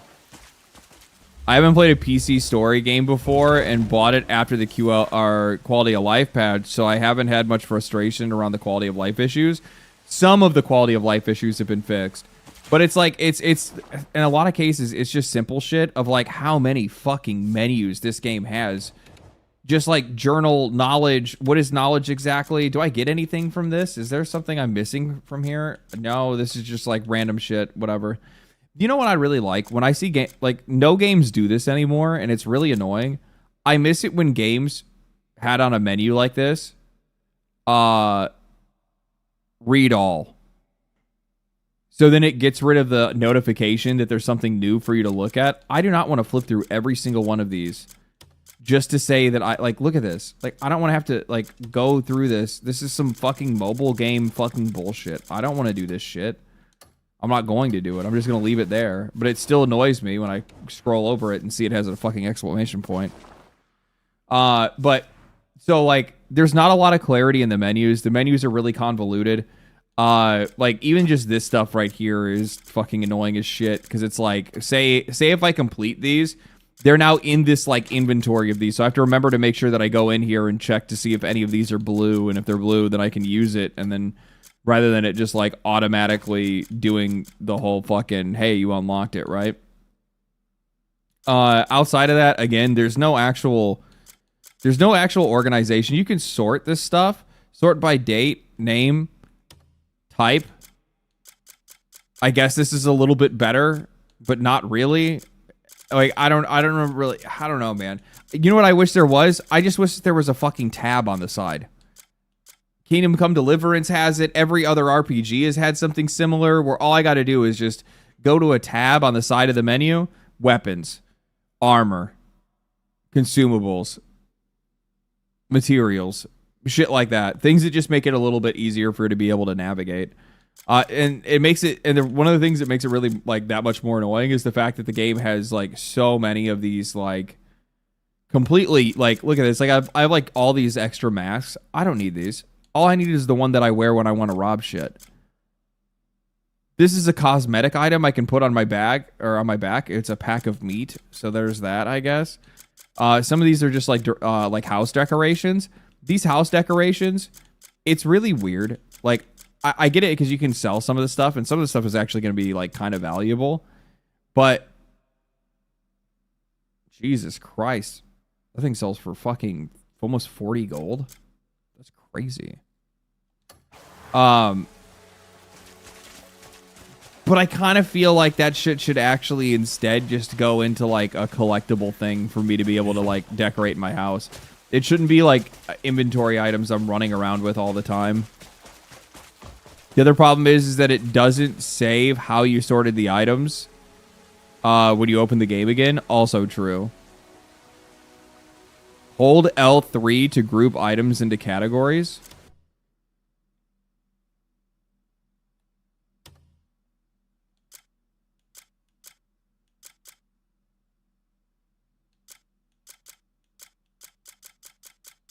That only groups some items into categories.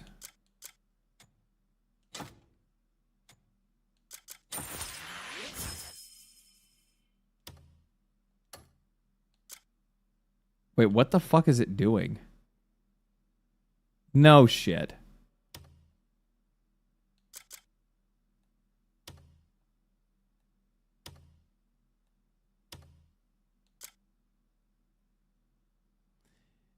This is what I'm talking about. Do you see what you just said? Keep doing it for every category. It's annoying, but it's there. This is the shit that I'm talking about. Like, yeah, you can group all the items and it could all be organized, but you need to do it yourself for each individual item. Hold L3 on every individual item category to make a category for those items. Like, what the fuck? Who thought of that? That's the thing that probably bothers me the most, is that it's not even like, oh, they just forgot a feature. No, they designed around the good feature. Like, they designed past the good feature. The good feature would be, we'll make it where all the items auto-sort, and then they just have tabs. These guys go, we're going to make it where you can make your own tabs, but you have to hold L3 to group each set of items by doing it manually. Like, what kind of fucking solution is that? They were totally right with like some of the criticisms that they had about this game. Like the developers themselves had like some pretty severe criticisms where they're like, we were plagued by toxic positivity. Nobody could ever say no to anything. Everything would go into the game even if it didn't make sense. Like I can see that. I can see the mark of that all over this game. I can see it in the good and the bad frequently all over the game where it's just like, who fucking thought this was a good idea? Like, something like that by itself is just, like, absolutely fucking infuriating. Because it's just like, I want to know who is the manager that was like, yes, this is a great way to group items. It's so dumb. The stack sizes also suck. I farmed some gold bars, and I have 25 stacks for 1k silver. That's crazy. Mouse and keyboard makes grouping better. You still have to do it individually, though. Like, I understand that it's fast. It would be faster to do it on mouse and keyboard. It's dumb as fuck that you even have to do it at all. It would have been much more simple for them as developers to have just created a system where instead it just auto sorts the items into tabs that are on the side of the menu, on the side of the inventory. Like KCD, you open up the inventory and it's just like weapons tab, fucking consumables tab, food tab, crafting materials, key items. Like, they have their own tabs, so you can just tap the tab, get what you're looking for. Mark things for junk, right? It's all the small features that we've picked up over the years of all these kind of games coming out, and like all that learned knowledge just being unlearned in this game. That's all it is.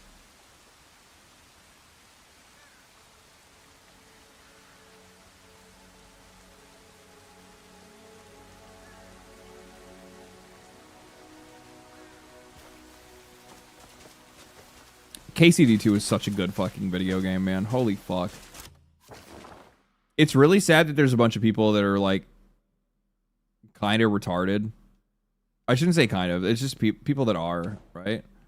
That, for whatever reason, like, got it in their head that that game was, like, fucking woke because they, like, cannot get off of fucking Twitter for 5 seconds. And didn't play that game. Which just makes no sense to me because that game was so goddamn good. It's so sad that people didn't play it.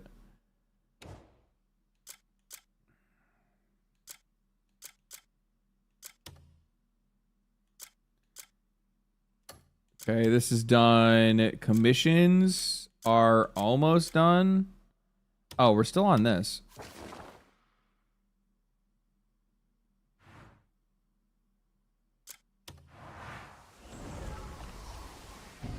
Watch a guide last night to go to sleep and was stunned that I never found it. Was this? I've been playing my first 12 hours without fast travel. Without fast travel in the main town. Fuck. You know what? Actually, that's something else that I would probably say as well. It's small irritations that like build up over time. Like the fact that I have to walk and stand on one of these and wait for it to click into the ground. I like it much better when it's just like I run past one of these and it automatically unlocks when I run past it. It's the small pleasures in life that are like the things that you're missing out on, and that it just... Yeah. You largely get used to it and then you just kind of ignore it because like whatever, I'm having a fucking great time playing the game, so I really don't care that much, but yeah. Would it feel different if all those features were in here? Yes. Yeah, it would. Yes, I definitely would feel better. It would just feel, it would be a much smoother experience. You know Simple as that. Trading. So, what can I get you? What brings you? Farewell. How did a counterfeit end up among my goods? What? Oh, listen to request. I have to make a delivery to the trading post. Love your videos on YouTube. Surprised you don't have more live viewers. Keeping me a reason to keep open your YouTube. The audience for live streams is split between YouTube and Twitch, and we're outside of my peak hours of stream. Once you start playing a video game, people kind of pile out for the most part. Usually during streams, I think I average like around like 11 or 1,200 people or something like that. If you don't mind, could you take these straight to the Or investigator? during like the beginning of stream, which is like the news segment and all that stuff. People really come for all that. They like the shit talk. Oh. Ready for bed, buddy? Is that what you're staring at me for? I can't see the mini map because the cat's standing directly in front of me. So I now have to look at the stream screen to see where I need to go.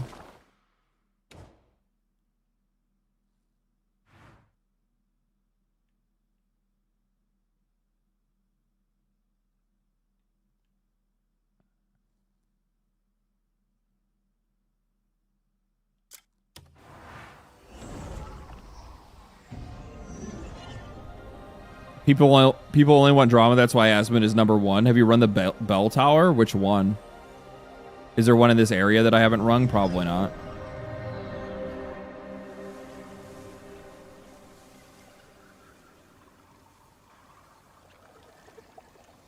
I am waiting for Witcher 4 and GTA. I mean, if you need to save your money, like, I don't know, man. I can't really make that decision or call for anybody.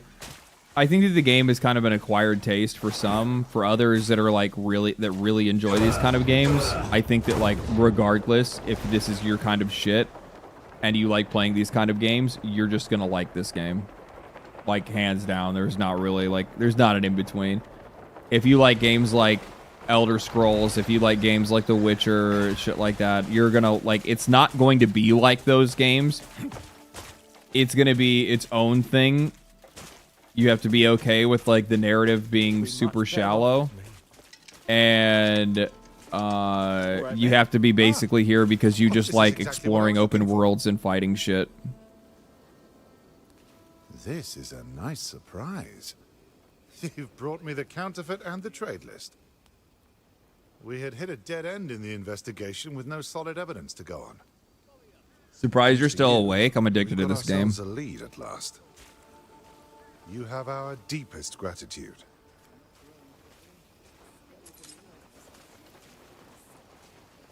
When you bring them in the city, it uncovers more of the map. Yeah, I've rung the one in like the mains. I've rung a couple of them, but I don't know if I've rung one in this area specifically.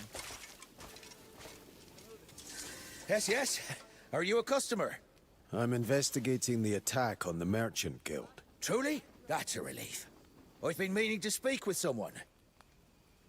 No matter how I think on it, our trade routes must be getting leaked. Otherwise, how could the bandits strike the exact time and place every run? But prying out guild trade information is no easy task. The foremost suspect in my mind is Nogel, the trade manager. Please, look into him first. I wonder if I should change the trim on that. Whatever. How are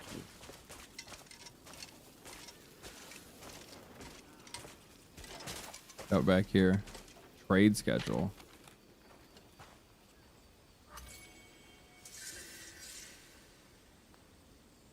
$12 bolts of silk, 5 silver coin payment. The silk will be transported by the Gold Leaf Merchant Guild. Hey.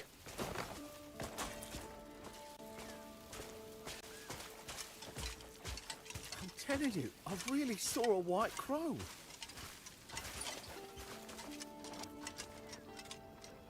I was looking up at the sky, and I swear it flapped right past me. Everyone says I must have mistaken it for another bird, but no way.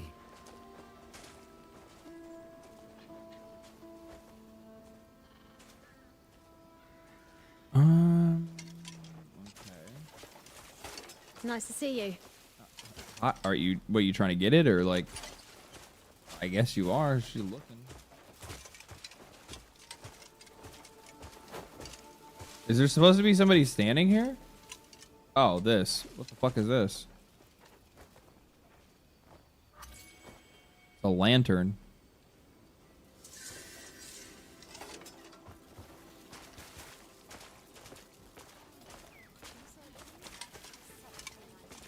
What brings you over?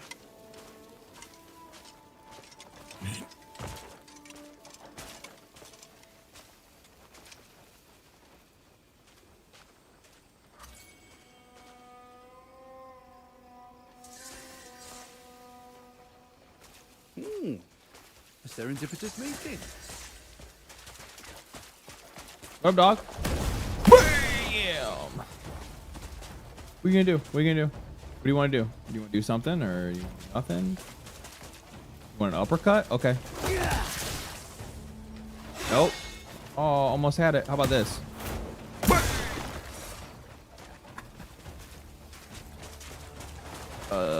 Never gets old. Never gets old. I don't know how to do the drop kick though. I need to figure that one out.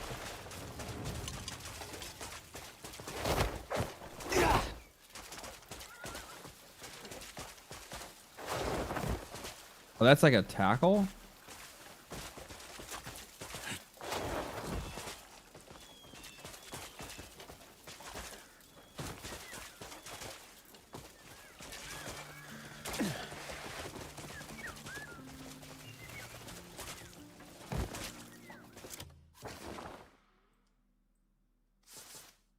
Journal.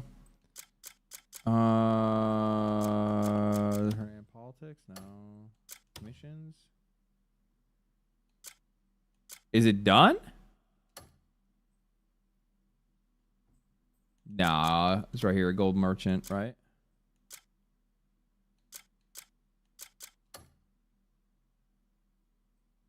I'm so confused. Where did the mission track go? I was on a mission. I searched all the clues, but then after I searched all the clues, the mission tracking stopped. This game does this to me all the fucking time. It drives me fucking crazy.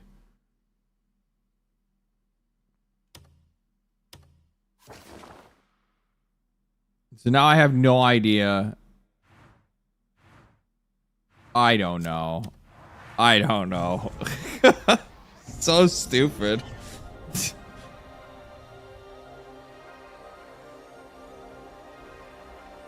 Oh.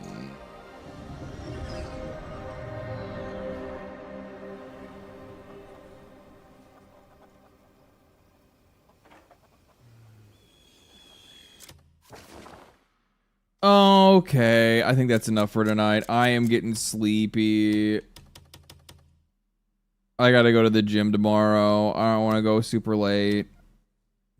I got other things I want to take care of tomorrow as well. So, ladies and gentlemen, boys and girls, thank you guys for showing up. Thank you guys for hanging out. Thank you guys for all the super chats. Thank you guys for all the donations. Thank you guys for all the gifted subs and shit today. You guys are crazy generous, which is nutty. We had a shitload of gifted subs today, which is crazy. I appreciate it all, man. Thank you guys for all the support and the kind words and the fucking sticking around. That's really the best part. Thank you guys for watching the videos more than anything else. Twitch guys, I'll send you guys over to I'll send you guys over to Rich for the night, and then I will see you guys later. I'll probably, I don't know, man. I might end up hopping on Sunday if I have a little bit of time. I gotta try to make sure I gotta get a video out on Tuesday, so I probably want to do a little bit of prelim work, but we'll see. Anyway, I'll catch you guys next week. Stay cool, stay righteous, stay safe. Have a safe weekend. Have a safe evening. Have a safe morning. Peace.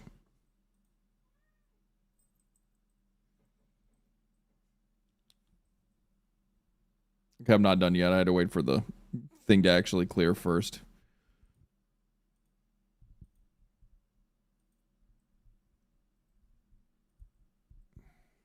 Have I gifted